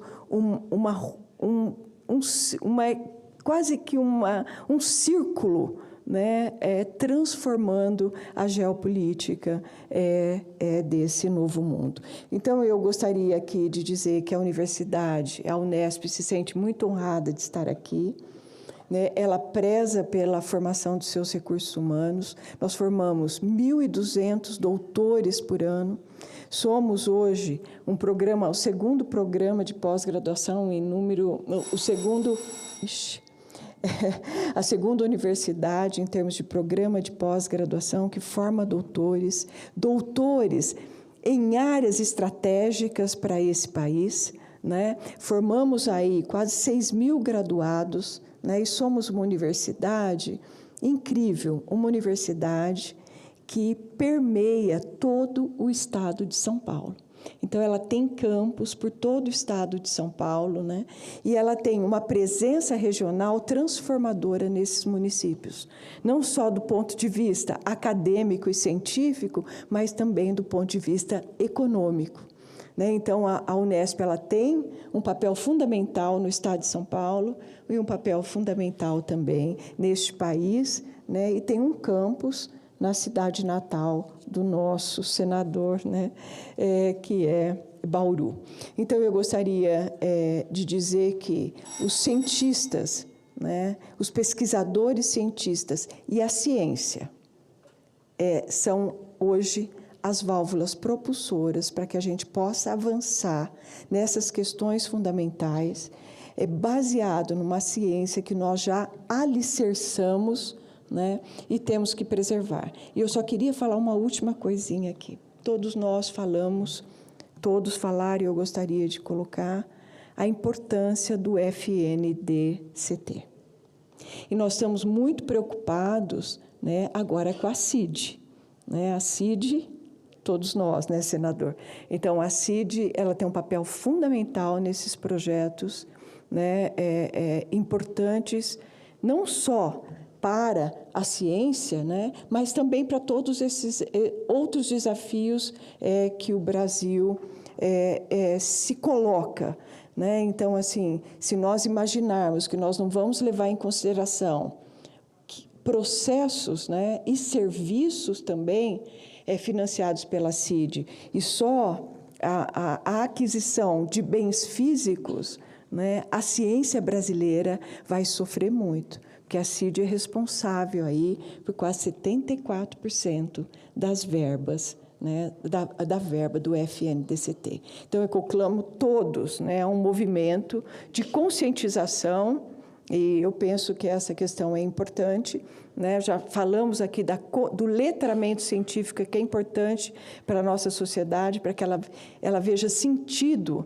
né, na ciência, mas eu conclamo a todos, né, a defender o FNDCT da forma que ele se encontra hoje e que a CID, né, ela seja aí realmente também voltada, né, a processos e serviços que são tão importantes para o seu desenvolvimento. Muito obrigado, parabéns a todos os cientistas, parabéns à ciência. Eu sempre fecho os meus discursos, que eu nunca preparo, vocês viram, eu falo sempre de improviso, mas com um viva, né, à ciência, né, e um viva aos nossos pesquisadores. Muito obrigada.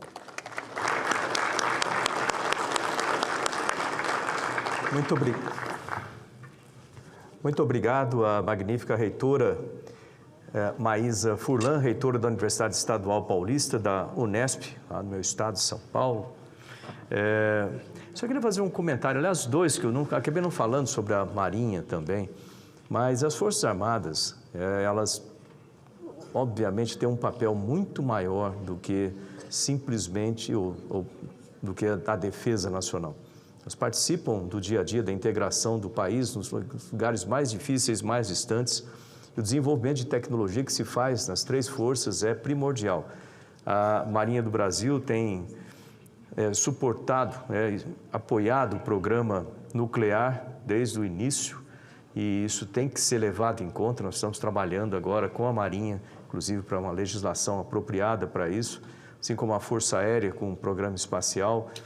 o Exército com a defesa cibernética, e tudo que é desenvolvido tem uma dualidade que é muito importante, né? Então, parabenizar a Marinha pelo trabalho que faz, né, no dia a dia pela ciência do Brasil.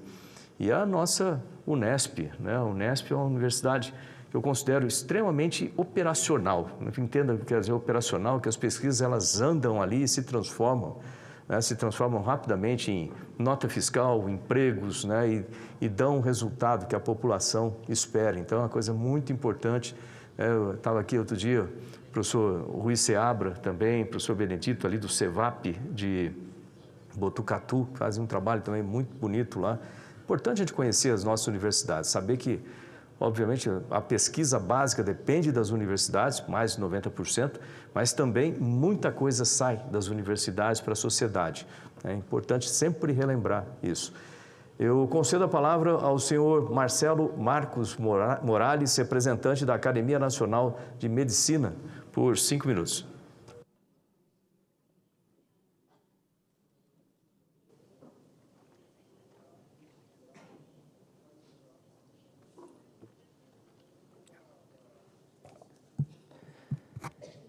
Boa tarde a todas as pessoas presentes, senhor senador astronauta Marcos Pontes, presidente dessa sessão, a professora Mercedes Bustamante, doutor Ricardo, presidente do Conselho Nacional de Desenvolvimento Científico e Tecnológico, que vai estar aqui, segundo a assessoria, o Oswaldo, doutor Oswaldo, que sempre trabalhou conosco no desenvolvimento da ciência e tecnologia, doutor Paulo Nicolas Freitas Nunes, representante CONFAP, almirante, parabéns pela Marinha, e sustentáculo também da ciência e tecnologia, e a nossa professora Maísa Furlan, pela nossa Universidade Estadual Paulista.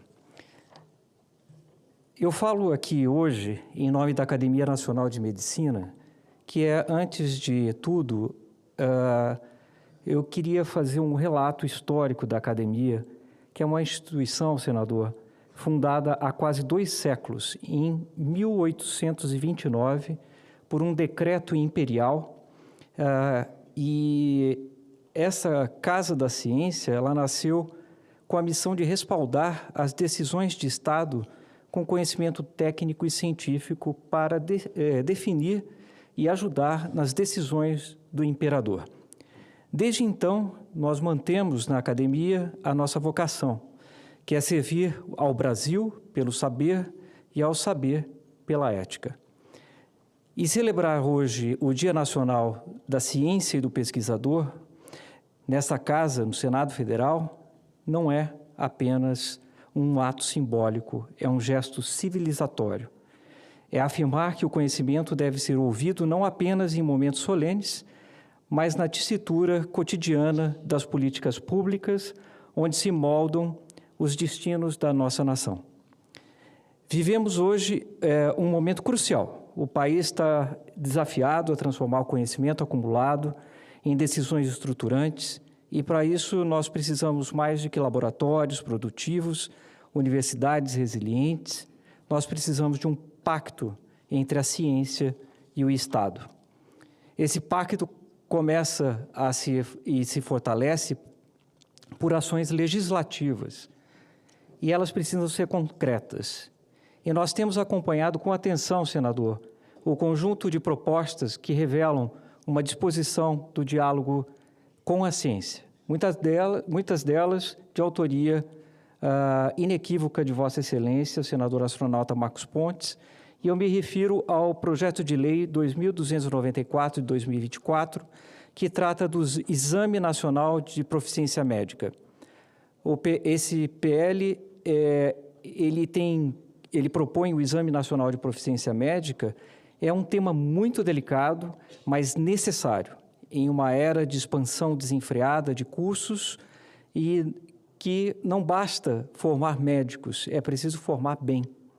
A Academia Nacional de Medicina tem reiterado que a excelência em saúde começa pela formação médica e de qualidade. E qualidade exige avaliação. Não se trata de punir, mas de proteger. E proteger a sociedade, proteger o Sistema Único de Saúde e proteger, principalmente, a dignidade da própria medicina e do cidadão que mais precisa do Serviço Único de Saúde, do Sistema Único de Saúde. Também observamos com interesse, senador, o debate sobre a regulação da inteligência artificial, do projeto de lei 2338 de 2023. A tecnologia, cada vez mais presente no diálogo, no cuidado, na gestão hospitalar, precisa de um marco que garanta ética, responsabilidade e humanidade. Regulamentar a inteligência artificial não é limitar o futuro do seu desenvolvimento tecnológico, é qualificá-lo. E a medicina jamais abrirá mão da centralidade do ser humano. A prevenção, princípio fundamental da medicina, também se traduz na política pública.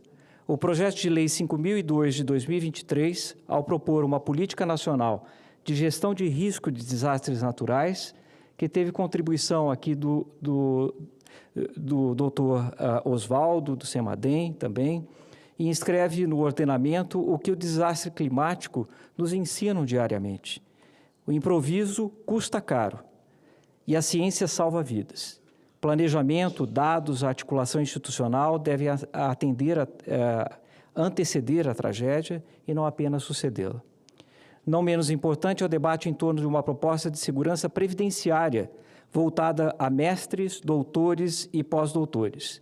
Um passo civilizatório que reconhece e dá estabilidade à massa científica que investe nesse futuro do país. A ciência precisa de permanência e permanência exige proteção institucional. Tem um projeto de lei aqui também complementado com os pós-doutores pelo senador astronauta Marcos Pontes, mas também tem outro projeto de lei que trata dos serviços previdenciários para mestres e doutores, e os dois se complementam. Mas nenhuma dessas iniciativas seria viável sem a sustentabilidade orçamentária e o compromisso institucional com o futuro. Por isso, defendemos com veemência na Academia Nacional de Medicina a PEC 31 de 2023, que estabelece o aumento progressivo do investimento público em ciência e tecnologia até 2,5% do PIB.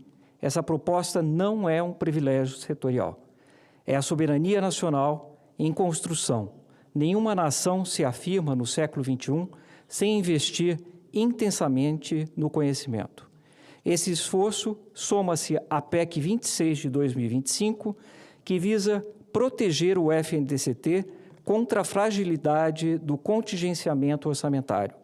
O FNDCT não pode mais ser tratado como margem de ajuste fiscal, como vimos há décadas, e recentemente isso aconteceu. Ele é o motor de um país que deseja pensar com a autonomia. E quando se propõe a inscrição de Carlos Chagas no livro dos heróis da pátria, pelo PL 3.967 de 2024, senador, não se trata apenas de um reconhecimento póstumo, é uma afirmação de valores, de que o sistema brasileiro, ao curar, ao descobrir, ao estudar, também serve à pátria. Então, senhoras e senhores, a Academia Nacional de Medicina tem buscado cumprir seu papel com serenidade, firmeza, e temos contribuído com várias ações de resistência para promover a melhor medicina com terapias, enfrentamentos da desinformação, a prevenção de saúde mental, entre outros. E é por isso que, em nome da Academia, agradeço profundamente a essa casa pelo espaço, mas também convido com espírito republicano para que esse espaço não se limite somente à comemoração, mas que ele também converta em rotina aquilo que a nação deseja, que são projetos estruturantes para o desenvolvimento da ciência e tecnologia. Obrigado, senador. Obrigado ao Dr. Marcelo Marcos Morales, representante da Academia Nacional de Medicina, que tem tido um papel fundamental desde o tempo do Ministério também, era o secretário nacional de pesquisa do país, em levantar temas importantes e soluções, né, para o Brasil. E esse acompanhamento é diário, né, esses projetos de lei que foram citados pelo Dr. Marcelo, realmente fazem a diferença. É importante que importante ter em mente o seguinte: cada parlamentar aqui ele tem uma responsabilidade com a população brasileira. Nós representamos a população brasileira, nós fomos votados pela população para vir aqui como funcionários, vamos dizer assim, né, da população. É bom colocar isso, porque às vezes a gente tem uma impressão meio diferente, parece que a população trabalha para o governo, é o contrário, o governo trabalha para a população. Né? Então nós estamos aqui representando a população e a gente tem a obrigação de defender a saúde da população. Portanto, esse projeto de lei, embora cause certas questões, que o pessoal chama de OAB da medicina, que é esse teste de proficiência para médicos formados no Brasil, isso ele tem uma necessidade urgente, não porque nós não queremos ou queremos colocar barreiras, nós não queremos mais médicos. É importante ter muitos médicos no Brasil, o Brasil é grande, mas a gente só perde o número de escolas de medicina, faculdades de medicina, para a Índia, que tem uma população muitas vezes maior que a nossa. Se fossem todas elas muito boas e formando ótimos médicos, seria a situação melhor. Mas essa não é a realidade. Isso foi me chamada a atenção numa audiência pública pelo Conselho Federal de Medicina, pelas associações de medicina, pela Academia Nacional de Medicina, que são, vamos dizer assim, as cabeças da medicina no país, e algo precisa ser feito. Lógico que a situação ideal seria que nós tivéssemos as faculdades todas excelentes, que o MEC fizesse a parte de fiscalizar essas faculdades. Muitas delas não têm sequer aparelhamento como hospitais e sistemas para os médicos se formarem. É como formar um piloto, vamos dizer, da minha área aqui, como formar piloto por correspondência. Não dá para se fazer isso. As pessoas vão morrer. Imagina você entrar num avião e no meio do táxi o piloto fala assim: obrigado por estarem comigo no meu primeiro voo, a meteorologia está péssima, mas eu tenho certeza que eu vou aprender ao longo do caminho aqui. Todos nós, eu desejo que sobrevivamos a esse voo, né? Não dá certo esse tipo de coisa. A gente precisa ter certeza que esses profissionais saibam o que estão fazendo. E imagina seu filho indo para o médico, ou sua filha indo para o médico. Se você não tem confiança naquele médico que a formação, que não fez residência, não teve uma formação adequada, você vai colocar a vida do seu filho na mão desse profissional? É importante a gente lembrar que o médico está com a gente no momento mais crítico. É importante a qualidade, a capacidade desses profissionais. Portanto, esse exame, ele não resolve o problema, mas ele coloca uma barreira, né, como a gente chama em segurança de voo, em segurança operacional, ele retira um fator contribuinte para um acidente. Então, isso aí pode evitar um problema mais sério.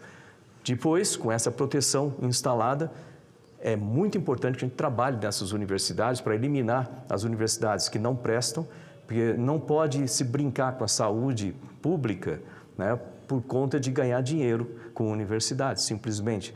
E isso não é um negócio propriamente dito, isso aí é uma coisa muito importante.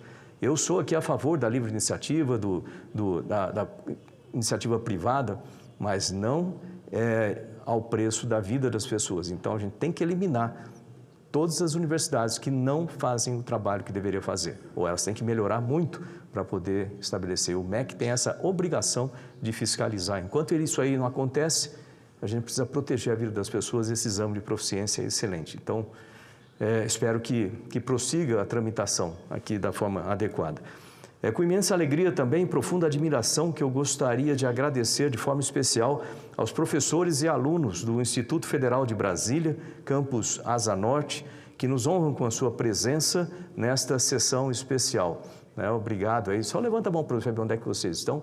Olha, obrigado aí de estarem aqui conosco também, ter vocês aqui ao nosso lado num momento tão dedicado, tão importante, dedicado à celebração da ciência e tecnologia, é mais do que simbólico, é inspirador e representam o presente que estuda, ensina e transforma, e o futuro que sonha, questiona e constrói.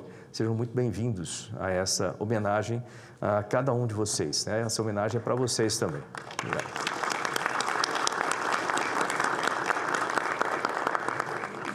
Nesse momento, eu concedo a palavra ao senhor Clênio Pilon, diretor executivo de Pesquisa e Desenvolvimento da Empresa Brasileira de Pesquisa Agropecuária, a Embrapa, representando a presidente, a senhora Silvia Maria Fonseca Silveira, por 5 minutos. E não se assuste com a campainha. Boa tarde a todas e todos. Queria cumprimentar o senador astronauta Marcos Pontes, seu nome, saudar todos os demais parlamentares aqui presentes, cumprimentar pela iniciativa de realizar essa sessão especial em homenagem, né, à ciência, à pesquisa e também os nossos pesquisadores. Queria, em seu nome também, senador, cumprimentar todos os demais membros aqui da mesa, já referenciados, e também em nome do senhor Rogério Cruz, diretor da Agência Espacial Brasileira, aqui presente também, parceiro estratégico da Embrapa, saudar também os demais oradores. A Embrapa, senador Marcos Pontes, tem hoje 7.517 empregados. Já fomos mais. Nós temos hoje 2.120 pesquisadores, mas não se faz pesquisa só com pesquisadores. Nós temos também o apoio de muitas outras pessoas, colegas analistas, técnicos, assistentes, bolsistas. E aqui eu queria referenciar uma parceria extremamente valorosa, não só com as demais ICTs, mas especialmente com a academia, que nos coloca, né, em contato com o que temos de melhor em termos de ciência, na vanguarda científica e tecnológica, e que nos permite também, enquanto instituição de pesquisa agropecuária, contribuir na formação de novos quadros, que serão os futuros pesquisadores. Então, queria fazer esse destaque. E também queria destacar uma honraria que uma colega mulher, embrapiana, recebeu recentemente, uma honraria equivalente ao Prêmio Nobel de Agricultura, doutora Maria Ângela Hungria, que é uma pesquisadora de referência para todos nós, né, e que muito nos orgulha. Queria, em nome dela, em nome da Embrapa, né, cumprimentar todos os demais pesquisadores distribuídos por esse país. Queria dizer que nós temos uma trajetória muito bonita na pesquisa agropecuária. Lembrem todos que nos anos 70 esse país era um grande importador de alimentos. Nós éramos lá cerca de 90 milhões de habitantes e produzíamos, à época, cerca de meia tonelada de cereais por habitante ano.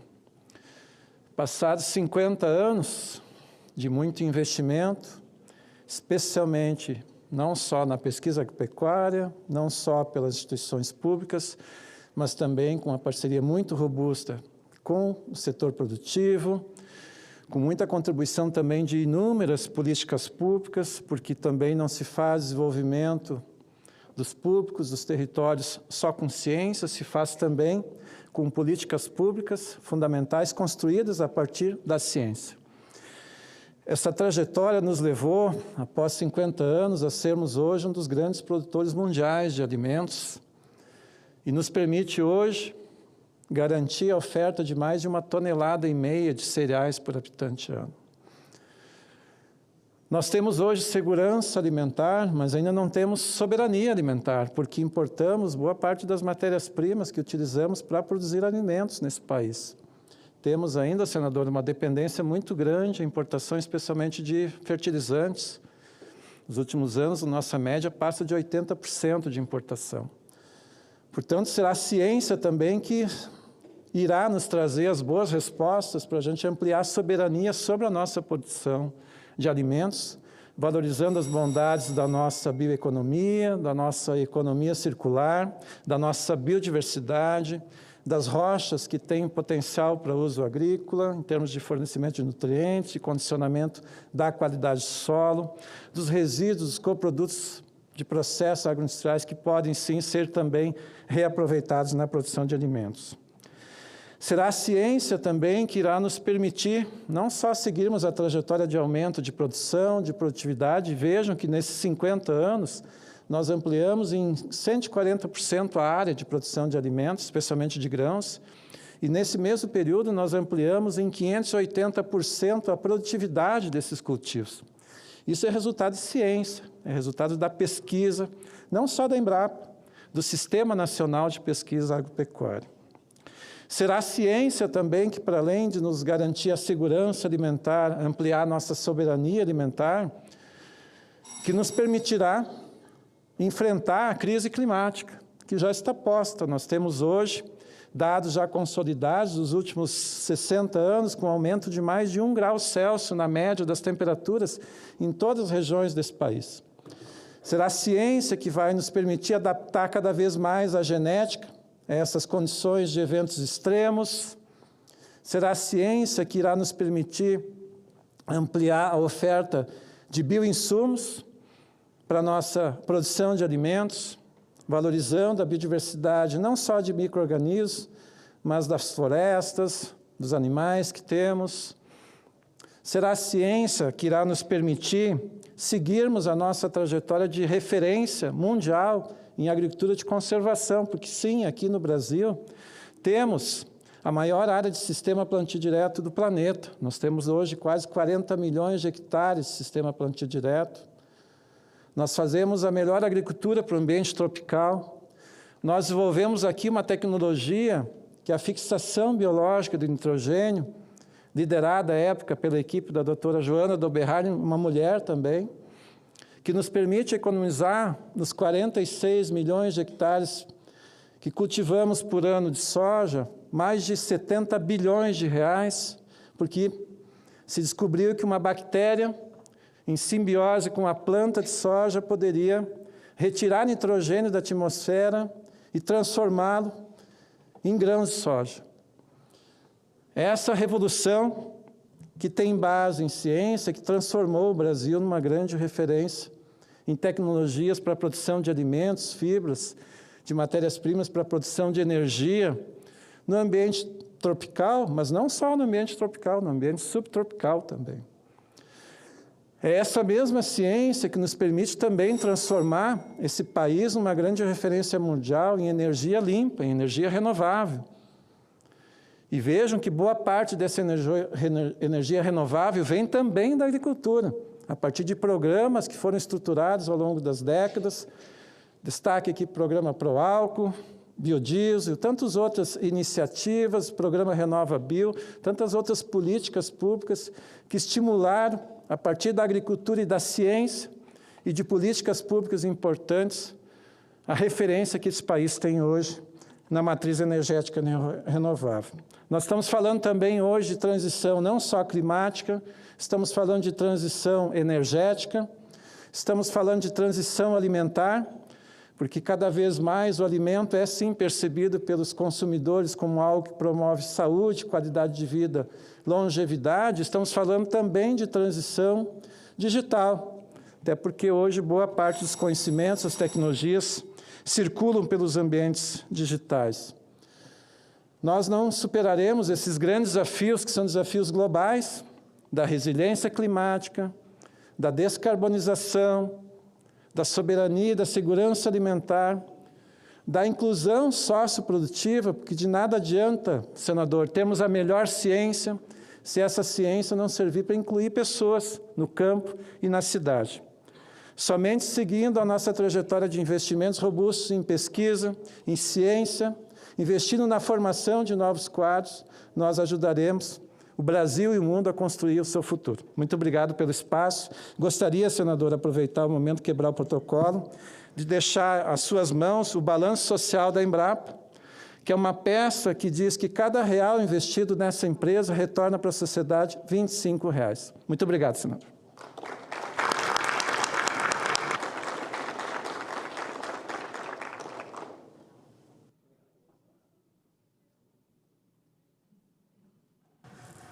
Muito obrigado, senhor Clênio Pilon, diretor executivo de pesquisa e desenvolvimento da Empresa Brasileira de Pesquisa Agropecuária, da Embrapa, representando a presidente, senhora Silvia Maria Fonseca Silveira. Agradeço a presença na nossa galeria também dos visitantes aqui do Senado Federal. Obrigado aí pela presença e nos acompanharem também. Eu fui membro do conselho da Embrapa quando ministro. Eu fiz questão de participar para poder conectar o Ministério de Ciência e Tecnologia com a Embrapa, né, o Ministério da Agricultura. E isso não é à toa, né? Isso não é à toa. Nós sabemos da necessidade, da importância de se trabalhar com a melhor ciência dentro da Embrapa, e eu acho que é um exemplo, a Embrapa, de quanto que o bom planejamento e a execução tem resultados relevantes para o país. 1 para 25 em termos de retorno de investimento. Me mostra um investimento no Brasil que deu um retorno dessa natureza. E é muito orgulho que a gente tem, quando falo, eu tive a oportunidade de trabalhar muitos anos fora do Brasil, quando você fala da Embrapa e o reconhecimento que existe em torno disso. O mundo sofre de muita coisa, falta de alimento, mudanças climáticas, uma coisa interfere na outra, a gente tem que produzir mais com menos, em menos área e com condições mais difíceis. Programas como o Programa da Antártica, para melhorar, né, a genética das plantas desenvolvidas aqui no Brasil também. Muita coisa é feita pela Embrapa que a maioria da população não sabe.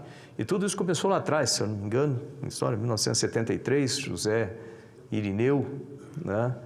E Alisson Paulinelli também, ou seja, esse pensamento do futuro lá a gente precisava ter nos dias de hoje, transformar programas de ciência e tecnologia em programas de Estado, independente do governo que está de plantão ali sentado no Planalto ou qualquer outro lugar, teria que dar continuidade em um programa de Estado para o país. Um dia a gente vai chegar lá, isso é extremamente necessário.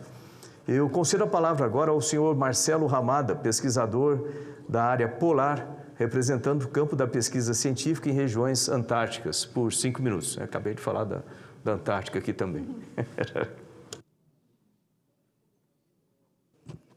Bem, primeiramente, uma boa tarde a todos. Cumprimento ao senador astronauta Marcos Pontes, a todos os membros da mesa, a todos aqui presentes também no plenário no dia de hoje. A minha fala ela é muito interessante depois do Dr. Clênio também, porque nós falamos muito sobre a questão da crise climática e quando a gente fala sobre os polos, não tem como a gente não trazer isso, né? Sou professor da Universidade Católica de Brasília, então estou lotado aqui nessa cidade. E, basicamente, o que é interessante a gente entender sobre os polos é a importância que os polos têm também para o Brasil, é que, na verdade, ele não é tão distante quanto parece. A grande verdade é essa, né?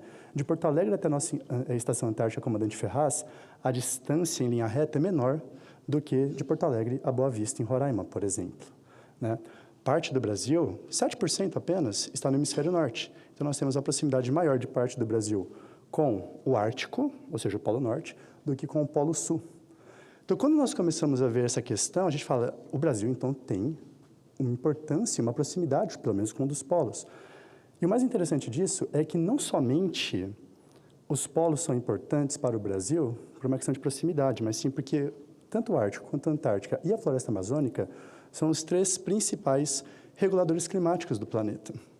Então, consequentemente, o conhecimento acerca disso ele é importantíssimo para que nós possamos, então, entender e, às vezes, quem sabe, mitigar processos de uma crise climática que se aproxima. E nós sabemos que essa crise climática ela pode trazer diversas problemáticas de crise alimentar e, eventualmente, de saúde única também para o nosso país.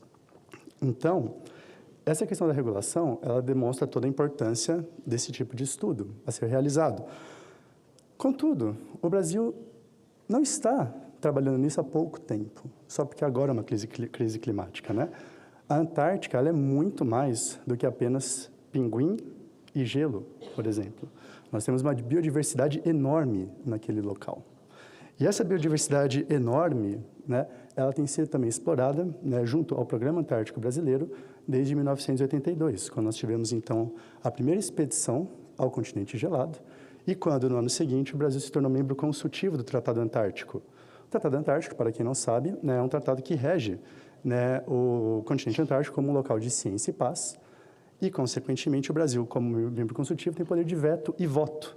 E isso é muito interessante em vários níveis, para nós também como Brasil, com importância geopolítica e etc. E quem garante esse ponto é a pesquisa. Então, estar nesse momento é importante. E o Brasil já realizou 43 operações antárticas até o momento. O Brasil tem o Programa Antártico como um programa de Estado, muito bem dito agora há pouco pelo senador astronauta Marcos Pontes, o que faz com que ele tenha essa longevidade. Mas isso não quer dizer que sempre seja um caminho fácil, digamos assim, para a pesquisa em nosso país. Né? Atualmente, o Programa Antártico é composto por 29 projetos de pesquisa. Né? Eu me sinto honrado de poder aqui representar esses 29 coordenadores também.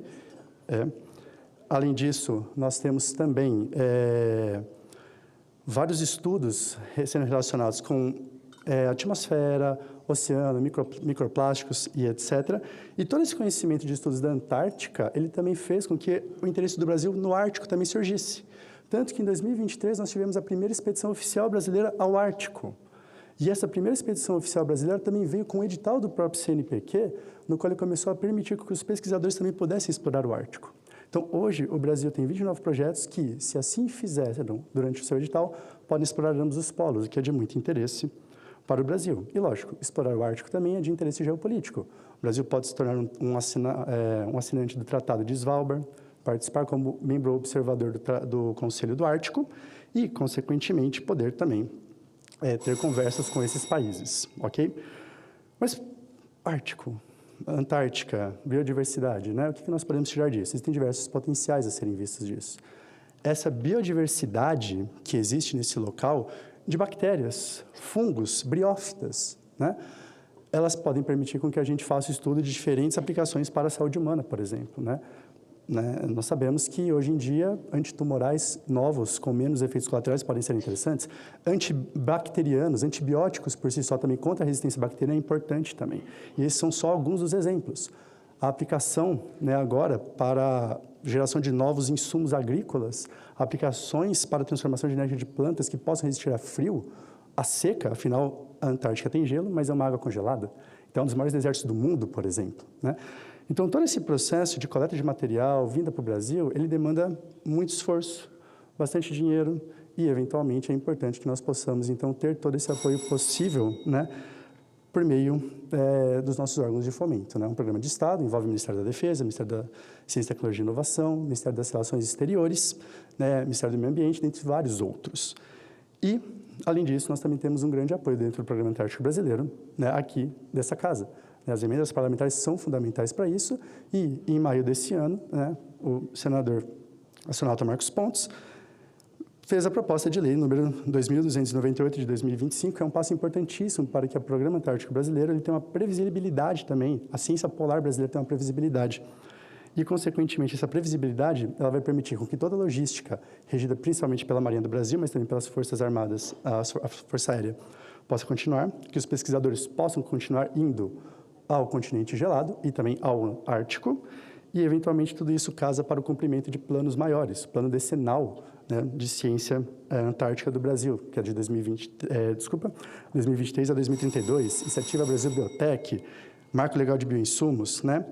Então, isso faz com que o Brasil esteja na vanguarda da pesquisa polar também. Então, todos esses valores são importantes e tudo isso, né, também nós podemos lembrar e agradecer a todo mundo da Marinha e também aos montanhistas que nos permitem ir a esse local tão inóspito como na Antártica. E aproveito esse último momento, antes de encerrar minha fala, para fazer uma singela homenagem e um agradecimento ao montanhista Edson Vandeira, que um grande montanhista do Programa Antártico Brasileiro e que, infelizmente, há um pouco mais de 2 semanas, desapareceu em uma montanha no Peru, devido a um deslizamento, aparentemente um deslizamento de terra, e que ele foi extremamente importante para o meu desenvolvimento do meu projeto e de vários outros projetos na Antártica, né?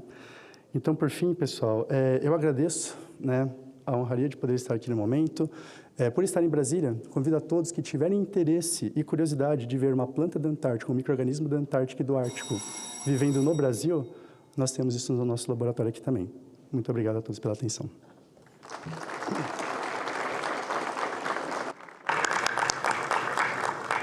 Muito obrigado ao senhor Marcelo Ramada, pesquisador da área polar, representando o campo da pesquisa científica em regiões antárticas. Nós tivemos uma audiência pública recentemente, falando sobre o programa, das necessidades, né, e das possibilidades do programa. É algo muito importante para o país. A Marinha do Brasil, novamente ressalto, faz um trabalho magnífico ali na manutenção da base, né, ali, Comandante Ferraz, né, a Força Aérea levando equipamento para lá, fazendo a logística para lá também.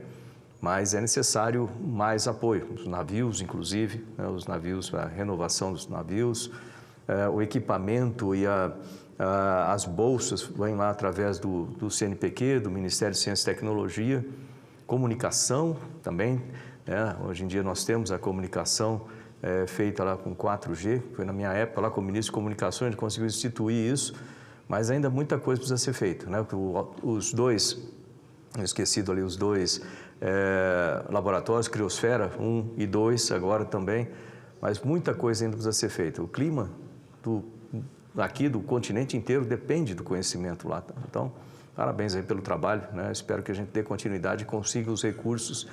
E não é muito recurso, isso que é interessante, viu? Por falar nisso, né? Eu lembro que durante a nossa audiência pública, eu até fiz uma comparação. Se eu não me engano, o valor de recursos que foi apresentado pela Marinha do Brasil para a manutenção do programa lá, 198 milhões de reais por ano. Vamos arredondar para 200 milhões de reais. Se a gente pegar só o que a gente sabe por enquanto, né, que talvez isso amplie muito, mas o que a gente sabe por enquanto dessa fraude do INSS de 6 bilhões de reais, 6 bilhões de reais, isso daria para sustentar 30 anos do programa Antártico. Olha só, né, que coisa, né, interessante para a gente pensar sobre isso.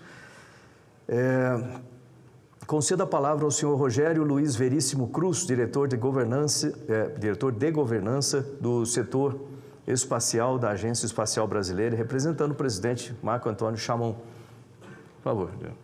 Inicialmente, cumprimentar o presidente dessa sessão especial, o senador Marcos Pontes, a pessoa de quem eu cumprimento todos os presentes. E, em nome do Dr. Marcos Chamon, presidente da agência, agradecer o honroso convite para estar nessa sessão.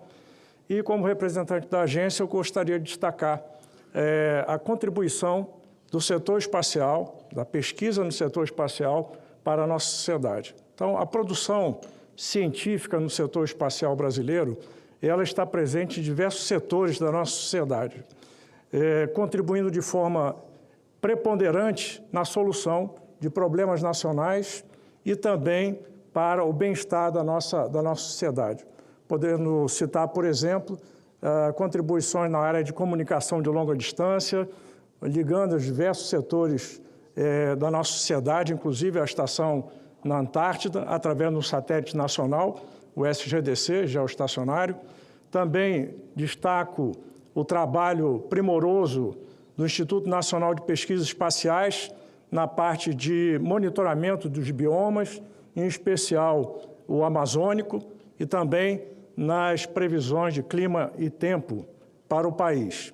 E muitas vezes, de forma até imperceptível pela grande maioria da nossa sociedade, o Programa Espacial Brasileiro está presente no cotidiano das pessoas, seja quando a gente pega um táxi por aplicativo, seja quando fazemos uma viagem usando ou modal aéreo ou marítimo, e também quando fazemos uma simples transferência bancária, estamos usando uma aplicação espacial. Destaco também, convergindo com a fala do Dr. Clênio, a parte de agricultura, o benefício que o programa espacial traz e as pesquisas no setor espacial traz para a nossa agricultura. E aqui eu destaco também uma parceria que fizemos com a Embrapa, e junto com a Embrapa nós estamos participando com 2 projetos, um deles com a Embrapa, voltado para a agricultura espacial, chamado de Space Farming, e muitas vezes a gente pode perguntar, mas por que investir numa agricultura espacial se o país não tem, por exemplo, nesse momento, né, ou para o médio prazo, nenhuma estimativa ou perspectiva de missões tripuladas?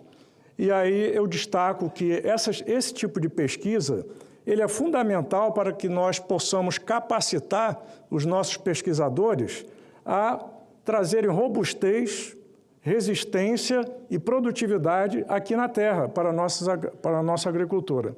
Então, dito isso, em função do tempo que eu tenho, eu queria destacar, não só por isso, mas muito mais, que entendo que a atividade espacial, a pesquisa espacial e a ciência na área espacial, ela é um componente estratégico para o país, capaz de moldar o futuro dessa nação. E faço coro com as palavras do senador Marcos Pontes, no início, quando falou da necessidade de incremento nos investimentos, principalmente na parte de laboratórios, não só manutenção, mas aperfeiçoamento e crescimento dos nossos laboratórios, na parte de formação e capacitação dos nossos pesquisadores, para que a gente possa contribuir cada vez mais e de forma preponderante para o futuro desse país. De formas que eu resumo dizendo que nada do que eu falei seria possível sem a figura desses cientistas, desses pesquisadores, razão pela qual, em nome da Agência Espacial Brasileira, rendo a minha homenagem a esses pesquisadores e destaco também e saúdo o senador Marcos Pontes pelo advento da PEC 31/2023 e agradeço imensamente a oportunidade de participar nessa sessão especial. Muito obrigado.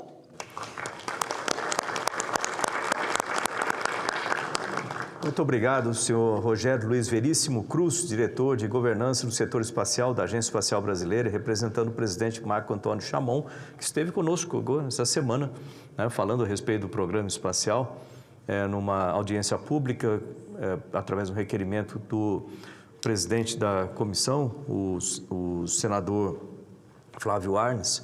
Foi muito interessante para mostrar para as pessoas a importância do programa espacial. E hoje nós temos perspectivas muito interessantes, inclusive com a participação no Brasil no programa Artemis, que a NASA e outros países participando, que permite ao Brasil participar da nova exploração da Lua, nessa década, na década seguinte, exploração de Marte também. Isso permite a cientistas, empresas participarem no desenvolvimento de microsistemas ou sistemas, subsistemas das espaçonaves. Tudo isso significa conhecimento e recurso para o país. Significa para as empresas, a gente tem que privilegiar, a gente tem que apoiar as nossas empresas para que elas tenham lucro, e com empresa com lucro, produzindo mais, né? Com tributos menores, produzem mais nota fiscal, produzem mais empregos e o país vai para frente de forma sólida, né? É bom que a gente consiga. Eu concedo a palavra ao senhor Eduardo Colombari, presidente da Federação de Sociedades de Biologia Experimental, por 5 minutos. É o nosso último palestrante, vamos chamar assim, e depois tem uma homenagem especial.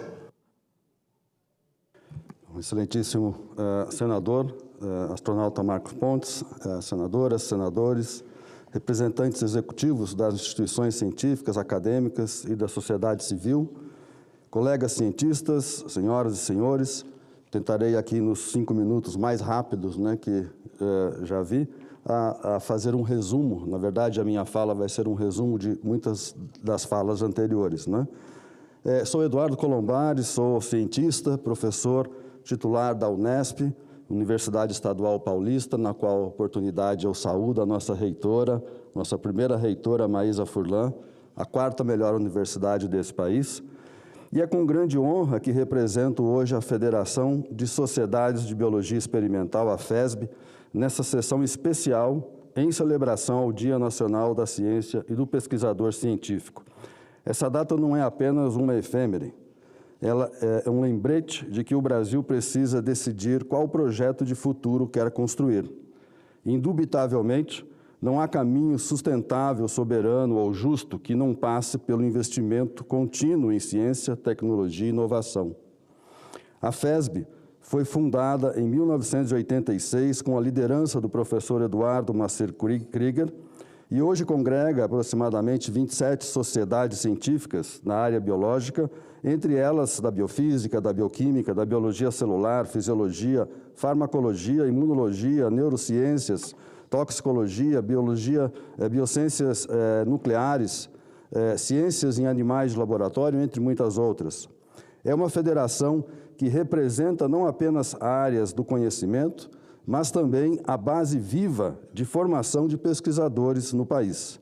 Nossa missão é clara, né, é difundir o conhecimento, fomentar a formação científica e representar, junto ao Estado e à sociedade, os interesses de uma ciência comprometida com o desenvolvimento nacional.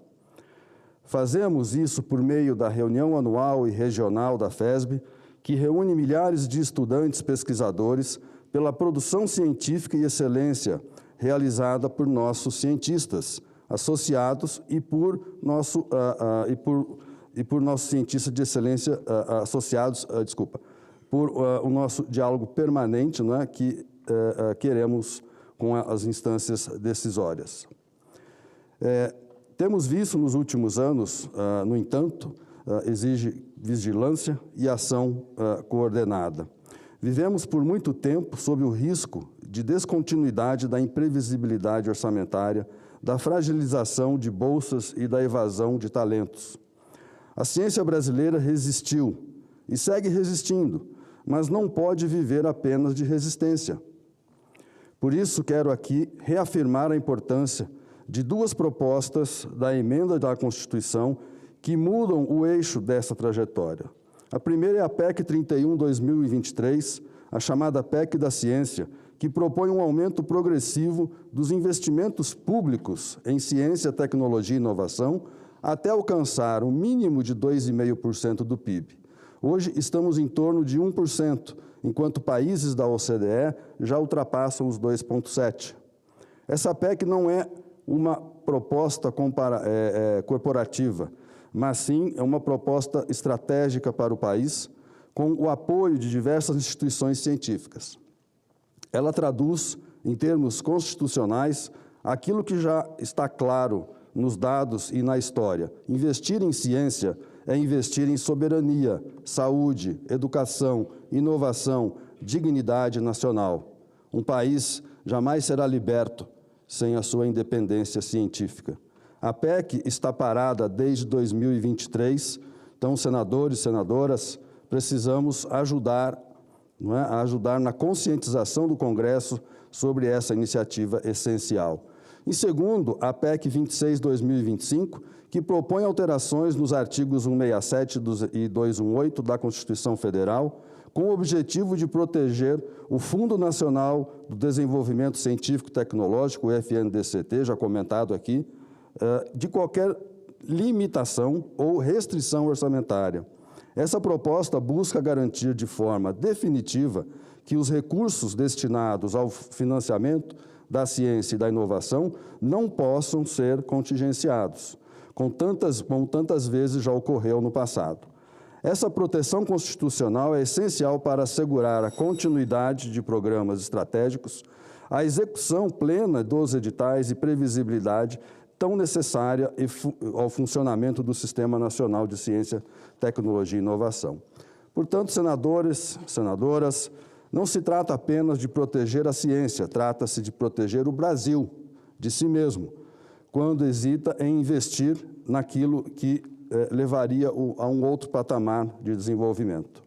A FESB representa milhares de cientistas, inclusive a quem fala, cuja atuação sobre um espectro que vai de bases moleculares da vida ao entendimento do comportamento humano e animal, com impactos diretos em áreas como saúde pública, educação, meio ambiente, medicina esportiva, produção de fármacos e tecnologias emergentes. É uma ciência profundamente conectada com a vida real e é por isso que a defendemos. E defendemos com as seguintes questões, a recomposição e valorização das bolsas de iniciação, mestrado, doutorado, pós-doutorado, e também a inclusão de benefícios previdenciários específicos para mestres, doutores e pós-doutores. Nós temos aqui na bancada a professora Bustamante, que foi coordenadora da CAPES. Não se faz ciência neste país se não fosse a CAPES e as universidades e os institutos. Então, excelente trabalho, e acho que vale aqui a nossa ressalva. O fortalecimento das universidades e institutos de pesquisa, como eu acabei de dizer, não há ciência, não há pesquisa, não fossem as universidades, não fossem os institutos. A inserção de cientistas nas estruturas de formação de políticas públicas. Antes de lançar editais, antes de fazer propostas, consulte os cientistas. Eles sabem o que nós precisamos. E também a construção de uma carreira de Estado para o pesquisador brasileiro, que hoje atua muitas vezes em condições precárias. Também defendemos a valorização das reuniões científicas, como a nossa, da FESB, como espaços de formação, de troca e renovação intelectual e de integração entre as regiões do país. Precisamos de mais ciência e de uma ciência mais capitalizada, diversa e inclusiva, com representatividade regional, ética e de gênero. Por isso, também celebramos, nessa sessão, a presença de reitoras, mulheres, nossa primeira reitora da Unesp, aqui presente, que ajudam a transformar a paisagem, não é, da ciência brasileira. Fazemos parte da Frente Parlamentar Mista de Pesquisa Biomédica e da sua aplicação na saúde, que tem discutido diversas propostas legislativas voltadas à valorização da ciência nacional. Entendemos que essa é a missão da comunidade científica, não é, estar presente de forma apartidária, técnica e progressiva, contribuindo para o debate construtivo sobre o futuro do país. Portanto, eu concluo, senhoras e senhores, com 3 palavras que sintetizam o espírito desta fala: compromisso, continuidade e coragem. Compromisso com o futuro, continuidade nas políticas públicas e coragem para defender a ciência, mesmo quando ela é atacada, negada ou incompreendida. A FESB está pronta para continuar, não é, contribuindo tecnicamente, institucionalmente e politicamente. Temos legitimidade, temos história e temos, sobretudo, esperança. Muito obrigado, como, né, parafraseando também a minha reitora, viva a ciência, viva os nossos pesquisadores, viva o Brasil que pensa, que cria e que transforma. Obrigado.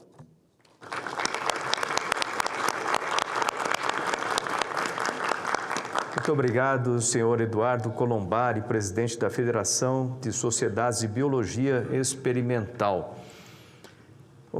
Eduardo, um ponto importante, falou com relação a utilizar os cientistas, o conhecimento dos pesquisadores cientistas para a definição de políticas públicas. Eu posso falar isso aí de cadeira, lá no Ministério nós utilizamos muito, lembra que durante a pandemia, aliás, antes da pandemia, né? No dia 10 de fevereiro de 2020, a pandemia foi declarada no dia 11 de março de 2020, no dia 10 de fevereiro, né, com a ideia do Dr. Morales, nós juntamos um grupo de pesquisadores, cientistas, especialistas em viroses emergentes e formou-se então a Rede Vírus. Para quem está assistindo aí pela TV, procura na internet Rede Vírus MCTI. E aquilo foi essencial para determinar o que o Ministério iria fazer durante a pandemia. Nós tivemos muitas atividades de sucesso graças à participação, vamos dizer assim, dos cientistas. Eu lembro que eu falei para eles na época, olha, eu sou ministro, mas eu sou engenheiro aeronáutico, não entendo nada dessa área. Vocês entendem, então vocês me digam o que fazer e eu assino embaixo para a gente fazer. A gente precisa levar a ciência nesse nível de dar a diretriz ou dar as diretrizes, né, para que o país siga na direção correta. Isso é muito importante e funciona até hoje. Rede Vírus está lá para isso, para nos defender da próxima pandemia, que infelizmente vai acontecer. Às vezes no Brasil o pessoal não gosta muito de falar das coisas, mas vai acontecer. Isso é fato. A gente precisa estar melhor preparado, né, para ela, com infraestrutura, pessoal, laboratórios e etc. Então é importantíssimo tomar providência antes, né, não ficar esperando. Eu gostaria de registrar a presença também, além das autoridades já nominadas, do senhor embaixador de El Salvador, Luiz Aparício. Obrigado pela presença. Aliás, né, reitero aqui uma coisa que nós conversamos um pouco antes, agora El Salvador tem um astronauta sendo treinado na NASA. Né, eu vou ter um prazer, uma honra muito grande poder encontrar com ele, né, seja aqui ou seja lá em El Salvador. Parabéns, senhor. Senhor diretor do Departamento de Ciência, Tecnologia e Inovação do Ministério da Defesa, Contra-Almirante Wilson Gomes, aqui conosco também, muito obrigado. Representante da Agência Nacional de Vigilância Sanitária, senhor coordenador de pesquisa clínica em medicamentos e produtos biológicos, Cláudio Osvan Martins Alves de Souza, né? Obrigado aí da presença conosco também. Representando a coordenação de aperfeiçoamento de pessoal de nível superior, o senhor diretor de programas e bolsas no país, Luiz Antônio Pessan. Obrigado aí também, parabéns pelo trabalho. Aliás, a gente nunca pode perder a chance de falar uma coisa. CAPES, CNPq, duas instituições importantes e separadas. E foi criado assim e precisa continuar assim. Para bom entendedor, que minha palavra basta dessa forma. A senhora diretora-geral do Instituto Federal de Brasília, Cristine Rebouças Lourenço, o senhor coordenador do Observatório da Mobilidade Segura, Saudável e Sustentável da Universidade de Brasília, professor pastor Willy Gonzales Taco. Aqui, obrigado.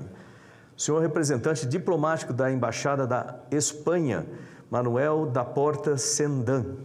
Obrigado também pela presença.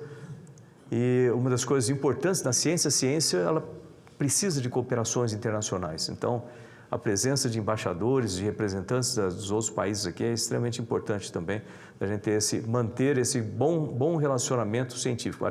Muita coisa é resolvida através disso. Às vezes você vê conflitos acontecendo na superfície do planeta e lá na Estação Espacial Internacional nós temos astronautas de diversas nacionalidades, culturas, línguas, religiões, trabalhando juntos pelo bem do planeta.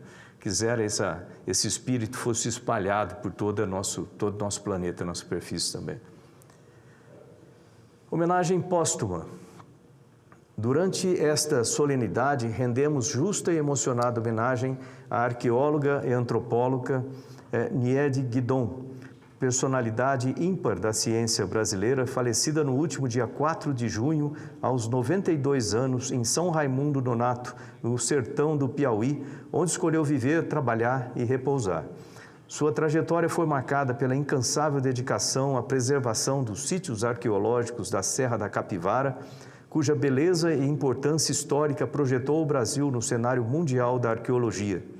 Niede foi a força motriz por trás da criação do Parque Nacional da Serra da Capivara, do Museu do Homem Americano, da Fondhan e do Museu da Natureza, instituições que integram ciência, cultura e educação no semiárido brasileiro. Ao longo de sua carreira, enfrentou adversidades com coragem, rigor científico e paixão pelo conhecimento. Suas descobertas e hipóteses ousadas provocaram o debate acadêmico e ampliaram os horizontes sobre o povoamento das Américas. Sua contribuição permanece viva e essencial para as futuras gerações de cientistas. Em reconhecimento a este legado extraordinário, convido a professora Mercedes Maria da Cunha Bustamante, vice-presidente regional da Academia Brasileira de Ciências, para receber uma homenagem em nome da comunidade científica brasileira.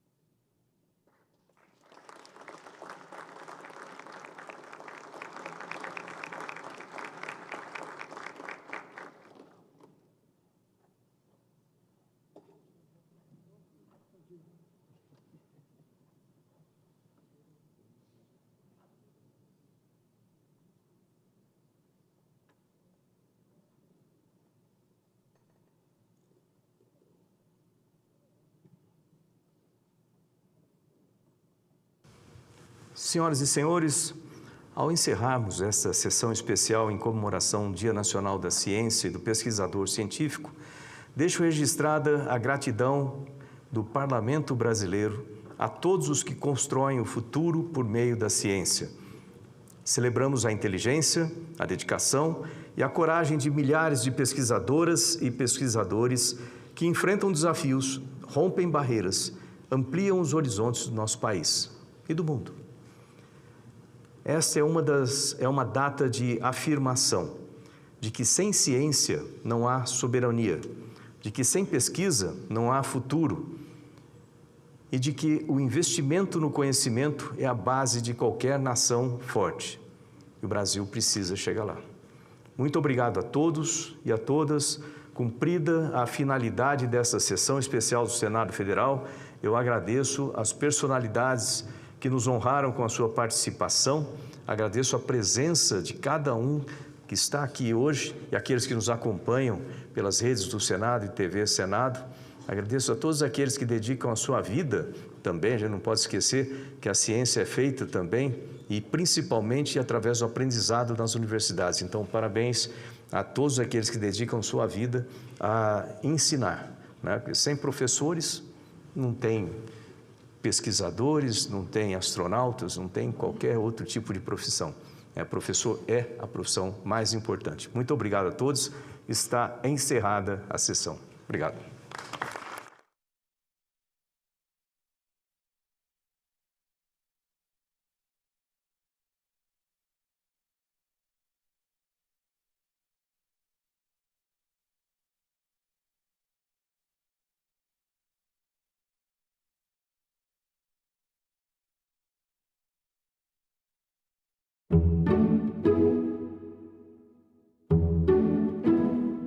Frequentemente impactada por fenômenos climáticos, São Paulo planeja a participação na COP30.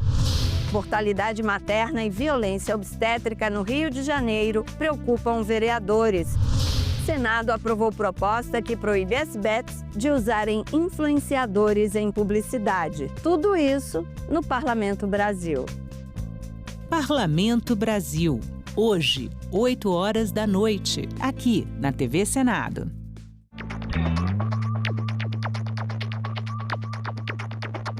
A gente também fala tupi. O nome do estado do Maranhão vem do tupi e é formado por dois termos, mar mais nhan. Mar é uma variação de embará, bará, que vem de Pará e significa mar ou Rio Grande. A outra parte da palavra é nhan, que quer dizer correnteza. Então Maranhão virou Maranhão, que tem na origem o significado de mar grande ou mar que corre. A gente também fala tupi.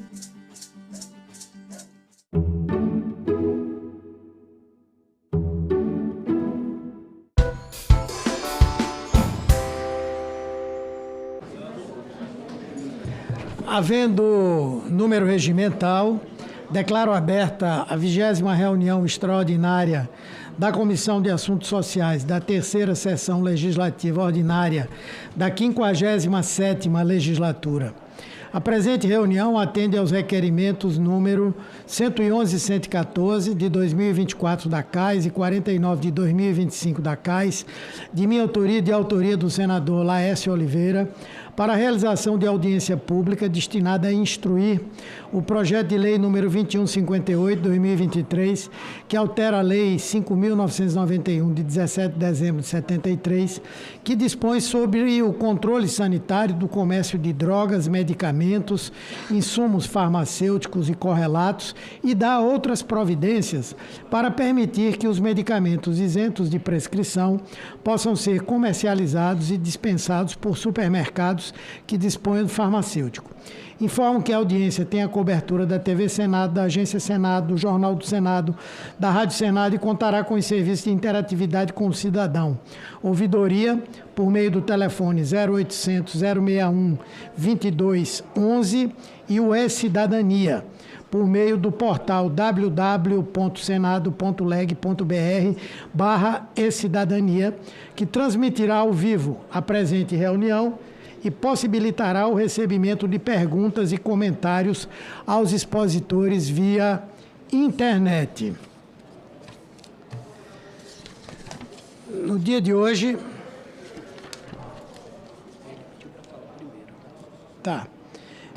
No dia de hoje, nós temos uma audiência pública interativa, cujo objetivo é a instrução do projeto de lei número 2158 de 2023, que altera a lei número 5.991 de 17 de dezembro de 1973, que dispõe sobre o controle sanitário do comércio de drogas, medicamentos, insumos farmacêuticos e correlatos e dá outras providências para permitir que os medicamentos isentos de prescrição possam ser comercializados e dispensados por supermercados que disponham de farmacêutico.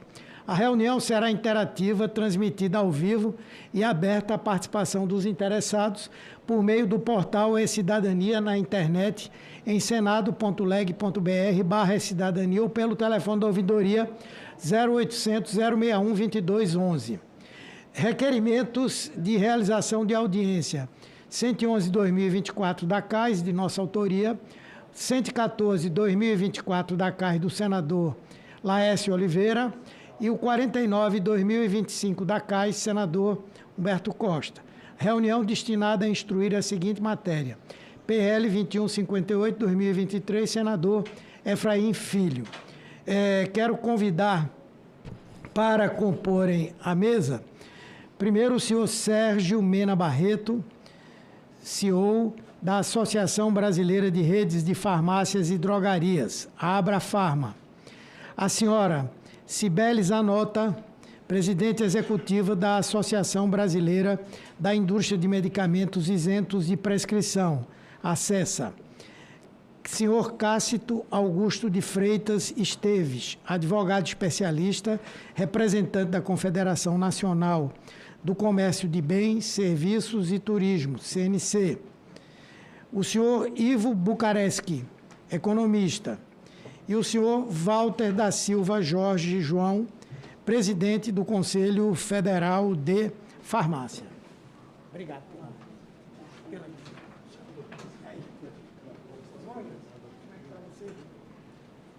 Aí. Pronto? Falta mais alguém? Eu estava... E o senhor Daniel Meirelles Fernandes Pereira, diretor da 5ª Diretoria da Agência Nacional de Vigilância Sanitária, Anvisa.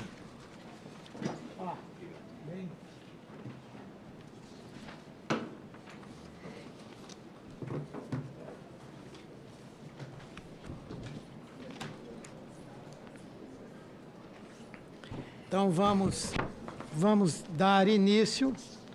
A pedido, eu convido... Tá. A pedido, eu convido o senhor Cássito Augusto de Freitas Esteves, que solicitou se manifestar antes, dado um compromisso que possui. Vossa Excelência, Vossa Senhoria terá 10 minutos para a sua apresentação. Depois nós vamos abrir para questionamentos da parte dos senadores aqui presentes e, em seguida, nós faremos, em 5 minutos por cada um, as considerações finais. Prezado senador, bom dia a todos. A CNC agradece a oportunidade novamente de vir a essa casa.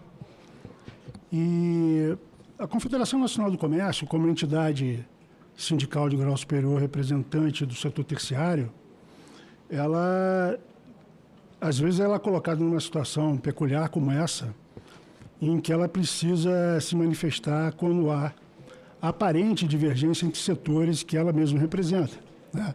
Tanto o setor dos gêneros alimentícios como o setor do comércio farmacêutico são representados do âmbito sindical e âmbito nacional pela mesma entidade. Quando isso acontece, quando a gente tem situações em que há aparente confronto, né, porque o confronto é sempre aparente, a gente atua para harmonizá-lo dos sistemas, a CNC ela não faz análise do ponto de vista econômico, do ponto de vista do interesse econômico ou do ponto de vista operacional desses setores em aparente conflito. Mas a gente precisa se posicionar. Então, normalmente, nessas situações, a gente se posiciona no aspecto técnico, estritamente técnico, porque a gente não pode se omitir, né? Nós temos que nos posicionar de alguma forma. O que ocorre na presente proposta legislativa é exatamente isso. Ou seja, a CNC analisa a proposta do projeto de lei 2158 do aspecto eminentemente técnico e, no meu caso, eminentemente jurídico, né? Porque os aspectos econômicos a gente deixa para que os setores, de forma legítima, sustentem os seus posicionamentos. Do ponto de vista técnico, uma forma que a gente costuma utilizar quando a gente analisa projetos de lei é o seu enquadramento ao sistema constitucional brasileiro. Existem várias formas de você realizar o que a gente chama controle prévio de constitucionalidade, quando a gente analisa um projeto de lei. Um deles, e um dos mais significativos, que tem melhores resultados, é o que a gente chama de análise de fatos e prognoses legislativas. Todo projeto de lei, toda iniciativa parlamentar, ela é fundada numa justificação. A justificação apresenta as razões, apresenta fatos e prognoses. Fatos, coisas atuais, prognoses, efeitos futuros que aquela norma precisa alcançar. Ali você estabelece objetivo e instrumento para alcançar o objetivo.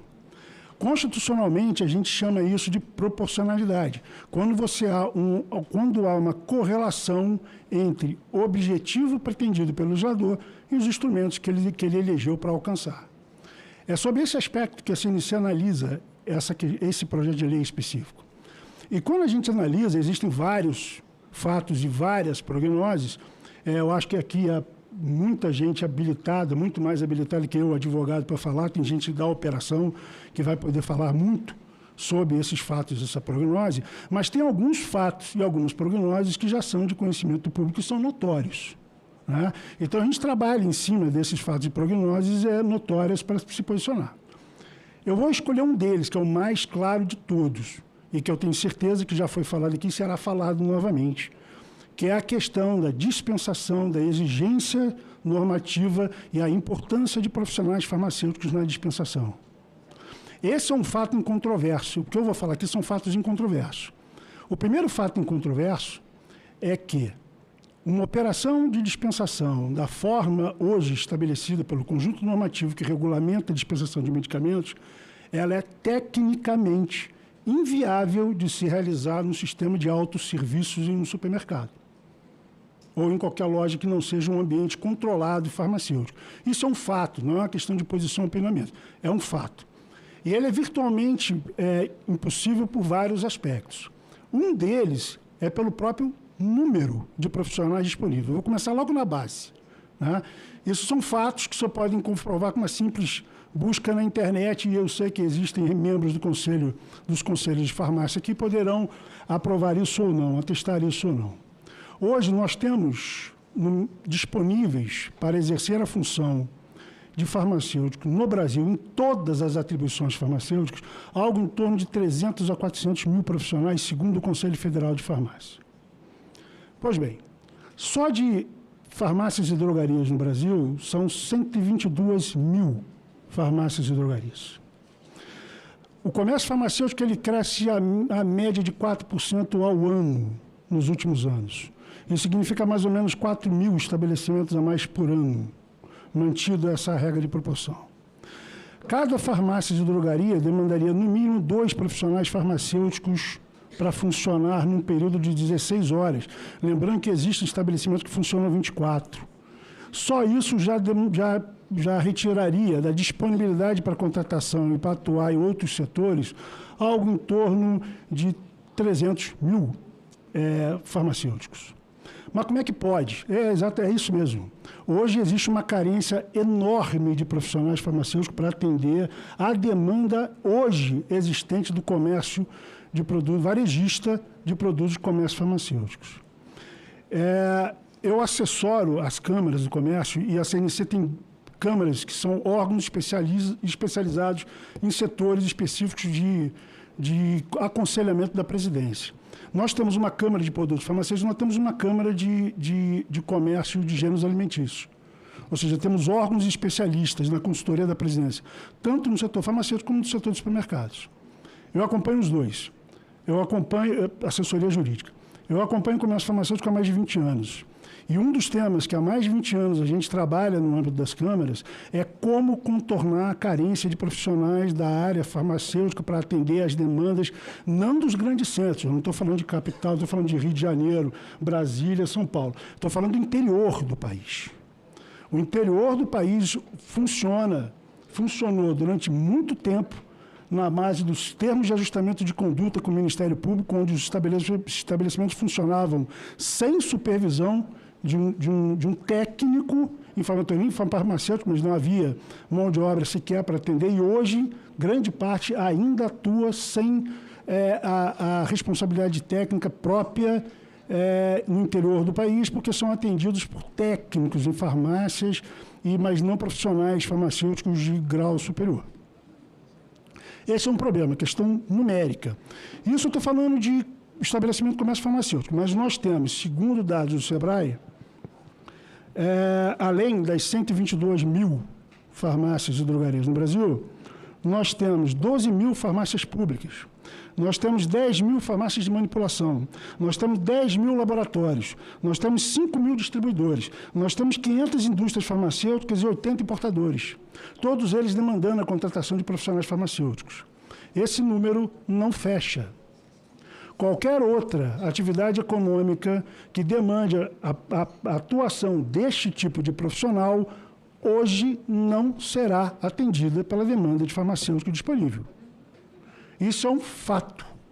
E é um fato da qual se baseia este projeto de lei. Esse projeto de lei usa o argumento de atuação de um profissional farmacêutico para legitimar a tua implementação. E hoje isso não é possível.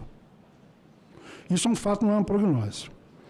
Outra questão é como um profissional desse atua, né? Há um equívoco também na justificação quando coloca o profissional, principalmente o projeto em si, tá? Que ele fala um eventual atendimento virtual. O farmacêutico, eu não estou legitimado, não tenho procuração para falar pela classe dos farmacêuticos. Eu sei, tem gente aí que, com certeza, há pessoas aqui habilitadas e legitimadas para tanto.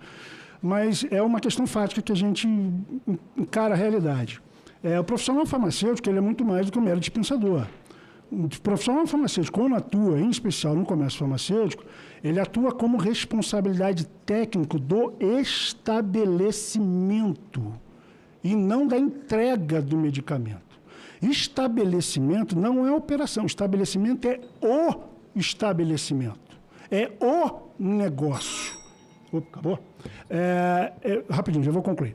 É o negócio. Então, vai muito, muito além da consulta ou da eventual interação com o adquirente do medicamento. Vai desde recebimento, armazenamento, controle de pessoal, equipe técnica que é submetida a ele. Então, você tem atendentes de farmácia, o mesmo caixa de farmácia está sob a atuação e responsabilidade técnica de um farmacêutico.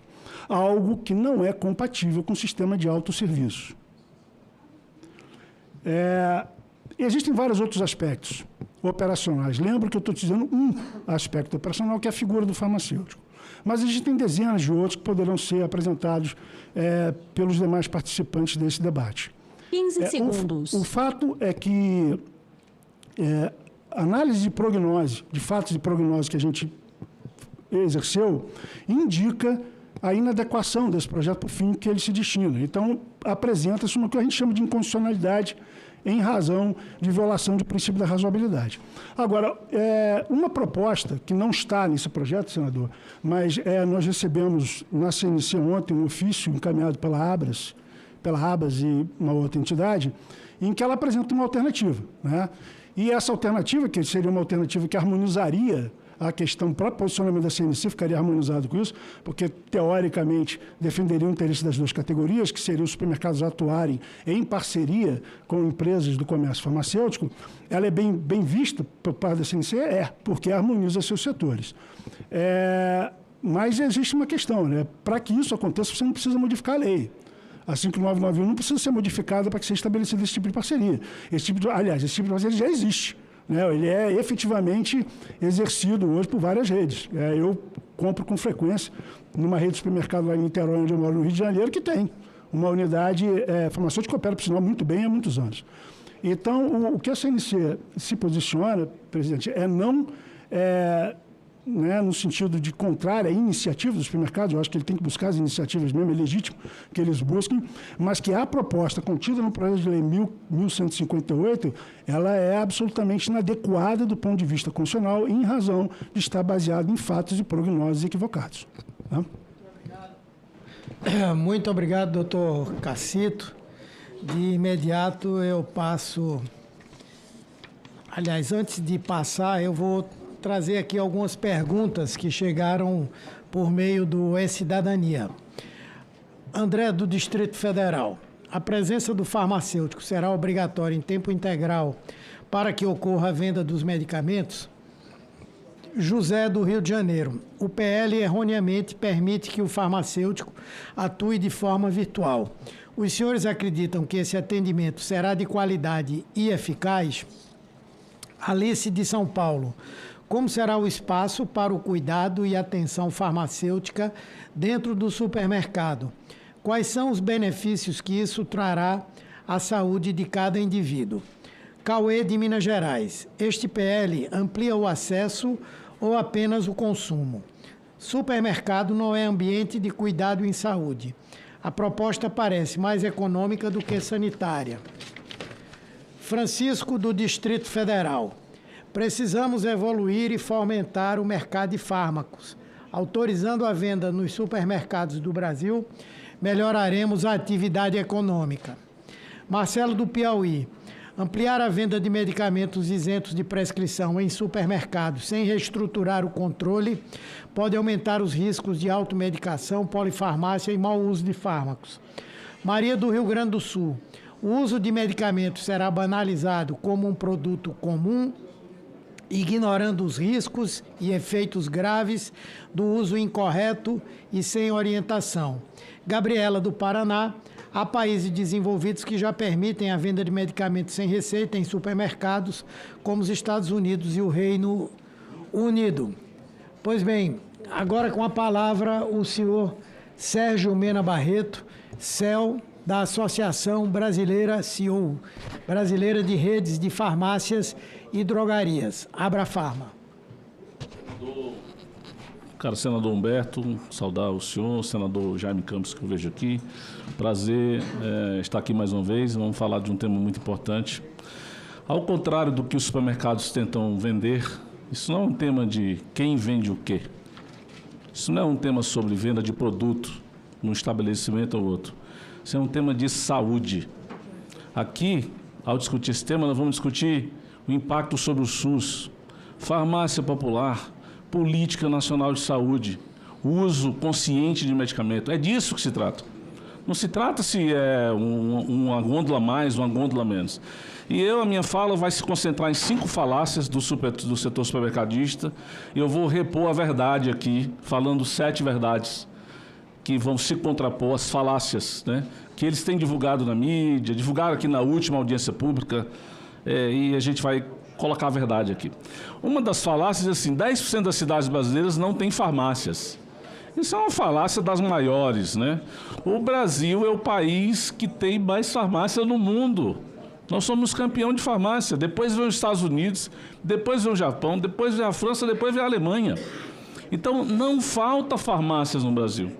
Se eu fosse usar o dado do Conselho Federal de Farmácia ou do SEBRAE, seriam 125 mil farmácias. Eu vou usar o dado da IQVIA, porque ela acompanha a transação em tempo real de compra e venda das farmácias. Nós temos 93 mil farmácias atuando no Brasil, 93.404, e elas só não estão em 46 municípios, que são os menores do Brasil, com menos de 5 mil habitantes. Então é uma falácia dizer que a gente não tem farmácia em todos os lugares. Aliás, tem mais farmácia que UBS. Tem o dobro de farmácias se fosse comparar com as UBS. Nós fomos ouvir, senadores, a opinião da população. Será que a população realmente se sente desassistida, já que a Abras e Companhia Limitada afirma que, né, não existiria farmácia insuficiente? A gente fez uma pesquisa com a Alibest, 3.100 respondentes, Brasil, isso vai ficar disponível depois. 214 milhões de pessoas disseram que não tem problema de acessar a farmácia. 2% declararam que era difícil. 88% declararam que é fácil, 10% nem fácil nem difícil.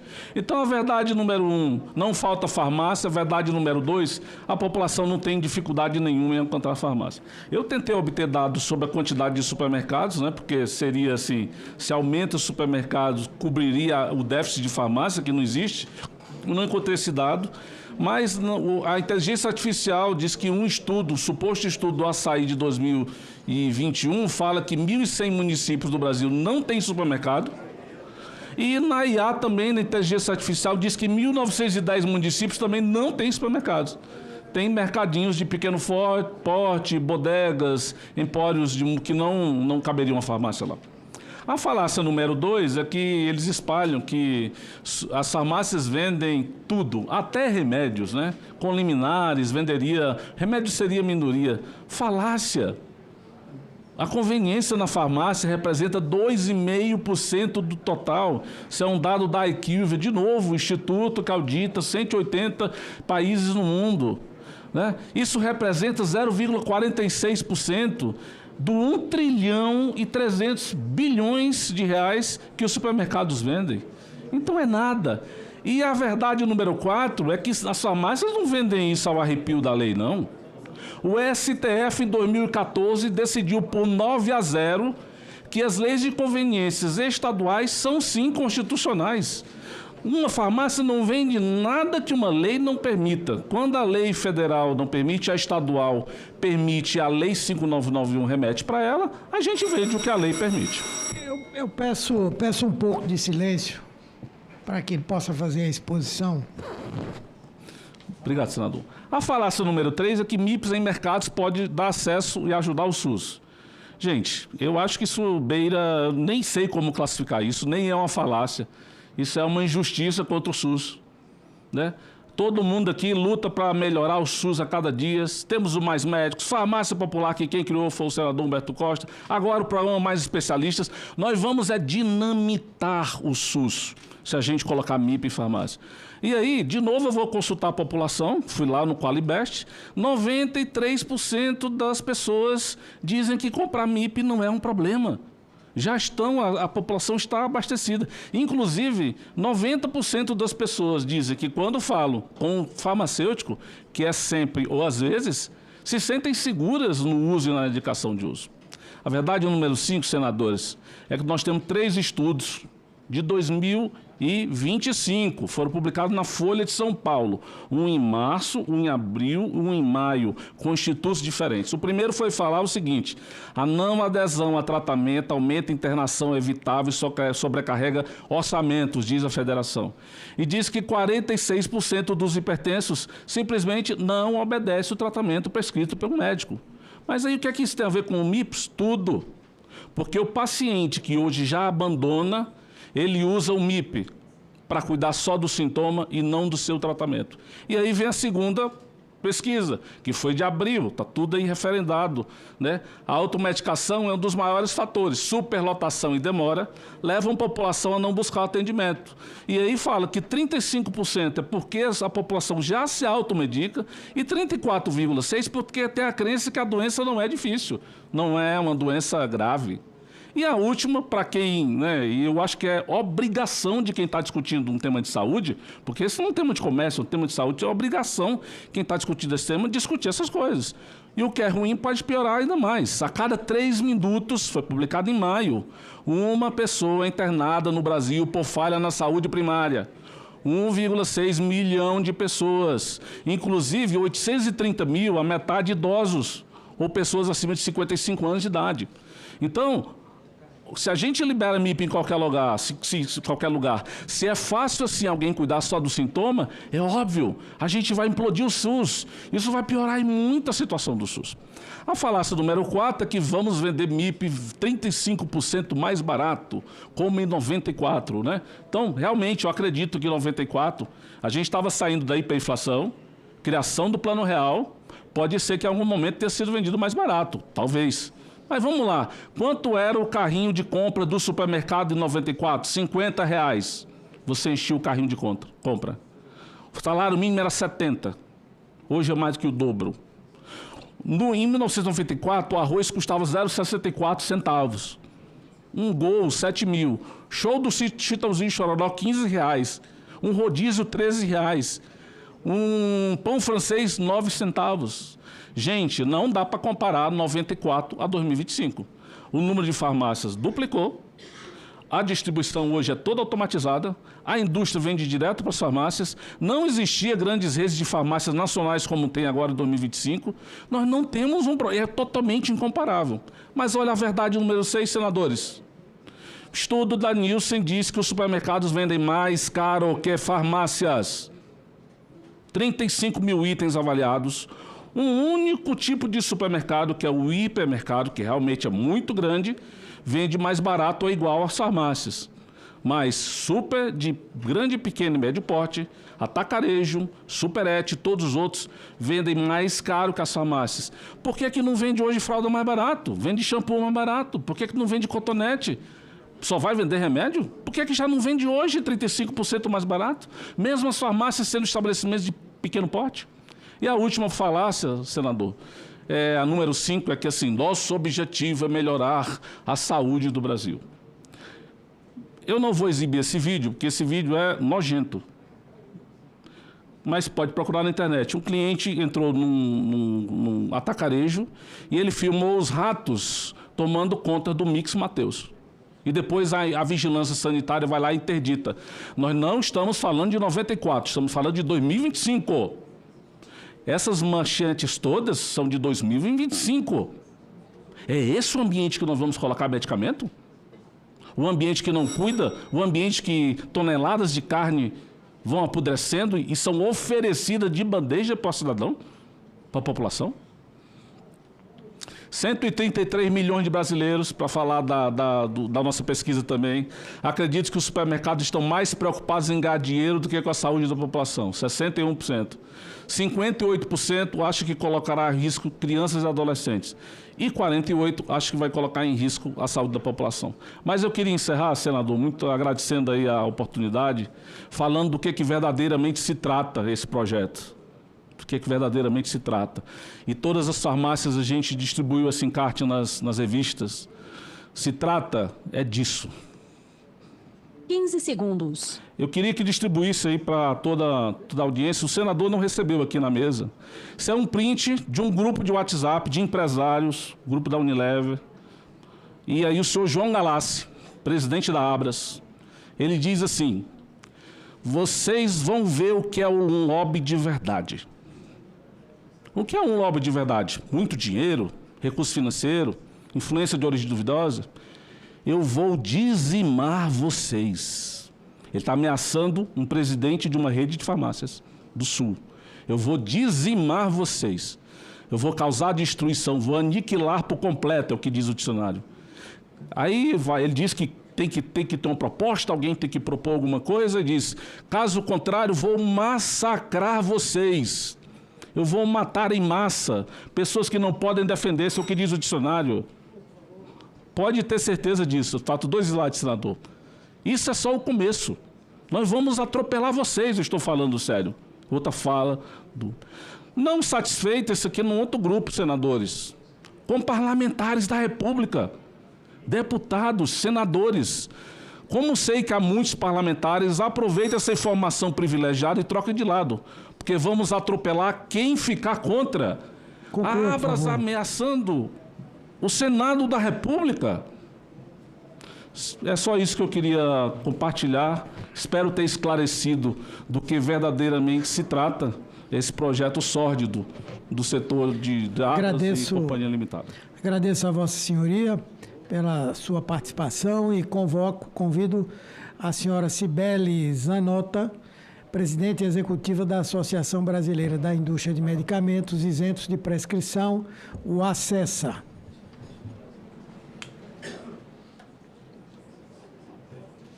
Muito papel, né? Só uma pequena observação. Durante a fala, ali naquele mostrador, naquele painel, fica aparecendo o tempo. São 10 minutos e vai havendo uma contagem decrescente, para vocês terem um pouco a ideia de apressar ou não a fala, tá bom? Obrigado, desculpe. Boa tarde, senador. Obrigada pela oportunidade. Boa tarde a todos os senhores e senhoras presentes. A ACESA é a Associação Brasileira de Produtos para o Autocuidado em Saúde. Dentre os MIPs, a gente olha outros produtos para o autocuidado, mas hoje a gente vai fazer um recorte olhando especificamente para os MIPs. A gente trabalha com 3 pilares: acesso à saúde, segurança e eficácia. E aqui, o nosso objetivo como associação é falar sobre o incentivo do uso consciente dos MIPs, da segurança e eficácia deles, o fortalecimento da informação qualificada, onde a gente trabalha todos os dias desenvolvendo conteúdos baseados em evidências científicas, trabalhamos com profissionais de saúde para disseminar informação equivocada. O que a gente precisa deixar claro hoje aqui, e já foi levantado em outras audiências, é que às vezes se coloca em dúvida a segurança e eficácia dos MIPs. Os MIPs, eles são um importante instrumento para o autocuidado em saúde. Eles contribuem, né, quando a gente fala tanto dos MIPs quanto de outros produtos, em redução de custos para o sistema público de saúde, descompressão do SUS, quando a gente sabe que, quando a gente fala dos MIPs, a gente está falando dos males menores, ali uma dor de cabeça, uma cólica, resfriado, e o MIP ele entra para contribuir nisso. ele contribui com autocuidado para o bem-estar individual e para a prevenção de doenças também. E aqui, a nossa discussão, e que eu quero que, como acesso, o que a gente quer trazer é... Hoje a gente vai pautar em 3 pilares: o acesso à saúde, a segurança e a eficácia. Os MIPs, para eles chegarem no ponto de venda, nas farmácias e onde for, e aqui é importante a gente trazer que como entidade, a gente não está olhando para a arquitetura de mercado. A gente está falando exclusivamente do acesso aos MIPs e da segurança e eficácia deles. Hoje, a gente não pode colocar em xeque a segurança dos MIPs. Ele passa por um processo rigoroso, um processo regulatório extremamente rigoroso pela Anvisa. A Anvisa está aqui hoje, onde se comprova segurança e eficácia, onde ele fala sobre evidências, traz e a contribuição dele para a sociedade, né? E dentro dessa segurança, ele vem com um histórico também de uma rotulagem acessível, de uma indicação de condições leves e autolimitadas, um histórico consolidado de seguro de uso, tem a farmacovigilância, ela faz toda essa análise e a gente tem dados concretos do quanto a segurança e eficácia do MIP, eles não podem colocar em dúvida nessa casa.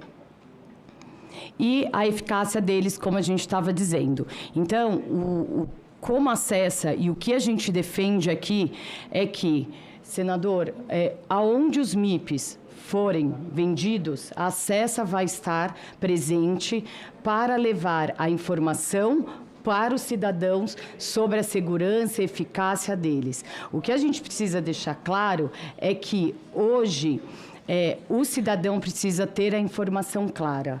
E a gente tem pesquisas de que, para os MIPs, para casos autolimitados de males menores, o cidadão sabe, ele faz o uso dos MIPs e, caso os sintomas persistam, ele procura um profissional da saúde. Então, para acesso à informação, o letramento, tanto para o governo quanto para a população, é extremamente importante. E é isso... E é onde a gente vai atuar, independentemente de questões de mercado, arquitetura de mercado e aspectos econômicos. Muito obrigado. Senador Humberto, posso pedir a palavra pela ordem, porque devido à agenda eu não vou conseguir permanecer até o final.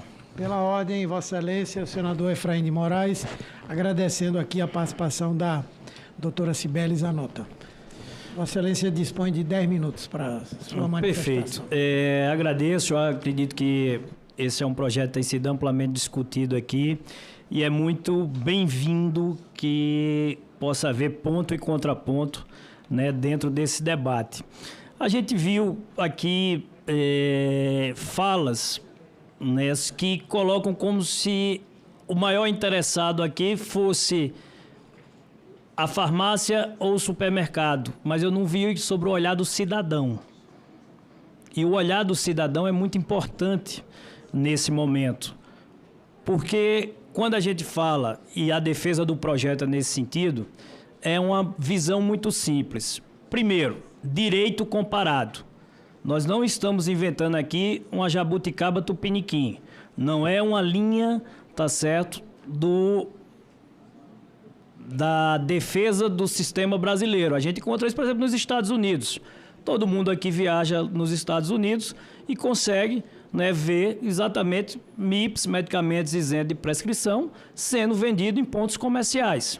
E quem chega aqui do Brasil normalmente compra lá o seu MIPs nos Estados Unidos sem enfrentar nenhum problema, nenhuma resistência e nenhum tipo de preconceito. Então, o projeto que ele busca é trazer para a legislação brasileira aquilo que já é praticado no mundo todo, especialmente Estados Unidos e Europa, onde vários aqui que estão presentes têm essa experiência. Aí, segundo, eu vejo aqui a linha de dizer que o fato da gente ter mais pontos de venda não traria queda do preço. eu, pelo menos, gostaria até de perguntar, tem um economista aqui na mesa. No meu conceito, mais concorrência leva à redução de preço. Ponto. Isso é autoexplicativo, isso não precisa estar sendo discutido, debatido, analisado. Para mim, é claro como a luz do sol. Se eu tenho mais pontos de venda, aumenta a concorrência, leva à redução do preço. Quem é o beneficiado? O cidadão, o consumidor, que vai pagar mais barato. Aí vejo um outro argumento. Aí diz, não, mas lá na farmácia tem o farmacêutico, que é para os medicamentos que precisam de prescrição, taxa preta, taxa vermelha. Não é para o MIPS. Ah, mas lá tem. Aí eu me pergunto, esse MIPS pode ser comprado no Mercado Livre? Pode. Eu posso comprar na internet esse medicamento e ele chega na minha casa? Pode.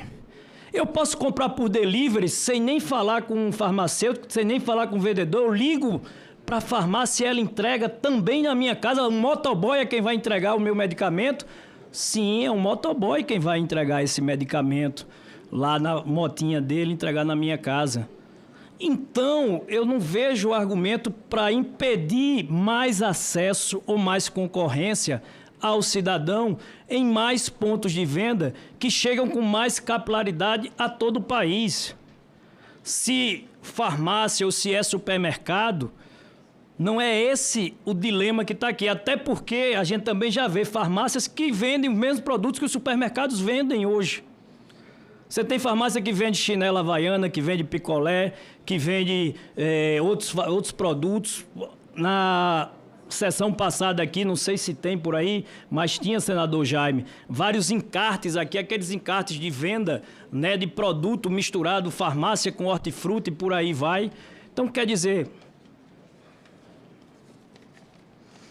tá aqui, eu acho que, para quem quiser ver, senador, veja como é o encarte da venda também da farmácia, com prateleiras. Então, assim, eu não quero entrar num dilema de quem está certo ou errado. Eu acho que ninguém quer impedir a farmácia de vender o que está aqui. Por quê? Porque é bom para o consumidor.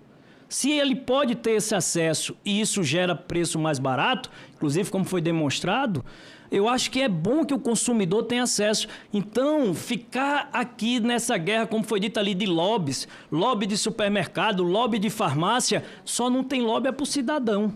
E é exatamente o que o projeto pretende, trazia ali algumas regras e alguns dados importantes sobre isso, que para o cidadão, e exatamente ele é isento de prescrição, porque o risco à saúde dele é mínimo.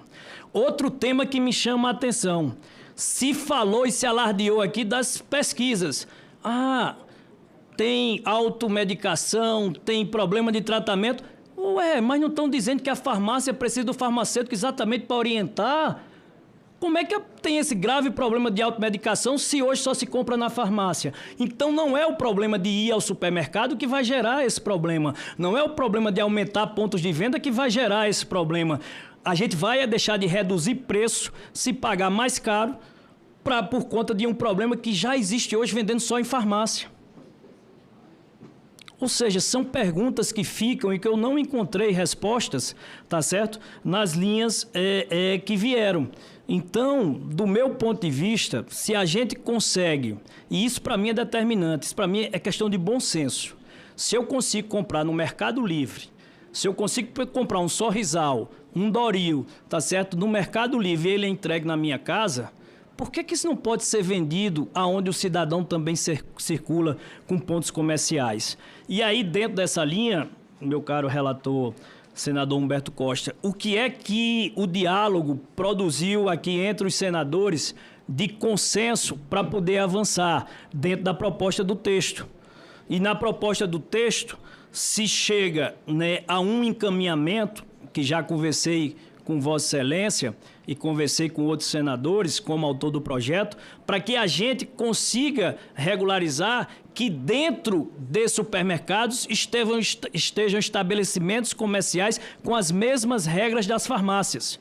com as mesmas linhas que a Anvisa determina para a farmácia, serão as mesmas que estarão lá nos supermercados. Que eu acho que esse é um ponto que pode avançar e gerar consenso para que esse argumento, né, de risco à saúde, como eu disse que não existe para medicamentos que possam ser comprados online, eles sejam elididos para que fique valendo o argumento de mais pontos de venda, mais concorrência e menor preço. Porque a defesa do cidadão que se faz é essencial para que a gente possa construir. Então, senador Jaime, senador Humberto, é importante que avance. Aqui, por exemplo, nesse contexto, já tem inclusive essa sugestão, vou fazer questão de ler ela aqui.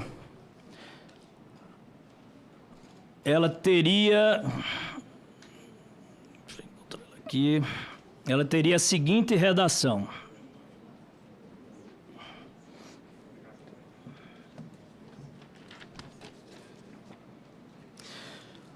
Vamos lá, complementação e sugestão encaminhada ao relator e aos demais senadores para o processo.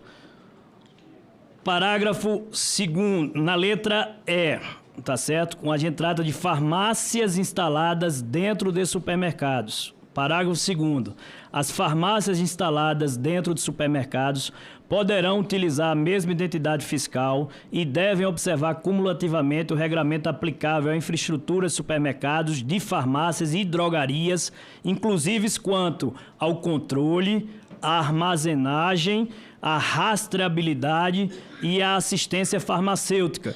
Ou seja, teria também uma segunda vantagem. Ela agregaria novos postos de emprego com mais postos de trabalho para os farmacêuticos.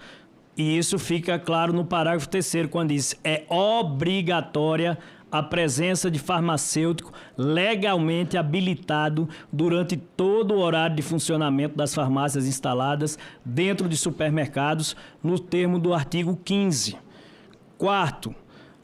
Parágrafo 4º. As farmácias de que trata a linha E do CAPT poderão ser instaladas diretamente pelos supermercados ou indiretamente, por meio de convênio ou contrato de parceria entre esses, a farmácia e a drogaria regularmente licenciada e registrada pelos órgãos competentes, observado o disposto no parágrafo 2º. Então, acho que com esses argumentos que a gente traz, permitindo que as próprias redes de farmácia se instalem dentro dos supermercados, e não seja só a venda aleatória, né, num estante ou algo desse tipo, como acontece lá dentro da própria farmácia, tá certo? Eu acho que a gente lide com o problema e eu volto a insistir e apelar que se olhe pelo lado do cidadão, que se olhe pelo lado do consumidor. Medicamento hoje é caro, medicamento pesa no orçamento da família, tá certo? Pesa no orçamento de um casal de aposentados, e todo o esforço que pode ser feito para se baixar preço, para se diminuir o valor do preço do medicamento, eu acho que é bem-vindo. Tá certo? Não acredito que vai haver qualquer problema, né, entre na relação comercial. Como eu disse, a farmácia hoje já vende produtos que são vendidos nos supermercados. Se os supermercados trouxerem as farmácias para dentro da sua estrutura, quem vai ganhar é o cidadão. O cidadão hoje que já pode comprar, eu insisto, porque esse argumento para mim ele é muito forte. O cidadão hoje, ele já pode comprar online, sem falar, sem ver, sem nem triscar num farmacêutico. Ele já pode pedir para que o motoboy entregue o medicamento na casa dele. Quem vai entregar é motoboy, não é farmacêutico. Então, qualquer outro tipo de argumento parecido cai por terra, tá certo? Então, quer dizer, não vejo qual é o risco que pode representar que não seja dessa forma. Então, senhor relator, senador Humberto Costa, quem tem muito respeito, né, fica o encaminhamento dessa sugestão para que Vossa Excelência possa apreciar a possibilidade de incluir no seu relatório. Será feito no momento adequado, mas eu acredito que é uma proposta que se aproxima muito do consenso e tem, acima de tudo, o olhar do cidadão. Agradeço a tolerância da mesa. Vossa Excelência vai precisar sair, é? Precisarei, sim. Eu posso fazer uma pergunta apenas. Eu não recebi na forma de proposta ainda não, de que eu projeto hoje, mas já está aqui. Mas recebi aqui um documento da Abras e outras instituições falando sobre isso. Eu queria perguntar o que é que isso difere da legislação de hoje em dia, porque, entendeu? Lógico, eu concordo ipsis literis, que se quiserem botar uma farmácia dentro de um supermercado, não tem problema. Não tem problema. Não pode. Eu compro medicamento de farmácia dentro de supermercado. Então, não vejo problema. Então, eu vou analisar isso aí. Então, se não tem problema, mais perto ainda do consenso estaremos. Pronto, vamos ver. Se isso já é o que está previsto na legislação hoje, fiquei convencido do seu argumento e agradeço o acolhimento, né, do que já existe hoje para dentro do projeto. Bom, nós todos vamos analisar aqui. E aí resolve o problema dos dois. Eu vou querer simplesmente... E o cidadão é quem sai ganhando. Compreender onde está a diferença. Vamos ver. Com a palavra agora, o economista Ivo Bucareste. Presidente, pela ordem. Posso pedir a Vossa Excelência um minuto só? Pois não. Que Vossa Excelência ficasse aqui um minutinho enquanto eu vou ali, pode ser? Tá bom.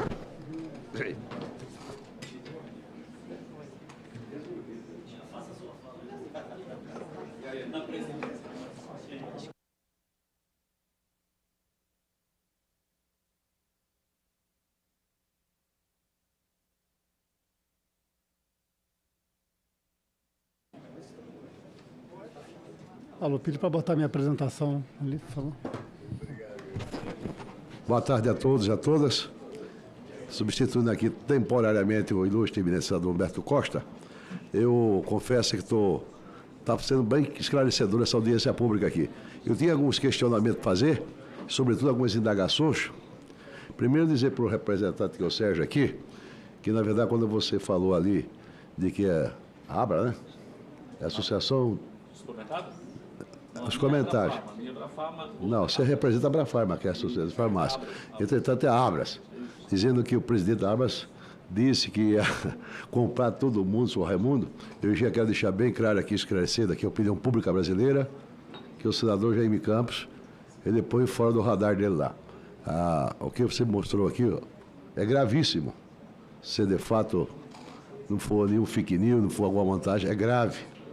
Isso é caso de Polícia Federal, no mínimo do MPF, tomar as devidas providências em relação a esse assunto. Entretanto, aqui eu vim aqui até para dirimir algumas dúvidas em relação, naturalmente, a esse projeto, na medida que eu tinha algumas restrições, até porque, quando se falava que ia vender remédio em farmácia, é como se fosse bananinha, quilo de carne, quilo de arroz, latte e óleo, literalmente contra. Todavia, após o esclarecimento de que não será vendido nas gândulas do mercado, pelo contrário, será permitido, e eu acho que atendia perfeitamente o projeto na sua essência, Vossa Excelência, senador Efraim, que farmácias possam ter dentro do supermercado. Isso eu não sou contra, muito pelo contrário. Vai ser um estabelecimento comercial dentro de um próprio prédio, que muitas vezes, esse próprio prédio, você pode ter banco, casa lotérica, etc, etc. Foi esclarecedor. Se for isso aí, eu não tenho dúvida alguma que o projeto, senador Efraim, ele é meritório. Agora, teríamos que dirimir várias e várias dúvidas, que certamente não só eu tenho, a população brasileira, outros senadores que vão ter aqui essa tarefa, essa missão de votar, tem que votar de forma consciente e de forma responsável. De maneira que é uma discussão muito boa, ampla e, sobretudo, esclarecedora. Só que me mexeu comigo muito foi quando o senhor disse aqui de que o presidente de uma entidade de peso, né, como é da Associação dos Mercados do Brasil, uma acusação como essa aí é gravíssima e eu acho que é caso até de Polícia Federal. Por favor, senador Efraim. Senador Jaime, a minha pergunta é essa. O senhor, com toda a experiência, o senhor já comprou medicamento por delivery, ligou para a farmácia e foi entregue? Já aconteceu, sim. O senhor falou com algum farmacêutico? Não. Foi entregue na sua casa? Sim, senhor. Sem precisar apresentar receita, nada? Por enquanto, não foi preciso. Então, pronto. Eu acho que é isso que demonstra. O na verdade, comum, e esse medicamento, claro que eu comprei também, não dependia de nenhum receituário médico, né? Para mim é isso que me convence. O cidadão comum, ele pode comprar por telefone, online ou na internet e o medicamento chega na casa dele. Então não vejo problema de ter uma amplitude de pontos de acesso para que aumente a concorrência e se reduza o preço. Para mim o argumento... Eu só fazer um questionamento aqui. Eu, particularmente, né?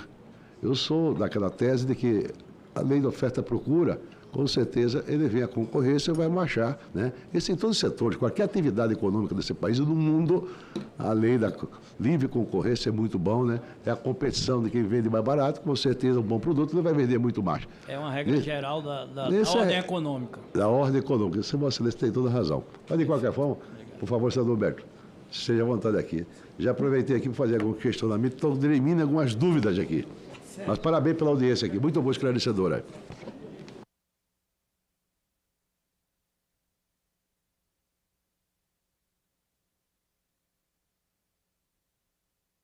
Então, com a palavra agora, o doutor Ivo Bucarski, economista.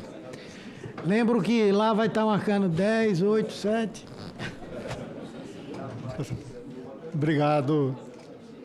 Boa tarde a todas e a todos. Em nome do senador Humberto Costa, eu quero cumprimentar todas as senhoras e senadores aqui presentes, seus demais membros da mesa. Antes de começar a falar e do meu parecer que o trabalho que eu fiz demonstrando os problemas que tem de liberar a venda de medicamentos isentos de prescrições ou mesmo de outros medicamentos em supermercados, eu gostaria, estou me apresentando como economista, mas eu quero lembrar que, além de economista, eu fui diretor da Anvisa entre 2013 e 2016 e fui o secretário executivo da Câmara de Regulação Econômica do Mercado de Medicamentos, a CEMED, entre 2011 e 2013. E este debate sobre venda de medicamentos em supermercado é um debate antigo que já ocorreu na época que eu estava na diretoria da Anvisa, volta a ocorrer agora, ele é recorrente. E já na época nós colocamos a posição da época da Anvisa contrária a isso, tanto do ponto de vista sanitário, quanto também fizemos um debate econômico. Eu gostaria aqui de lembrar e falar um pouco na introdução para as senhoras e senhores, primeiro, o que são MIPs, medicamentos isentos de prescrição, do ponto de vista da Anvisa. Eles têm algumas características. A primeira é que eles tratam de sintomas e não da doença. Eles ajudam, obviamente, na cura, ajudam a tratar dos sintomas, mas eles não tratam da causa da doença diretamente. Disso quem trata são os medicamentos de prescrição ou outras terapias. Segundo, eles têm baixo risco, mas não são isentos de risco. Existem riscos em utilizar medicamentos isentos de prescrição, tanto riscos de uso quanto riscos de abuso desses medicamentos, riscos de você utilizar 2 medicamentos, às vezes, que não podem ser misturados, ou já foi até exemplificado aqui na comissão, você tomar, por exemplo, ácido acetilsalicílico quando você estiver com dengue. Tudo isso demonstra que, assim, são importantes, mas eles não são totalmente isentos de risco. Uma outra característica importante é que eles são os únicos medicamentos que a Anvisa autoriza propaganda na televisão, propaganda direto ao cidadão. Os supermercados argumentam que a venda de MIPs ou de outros medicamentos no supermercado vai facilitar o acesso, a concorrência vai possivelmente reduzir os preços e isso vai ser conveniente com o consumidor. Porém, eu quero aqui trazer para vocês quais são os riscos dessas vendas em supermercados. Aqui eu faço o resumo, mas já vou direto ao assunto. Como falou muito bem o Sérgio Belo Barreto, nós temos hoje cerca de 93 mil farmácias em funcionamento no Brasil, das 122 mil autorizadas. Eles são importantes, grande parte deles, mais de 60% deles, são pequenos ou médios empresas, médias farmácias. Grande parte dessas pequenas e médias estão colocadas em pequenos e médios municípios, nos bairros ou distritos mais afastados ou nos bairros e distritos mais populares da cidade. Para as pequenas farmácias, os medicamentos isentos de prescrição representam 25% do faturamento delas. São empreendimentos comerciais que têm uma estabilidade econômica muito pequena, que qualquer perda de margem de venda, qualquer perda de margem de lucratividade pode trazer a falência de um dono de farmácia, de uma pequena ou de uma média farmácia. E aí, se nós autorizarmos a venda de medicamentos no supermercado, ao contrário do que diz a Abras, de que vai vai diminuir o custo para o cidadão, é aí que eu gosto, nem necessariamente o aumento da concorrência pode diminuir o preço do MIP, mas não diminuirá, vai aumentar o custo do cidadão. Por quê? Essas pequenas e médias farmácias terão que fazer, no primeiro momento, o seu movimento vai ser o qual? Aumentar o preço dos medicamentos de prescrição para poder sobreviver à perda de mercado. Isso vai aumentar o custo do cidadão. E, no segundo momento, nós teremos falência de milhares de farmácias no país, desemprego de milhares de pessoas no país. Essa falência dessas farmácias faz com que, em muitos lugares, não tenham farmácias. Isso também aumenta o custo do cidadão, porque ele vai precisar ir para outro bairro, para outra cidade, para outro distrito, para tentar comprar o medicamento. E na hora que eu falei a farmácia, quem me disse que o supermercado que está vendendo não vai aumentar o preço, não vai aproveitar porque acabou a concorrência e vai aumentar o preço desse medicamento. Então, não necessariamente esse aumento vai diminuir o custo do cidadão, ao contrário, tende a aumentar o custo do cidadão, diminuir a acessibilidade de medicamentos importantes para os cidadãos, porque essas farmácias irão à falência ou terão que aumentar os seus preços, né? Aqui é uma tabela mostrando qual é a percentagem da venda de MIPs dentro dos supermercados, como eu falei, 25% para as pequenas e médias, né? Nós vamos ter vários impactos, principalmente na questões sanitárias. Nós temos que lembrar o seguinte: você misturar na gôndola o medicamento com outros produtos de supermercado, com alimentos, com açúcar, com cigarro, com outras coisas, vai fazer com que a população comece a achar que o medicamento isento de prescrição, ele é isento totalmente de risco, ele pode tomar à vontade, vai aumentar a automedicação. E aí, senhores, eu quero lembrar, nós vamos ter menor controle de acesso aos menores, né? As condições inadequadas de estocagem dentro dos supermercados. Temos que lembrar que farmácias, pela regra da Anvisa, elas têm uma série de exigências. Não é só o farmacêutico. Ela tem exigências de questão ambiental, tem temperaturas necessárias, tem formas de estoque, formas de controle de estoque. E lembrar que o farmacêutico, ele além de fazer o apoio ao cidadão, ele também tem que fazer todo esse controle do medicamento dentro da farmácia. Será que isso será feito dentro do supermercado? Os farmacêuticos vão conseguir fazer, se eventualmente eles estiverem no supermercado, porque a proposta, pelo menos, que tem agora, não coloca, põe um farmacêutico virtual, né? Nós vamos ter um risco de incentivo descontrolado. E aí, o senador, eu falei, trouxe o exemplo dos Estados Unidos.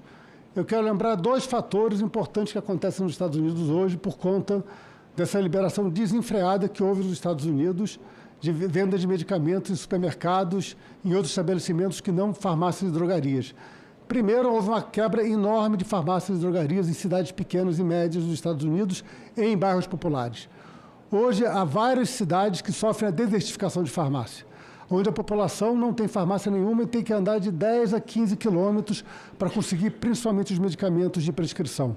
E não só nas grandes cidades. Eu vi um estudo em que, no Harlem, que é um bairro mais popular, mais pobre de Nova York, há falta de farmácias, né? Porque elas acabaram quebrando, não há condições econômicas de se manter, já que há com uma concorrência dos supermercados para isso aqui. Então, você diminui o acesso, né? E a diminuição do acesso, ela vai impactar também numa outra situação, que é quanto menos acesso significa menos adesão ao tratamento. Menor adesão ao tratamento, lá na frente o SUS e o sistema privado e os planos de saúde vão pagar esse preço, porque vai ser mais hospitalização, mais gente sendo tratado, que é muito mais caro do que tratar com tratamento preventivo e medicamentoso. Então, ao contrário do que você dito, nós vamos ter o cidadão vai aumentar o seu custo para conseguir o produto, vai ter mais dificuldade de acesso e o custo do sistema de saúde vai ser maior. E eu quero lembrar uma outra coisa também importante, é que vai haver um impacto para os pequenos e médios municípios. Queremos lembrar o seguinte: a pequena farmácia é um negócio local, com CNPJ no município. Ela gera impostos, arrecada impostos para o município, gera arrecadação de imposto de renda para o município. Grandes redes de supermercados, como as grandes redes de farmácia também, não estão estabelecidas com seus CNPJs nos pequenos e médios municípios, não arrecadam seus impostos para esses municípios. Nós vamos ter falências de negócios, vamos ter imóveis fechados, vamos ter desemprego nas cidades. E queremos lembrar também o seguinte: o farmacêutico, ainda mais nas cidades pequenas e médias, ele exerce um papel, sim, de assistente de saúde, né, de ajudar a população a informar que tipo de medicamentos tomar, do que não tomar, de quando tem que procurar um médico, né? É uma importante figura na cidade, né? E também o meu medo, que nós também vemos nos Estados Unidos, essa hipótese de vender todos os medicamentos na farmácia, além da falência em massa que nós teremos das pequenas e médias farmácias, o que você vê nos Estados Unidos, eu vou muito lá, no Walgreens, no CVS, você vê todos os medicamentos de prescrição. Quando você vai comprar no Walmart, quando você vai comprar no próprio supermercado, eles vendem dos 200 aos 300 medicamentos mais vendidos. Mas a maioria dos outros medicamentos, que não são tão vendidos, não estão lá na prateleira do supermercado, não estão lá no balcão do supermercado. E, repetindo até o que o senhor falou, senador, a legislação atual já permite você ter uma farmácia no local que está o supermercado, mas não junto com as gôndolas, não como é uma padaria, uma peixaria ou um açougue dentro do supermercado. Ele tem que estar, para além dos caixas, seguindo todas as regras da Anvisa, demonstrando claramente que é uma farmácia com um CNPJ diferente, porque ele tem uma outra finalidade. Ele é um CNAE na área de saúde, não é um CNAE na área de gêneros alimentícios, né? É um outro tipo de comércio com outras finalidades e com outras regras a seguir, né? Então, a lei atual já permite. Eu não acredito muito que, principalmente pequenos e médios, se a gente puder seguir todas as regras da Anvisa, né, talvez os grandes supermercados consigam colocar unidades farmacêuticas dentro do supermercado, mas os pequenos supermercados não vão conseguir fazer, as unidades de venda não conseguem fazer. Então, você não vai ter um aumento relevante de pontos de venda, mas, ao contrário, nós teremos uma quebra muito grande de drogarias e farmácias no país. Obrigado. Doutor Ivo Bucaresc. Com a palavra agora, o doutor Daniel Meirelles de Fernandes Pereira, diretor da 5ª Diretoria da Agência Nacional de Vigilância Sanitária, a Anvisa.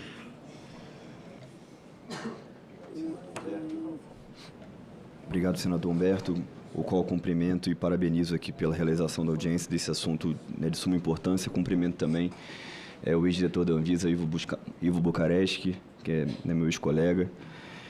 E gostaria de, inicialmente, né, antes da fala da Anvisa, esclarecer alguns assuntos que estão sendo falados, inclusive na imprensa, e deixar isso muito claro aqui. A Anvisa não tem uma posição formada sobre o PL 2158 de 2023. Essa posição da Anvisa sempre é tomada pelos seus diretores. Esse assunto é votado em diretoria colegiada e não houve nenhuma deliberação ainda acerca do texto desse PL. Então, primeiramente, é importante a gente deixar isso muito claro, né, que esse assunto ainda vai ser levado, mas eu vim aqui exatamente trazer um pouquinho da visão da agência, da visão desse diretor e da visão das áreas técnicas ali envolvidas sobre esse tema e contribuir com o Senado Federal. Aliás, essa é a posição da agência. A agência ela não é contrária ou a favor a nenhum projeto de lei discutido aqui no Senado. A agência ela contribui com a sua visão sanitária, senador, em relação a esses projetos, buscando o melhor resultado possível para o país e para toda a sociedade. Primeiramente, é importante também, né, começar a destacar que a posição da Anvisa é pelo não retrocesso dos seus aspectos sanitários. Então, algumas bases em relação à venda desses medicamentos, elas são de suma importância. A primeira é que mantenha a arquitetura de uma autorização de funcionamento específica para aquele estabelecimento. É na autorização de funcionamento que os órgãos de vigilância sanitária, aqui compreendidos a Anvisa e as vigilâncias estaduais e municipais, elas atestam o cumprimento dos requisitos sanitários na venda daquele estabelecimento. Então, não só após uma visita ou de acordo com seus requisitos, mas é de extrema importância que seja mantida essa autorização, né, de funcionamento específica.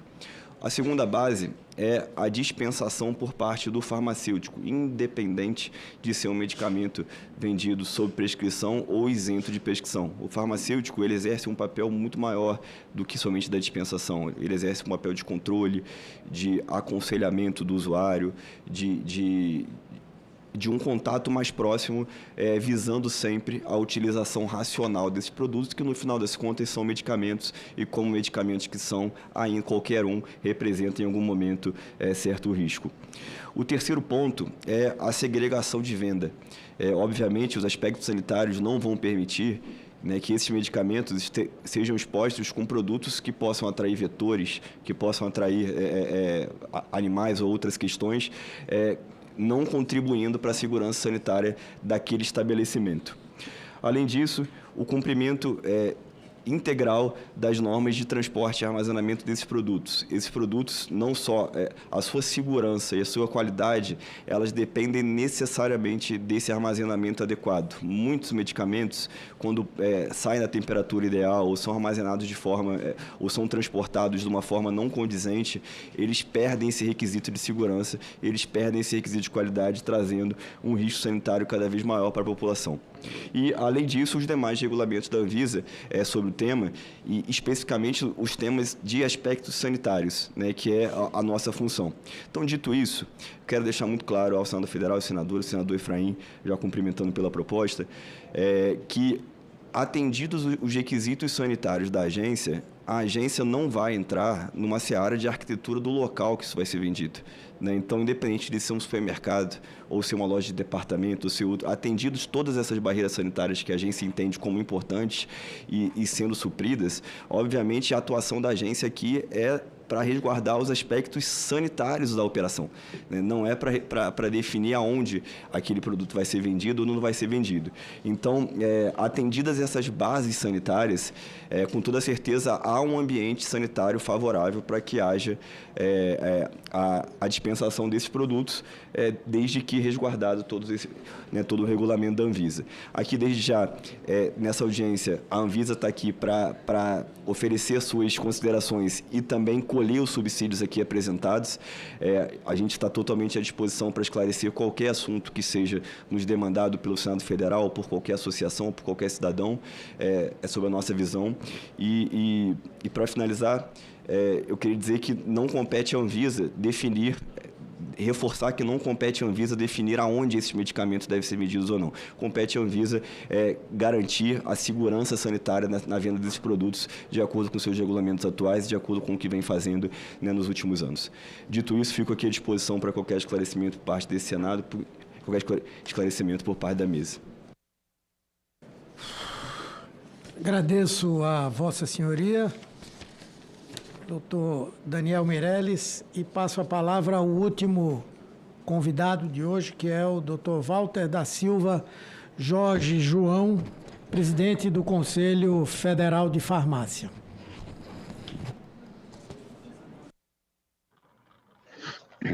Muito boa tarde, senador Humberto Costa.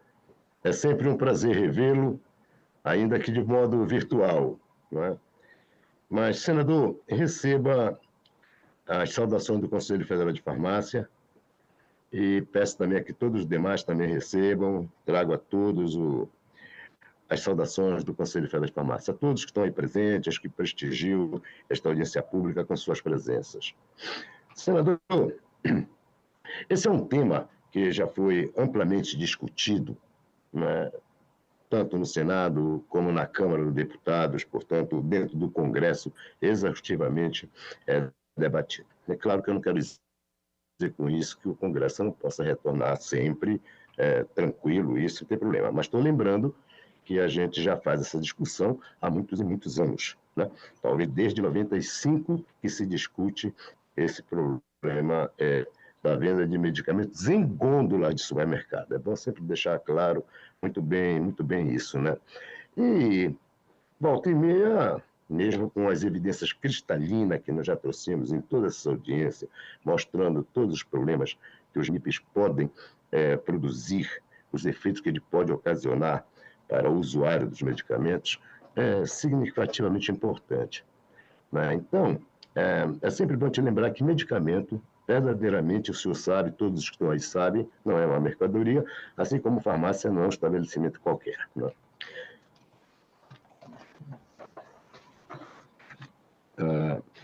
Nesse ponto, que aqui está fugindo da câmera,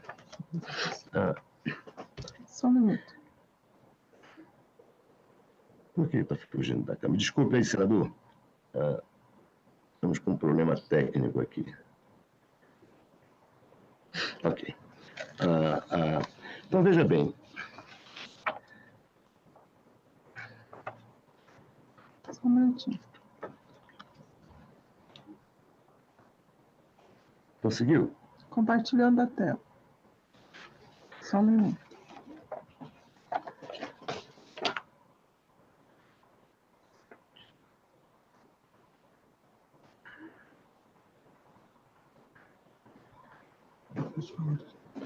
Senador, agora o senhor pode ver o seguinte, né, nessa circunstância. O que a gente vem acompanhando ao longo de todas essas audiências públicas, ao longo de todo esse tempo, a gente ouve muito fazer a abordagem do ponto de vista econômico. Né? E era bom deixar bem claro que nós deveríamos estar defendendo aqui a vida humana. Né? Isso é significativamente importante para nós termos isso no nosso ponto de vista. Né? Então, veja bem,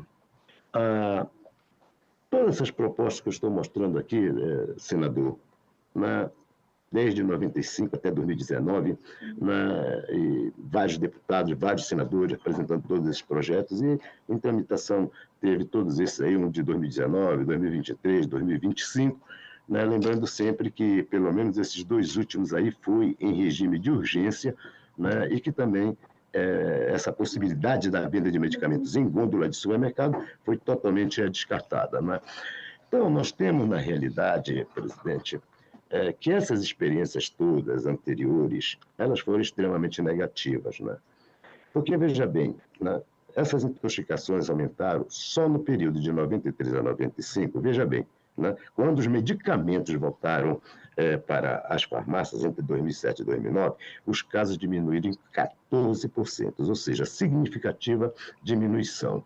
E o que significa dizer entre 93 e 95? Foi exatamente o período em que o Congresso Nacional autorizou a venda de MIPs em supermercados, tá? Nas gôndolas dos supermercados. Ora, o que se observou durante todo esse momento? Não é?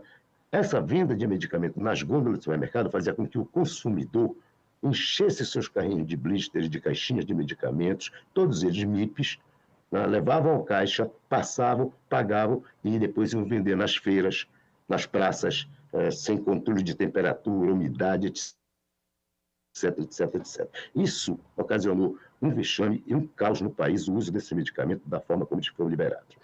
E isso daí foi evidenciado exatamente na CPI dos medicamentos. Né?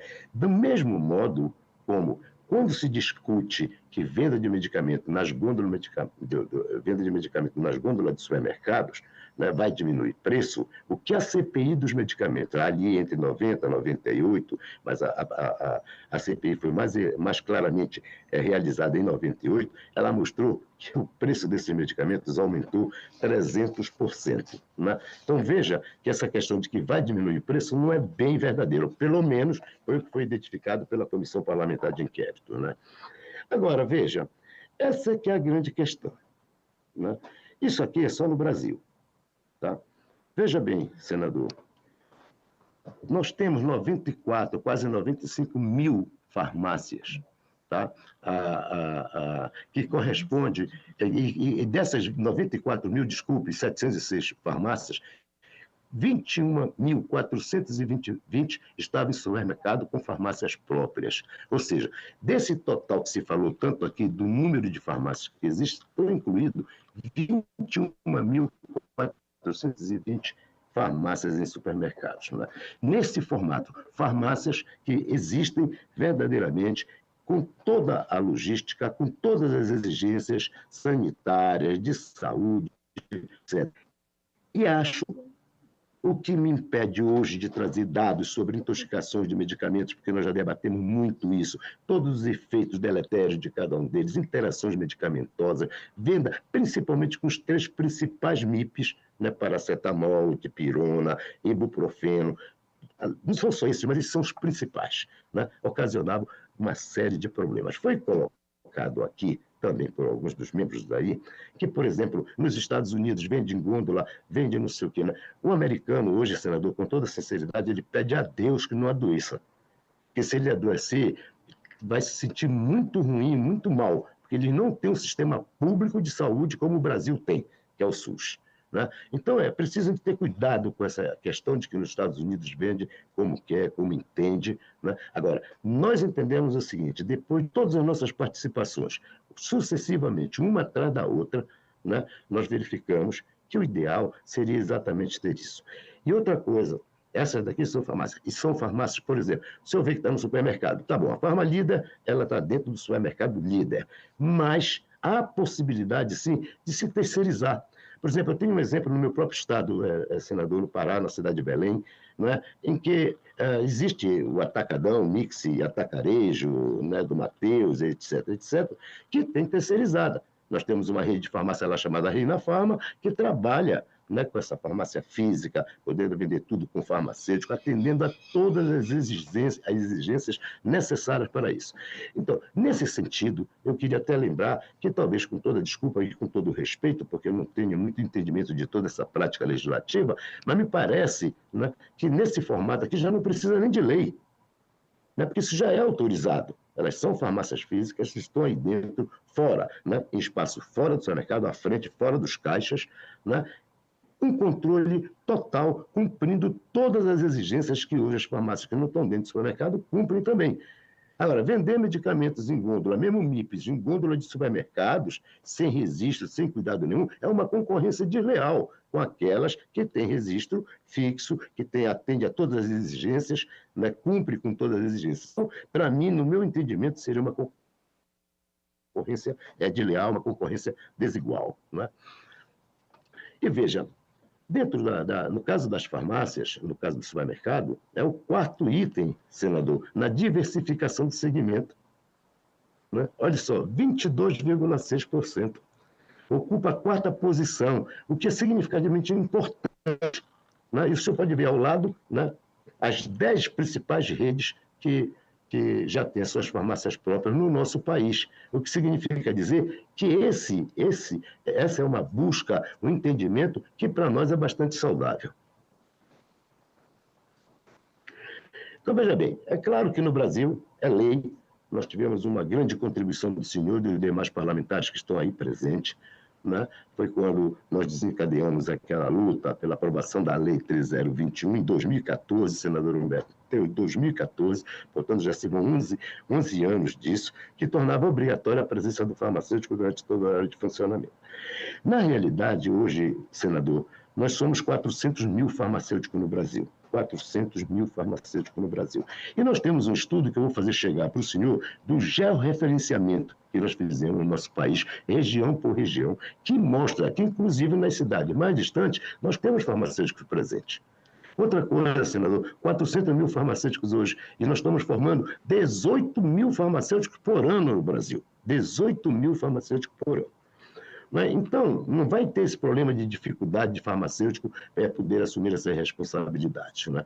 Então, é necessário que se tenha, porque há uma lei, né, com a luta de todos vocês, aprovada por unanimidade na Câmara dos Deputados, aprovada por unanimidade no Senado Federal, né, que exige a presença obrigatória do farmacêutico nessas farmácias durante toda a hora de funcionamento. E terá que ser assim, se, caso entender o senhor como relator que nesse modelo é possível, é factível, né, das farmácias próprias, farmácias fixas dentro deles, os supermercados 15 segundos. Tudo que eles acharem que é interessante, que é importante. Só que eles vão ter que ter, senador, o espaço físico, como já foi colocado aqui, né, ter requisitos estruturais para isso, como espaço físico compatível, atendendo a RDC 50 da Anvisa, né, as condições adequadas de armazenamento, etc., sistema de controle, etc. Né? Aí havia a questão também de ter a licença sanitária, isso é importantíssimo, né, que será sempre emitida após a inspeção da vigilância sanitária no local, né, tudo mediante a RDC 44 de 2009, das boas práticas de farmacêuticas e manual COPS da Anvisa. Bom, tem a questão também que vai ser necessária a autorização Vamos concluindo, por favor. Diga. Não, para ir concluindo, já esgotou o seu tempo. Já estou concluindo. Então, ele precisa também da AFDAE e também o lançamento de medicamentos controlados através da SNGPC, né? Então, portanto, abrir uma drogaria requer, senador, conformidade com leis sanitárias, técnicas, éticas, porque a farmácia é um espaço de cuidar da saúde, não apenas de comércio. Então, é obrigatória a responsabilidade técnica do farmacêutico. E ele é o profissional da saúde estratégico nessa questão, ok? Então, essa é mais ou menos a conclusão. Medicamento, já estou concluindo, Luciano, esse é o último. Medicamento não é um produto qualquer, ele exige regras para a produção, dispensação e consumo, né? E a farmácia é um estabelecimento de saúde. Nós temos que entender isso conforme a Lei 3021. Também só pode existir respeitando regras claras, com responsabilidade, seguindo diretrizes de saúde. E obrigado. Muito obrigado. Muito obrigado, doutor Walter. Nós vamos aqui agora passar para perguntas mais que chegaram. Cada um vai ter 5 minutos para suas considerações finais. Se considerarem pertinente, podem responder a alguma delas. Como essa Daiane de Goiás, como essa proposta poderá afetar pequenas farmácias e drogarias locais, especialmente em municípios menores? Pedro do Ceará, serão oferecidas condições mínimas para o farmacêutico realizar a sua função, como local reservado, tempo adequado de atendimento e garantia de sigilo? Guilherme da Bahia, há consenso entre os farmacêuticos sobre essa mudança? De que forma será garantida uma decisão democrática no processo? Lucas do Rio de Janeiro, quais são os riscos de permitir a venda de medicamentos fora das farmácias tradicionais, considerando o controle sanitário e a fiscalização? Beatriz de São Paulo, dizer que o medicamento é isento de prescrição não significa dizer que é isento de reações adversas. Adriano de Pernambuco, um verdadeiro absurdo as vendas de medicamentos livres de prescrição em supermercados. A diferença do medicamento para o veneno está na dose. Aline do Pará, pacientes podem ser expostos a propagandas inadequadas e a prateleiras que incentivam o consumo impulsivo e banalizam o uso de medicamentos. Beatriz da Bahia, com a atuação do farmacêutico no processo, ocorrerá a geração de novas vagas de empregos escassos atualmente na Bahia. Pois bem, eu queria só tecer alguns comentários aqui, rapidamente. Primeiro, eu vou ler essa proposição a que o senador Efraim se referiu. De uma vista imediata, me parece que não há contradição disso com a legislação hoje vigente, mas eu vou analisar que, caso não haja essa contradição, não haveria necessidade de uma lei para tratar do tema, não é? Mas se for para garantir alguma coisa a mais, bom, se for do interesse da população, com certeza eu analisarei. Eu vou ver isso, essa proposta. Se por acaso houver ainda alguma dúvida a partir do que eu vou receber, eu vou sugerir que a gente faça ainda nesses próximos meses que faltam para o recesso, até julho, uma nova audiência pública, que aí a gente possa ouvir novos argumentos especificamente sobre essa proposta, se de fato ela não couber dentro da legislação atual.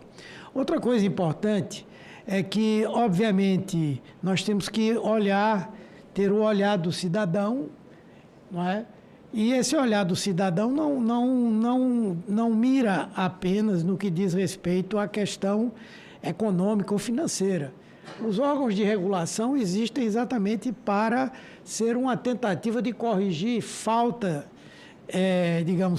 do mercado, não é?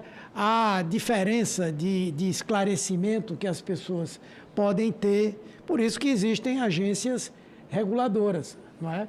Para que a pessoa possa tomar uma decisão como consumidor bem informada, é preciso que haja uma regulação. Então, essas duas coisas têm que andar lado a lado, especialmente nesse aspecto.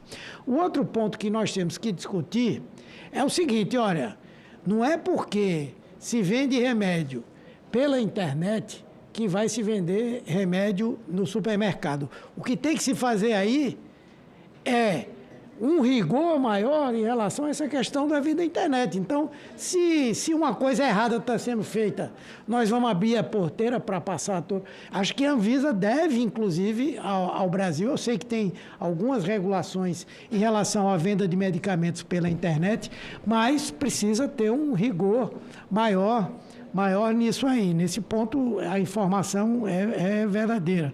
E podia, Vossa Senhoria, também se manifestar sobre isso.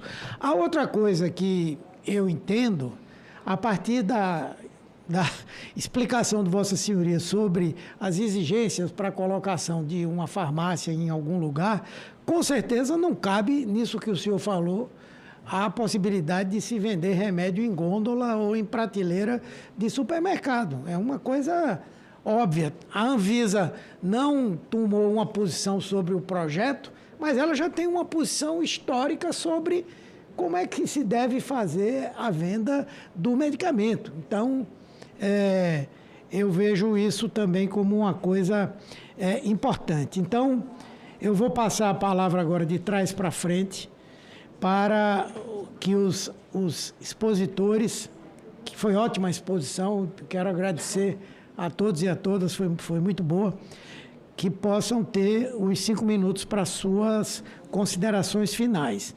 Então, eu chamaria para o último foi o doutor Walter da Silva Jorge João. O senhor tem 5 minutos.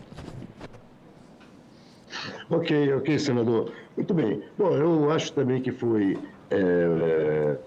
de muito proveito essa audiência, né? Acho que muito bem organizada, muito bem pautada, todos se posicionaram muito bem, né?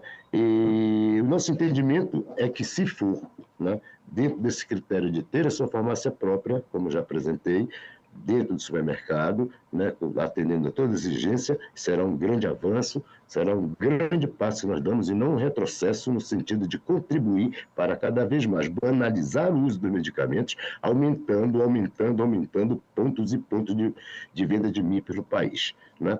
Então, esse é um primeiro momento. Eu vi o senhor fazer uma abordagem, acho que o deputado também, o senador Efraim também colocou do problema da venda de internet. A venda de internet, ela existe justamente por conta de regulamentações que existem, que pode ser controlada pela Anvisa. Agora, mesmo assim, só pode ser conseguido venda de medicamentos pela internet, né, se houver a farmácia física, né? Não é de forma totalmente banalizada, né?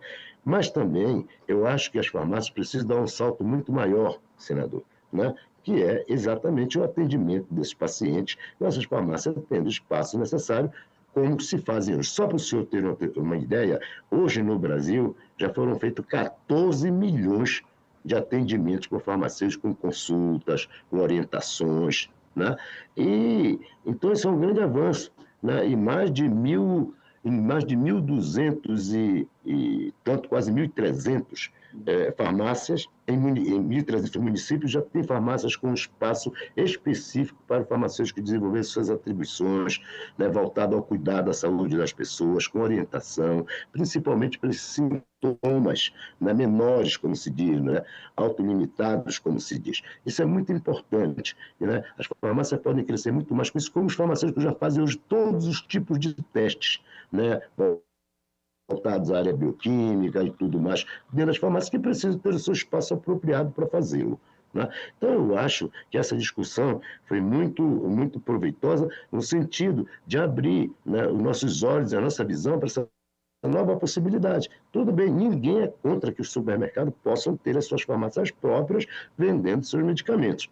O que nós somos contra, tenho certeza que todos que estão aí também são contra, é a banalização disso, da disponibilizar medicamentos isentos de prescrição, e como o senhor já disse claramente, não são isentos de risco, né, e que só trazem problemas e problemas para a saúde. Só para o senhor ter uma ideia, foi dito aqui, são mais de 12 bilhões de reais que o SUS investe na compra de medicamento. Em contrapartida, né, 60 bilhões, né, o governo gasta para atender internações decorrentes do mau uso de medicamentos. Então, a gente precisa ter essa visão, né, e pensar numa coisa mais séria, né, sem prejuízo para o supermercado. É uma concorrência, inclusive, do meu ponto de vista, bastante legal. Obrigado. Obrigado, doutor Walter. Com a palavra agora o doutor Daniel Meirelles, da Anvisa. Obrigado, senador. Vou começar esclarecendo e respondendo algumas perguntas que foram feitas. A primeira chegou uma pergunta aqui recentemente, se a Anvisa já se posicionou sobre o mesmo tema, venda de MIPs em supermercados no âmbito de outros projetos de lei. Afinal, o tema já tramita há 20 anos no Congresso da Cássia Lima, do Distrito Federal. Respondendo de uma forma muito clara, a Anvisa se manifesta conforme exatamente a minha posição. Ela se manifesta com as contribuições sanitárias no sentido que devem ser mantida toda a regulamentação atual, né? O cumprimento da duração de funcionamento específica, segregação, enfim, todos esses requisitos sendo mantidos, para a Anvisa sanitariamente está ok o projeto. Então, todas as manifestações da agência foram nesse sentido. Evoluindo sobre a questão da venda de medicamentos pela internet, também é importante a gente esclarecer para a população que a Anvisa somente permite a venda de medicamentos pela internet desde que atrelado a um estabelecimento, a uma farmácia física. Então, o que nós temos hoje? Nós temos hoje aplicativos de delivery ou aplicativos dessas próprias farmácias, né, que fazem essa venda online com entrega e desde que sejam medicamentos isentos de prescrição também. Porque caso haja a necessidade de prescrição, deve haver a fiscalização dessa receita médica no ambiente da dispensação. Então, caso haja algum desvio por parte de algum marketplace ou algum site, a gente sabe que a internet muitas vezes é um lugar de difícil fiscalização. Qualquer denúncia pode ser encaminhada à Anvisa, que ela adotará, como vem adotando já há muitos anos, as medidas necessárias para derrubar esse site, para derrubar essa venda, porque isso não é permitido. Por fim, queria já parabenizar novamente, senador, pela realização dessa audiência e colocar a Anvisa integralmente à disposição dessa casa, à disposição de todos aqui participantes para qualquer esclarecimento necessário. A gente reforça, né, a nossa posição de que não deveria haver um retrocesso aos requisitos atuais, né, mas, independente disso, também não compete à agência definir a arquitetura do lugar ali onde esse produto vai ser dispensado, desde que atendido todos os aspectos regulatórios sanitários definidos pela agência hoje. No mais, agradeço a todos pela participação e fico à disposição para esclarecimentos. Do doutor Daniel, com a palavra agora o doutor Ivo Bucareschi. Obrigado, senador Humberto Costa. Primeiro, acho que, óbvio, o diretor Daniel não estava na Anvisa na época, mas a agência já se pronunciou em 2015, quando houve um projeto de lei parecido, e se colocou, viu, Daniel, claramente contrário a essa proposta. Essa foi a nossa posição da diretoria em 2015. Então, a Anvisa já se pronunciou em 2015, quando foi aprovada uma medida provisória, um jabuti dentro de uma medida provisória que aprovava a venda em supermercados. Nós nos posicionamos contrário e a presidenta Dilma vetou isso aí, e o veto foi mantido pelo Congresso. Então, em 2015 e em outros momentos, eu sei também, a Anvisa já se posicionou claramente contrária a essa proposta. Então, a posição da agência, sim, ela não se posicionou sobre esse projeto de lei, óbvio, a atual diretoria que cabe fazer isso aqui, mas sobre projetos de leis anteriores, quando votados aqui, teve posicionamento da agência. Eu vou falar principalmente que é o projeto que está agora, que é da venda de medicamentos isentos de prescrição em supermercado, nas gôndolas do supermercado. Houve uma pergunta sobre qual seria o impacto nas pequenas farmácias, médias farmácias interior. Para mim é claro, elas vão quebrar, irão à falência a maioria delas, e volto a repetir, o custo dos medicamentos, o custo do acesso aos medicamentos irá aumentar por conta disso. Irá aumentar desemprego nas cidades por conta disso, porque o número de empregos que eventualmente o supermercado pode gerar, abrindo farmácia dentro ou vendendo, será menor do que o emprego que as farmácias geram. Iremos quebrar vários pequenos empreendedores no país. Isso eu não tenho a menor dúvida e falo como economista, né? Assim como o custo da saúde vai aumentar, porque vai aumentar a dificuldade de acesso, vai cair a adesão, e o custo do sistema público e privado de saúde, não é só o SUS, os planos de saúde também vão pagar um preço maior, porque haverá mais hospitalização, e quanto mais hospitalizado, maior o custo do que você puder tratar com os medicamentos de prescrição, principalmente também os MIPs, antes de ter que ser hospitalizado. Então, a consequência negativa é muito grande para o cidadão, para os municípios, para o sistema de saúde. E a proposta que foi colocada sobre a venda de todos os medicamentos do supermercado, vamos voltar a lembrar, você tem uma série de exigências que a lei já permite hoje que o supermercado venda fora do caixa, não junto com as gôndolas, não junto com o açougue, não junto com a peixaria, não junto com a padaria, que vão afetar as condições ambientais da farmácia. Elas podem fazer, como já mostrou o presidente do Conselho Federal de Farmácia, existem várias farmácias e ambientes de supermercado para além do caixa. Então, a lei hoje já garante isso, né?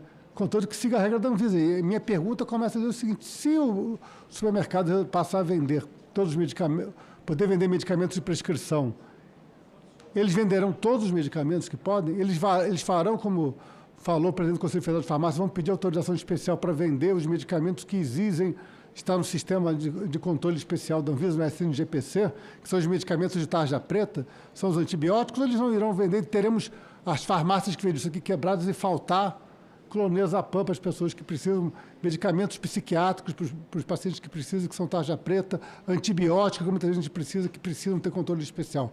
O risco maior é a gente ter a falta desses medicamentos e dificuldade de acesso a esses medicamentos provocado pela desertificação de farmácias no país.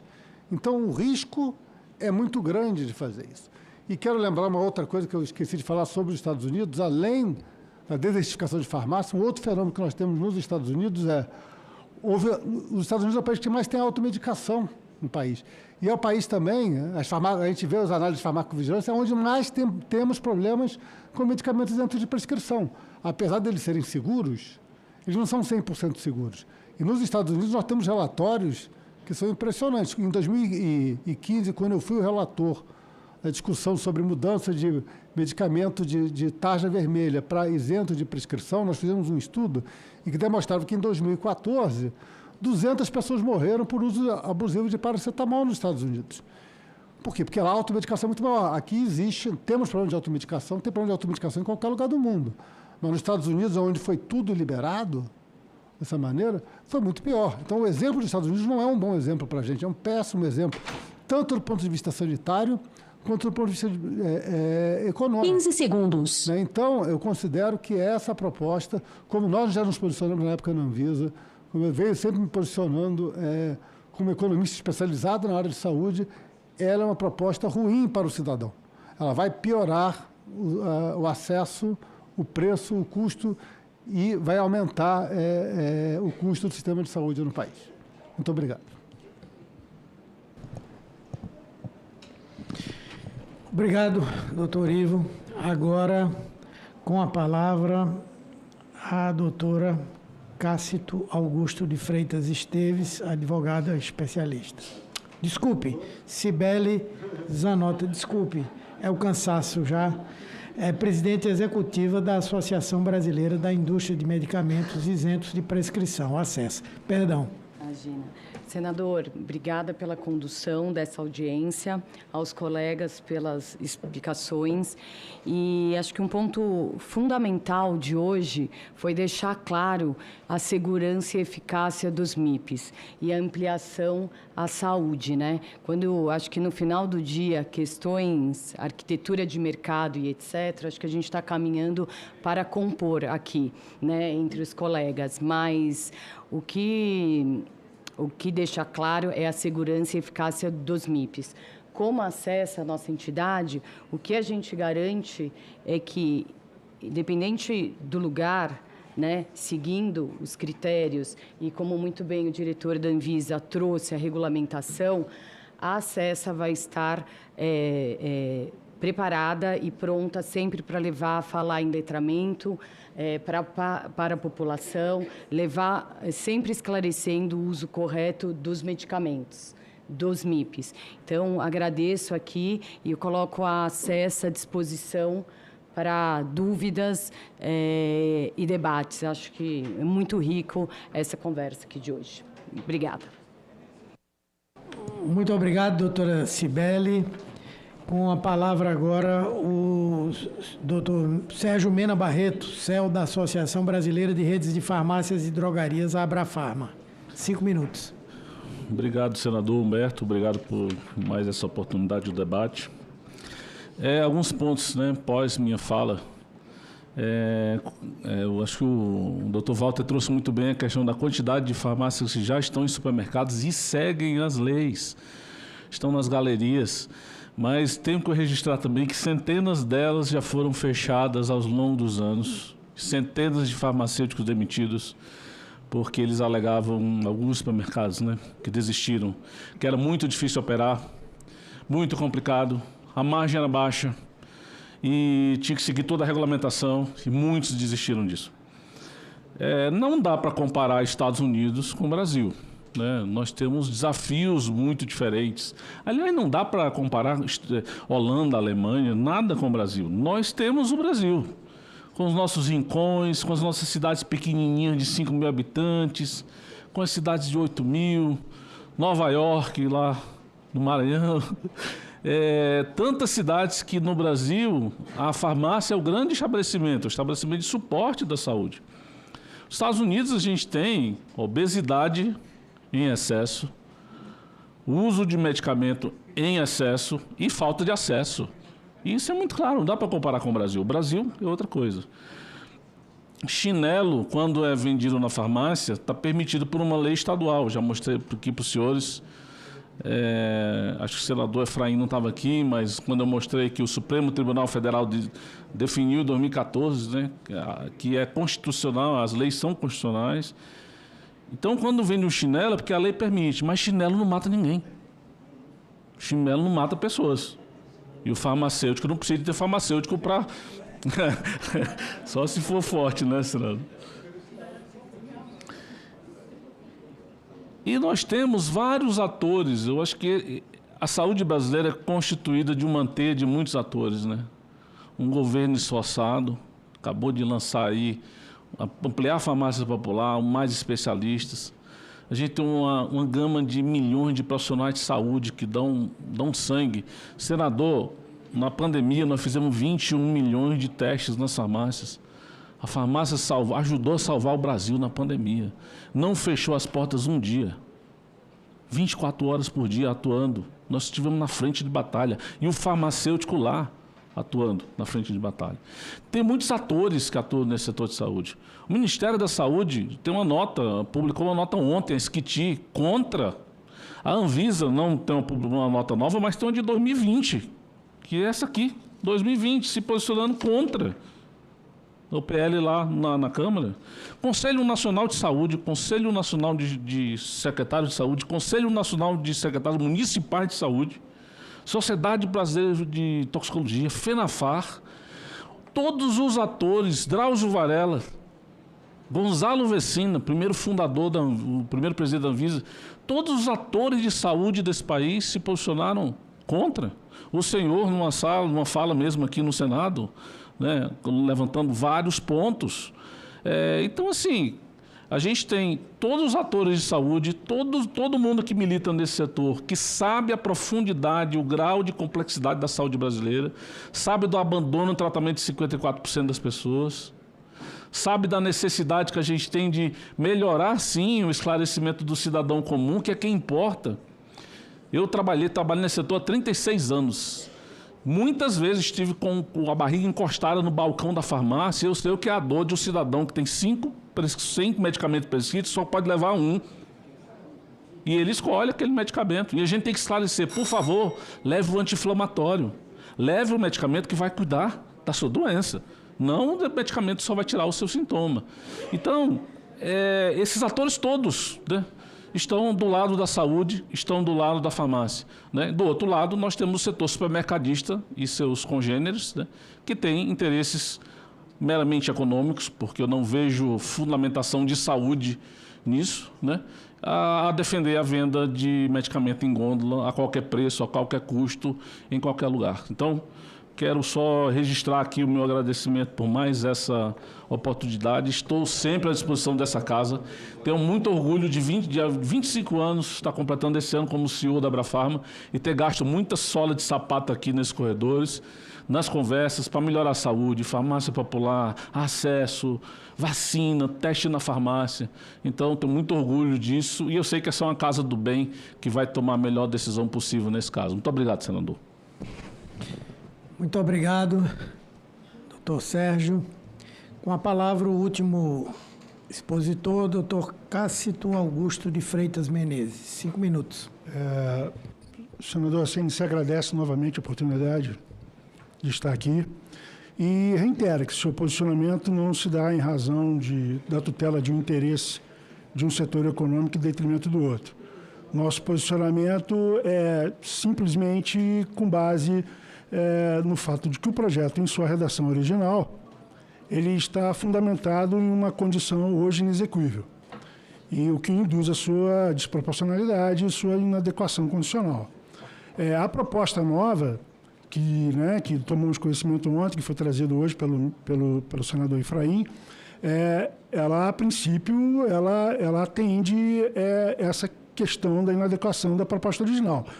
Mas também a gente precisa analisar, porque, a princípio também, é uma proposta que não inova na esfera jurídica. Então, a princípio, a gente precisa analisar realmente o conteúdo do que efetivamente será apresentado, mas a rigor já é o que se é praticado hoje no mercado brasileiro. Mas, de qualquer forma, supera, para nós ver, uma flagrante inconstitucionalidade do projeto original, do texto original do projeto de lei 2158 de 2023, e é a razão do posicionamento da CNC contra essa iniciativa parlamentar. Obrigado. Muito obrigado. Muito obrigado, doutor Cássito. Agradeço a presença de todos e todas, foi um debate muito profícuo. Conforme eu disse, vou receber a sugestão que o senador Efraim de Moraes vai apresentar, vou avaliá-la e, se for necessário aprofundar o debate com os diversos atores, eu buscarei fazer mais uma audiência pública num espaço de tempo curto. Nada mais havendo a tratar, declaro encerrada a presente reunião.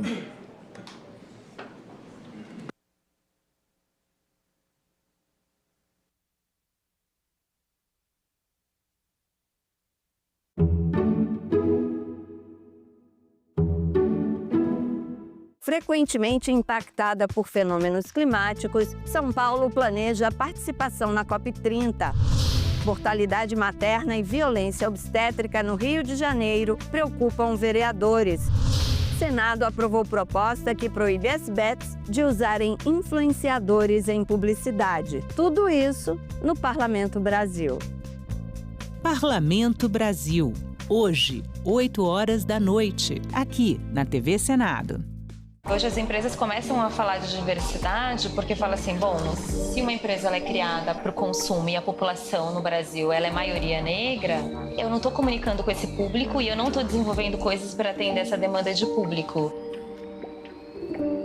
Precisamos ter negros dentro das empresas para ajudar a desenvolver seja campanhas de comunicação ou produtos para atender uma demanda de consumo. Por exemplo, tem uma empresa de cosmético que rapidamente ela entendeu o processo de transição capilar das mulheres negras e começou a convidar influenciadoras digitais para ajudar a desenvolver produtos. O olhar dela de investimento social privado deveria devolver, porque em algum momento foi decifrado para ela qual era a fórmula. É um ciclo que ele tem que ser virtuoso para todo mundo, não reforçar a concentração. A moeda ela não é só o dinheiro, são outras trocas simbólicas que faz com que o meu negócio cresça, mas porque você também aportou no meu negócio, entendeu? Não parte de uma perspectiva individual. A declaração conjunta que tivemos a satisfação de adotar consensualmente é o coroamento de nossos esforços e de nossas deliberações. Este documento é fruto do intenso diálogo e da convergência de nossas perspectivas. Reflete naturalmente o espírito do BRICS.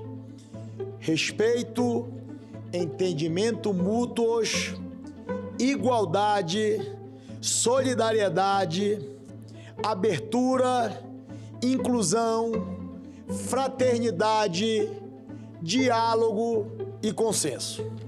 Outro tema de grande relevância para o futuro da nossa cooperação interparlamentar é a ideia de um parlamento próprio para o BRICS, que vislumbra o surgimento de uma estrutura parlamentar institucionalizada para o nosso bloco.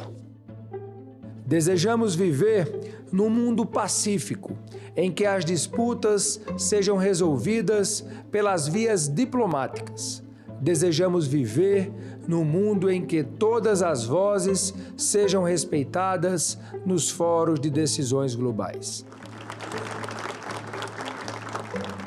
Aguardamos ansiosamente para recebê-los a todos na Índia na próxima edição.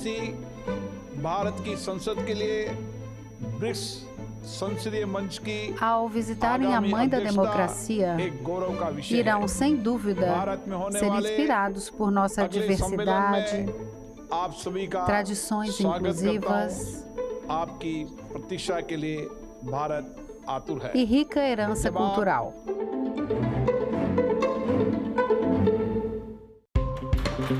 Qual a validade jurídica do contrato de namoro? Como ele deve ser feito? Em que contexto emocional estão sendo elaborados? A psicóloga Andréia Chaves e a advogada do direito de família Marília Pedroso Xavier respondem a essas e outras perguntas. TV Senado Live, hoje, 8h30 da noite. Com 92 milhões de habitantes e um território de 1.648.000 quilômetros quadrados, a República Islâmica do Irã é um dos novos membros dos BRICS.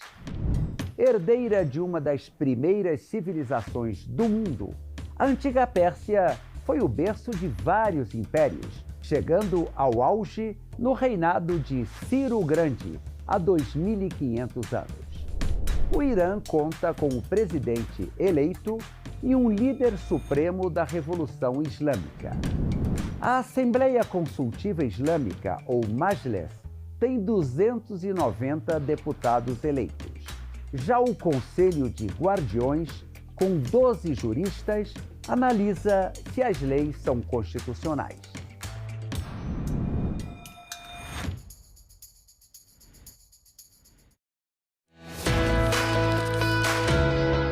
Essas 3 letras têm a enorme responsabilidade de transformar a Constituição, de atualizar. Desde 1988, a gente tem em vigor a chamada Constituição Cidadã, que marcou a retomada da nossa democracia. São exatamente essas 3 letras que representam as transformações da sociedade. E daí o nome, Proposta de Emenda Constitucional. Uma forma de atualização desse texto, onde estão os princípios e as normas de todo o funcionamento de um país. Dá para imaginar, né, que para fazer uma proposta dessas tem que ser algo muito importante. E olha só quem pode fazer: o presidente da República, 1/3 da Câmara, que significa 171 deputados, 1/3 do Senado, 27 senadores, ou ainda as Assembleias Legislativas Estaduais, com mais da metade de seus participantes. A PEC também tem que ser analisada pela Comissão de Constituição, Justiça e Cidadania. É lá que eles vão analisar se o projeto está em harmonia com a Constituição. Aí depois tem que passar por 2 turnos de votação em cada casa legislativa. Ela pode ser aprovada integralmente, parcialmente ou pode sofrer alterações. E aí tem que começar novamente todo o processo. Tem alguns assuntos que não podem ser abolidos, são as chamadas cláusulas pétreas. Por exemplo, os direitos e as garantias individuais, a separação dos poderes e o voto direto. Uma PEC pode apenas ampliar e nunca restringir esses assuntos.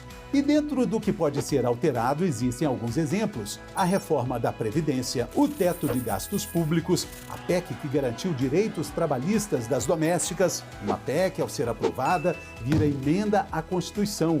E a nossa Constituição já tem mais de 100 emendas. Entender o que é uma PEC é perceber também que tudo começa com o nosso direito de escolha, com o nosso voto. Ramona é quem dita toda a história de Esboço em Pedra e Sonho, o novo romance de Marília Arnaud. Todos os meus romances, a escrita do esboço foi a que me deu mais prazer. Foi o livro que eu escrevi, o romance que eu escrevi com mais conforto, sem entraves. E eu acho que é porque entra muito de memória. Exatamente por isso. Leituras. Neste sábado, 19h, aqui na TV Senado.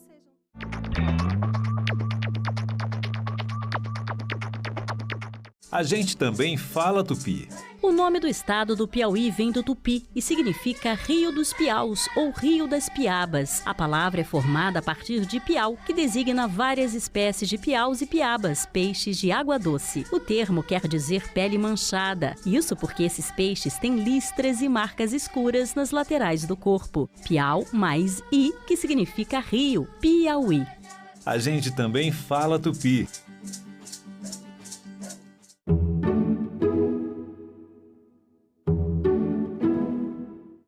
O programa a seguir é livre para todos os públicos.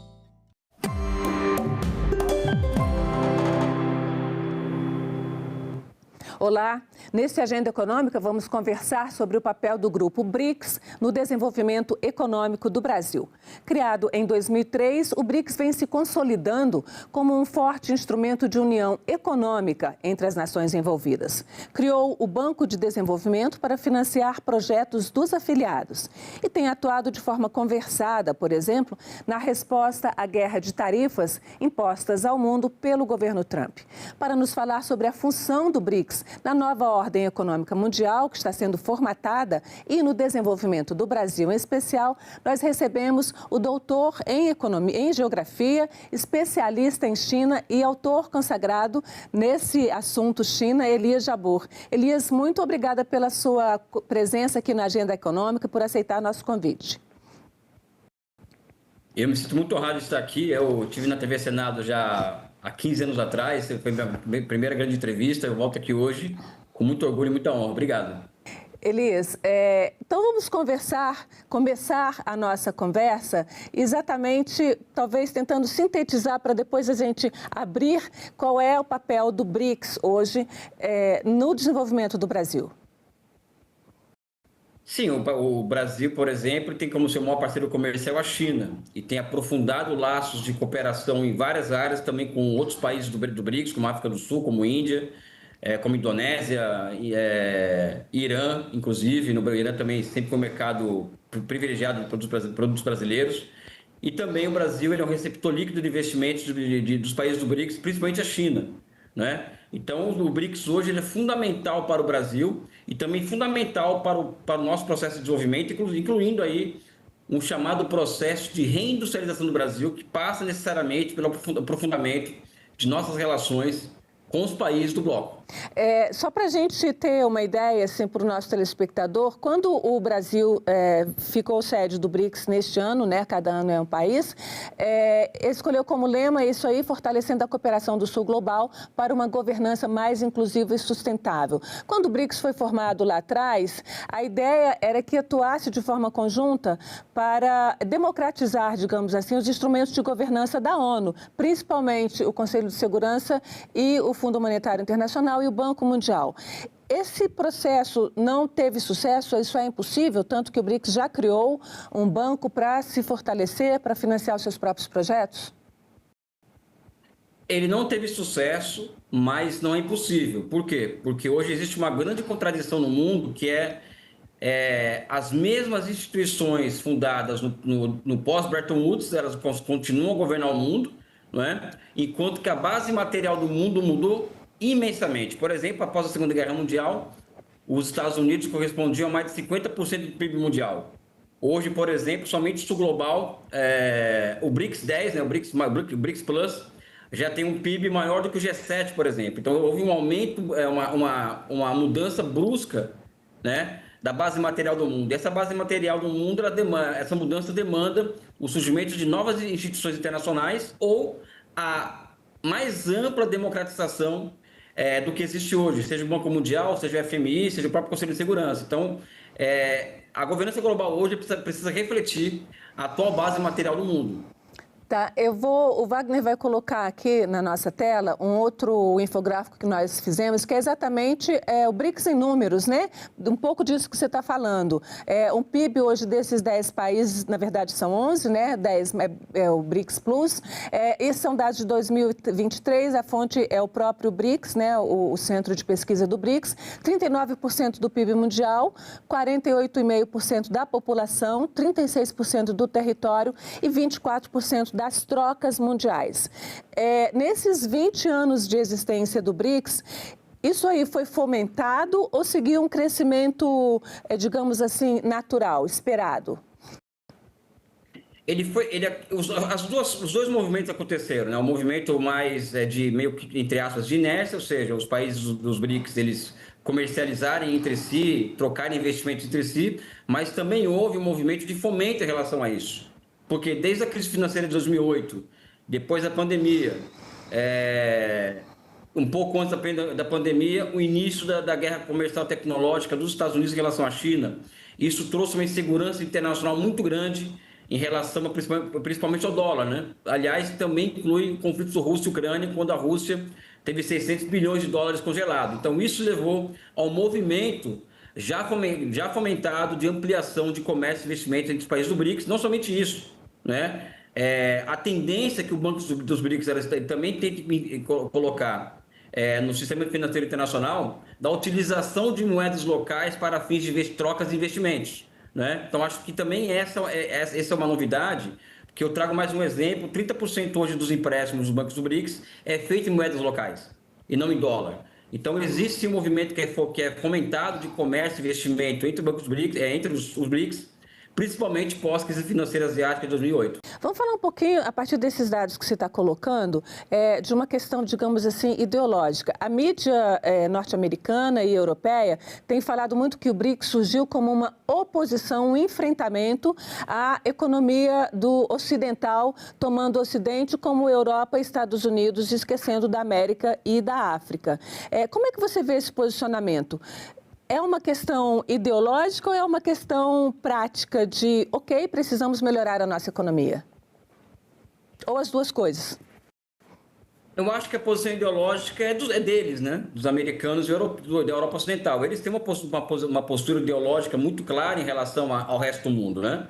E o que acontece é que esses países do chamado Ocidente coletivo, eles não conseguem mais entregar soluções para os problemas globais. Quais são os grandes problemas globais? Guerras, fome e diferença de renda entre países pobres e países ricos. Ou seja, são esses três. E o quarto problema, a questão do desenvolvimento para o mundo. Essas quatro questões elas não conseguiram ser encaminhadas por esses países, que lideram o mundo desde o pós-45. E o BRICS ele acaba sendo uma resposta não anti-ocidental, não contra-hegemônico, e sim uma resposta, como você mesmo colocou, prática para questões complexas, e questões que envolvem, como eu já disse aqui, uma mudança da base material do mundo. A China e a Índia se transformaram em duas economias hiperindustrializadas nos últimos 40 anos, por exemplo, né? O Brasil é uma das 10 maiores economias do mundo. A Rússia tem um imenso complexo industrial militar, né? Afora um grande território. E também os países dos BRICS, como a gente vai perceber, produz muito alimento e também produz a maior parte da energia que é exportada ao mundo hoje, como petróleo, por exemplo. Então, os BRICS é uma realidade fundada na base material do mundo, né? E não somente uma questão ideológica, quando, na verdade, quem usa a ideologia como argumento são os países do Ocidente coletivo, né? Você falou aí na questão de desenvolvimento industrial, de produção de alimentos e de energia, e a energia é um dos instrumentos básicos, né, para a produção disso tudo, para o desenvolvimento. E a gente tem, nesses 11 países hoje que formam o BRICS, 78,2% da produção global de carvão mineral, 72% das reservas mundiais de terras raras, esse aqui é um grande ponto da nova economia, né? 43% da produção mundial de petróleo e 36% da produção de gás natural. A gente não tem aqui a energia hidrelétrica, que o Brasil é o mais rico nesse setor, a China também tem bastante, e outros tipos de energia consideradas renováveis, como a eólica também. Esse esse ponto aqui é uma questão que causa muito temor nos países europeus e nos Estados Unidos, o fato de o BRICS ter essa reserva tão grande de energia no mundo? Não, com certeza, porque vamos, por exemplo, saindo só uma questão de energia, a questão de alimento. Hoje os preços dos alimentos, eles são construídos na Bolsa de Chicago, por exemplo, né? Então acho que esse é um ponto. Se os BRICS, por exemplo, decidirem internalizar a formação de preços de commodities como cereais, alimentos, né? Isso por si só já causa um terremoto na governança global, né? Eu acho que esse é um ponto. O mesmo também pode se dar na questão da formação de preços de petróleo, de terras raras, de energia.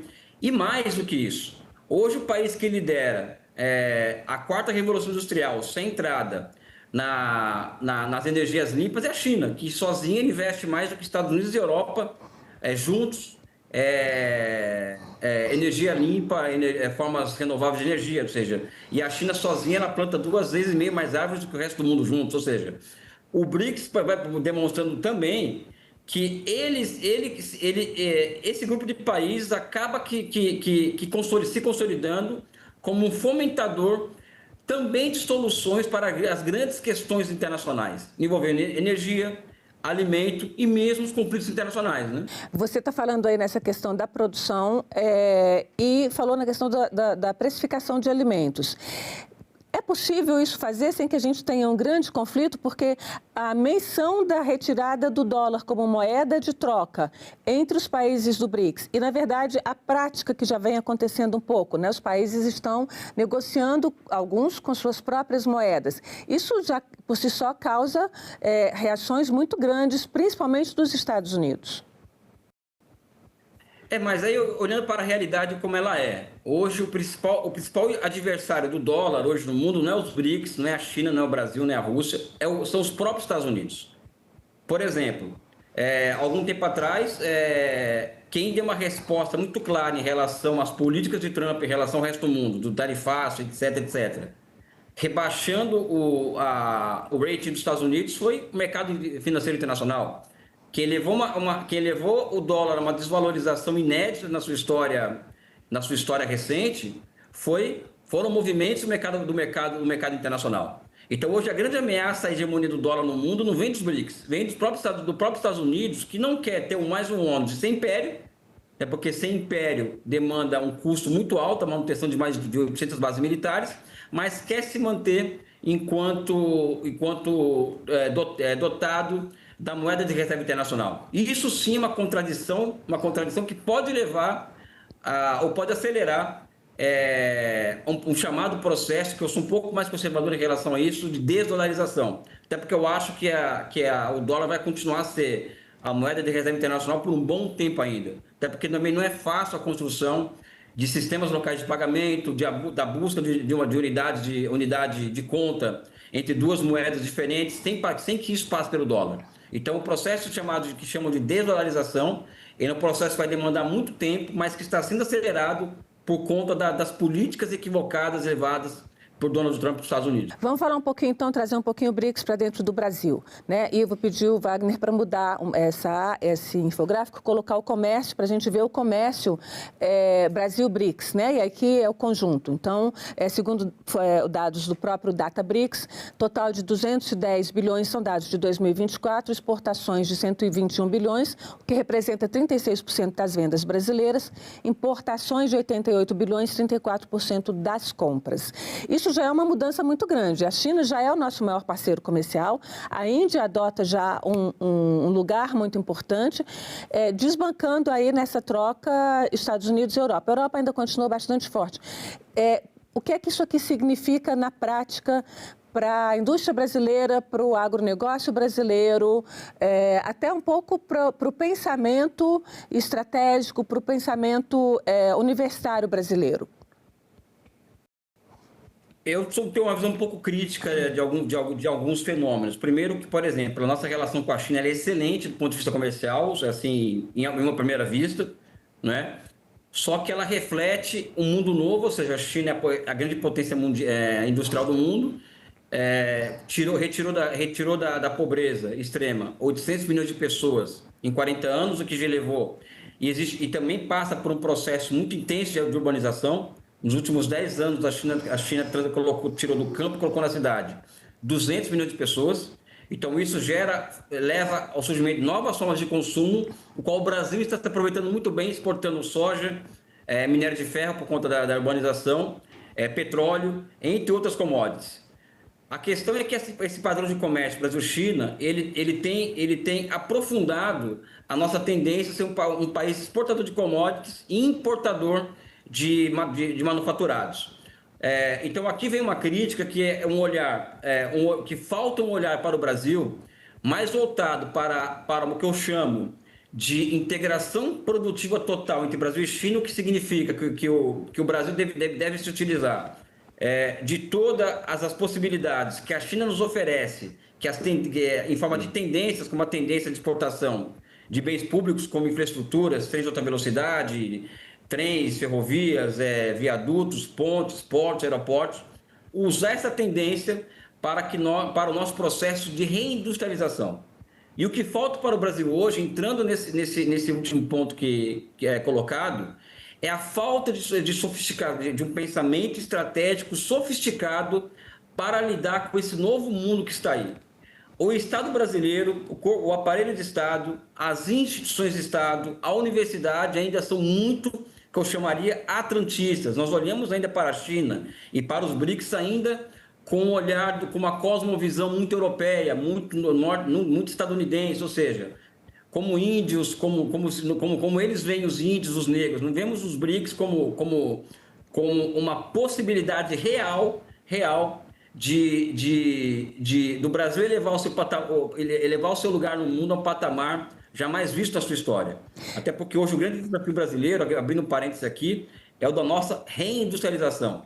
E o Brasil se voltar a ser uma potência industrial. Como é que isso pode... depende muito então, das nossas relações com a China.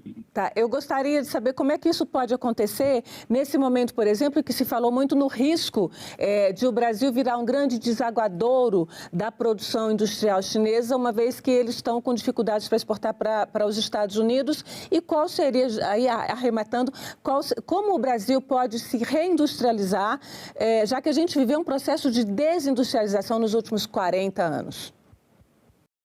Bem, existe uma moda hoje no Brasil, ruim, de culpar a China por alguns dos nossos problemas. Um deles é o da nossa desindustrialização. Só que, se nós formos observar as escolhas que a China fez há 40 anos em matéria de políticas industriais, macroeconômicas, não é? Institucionais, são escolhas opostas a que o Brasil fez. Né? Então, as escolhas que o Brasil fez há 40 anos atrás é o que levou o Brasil a uma situação em que nós temos a nossa conta de capitais aberta, nós temos a maior taxa de juros do mundo, nós temos uma taxa de câmbio que não entrega para o investidor interno possibilidade de planejar o seu investimento. Nós temos um Estado que criminalizou a política fiscal, ou seja, que eu chamo de um dumping do Estado sobre o próprio Estado, ou seja, nós temos uma política fiscal que é criminalizada. Então, o Brasil se dotou de marcos institucionais que inviabilizam o nosso desenvolvimento, né? E que mantém as nossas porteiras abertas para que um país como a China, que é um país muito agressivo do ponto de vista comercial, chegue em nosso país e invada o país com nossos produtos, com os produtos deles. Né? O que falta é o Brasil formar uma outra maioria política, essa é uma resposta política, né? Não está na economia, que coloque como centro da tarefa dessa nova maioria política a nossa reindustrialização e a nossa inserção soberana no mundo em transformação. Né? Essa é a resposta a essa questão que você coloca por fim, ela é política. Falta no Brasil hoje uma maioria política capaz de colocar no centro dos nossos problemas a questão da reindustrialização, da transformação do Brasil em uma potência industrial, em uma potência financeira, em um país que se reencontre consigo mesmo. Acho que esse que é o ponto principal, né? Uma política desenvolvimentista seria? Exatamente. Que é o que o mundo faz hoje, né? Hoje a tendência mundial é da internalização das cadeias de valor. Ou seja, a reindustrialização acontece no mundo inteiro. Não uma ideia de desenvolvimentista, saudosista da década de 50 no Brasil. Essa é uma tendência mundial. E o Brasil deve aproveitar essa tendência mundial para repensar o seu lugar no mundo, né? Lugar dentro, conosco mesmo em relação ao seu lugar no mundo, né? Que ainda é um lugar que, na minha opinião, muito aquém do potencial que o Brasil pode entregar. Eu queria então trazer um pouco agora a negociação Brasil-China, né, para a gente aproveitar aí a sua expertise em China, né? A China é o 5º maior investidor no Brasil, são dados da Apex, Agência Brasileira de Exportação, estoque de investimentos chineses em 2023, 45 bilhões, mais de 45, os principais setores, energia, infraestrutura, indústria automotiva, 137 projetos, e em 2024, na viagem que o presidente Lula fez, em 2024, 28% das exportações do Brasil, 41% do superávit da balança comercial, e em 2025, a viagem que o presidente Lula fez trouxe acordos onde os chineses se comprometem a investir mais 27 bilhões no país. Estão subindo aí nesse lugar de entre os maiores investidores do Brasil. O que é que isso pode render para a gente de apoio para esse desenvolvimento e industrialização, sem que a gente fique dependente, digamos assim, financeiramente da China? Não, nós não somos dependentes financeiramente deles. O Brasil tem reservas cambiais de mais de 350 bilhões de dólares, então nós estamos muito confortáveis nesse aspecto.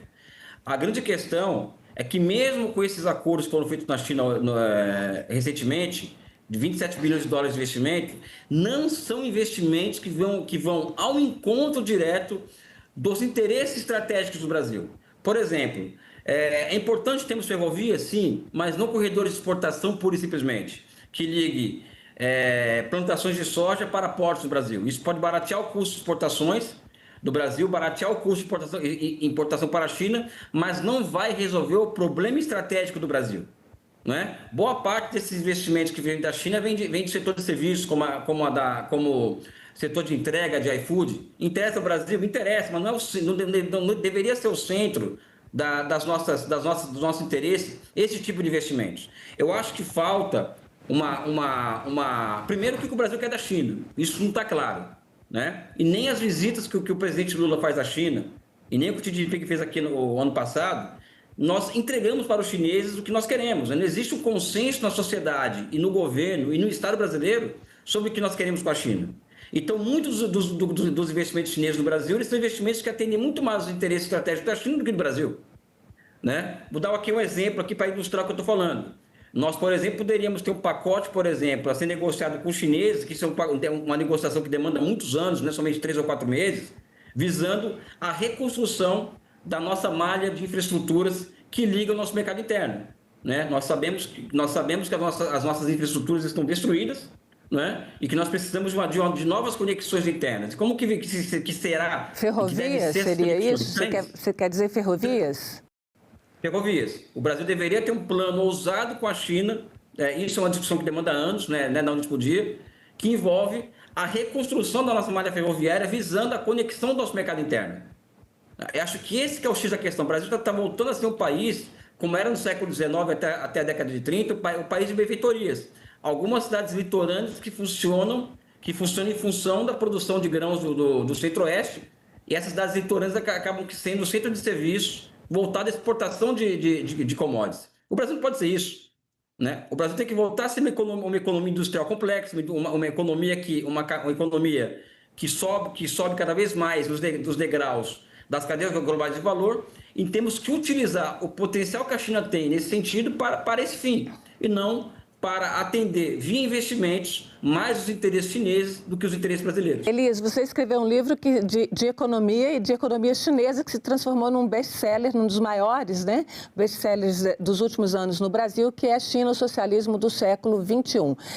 Primeiro, você já começa aí dizendo, não, a China é socialista sim, não tem nada de capitalismo planejado, de Estado, é socialismo mesmo. Então, eu queria que você falasse um pouquinho para a gente como é que é a China hoje e na verdade, o que mais importa é o que o Brasil pode aprender e pode realmente trazer dessa relação com a China. E que talvez até dependa de ações do Congresso Nacional.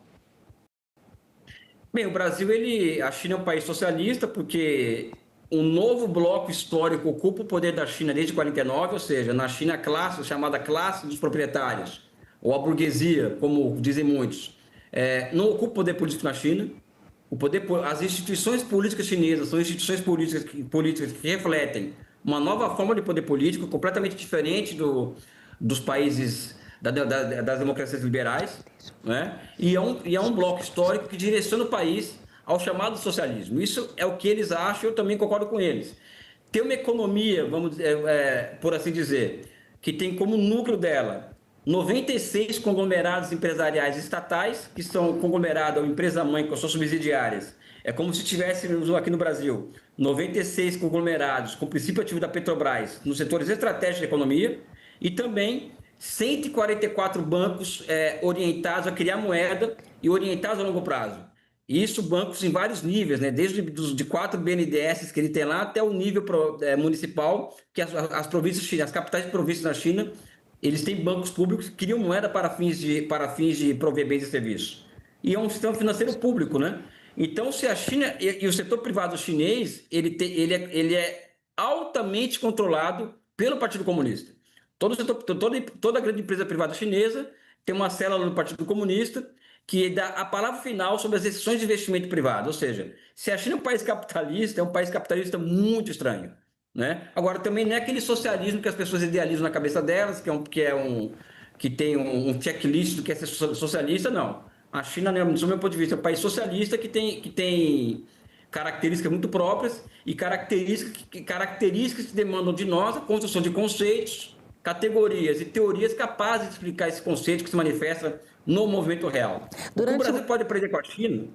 Só um minutinho. Durante muito tempo a gente copiou modelos, né, norte-americanos e a gente chegou onde chegou. O que a gente pode copiar da China, se a gente está pensando está vendo a China como o grande motor do desenvolvimento mundial, o que a gente pode copiar da China, tendo em mente que nós somos um país de estrutura social diferente, somos um país capitalista? Olha, eu não acho que o modelo chinês, ou dinâmica, esse modelo é muito feio, porque ele remete à estática, não à dinâmica, mas a dinâmica chinesa, ela não é replicável no Brasil, né? Eu não acredito nisso daí. Eu não sou um apologista que quer importar aquele modelo. O que nós temos que aprender com a China é como que eles conseguiram criar uma nova maioria política que colocou o país e colocou a meta de transformar a China em um país rico, próspero e industrializado.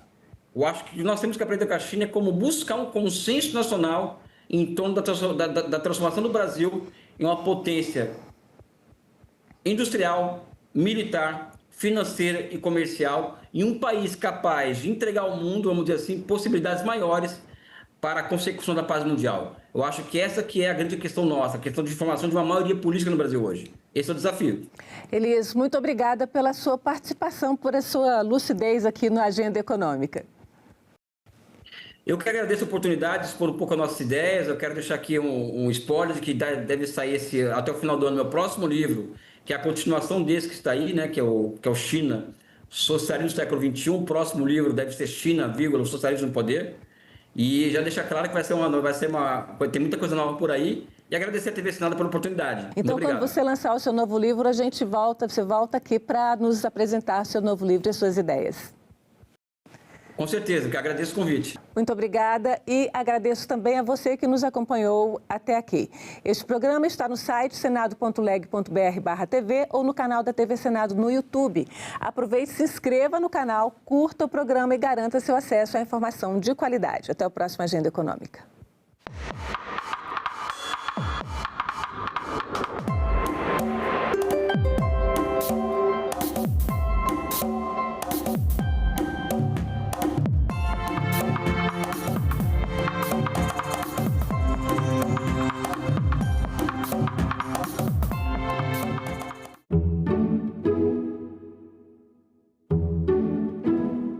Frequentemente impactada por fenômenos climáticos, São Paulo planeja a participação na COP30.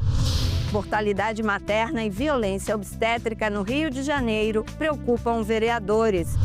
Senado aprovou proposta que proíbe as bets de usarem influenciadores em publicidade. Tudo isso no Parlamento Brasil. Parlamento Brasil. Hoje, 20h, aqui na TV Senado.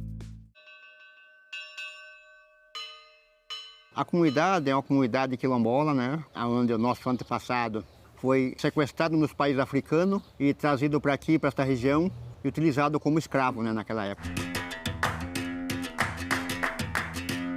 O que é um quilombo? É aquela comunidade negra que surgiu da Lei Áurea, porque aí, sabe, ela está caracterizando a resistência contra a escravidão. Aqui nós estamos na sede. Aqui tem igreja, tem o cemitério da época, tinha a Casa Grande, que não tem, caiu em 1978, e tem as ruínas da mineração. Afirma bem a história de que nós ficamos abandonados a partir da morte da Maria Joana. A população negra tomou a decisão de não voltar mais a ser escravo. A história do quilombo no Brasil, o Brasil não conhece, muito menos os países aí fora. O que é conhecido, tudo nós temos acesso? Aquela história escrita por eles, mas a verdadeira história, principalmente dos quilombos, ela está para ser contada. E nós estamos tentando fazer isso aqui.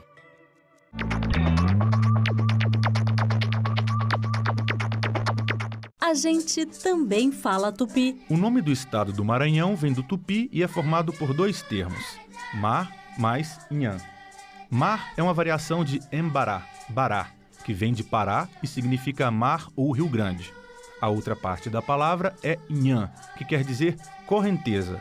Então Maranhão virou Maranhão, que tem na origem o significado de mar grande ou mar que corre. A gente também fala tupi.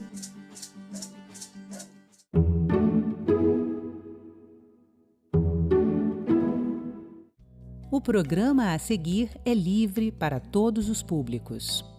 Olá, está começando o Ecosenado. Seja bem-vindo. Veja nesta edição.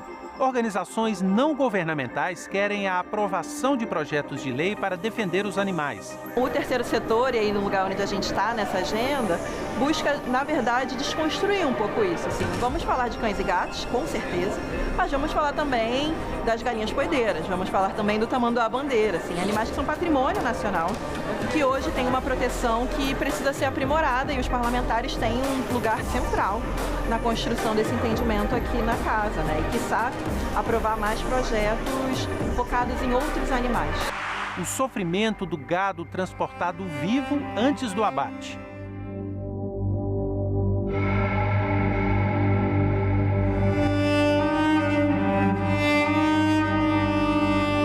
A exportação de animais vivos por mar é uma atividade que envolve cerca de 2 milhões de animais no mundo todos os anos, né? Estamos falando aqui de bovinos, especificamente, né? A participação do Brasil nesse comércio é de aproximadamente 350 mil animais por ano.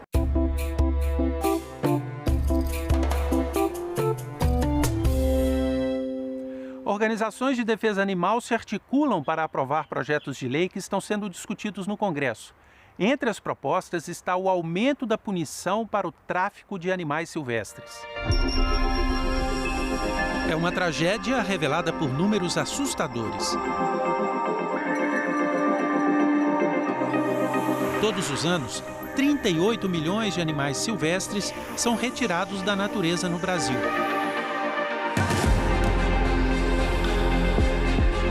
9 em cada 10 animais traficados morrem antes de chegar ao consumidor final. Esse comércio ilegal movimentaria mais de 10 bilhões de reais por ano no país. Segundo a Rede Nacional de Combate ao Tráfico de Animais Silvestres, essa seria a terceira maior atividade ilegal do mundo, atrás apenas dos tráficos de armas e de drogas. Aumentar as penas para quem trafica animais é uma das formas de combater o problema. Um projeto de lei que está pronto para ser votado na Câmara dos Deputados define o crime de tráfico de animais silvestres e estabelece pena de até 5 anos de prisão para os traficantes. Na tentativa de influenciar as políticas públicas, um grupo de 13 organizações de defesa dos animais se juntou para acompanhar de perto projetos de lei que estão sendo discutidos aqui no Congresso Nacional. As organizações listaram cerca de 350 proposições sobre o tema, mas a Agenda Animal de 2025 destaca 12 projetos que são considerados mais críticos. O primeiro desafio desse trabalho de convencimento dos parlamentares é mostrar que a defesa dos animais é um tema transversal, ou seja, afeta diretamente a biodiversidade, os sistemas alimentares e a própria vida em sociedade. No cotidiano, as pessoas não percebem o quanto os animais estão intrincados na nossa vida, né?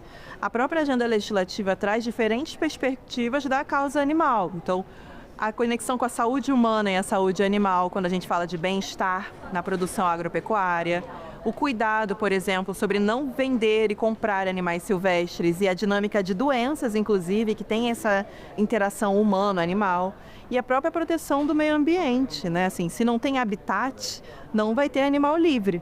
Então, a conexão, por exemplo, com a preservação de florestas, a preservação dos nossos rios, isso significa a preservação de animais silvestres que vivem livres, onde é possível no Brasil. A agenda animal impacta diretamente a vida, porque é isso que importa no final do dia. Como é que a gente dialoga com as pessoas que não estão necessariamente em Brasília e que têm interesse, que votam, inclusive, que fazem pressão dentro da base dos parlamentares. Então, é um desafio, mas a gente tem mostrado de uma forma muito didática que a agenda animal ela está desde a saúde única, desde ali do que se entende a saúde humana, a saúde animal, o uso de antimicrobianos, por exemplo, as prateleiras dos mercados, a biodiversidade, a segurança socioambiental que a gente tem, as mudanças climáticas também colocadas e o que a gente se alimenta também, né? E afinal também tem a agenda ali dos animais de estimação, né? Que estão ali, quando a gente olha para o lado, normalmente a gente vê. As organizações que estão à frente da agenda constataram que há um desequilíbrio na abordagem do tema pelo parlamento. Entre os projetos apresentados no ano passado, a maioria, 46%, trata de animais de estimação e de companhia. 16% focam nos animais de produção e 12% nos animais silvestres. Na nossa visão, e assim, o levantamento objetivo mostra isso, tem muitos projetos sobre, a gente chama de animais de companhia, os animais domésticos, e poucos, né, comparativamente a animais silvestres e animais de produção, aqueles que são criados nas fazendas, né? Da nossa visão é muito porque é o que conecta, né? É o que você tem em casa, que as nossas mães têm em casa, e olham um animal silvestre como algo muito distante, né? E aí, óbvio que o parlamento ele é uma vontade, ele é um retrato do que a nossa sociedade pensa e prioriza. Então, o terceiro setor, e aí no lugar onde a gente está nessa agenda, busca, na verdade, desconstruir um pouco isso. Assim, vamos falar de cães e gatos, com certeza, mas vamos falar também das galinhas poedeiras, vamos falar também do tamanduá-bandeira, assim, animais que são patrimônio nacional, que hoje tem uma proteção que precisa ser aprimorada e os parlamentares têm um lugar central na construção desse entendimento aqui na casa, né? E, quiçá, aprovar mais projetos focados em outros animais, que acho que a gente tem esse potencial no Brasil, que é um país mega biodiverso. Os projetos da agenda criam condições para garantir o bem-estar de todos os animais. Uma das propostas proíbe a produção e a comercialização de produtos alimentícios obtidos pelo método conhecido como gavagem, que obriga animais a ingerirem alimentos para além da satisfação natural. Outro projeto proíbe os testes em animais para a produção de cosméticos. Entre as propostas selecionadas pelas organizações está ainda o estabelecimento de medidas para prevenir os acidentes com animais silvestres nas estradas e ferrovias. O projeto cria um cadastro nacional para identificar áreas com altos índices de atropelamentos e propõe o aumento da fiscalização e das campanhas educativas.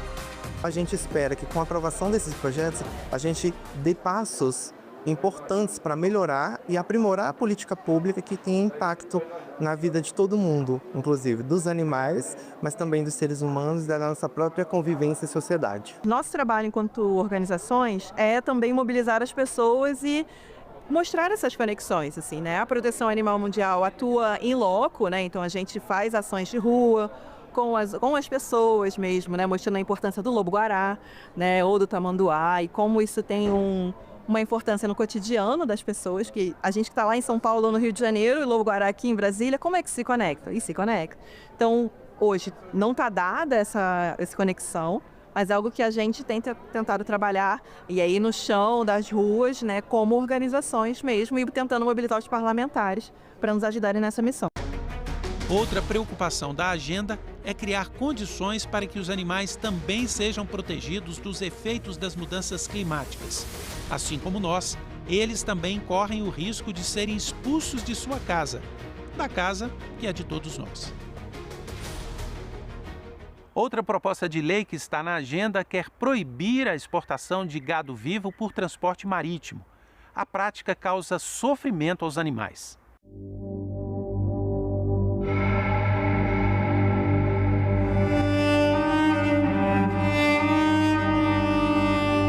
A exportação de animais vivos por mar é uma atividade que envolve cerca de 2 milhões de animais no mundo todos os anos, né? São aqui de bovinos, especificamente, né? A participação do Brasil nesse comércio é de aproximadamente 350 mil animais por ano. Os principais destinos estão localizados no Oriente Médio e no norte da África. São a Turquia, o Egito, o Líbano, o Iraque e a Jordânia. A exportação de animais vivos, ela é uma atividade que abrange diversas etapas, correto? Então, começa na fazenda, os animais são transportados para uma área de quarentena, onde eles esperam para serem embarcados no navio, são novamente transportados até o navio.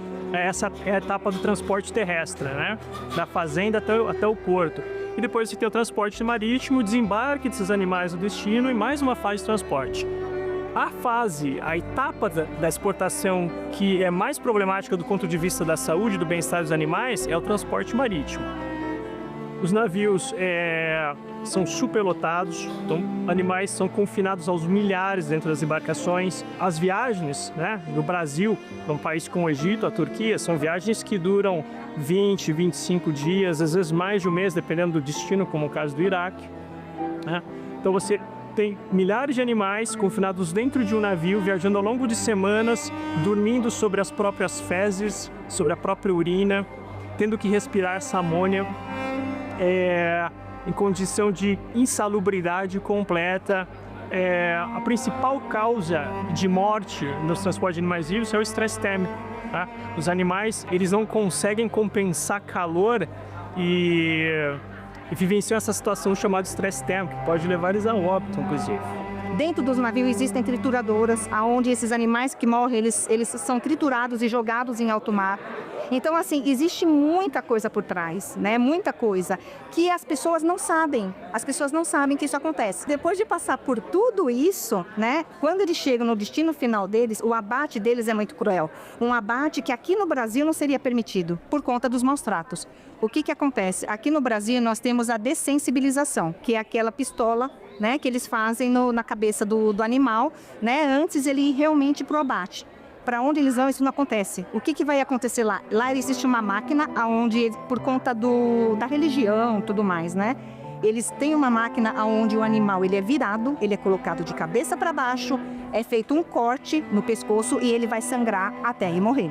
Na cidade de São Sebastião, no litoral de São Paulo, existe um problema muito grande, que é a poluição do ar gerado por essa atividade. Porque quando ocorre um embarque, esses embarques eles duram vários dias, 3, 4, 5 dias, a depender da quantidade de animais que é embarcada. Esses animais eles são transportados por dentro da cidade em caminhões, e esses animais estão defecando, estão urinando, então esse cheiro ele impregna toda a cidade de São Sebastião. Aliás, foi por isso que essa atividade deixou de acontecer no Porto de Santos e no Porto de Belém. Todos os animais, eles são seres sencientes. Isso significa que eles têm sensibilidade, eles têm tristeza. É comprovado que as vacas no pasto, elas têm uma melhor amiga. Elas têm uma melhor amiga. Você vê você tirar um bezerrinho de uma mãe, o desespero da mãe que fica. Então, assim, eles têm senciência, eles são sensíveis, eles sentem tristeza, eles amam, as mães amam seus filhotes, né? Então, assim, quando você tira, isso é uma dor tremenda. E eles sentem dor, eles não são máquinas, eles sentem dor assim como nós. A etapa marítima do transporte de animais vivos, ela não é fiscalizada pela autoridade governamental brasileira, tá? Você não tem fiscais do mapa dentro de um navio acompanhando a viagem, tá? Como é que funciona? Existe um sistema de autocontrole no qual o exportador ele é incumbido de fornecer para o governo brasileiro, no caso o Ministério da Agricultura, um relatório de viagem em que ele relata as ocorrências de doença, lesão, de morte. Agora, essa é uma situação típica de conflito de interesse, porque não é do interesse do exportador reportar ocorrências que possam caracterizar a violação da legislação e, portanto, prejudicar o seu negócio, tá? Então, nós não sabemos. quantos animais morrem, quantos animais ficam doentes, quantos animais são lesionados. Mas nós supomos que esse número é bastante alto e muito maior daquele que é relatado, consta nos relatórios. Eu faço parte de um coletivo, é o coletivo Ecossistema também, onde a gente fala que pessoas, animais e meio ambiente estão interligados. Então não adianta a gente estar aqui trabalhando pelo nosso meio ambiente se a gente não fizer pelos nossos animais, porque os animais eles vão trazer doenças para nós. Então se a gente não cuidar dos nossos animais, automaticamente, amanhã ou depois, a gente vai ter uma doença. Tá aí a pandemia, para provar o que aconteceu, né? A pandemia que veio de animais. Então, assim, as pessoas precisam começar a tomar consciência de que tudo está interligado. Então, se a gente não cuidar do nosso meio ambiente, a gente está vendo agora as emergências climáticas, né? O que está acontecendo. Então, se você não cuidar dos animais, vai ter problema com o meio ambiente. Se você não cuidar do meio ambiente, você vai ter problema com a emergência climática. Tendo problema com as emergências climáticas, todos nós vamos ter problema. Então, assim, as pessoas têm que ter essa consciência. E é isso que a gente quer passar para as pessoas, entendeu? Que a gente precisa tirar, sim, a carne do prato. Eu não consigo, eu preciso, é muito difícil, enfim, né? As pessoas dão inúmeras desculpas para isso. Começa com um dia. Hoje já existe a segunda sem carne, né? Começa com um dia. Amanhã você vai tomando consciência, porque a gente chega para a pessoa e fala assim: você tem coragem de matar um animal? Se você precisar, você vai matar uma galinha? Você vai lá? Não vou ter coragem. Então, se você não tem coragem, então por que você paga para alguém pagar por você, para alguém matar por você, né? Então, assim, as pessoas têm que ter essa consciência e também ter consciência que os animais são sencientes.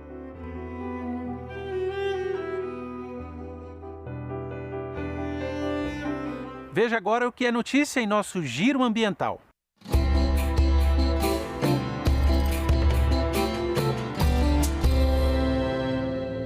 A área total desmatada no Brasil teve um recuo de 32,5% em 2024 em relação a 2023. O declínio foi registrado em quase todos os biomas.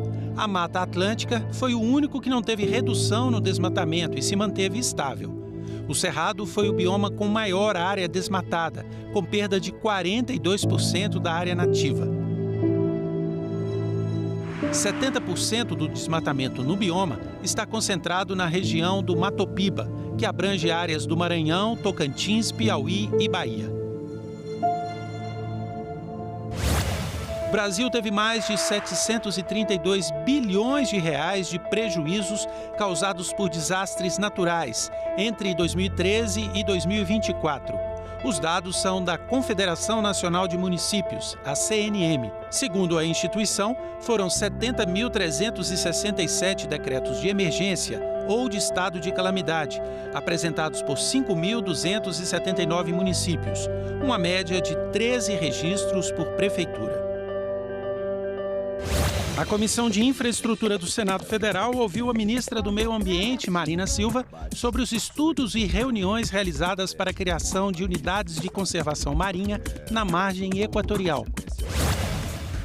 O Senado Federal recebeu nos dias 27 e 28 de maio a 5ª Conferência Nacional de Sustentabilidade no Legislativo, com o tema Sustentabilidade em Rede, Inovação, Perspectivas Climáticas para a Gestão Pública e Agenda 2030. O evento debateu desafios e soluções para um legislativo mais sustentável, eficiente e inovador.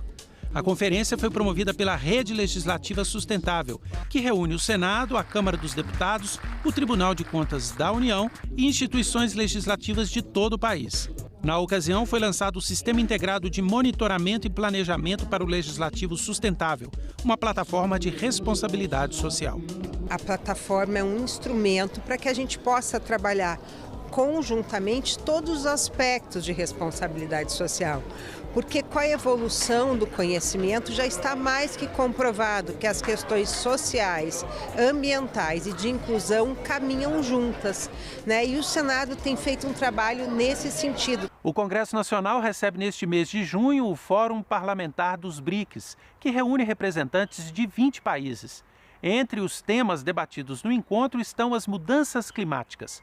Veja com o repórter César Mendes. Laís, quando a gente pensa no financiamento climático, um dos temas que tem sido mais discutido nesses últimos tempos pelas pessoas que discutem as mudanças do clima, e o que se diz é que ele hoje está muito aquém do que é necessário para que realmente a gente possa enfrentar este problema, não é? Agora, da onde que vem esse dinheiro? Qual é o volume necessário para que a gente possa ter realmente ações consistentes para enfrentar as mudanças do clima? Então, o seu questionamento, ele traz pelo menos 3 pontos muito importantes. O primeiro deles é a relevância de um financiamento climático. É preciso que a gente entenda que para promover qualquer mudança no sentido do enfrentamento dos desafios climáticos, é indispensável o investimento, é indispensável, portanto, o financiamento. E este valor realmente é elevado. A atual estimativa é em torno de 1,3 trilhão de dólares por ano até 2035. Só que o último acordo mais recente, realizado na COP29 no ano passado, ficou em torno de 300 bilhões de dólares por ano até esse prazo de 2035, que é um valor muito inferior ao pretendido. Então, resta essa dúvida, né? De onde vem esse valor? Para que ele se destina? E o primeiro ponto, que seria a fonte, vem dos países desenvolvidos e também dos bancos multilaterais e, claro, também parcerias público-privadas. Agora, o Acordo de Paris, que foi assinado em 2015, não é? Ele partiu do princípio das responsabilidades comuns, porém diferenciadas, né? O que significa que os países que contribuíram mais para essa situação que nós vivemos hoje, em tese, deveriam ser os países mais comprometidos com esse financiamento, é isso? Exatamente, é esse o raciocínio. Quando nós falamos em responsabilidades comuns, porém diferenciadas, inicialmente nós chamamos a atenção para o fato de que o meio ambiente é um bem comum e os efeitos sobre ele se distribuem em todos os espaços, independente da divisão territorial. Só que nós precisamos entender também que os efeitos da mudança do clima chegam nos países de formas diversas e as contribuições dos países também são diferentes. E é partindo dessa premissa, das diferentes contribuições, que nós pensamos também em diferentes responsabilidades no financiamento. Nesse caso, os países desenvolvidos, tanto por sua condição financeira atual, quanto também por sua responsabilidade histórica na emissão de gases do efeito estufa, têm uma responsabilidade superior àquela verificada para os países em condição de vulnerabilidade socioeconômica. Agora, você falou também dos bancos multilaterais, né? E a gente tem o Banco do BRICS, foi criado em 2014, e me parece que há uma expectativa, já uma promessa deles, de que até 2026, 40% da carteira de investimentos do Banco do BRICS vai ser destinado a projetos sustentáveis e de transição energética. Então, eu penso que aqui no Fórum do BRICS, esse tema da participação do Banco do BRICS nesse financiamento deva vir à tona, não é? Exatamente. Primeiro, é importante a gente pensar que os bancos multilaterais eles têm um papel fundamental porque esse financiamento é coletivo. Então, pensar na destinação dos recursos de forma integrada e dialogada é fundamental. No caso do BRICS, nós temos países com uma relevância muito grande em termos de população, em termos econômicos, em termos também de perfis de emissão de gases diversos, o que estimula a pensar em soluções adequadas para cada perfil. Então, sim, o BRICS, o Banco do BRICS é muito importante na perspectiva do financiamento climático, sobretudo pelos países que ele representa e aí aos quais ele dá voz. E há, de fato, esse intento, essa iniciativa em promover o investimento em projetos que sejam sustentáveis, voltados principalmente, como já diz o nome, para o desenvolvimento sustentável, para uma transição energética justa e também para apoiar, nesse contexto, os países em desenvolvimento. Que papel tem o Fórum Parlamentar do BRICS nesse contexto mais amplo, não é do BRICS? Porque a gente tem a reunião que nós vamos ter aqui em Brasília do Fórum Parlamentar do BRICS, mas depois vai ter a reunião propriamente dita do BRICS, não é isso?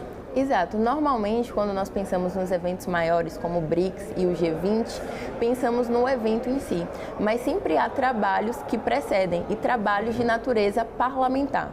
No caso do BRICS, nós vamos ter o Fórum Parlamentar, que, como você colocou aqui, vai acontecer no início de junho, e ele é muito importante porque todas as medidas e ações que são executadas nos países inevitavelmente passam por seus parlamentos, dada a importância fundamental que essa estrutura tem nos países.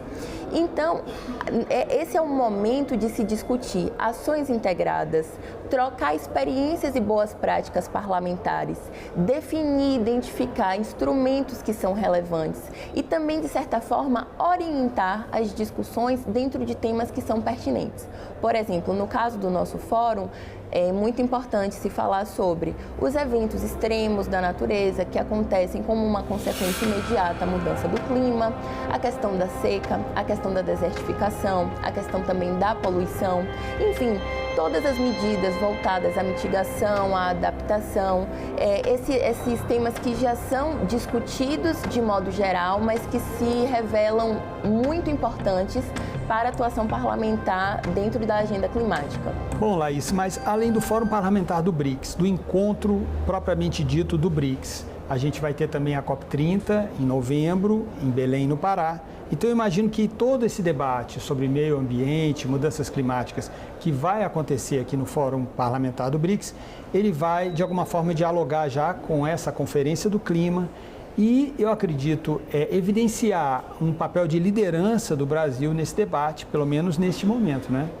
Com certeza. As discussões do BRICS, uma vez que nós estamos tratando de muitos países relevantes, inevitavelmente teria alguma repercussão para a COP. Mas essa importância acaba sendo intensificada porque o Brasil protagoniza, uma vez que ele é anfitrião dos dois eventos. Então, nós vamos ter o Brasil sediando o encontro do BRICS e o Brasil também sediando a COP. Então, inevitavelmente, a voz do país, inevitavelmente, a importância que a gente assume acaba sendo evidenciada. E é interessante saber por que o Brasil é tão importante. Primeiro, porque globalmente nós somos um símbolo de biodiversidade, aqui representada pela Amazônia, que vai ser o local geográfico em que vai acontecer a COP. Então, isso já chama a atenção para o país. Mas, para além dessas belezas cênicas, naturais e da biodiversidade associada, o compromisso mais recente assumido pelo Brasil no ano passado, na COP29, relacionado à sua contribuição nacional relativa às emissões, também ganha destaque porque foi uma meta arrojada, uma meta muito, assim, ambiciosa. Então, mais uma vez, o país assume esse local de importância. E, para além disso, o BRICS, ele é fundamental. Por quê? Nós estamos falando, primeiro, de uma união de países que defende e que apoia esse financiamento climático diferenciado. Então, é um canal muito importante para que países emergentes tenham voz.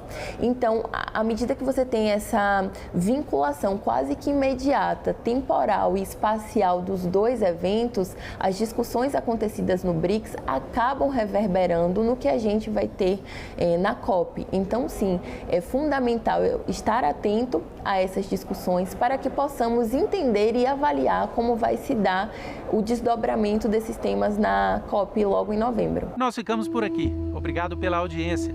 Para rever este e outros programas, acesse o site senado.leg.br/tv ou nosso canal no YouTube. Tchau e até o próximo EcoSenado.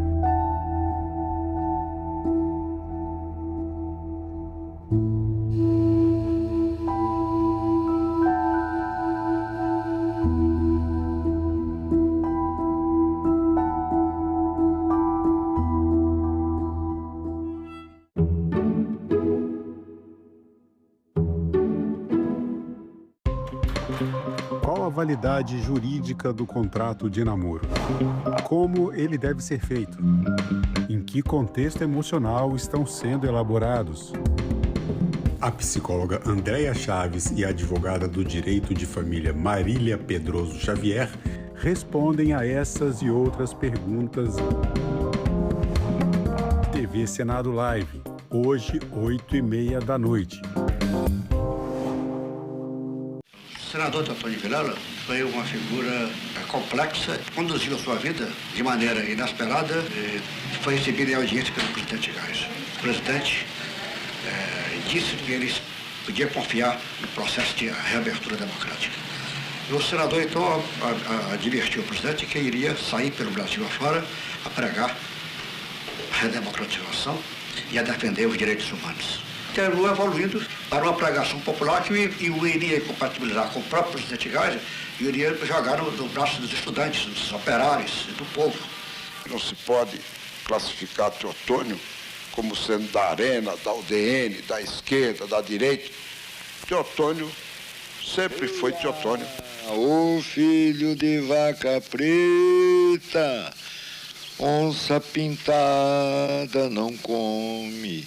Boi, boi, rouba!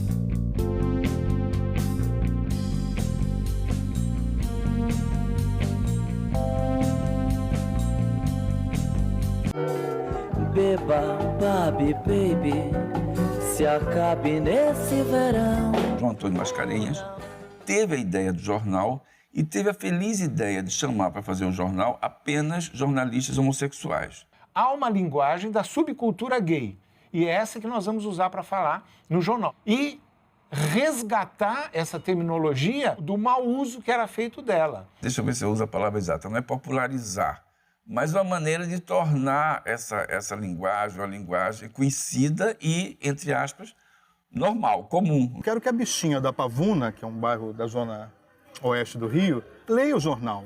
Eu não quero que os intelectuais da Zona Sul apenas leiam o jornal. O primeiro encontro nacional de gays e lésbicas foi patrocinado pelo Lampião. Eu sempre batalhei muito para que o Lampião fosse visto assim. O Lampião é um jornal, né? Não é uma brincadeira de bichinhas, é um jornal.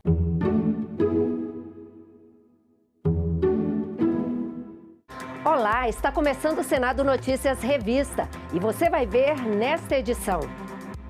Criação da CPMI do INSS pode ser votada pelo Congresso. Medida provisória com alternativas ao aumento do IOF vai ser analisada pelos parlamentares. E relatório final da CPI das bets é rejeitado por 4-3. Confira comigo esses e outros assuntos que são destaque aqui no Senado.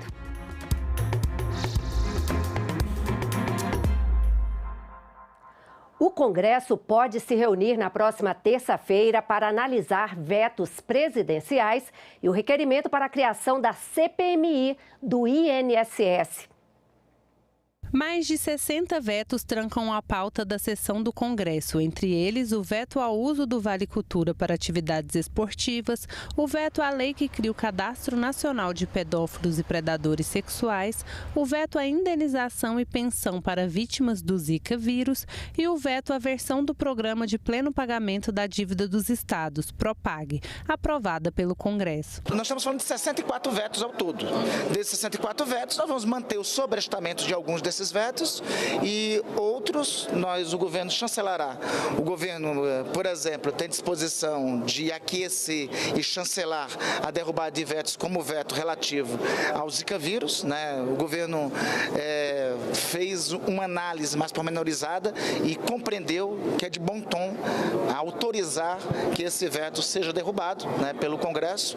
Então, alguns vetos serão derrubados e outros houve já um acordo prévio com os líderes da Câmara pela derrubada e pela manutenção. A sessão também será destinada à leitura de requerimentos, incluindo o que propõe a criação da CPMI para investigar as fraudes nos benefícios de aposentados e pensionistas do INSS. O requerimento foi protocolado, o requerimento tem que ser lido por determinação constitucional e regimental pelo presidente do Congresso na primeira sessão do Congresso. Nós vamos fazer as indicações e claro que nós vamos participar da CPMI. O governo publicou medida provisória com providências alternativas ao decreto que aumentou o IOF. A MP já está valendo, mas precisa ser aprovada pelo Congresso em até 120 dias para não perder a validade. A medida provisória foi publicada em edição extra do Diário Oficial. Ela foi apresentada como alternativa ao decreto publicado no mês passado, que aumentava o IOF, Imposto sobre Operações Financeiras. O novo decreto traz regras mais amenas quanto ao IOF. Por outro lado, a medida provisória estabelece mudanças na tributação de aplicações financeiras e aumento da carga tributária para determinados tipos de empresas. Entre as principais propostas estão a cobrança de 5% de imposto de renda sobre títulos de renda fixa que eram isentos dessa cobrança, como, por exemplo, as letras de crédito imobiliário, LCI, e do agronegócio, LCA. A cobrança será sobre a emissão desses títulos a partir de janeiro do ano que vem.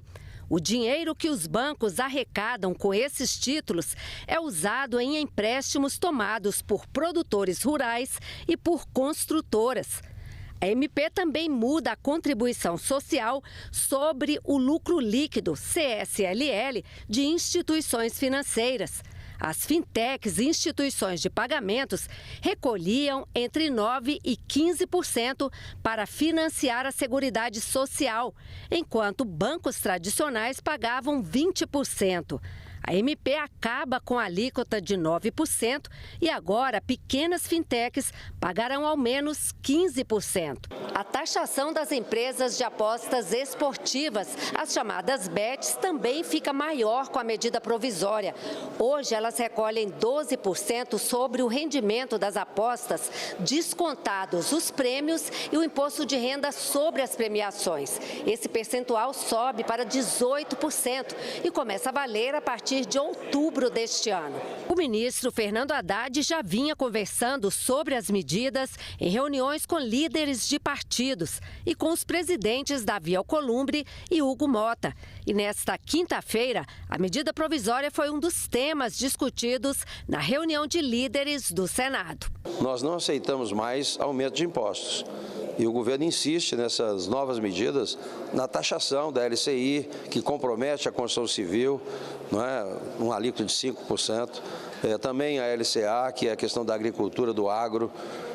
Então, são aumento de impostos, aumentando inclusive as bets, que todo mundo concorda, evidentemente, de aumentar as bets. Dificilmente essas matérias serão aprovadas. O primeiro eixo da medida provisória é o próprio esforço fiscal que o governo faz.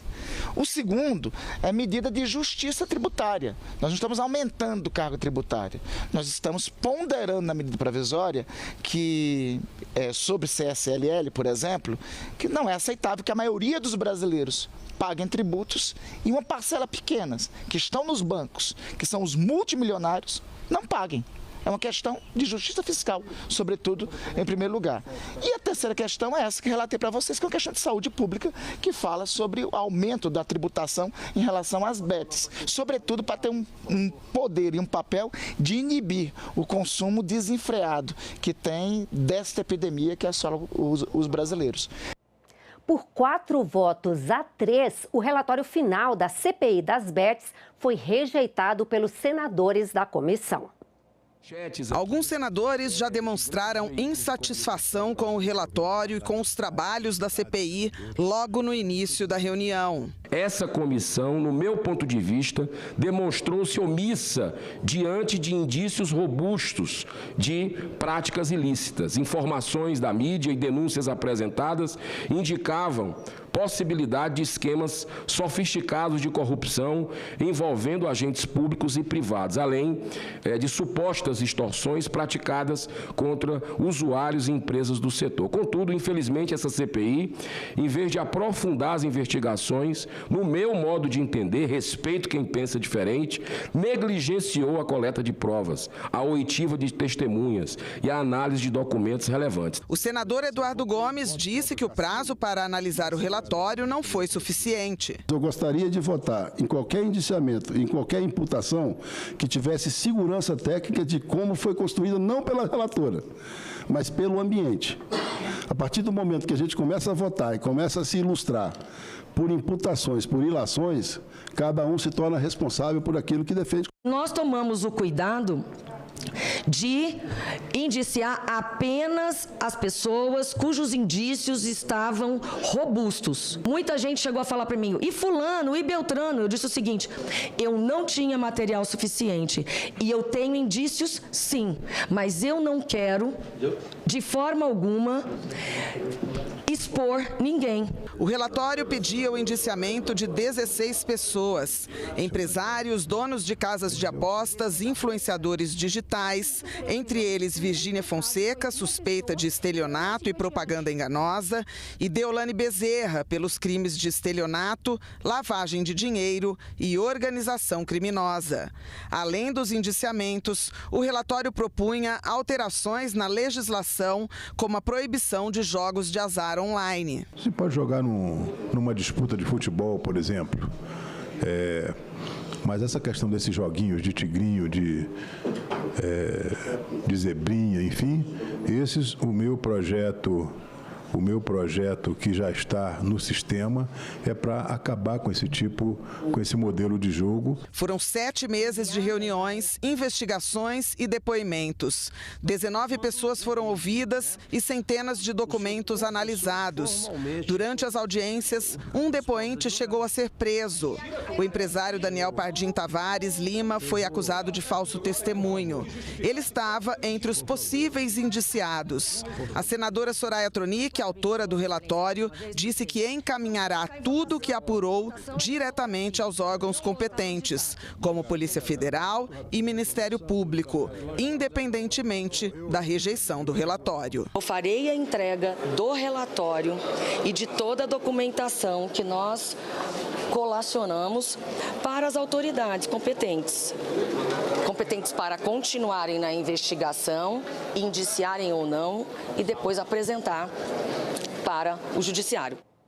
Projeto que impede que estupradores com menos de 21 anos ou com mais de 70 tenham a pena diminuída por causa da idade foi aprovado pelo plenário do Senado. O texto seguiu para a sanção do presidente Lula. Quase 1.300.000 mulheres foram vítimas de crimes no Brasil em 2023, segundo o Anuário Brasileiro de Segurança Pública. Os números incluem homicídios e feminicídios, violência doméstica e psicológica, ameaça, perseguição e estupro. O projeto aprovado pelo plenário do Senado nesta terça-feira determina que ter menos de 21 anos ou mais de 70 deixa de ser circunstância atenuante no caso de estupro. Isso significa que a pena não será reduzida pela idade. Fica também proibido diminuir o prazo de prescrição da pena nesses crimes. O texto da proposta reforça que a juventude e a velhice não podem ser usadas como desculpa para cometer crime sexual contra mulheres. O projeto segue agora para a sanção da Presidência da República.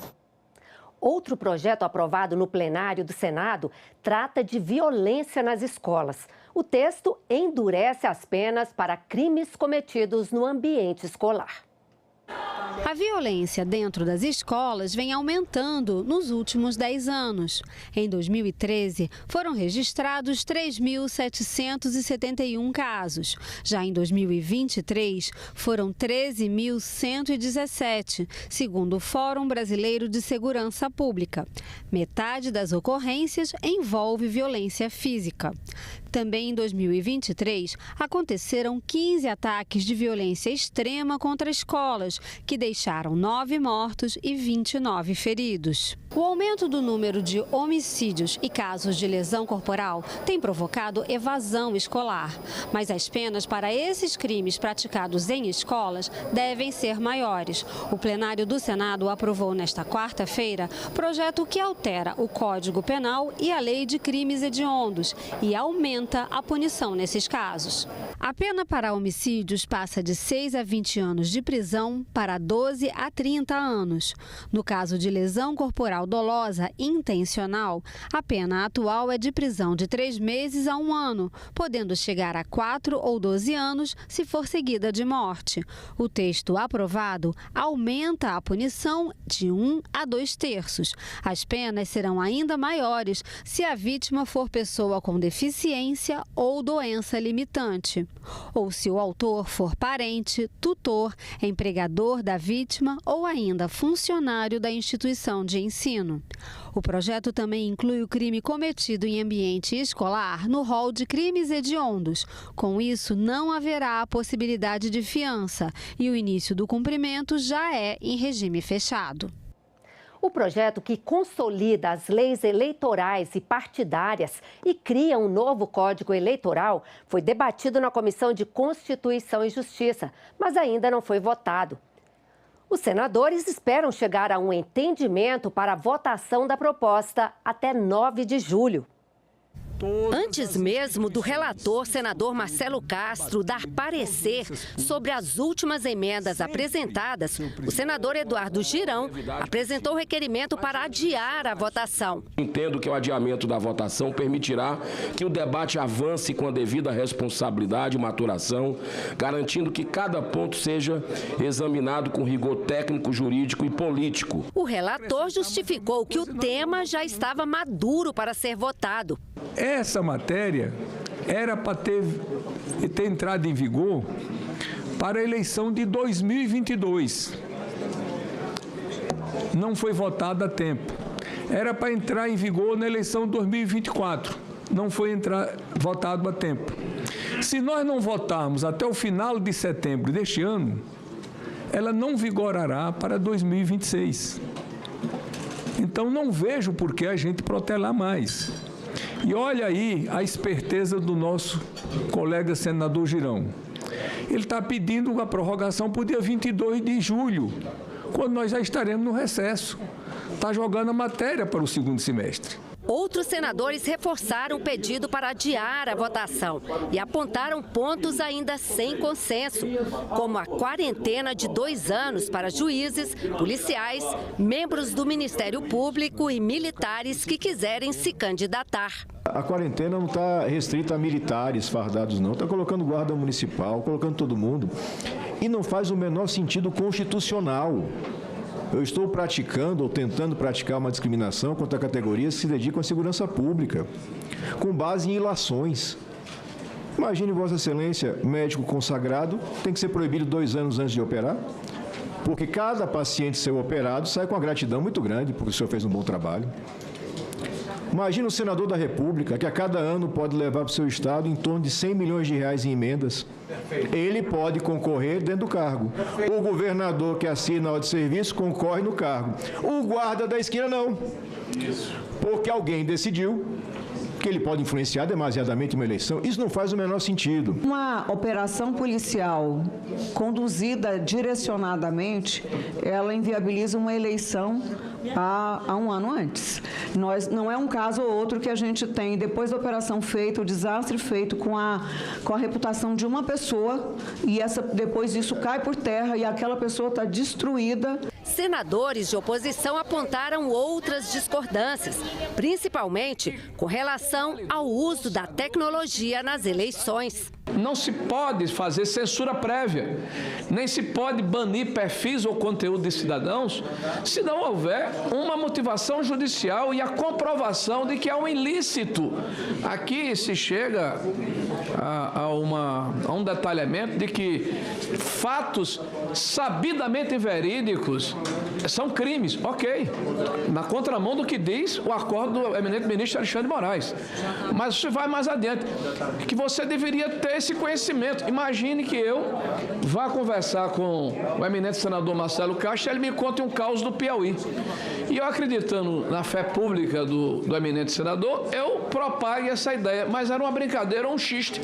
E eu recebo uma pena de prisão ou de multa. Dizer que a gente vai votar esse projeto no meio de um recesso parlamentar é dizer que não quer o projeto aprovado. Então, eu quero pedir aqui a benevolência para que a gente possa seguir né? Uma linha que Vossa Excelência adota, que é separar aquilo que realmente a gente não consegue evoluir para nenhum tipo de entendimento, mas votar a matéria principal. Fazer destaque, retirar o que for preciso, mas votar aquilo que é principal e não deixar de votar. Diante de tantas divergências, ficou definido por sugestão do presidente da comissão, o senador Otto Alencar, que o relator vai se encontrar, vai conversar com um representante de cada partido para buscar um consenso. E só depois disso, o texto retorna à pauta. A votação do projeto já está marcada para o dia 9 de julho. Novas emendas só poderão ser apresentadas até o dia 2 de julho. A criação do Comitê Gestor do IBS também foi destaque na Comissão de Constituição e Justiça. Foi a 4ª audiência pública do colegiado sobre reforma tributária.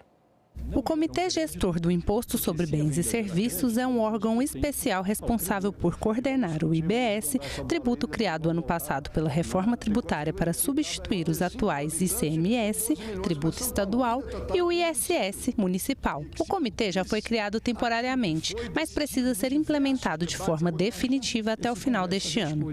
Durante a audiência pública na Comissão de Constituição e Justiça, o secretário extraordinário da Reforma Tributária do Ministério da Fazenda detalhou o funcionamento do órgão. Então, o Comitê Gestor, na verdade, não é um ente estranho aos estados e municípios. Ele é os estados e municípios que estão atuando de forma conjunta através do Comitê Gestor. Às vezes, senador, a gente ouve falar que o Comitê Gestor vai ter muito poder.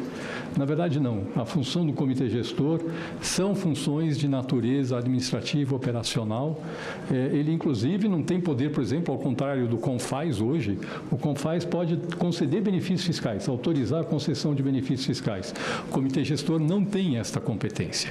O Comitê Gestor, ele não legisla, embora ele tenha, sim, a competência de interpretar a legislação do IBS. A Frente Nacional dos Prefeitos e a Confederação Nacional dos Municípios enfrentam um impasse em torno da eleição dos 27 representantes no Conselho Superior do Comitê. O que nós entendemos é que também, no caso dos municípios, as funções deveriam ser ocupadas pelo secretário de Fazenda. Por que isso, prezado senador Confúcio, senadoras e senadores? Porque nós corremos o risco de ter uma entidade que vai cuidar de R$1 trilhão dos brasileiros, que vai ter um orçamento de 5 bilhões de reais, ser tomada por pessoas que têm isso como a sua atividade profissional. Não podemos permitir uma politização dessa nova entidade, que no caso dos municípios a representação é do conjunto dos municípios do Distrito Federal e não de cada ente individualmente. Vamos mudar a Constituição aqui agora? Logo, a representante não pode ser trocado pelo prefeito. Infelizmente, nós estamos nessa situação. O ideal seria que a gente chegasse a um acordo, porque todo o modelo tem funcionado até agora com base num modelo de federalismo cooperativo e seria muito bom que a gente conseguisse superar esse impasse. Muito obrigado.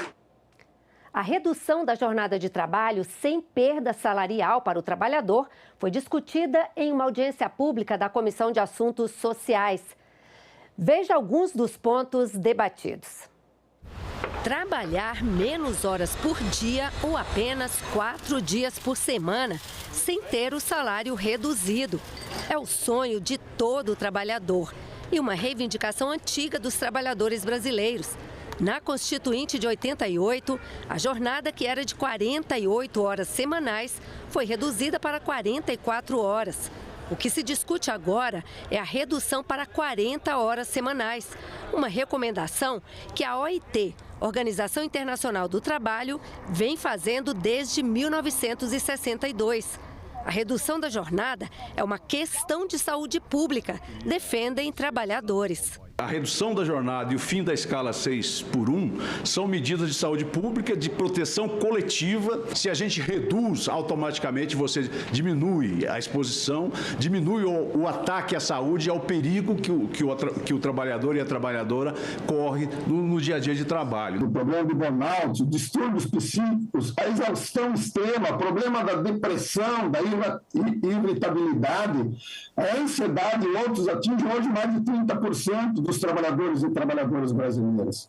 Foram mais de 500 mil afastamentos do trabalho apurados em 2023, para a Previdência, para as empresas e para o Estado. Além de prejudicar a saúde dos trabalhadores, longas jornadas aumentam os riscos de acidentes de trabalho. Em 2023, foram registrados mais de 500 mil acidentes, com quase 3 mil mortes. Em 2024, o número passou de 740 mil, com 2.500 mortes. Até 2015, o caminhoneiro trabalhava 16 horas, não tinha horas para trabalhar. Em 2015, houve uma regulamentação que reduziu para 8, mas com a possibilidade dele dirigir até 6 horas para ter um intervalo de 30 minutos, podendo ser reduzido para 15. Mesmo assim, com essa redução, houve uma diminuição significativa na questão dos acidentes. Para a Associação Nacional de Juízes da Justiça do Trabalho, além de reduzir riscos de acidentes, a redução de jornada pode também economizar recursos públicos. O Brasil gastou aproximadamente 900 milhões de reais em 2024, custeando benefícios previdenciários decorrentes de acidente de trabalho. No Senado, tramitam pelo menos 3 propostas para reduzir a jornada sem perda salarial. Uma delas, do senador Paulo Paim, estabelece que a jornada diária não passe de 8 horas. O total semanal, que começaria com 40 horas, iria diminuindo gradualmente até chegar a 36 horas semanais. Reduzir a jornada de trabalho traz, na nossa avaliação, naturalmente, mais qualidade de vida, melhora a saúde física e mental, cria mais empregos e aumenta a produtividade. Segundo o Diese, a redução para 40 horas, num primeiro momento, poderia gerar 3 milhões de empregos. O único representante dos patrões a participar da audiência pública falou sobre o impacto nas empresas e defendeu que o caminho não é reduzir a jornada. Se eu tenho produtividade baixa, eu tenho receita baixa e eu tenho salário baixo. Essa é uma condição do Brasil. O nosso custo por trabalhador ele é alto, 1.400, hoje o salário mínimo R$ 1.412. Mas o empregador paga o dobro disso. A solução, pelo menos pela nossa perspectiva, e aqui muito respeitosamente ao senador Paim, a todos aqueles que me falaram antes de mim, eu pensaria de uma forma diferente, era mais aumentar a liberdade de contratação, né? Desonerar fortemente o custo do trabalho, reformas que vão facilitar e melhorar a qualificação técnica e produtividade. A participação de crianças e jovens nas decisões sobre o clima foi tema de um encontro em Brasília. O evento faz parte da preparação do Brasil para a COP30, que vai acontecer em Belém, no Pará, em novembro. Qual a importância da participação de crianças, adolescentes e jovens nas decisões climáticas? O tema foi discutido com representantes da sociedade civil, especialistas em clima, gestores públicos, jovens lideranças e estudantes. Tenta colaborar nesse processo que é de incluir mais pessoas na conversa sobre o nosso futuro, né? Sobre como que a gente pode enfrentar a crise climática, principalmente as crianças e jovens, que é o trabalho que a gente faz com muito empenho aqui no Brasil. Na primeira mesa, os participantes discutiram o que falta para que os jovens deixem de ser vistos apenas como símbolos e passem a fazer parte das soluções. É preciso, para além de ouvir, né, essas crianças, é quando pensar em leis, em projetos, incluir essas crianças, esses jovens, e aí também apoiar financeiramente esses projetos de territórios que já existem, porque em territórios quilombolas, indígenas, de comunidades tradicionais, a solução já existe para mudanças climáticas. Elas só bastam serem ouvidas. A gente não quer só um quadrado da sala de aula para ficar falando. A gente não quer passar horas ouvindo alguém falando. A gente quer poder criar, construir, ao mesmo tempo que fala, também faz ação. Então, é entender também a dinâmica que as crianças, que os adolescentes e a juventude interagem para o seu saber. Às vezes a gente quer colocar as crianças no lugar de adulto, né? Quer que fique mais séria, fique mais rígida,